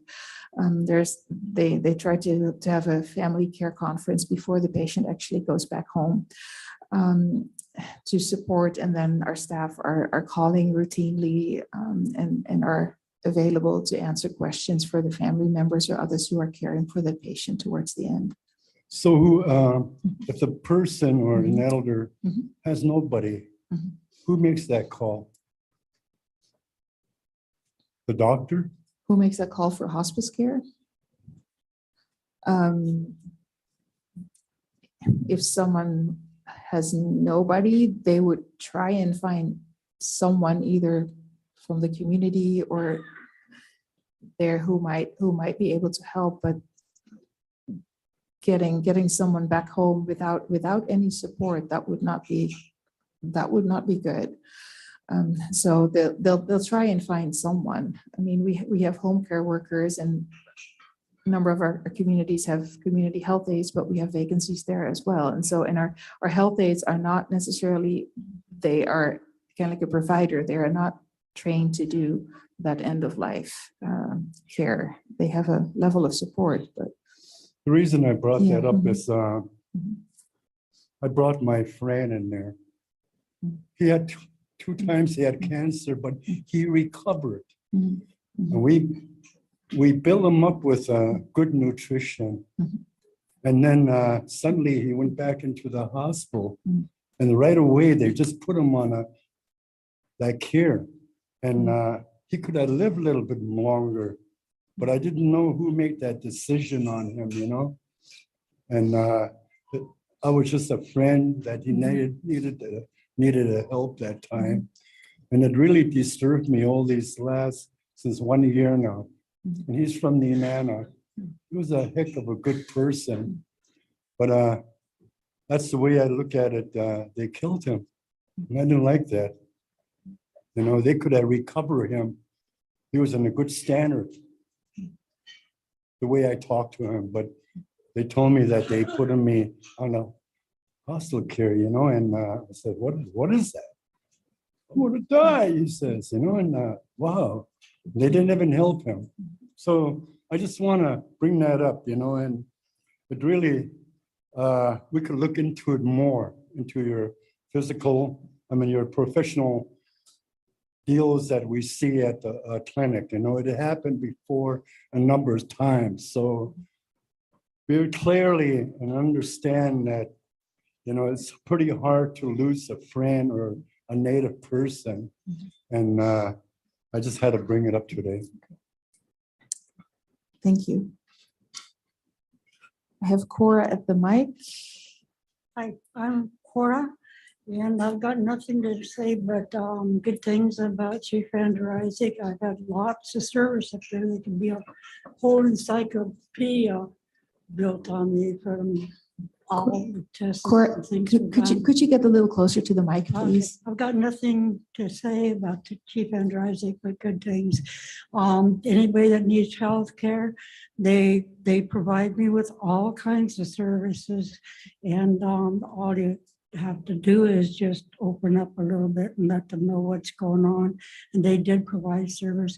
Even whenever was a walk-in or something like that, and my people were at another building and they were moving, they found time for me to take care of my immediate needs.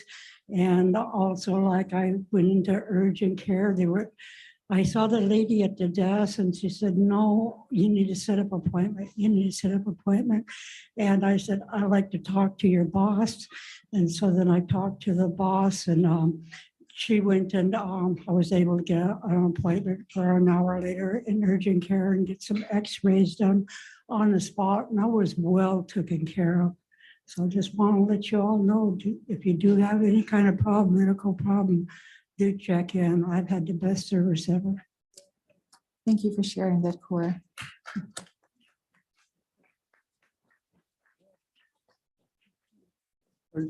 Oh, Chief Leo. Yeah, I'd like to recognize Fraser Demoski from Tribal Chief Tribal Member. Good evening or good afternoon, delegates, chiefs, and elders. My name is Euphrasia Dayton Demoski, and I'm from Koyukuk. But I'm up here to speak on behalf of my son-in-law, I guess I can say, Patrick Captain. He had a incident last year, I'll say. It was a leg infection. He went to Chief Andrew for that, for his leg, and they sent him home. You know, they told him what they always tell other people, you know, elevate it and watch it. Well, this happened on a Friday, and over the weekend it got worse. So he went to back to Chief Andrew that following Monday, and they sent him over to the FMH. Well, he was over there for 1 whole week, and that his leg kept getting worse and worse, and he was in very severe pain, and they couldn't figure out what was wrong with him. His leg was swelling up, getting red, and he suffered. He said, I talked with him at one time, and he told me only, you know, maybe half hour to an hour out of a day, he was pain-free. The rest was, he was in pain, severe pain, where, you know, he couldn't stand it. And some of those nurses over there, you know, he couldn't stand it. So, you know, he got so upset with them. He told them, you know, to leave. If you don't know what's wrong with me, leave. Every day the doctor came, see him, they couldn't figure it out. And, you know, I didn't know about this until halfway, you know, the week was halfway over. My daughter called me and told me, and she was, you know, she was in tears. I told her, Justina, you got to be tough, and you got to go over there and you got to talk for him. She couldn't do it. Thankfully, he had a strong family. His brother Peter Jr. and his sister Nadine, you know, he even told that doctor over at FMH, how long you been here? And he said, I've been here for 25 years. And he said, you've been here for 25 years and you still can't figure out what's wrong with me? You know, what kind of doctor are you? You know, he just flat out told him because he was suffering so much. And finally, you know, at the end of that week, his family had a meeting with FMH, the doctors, and that doctor didn't even show up for that meeting. There was another young guy that was a nurse, I think, or he was, you know, he was there, he was trying to help him, but he didn't have no help, you know, trying to figure out what was wrong with his leg. He could have lost his leg. And my concern is, you know, when you send your patients over to FMH, please check on them. You know, it's not like a long time ago, you know, when they had the clinic over, you know, where it used to be, they used to go over there and they used to check on the patient, you know, go in there and say, how you're doing, you know, has a doctor come in and see you? No, they didn't do that. Thankfully, they listened to the family that was talking for him, and they sent him to down to Anchorage. he couldn't go out, he couldn't leave there because if he left there on his own, he would have been stuck with a big bell, you know, they finally talked to FMH and they finally got them to send him down to Anchorage. Soon as he got to Anchorage, they did emergency surgery. You know, what kind of, I think your staff or all the health staffs, they need to go to some kind of training for infection, you know, because it wasn't only him, there was 2 other Native patients that was in the hospital on the same floor with some kind of infection. You know, they need to be more trained on this, you know, instead of having our people suffer because they don't know what's wrong with them.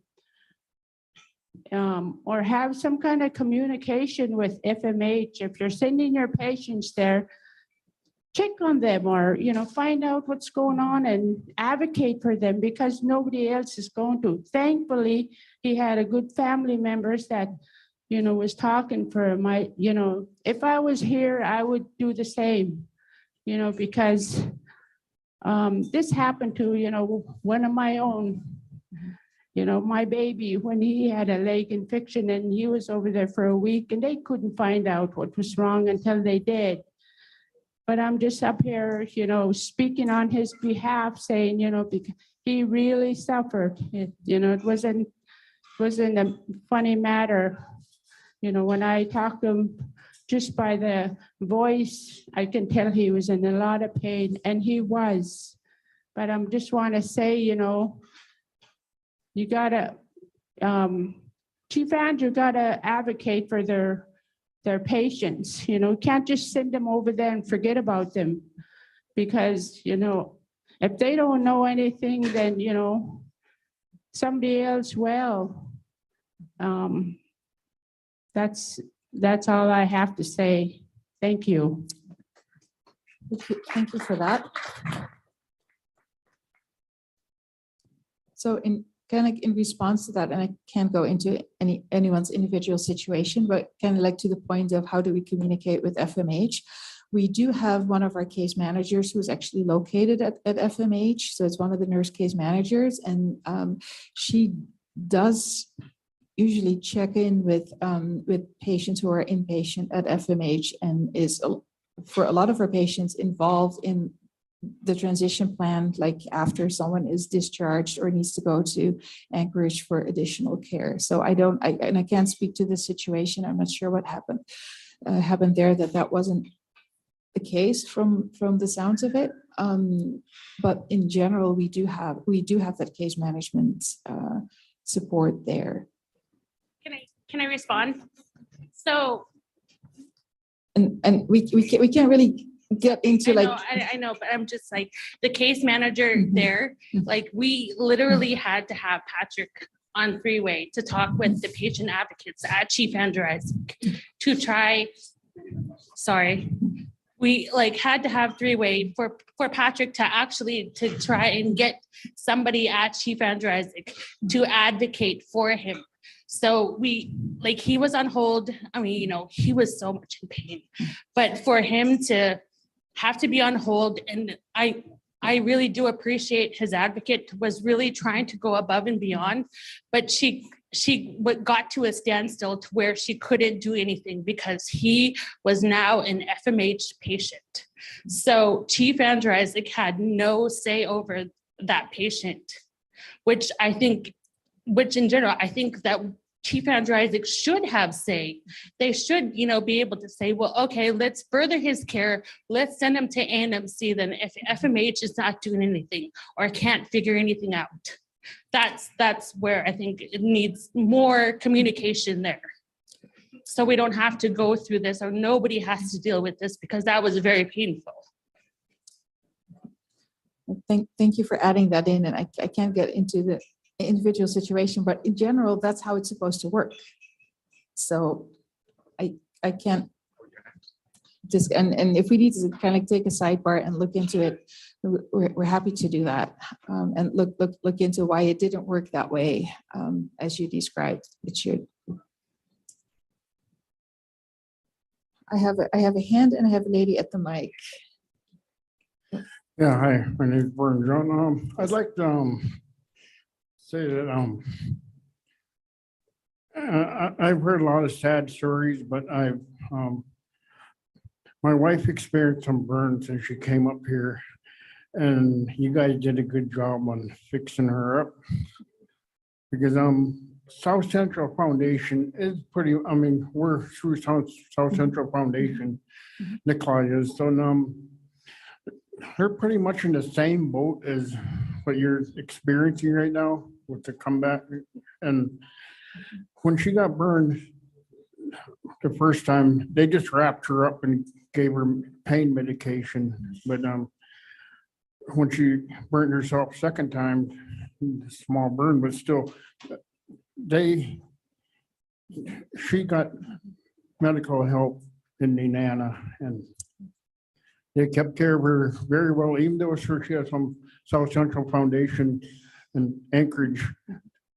I mean, the hospital up here helped her a lot, and they gave her the medication so it heal up quicker and painkillers. So there's these problems all over the place. It's just not over in the Fairbanks. It happens in South Central Foundation and Anchorage too, because I have some friends in Nikolai that are feeling pain right now because South Central Foundation, we're supposed to see them, but they didn't.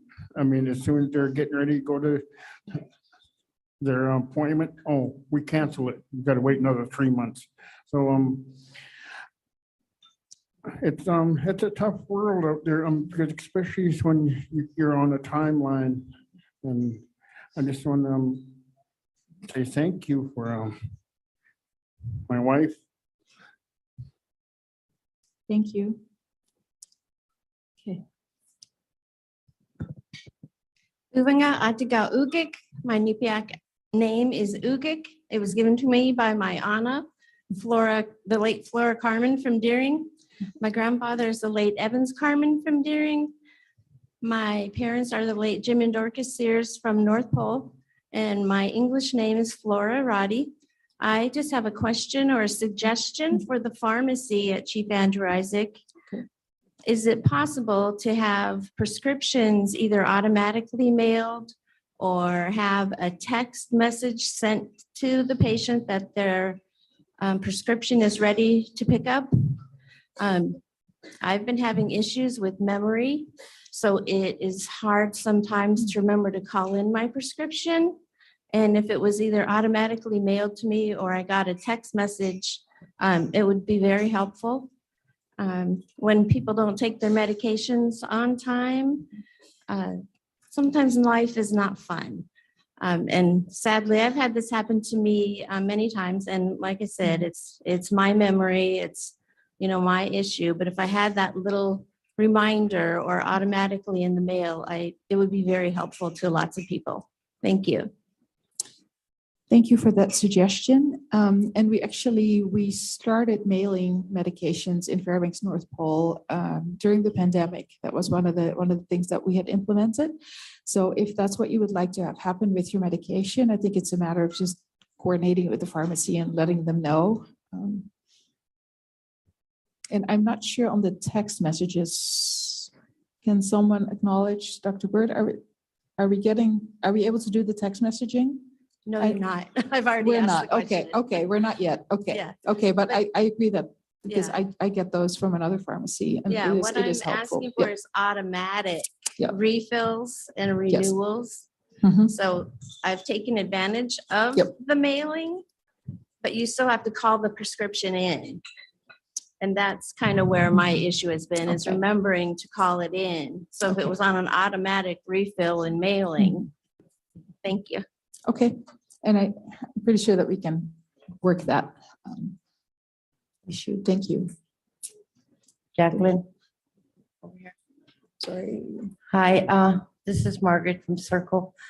There's you at? one issue that I wanted to bring up, is that when an elder is being over. medevaced or from the village to here, There always never an escort. If there's an escort that comes in with the elder, the escort has to pay their own way back. And that's the same thing when they're medevac to Anchorage, is the same thing. A lot of people get stuck down in Anchorage. That's one issue about medevac. That's all I want to bring up. Thank you. Thank you for bringing that up, and I think we need to clear that up. Thank you. Yes.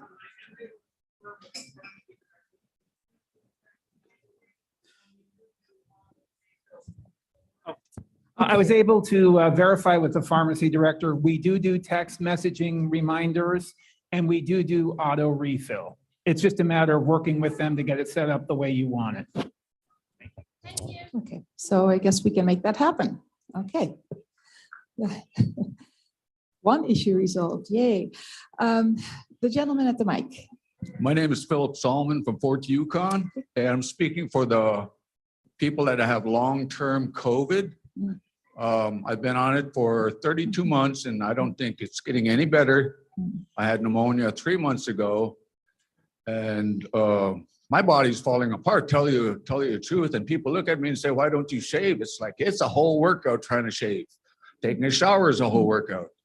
So I'm glad I'm alive right now. I'm surprised, only to God that I am alive, and he showed himself to me through this trying time. I know there's a lot of people that's probably got long-term COVID, and my eyes changed, my lungs are no good, my heart is no good, everything else, lots of stuff. And I can't even keep up to see the doctors. There's one thing, another thing, it's like, I can't keep up to it. And A&MC, when I go down there, I can see that department, that department, that department, and go to dental all in one day. There's hardly no waiting list. And I hope you guys would shoot towards that in Fairbanks. But I don't know, COVID is not over, and COVID is real. I had 2 good jobs when I got COVID, and now I got nothing. So you guys don't pretend it's going to go away. It's after you, just to let you know. Thank you for sharing that. And I think as time goes on, we'll find out more about the long-term COVID and its implications, because it's a whole gamut of things that are impacting some of our patients and people across the nation and the world. Okay. Okay. Do we have, I'm not seeing any hands raised. Oh, there's one more. And then just as a reminder, all afternoon tomorrow afternoon is mental health and substance use. Okay. Hi, Jacqueline. My name is Destiny Demoski-Tritt. Can I take this off? I think you can. Yes, it should work. Yes. So I just wanted to express my concern. Last year, I was misdiagnosed for 2 years. I went to Chief Andrew Isaac plenty of times to express my concerns of having pain. I mentioned that I had gallstones, and they sent me away with a prescription for ranitidine. He told me that I had acid reflux. Later that night, I was in the ER. I was having severe pain in my chest, and I felt like I was gonna die. And ever since then, I was in and out of the ER plenty of nights. Chief Andrew Isaac wouldn't do anything for me. They told me that I was gonna go into an emergency surgery when I went to FMH, and then I had to come back the next day. They told me that I have to wait another week. After that, I was in and out of the ER. I had my surgery in February 2022. And then I got sent to Anchorage because I had complications with my surgery, and I was still in severe pain while being in Anchorage.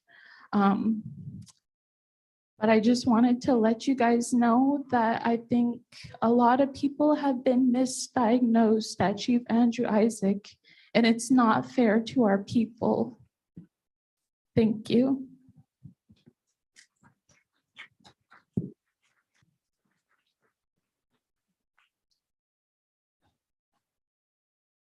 So I can't, I'm sorry you had to go through that.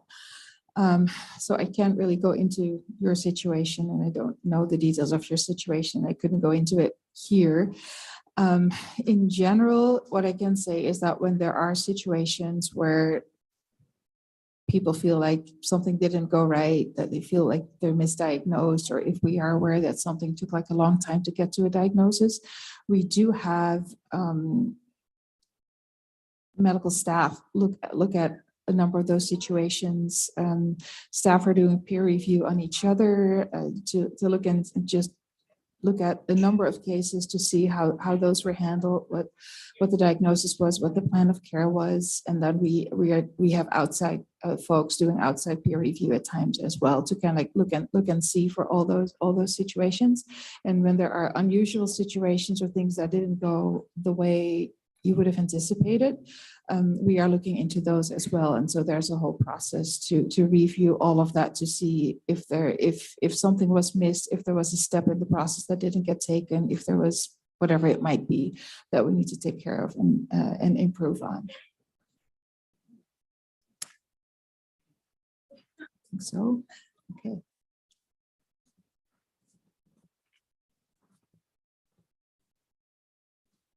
Thank you, Jacqueline. I didn't bring my phone. Oh.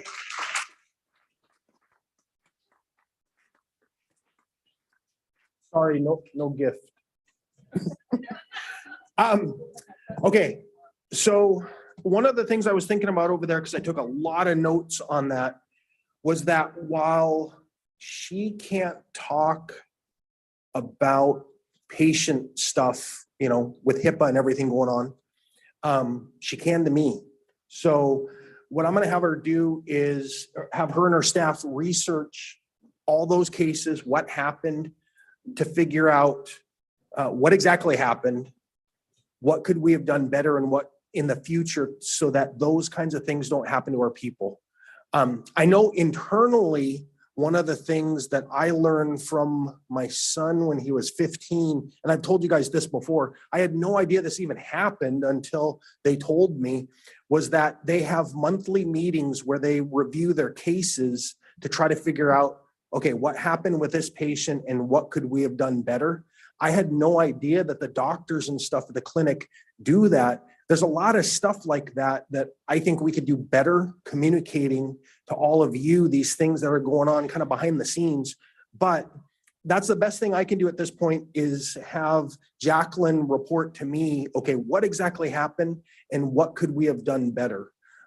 Because I shared that story before, when my 15-year-old, like normally a 60-year-old that smokes and stuff can get blood clots on their lung, but my kid was 15, and at first they thought he had pneumonia, and then they thought something else.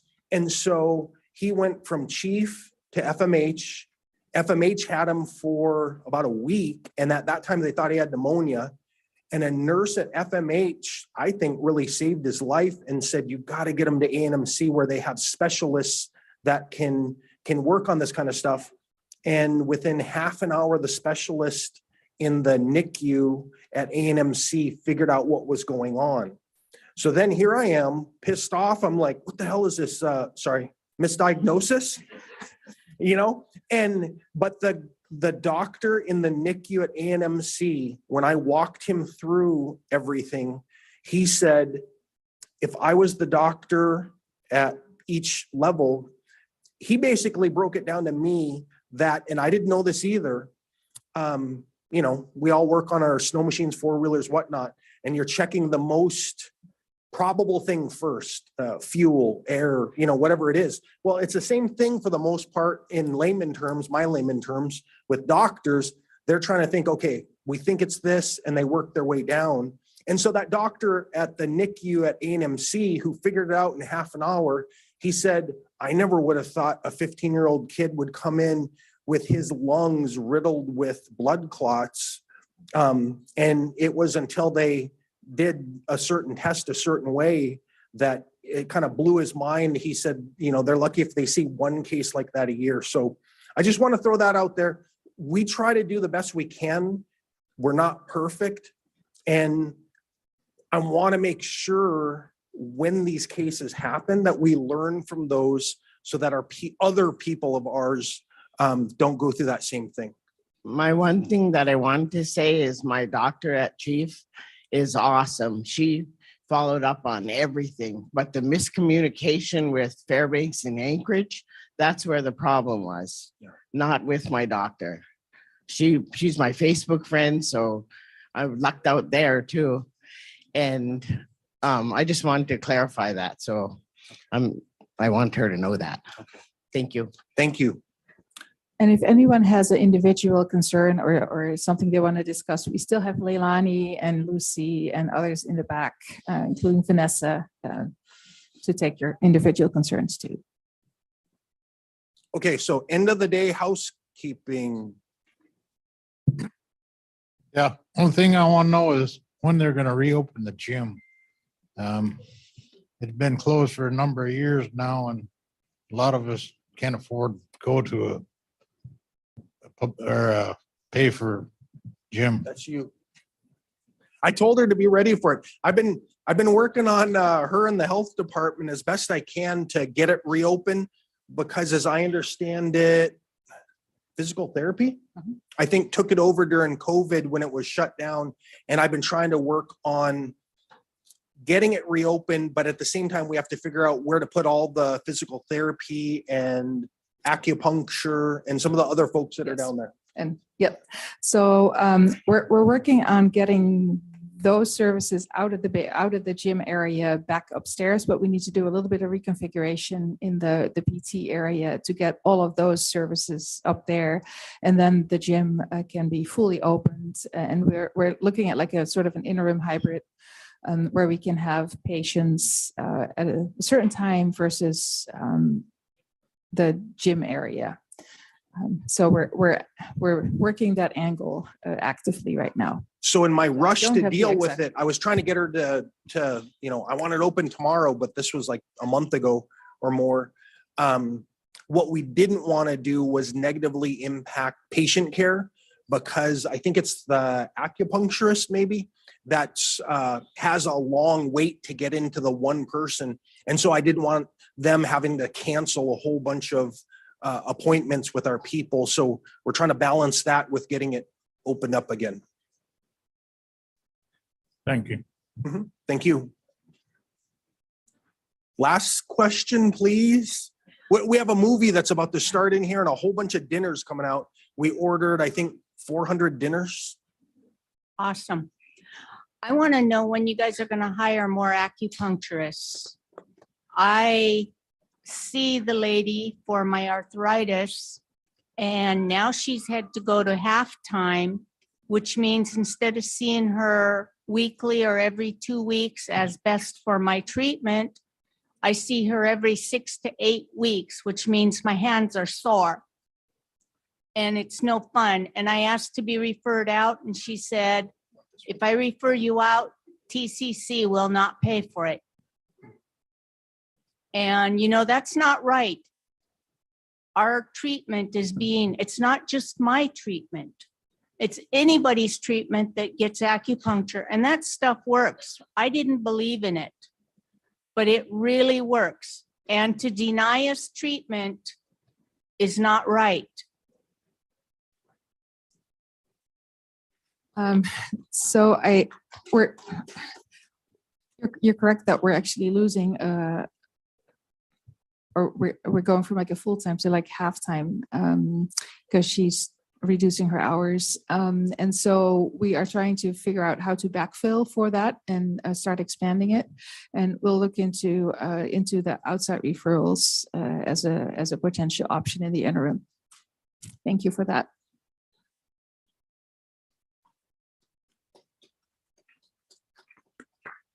Thank you. Okay, so I have no idea what time it is, but I think it's close to 6. So please join us tonight at 6 for the Walking Two Worlds documentary screening here in the Gold Room. It'll be followed by a panel featuring Q, her mom, Carrie Oberly, Princess. It's free to the public. Dinner will be served. And like I said, I think it's almost 400 dinners. The serving staff said because of the last couple of days in here, please hang on to your silverware because it keeps going back every time they do a salad, and then they got to bring you guys more silverware. So it's going to be the same. They're going to give you a salad, eat the salad, lick your fork clean, and then they'll bring you your dinner. Let's see. I know I have more. We'll start tomorrow morning at 8:30 a.m. and tomorrow is the official call to order. So it's important that especially the delegates are here for the start because they'll do the credentialing and all that stuff, call to order. And so they will be asking you and calling you by name if you're here. So if you don't want to be embarrassed that you're not here and when they call on you, make sure you're here at 8:30. And with that, do we have a motion to adjourn the delegates meeting? Because this was the membership meeting and then tomorrow's the official call to order. So do I have a motion to adjourn? Motion to adjourn. Right there. Second. Second. All in favor, say aye. All opposed, Question. same sign. Okay, one opposed. All right, thank you, everybody. We'll see you at 6, whenever that is shortly, and then we'll see you in the morning. Oh, okay. No, it's the same configuration because a short amount of time, we didn't have time to clear it out and